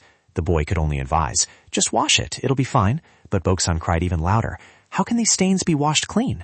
The boy happily told her. Technology is very advanced these days. Boksan couldn't believe it and shouted. What? Tu, after listening to the whole story, could only sigh heavily. I will buy you a new dress exactly like that one. Hearing that, Boksan happily ran towards him. Really? Tu saw the girl, too excited, so he added, But it is late today. Let's leave it for tomorrow. Boksan took the opportunity to beg for more. Then since it is summer already, buy Boksan a new one-piece dress, too. San and his friend were completely speechless. So this was her goal all along. Tu gently patted the little girl's head, promising that tomorrow he would call Department Head Lee over, and she could go with him. The sudden change of person made Boksan bristle and struggle. I don't want to go with the department head, Uncle. I said I want to go with you. You have to go on a date with Boksan. Seeing the little girl crying loudly again, Tu had to agree. Okay, I know. He quickly urged, Let's go have dinner now, Boksan. Go change your clothes. The little girl excitedly replied, Yes. Meanwhile, San and his friends looked at each other and smiled softly, because everything had gone smoothly. The three kids trailed after Tu and excitedly asked, By the way, isn't Brother Youngjin coming today? San had heard about this. He said because of Uncle Thin, he couldn't come often. On a small street corner across the way, Youngjin had just arrived at the door when he froze, propping his bag. Looking at the messy tangerine peels on the floor, Youngjin's face went blank. Don't tell me. He ran over, picked up the fruit box, and was stunned. Tangerines. This was the exact box gifted by Hoi. Youngjin, here is a small gift for you. These are Hwangam Hyung tangerines and some tangerine jam. Take them home and try them. Authentic Jeju Island tangerines. Before he could even enjoy them, it was already empty, leaving Youngjin dazed for a moment. My delicious tangerines. Are they really tangerines? Jin lay with his belly bulging, recalling the flavor. The feeling when eating them was similar to some seeded fruits, but not bitter at all. On the contrary, it was very sweet. Youngjin glared angrily at his ancestor. Did you eat all of this by yourself? Jen clumsily got up and pushed the massive blame on the mountain god. I don't know how starved that kid Jo-chun was, but he ate more than half of it. Youngjin wasn't surprised that his ancestor was shifting the blame to Jo-chun. At the same time, over at Jo-chun's place, the boy knew nothing and was excitedly catching fish. Youngjin was helpless and could only hand out a punishment, temporarily banning him from eating instant noodles. Being banned after eating just a little made Jin extremely confused. You also packed a bunch of tangerines to take to school. Stingy. You are truly stingy. Youngjin held the empty box and questioned, I brought them to share with my friends, while you are a glutton who devoured it all alone. Jin knew he was wrong, but still trailed after him, asking, About that temporarily you mentioned, how long is it exactly? Youngjin was still angry, so he just replied, Depends on my mood. You've already eaten so much. Are you still hungry or what? Jin scolded irritably. You are an overbearing brat. Even if you are my descendant, you will grow up to be an unlikable person. Youngjin didn't reply, but looking into the empty refrigerator, he could only tell himself, Looks like I have to go to the market tomorrow. He took out his phone to check. There was only a little bit of living expenses left. Li Youngjin muttered and calculated. At this time, finding a part-time job would probably be a bit difficult. These words quickly reached his ears. Part-time job? Jin, with a dog mouthful of tangerines, asked, Are you planning to go catch those bugs again? Li Youngjin just replied indifferently. Tomorrow, after going to the market, if there is a job, I will do it. Otherwise, I won't. He seriously told Li Youngjin, I will go with you too. But the boy immediately refused. No. Jin was actually very worried. Although at school there was Grand Divine General Twat with him, but right now he was all alone. What if some demon targeted him, or if he encountered the heavenly stems? At this moment, Li Youngjin unconsciously remembered Jin's previous words. Just a word from me, they won't target you anymore. Just make use of Thin like the other earthly branch gods. After a while, he decided, all right, going together is fine. Time passed quickly to the next day. Boksan's short legs stepped out of the car. All three kids had faces filled with joyful cheers. Manager Lee stood behind, smiling and exclaiming, It seems they were really looking forward to this trip. Tu nodded in agreement. That's right. He slightly pulled his sleeve to check the time. Those kids usually like to sleep in, but they woke up so early today. We are almost the first guests today. As the group was entering, San suddenly turned around to look at Tu and Manager Lee. San and Boksan vehemently protested. Manager, don't follow us. That's right. We just want to go eat and hang out by ourselves. Exactly. You always say you have no time and then rush us. Absolutely. Manager Lee hesitantly looked at the kids. But, dear child attendants, the Grand Divine General... At this moment, Tu spoke up. It's fine, he told Manager Lee. You can go ahead first. Manager Lee had to nod. Then, after you finish shopping, please call me. Inside the shopping mall, the staff all looked over with curious eyes. They couldn't help but gossip. Only those kids have been walking together this whole time. They couldn't be lost children, right? After a while, Boksun placed several dresses on the counter. I will buy all of these. The staff hesitantly looked at the kids. For the payment, as soon as they saw what Tu brought out, they fell silent. A private card. The person next to them took it, extremely worried. This couldn't be a card the kids found, could it? She confusingly asked Tu and the child attendants. Little guests, let me ask you something. Where are your parents? The kids immediately widened their eyes in suspicion. Parents? The staff member apprehensively asked further. Aren't you guys with your parents? Meanwhile, Tu could only let out a long sigh. I knew it wouldn't be easy. The two staff members looked at each other nervously. What should we do? Do we need to contact the Lost Child Center? Tu turned his back and just dropped a sentence. My parents are going to the restroom. Let me go call them. After going to a hidden corner, a pair of long legs appeared behind the blurry smoke. A mature voice rang out, startling both the staff and the kids. Sorry I'm late. Sam just opened his mouth to call him brother, but was immediately covered by the boy next to him. You have to call him Dad. Sam immediately changed the title. Dad. Tu stood tall, but his eyes remained unchanged. He asked the staff to help me pay. After they left, the staff members still couldn't believe it. They started to doubt again. Oh my God, looking so young like that, but already having 3 kids. The other staff member remembered and her face was completely surprised. No, counting the kid with the bowl cut from earlier, it's 4 kids? This made the person opposite her jump. Oh my God, that kid must be around elementary school age. Both of them started to speculate all sorts of things. Maybe he belongs to the type that ages slowly, already a wealthy tycoon, and also a father of many children, truly dedicating himself to this country. At this time at Youngjin's house, a new item appeared, a free pet carrier from Dangu Market. He patted the carrier and urged, hurry up and get in, because the supermarket prohibits bringing dogs in. If you want to go with me, you must get in here. Jin looked at that cramped thing and cursed silently, but still had to lie down peacefully in it. As soon as he lifted it, Yongjin complained, it's incredibly heavy. He just opened the door and whispered, hurry up and use the divine power to make your body lighter. Jin of course didn't comply and happily replied, take this opportunity to train your physical strength.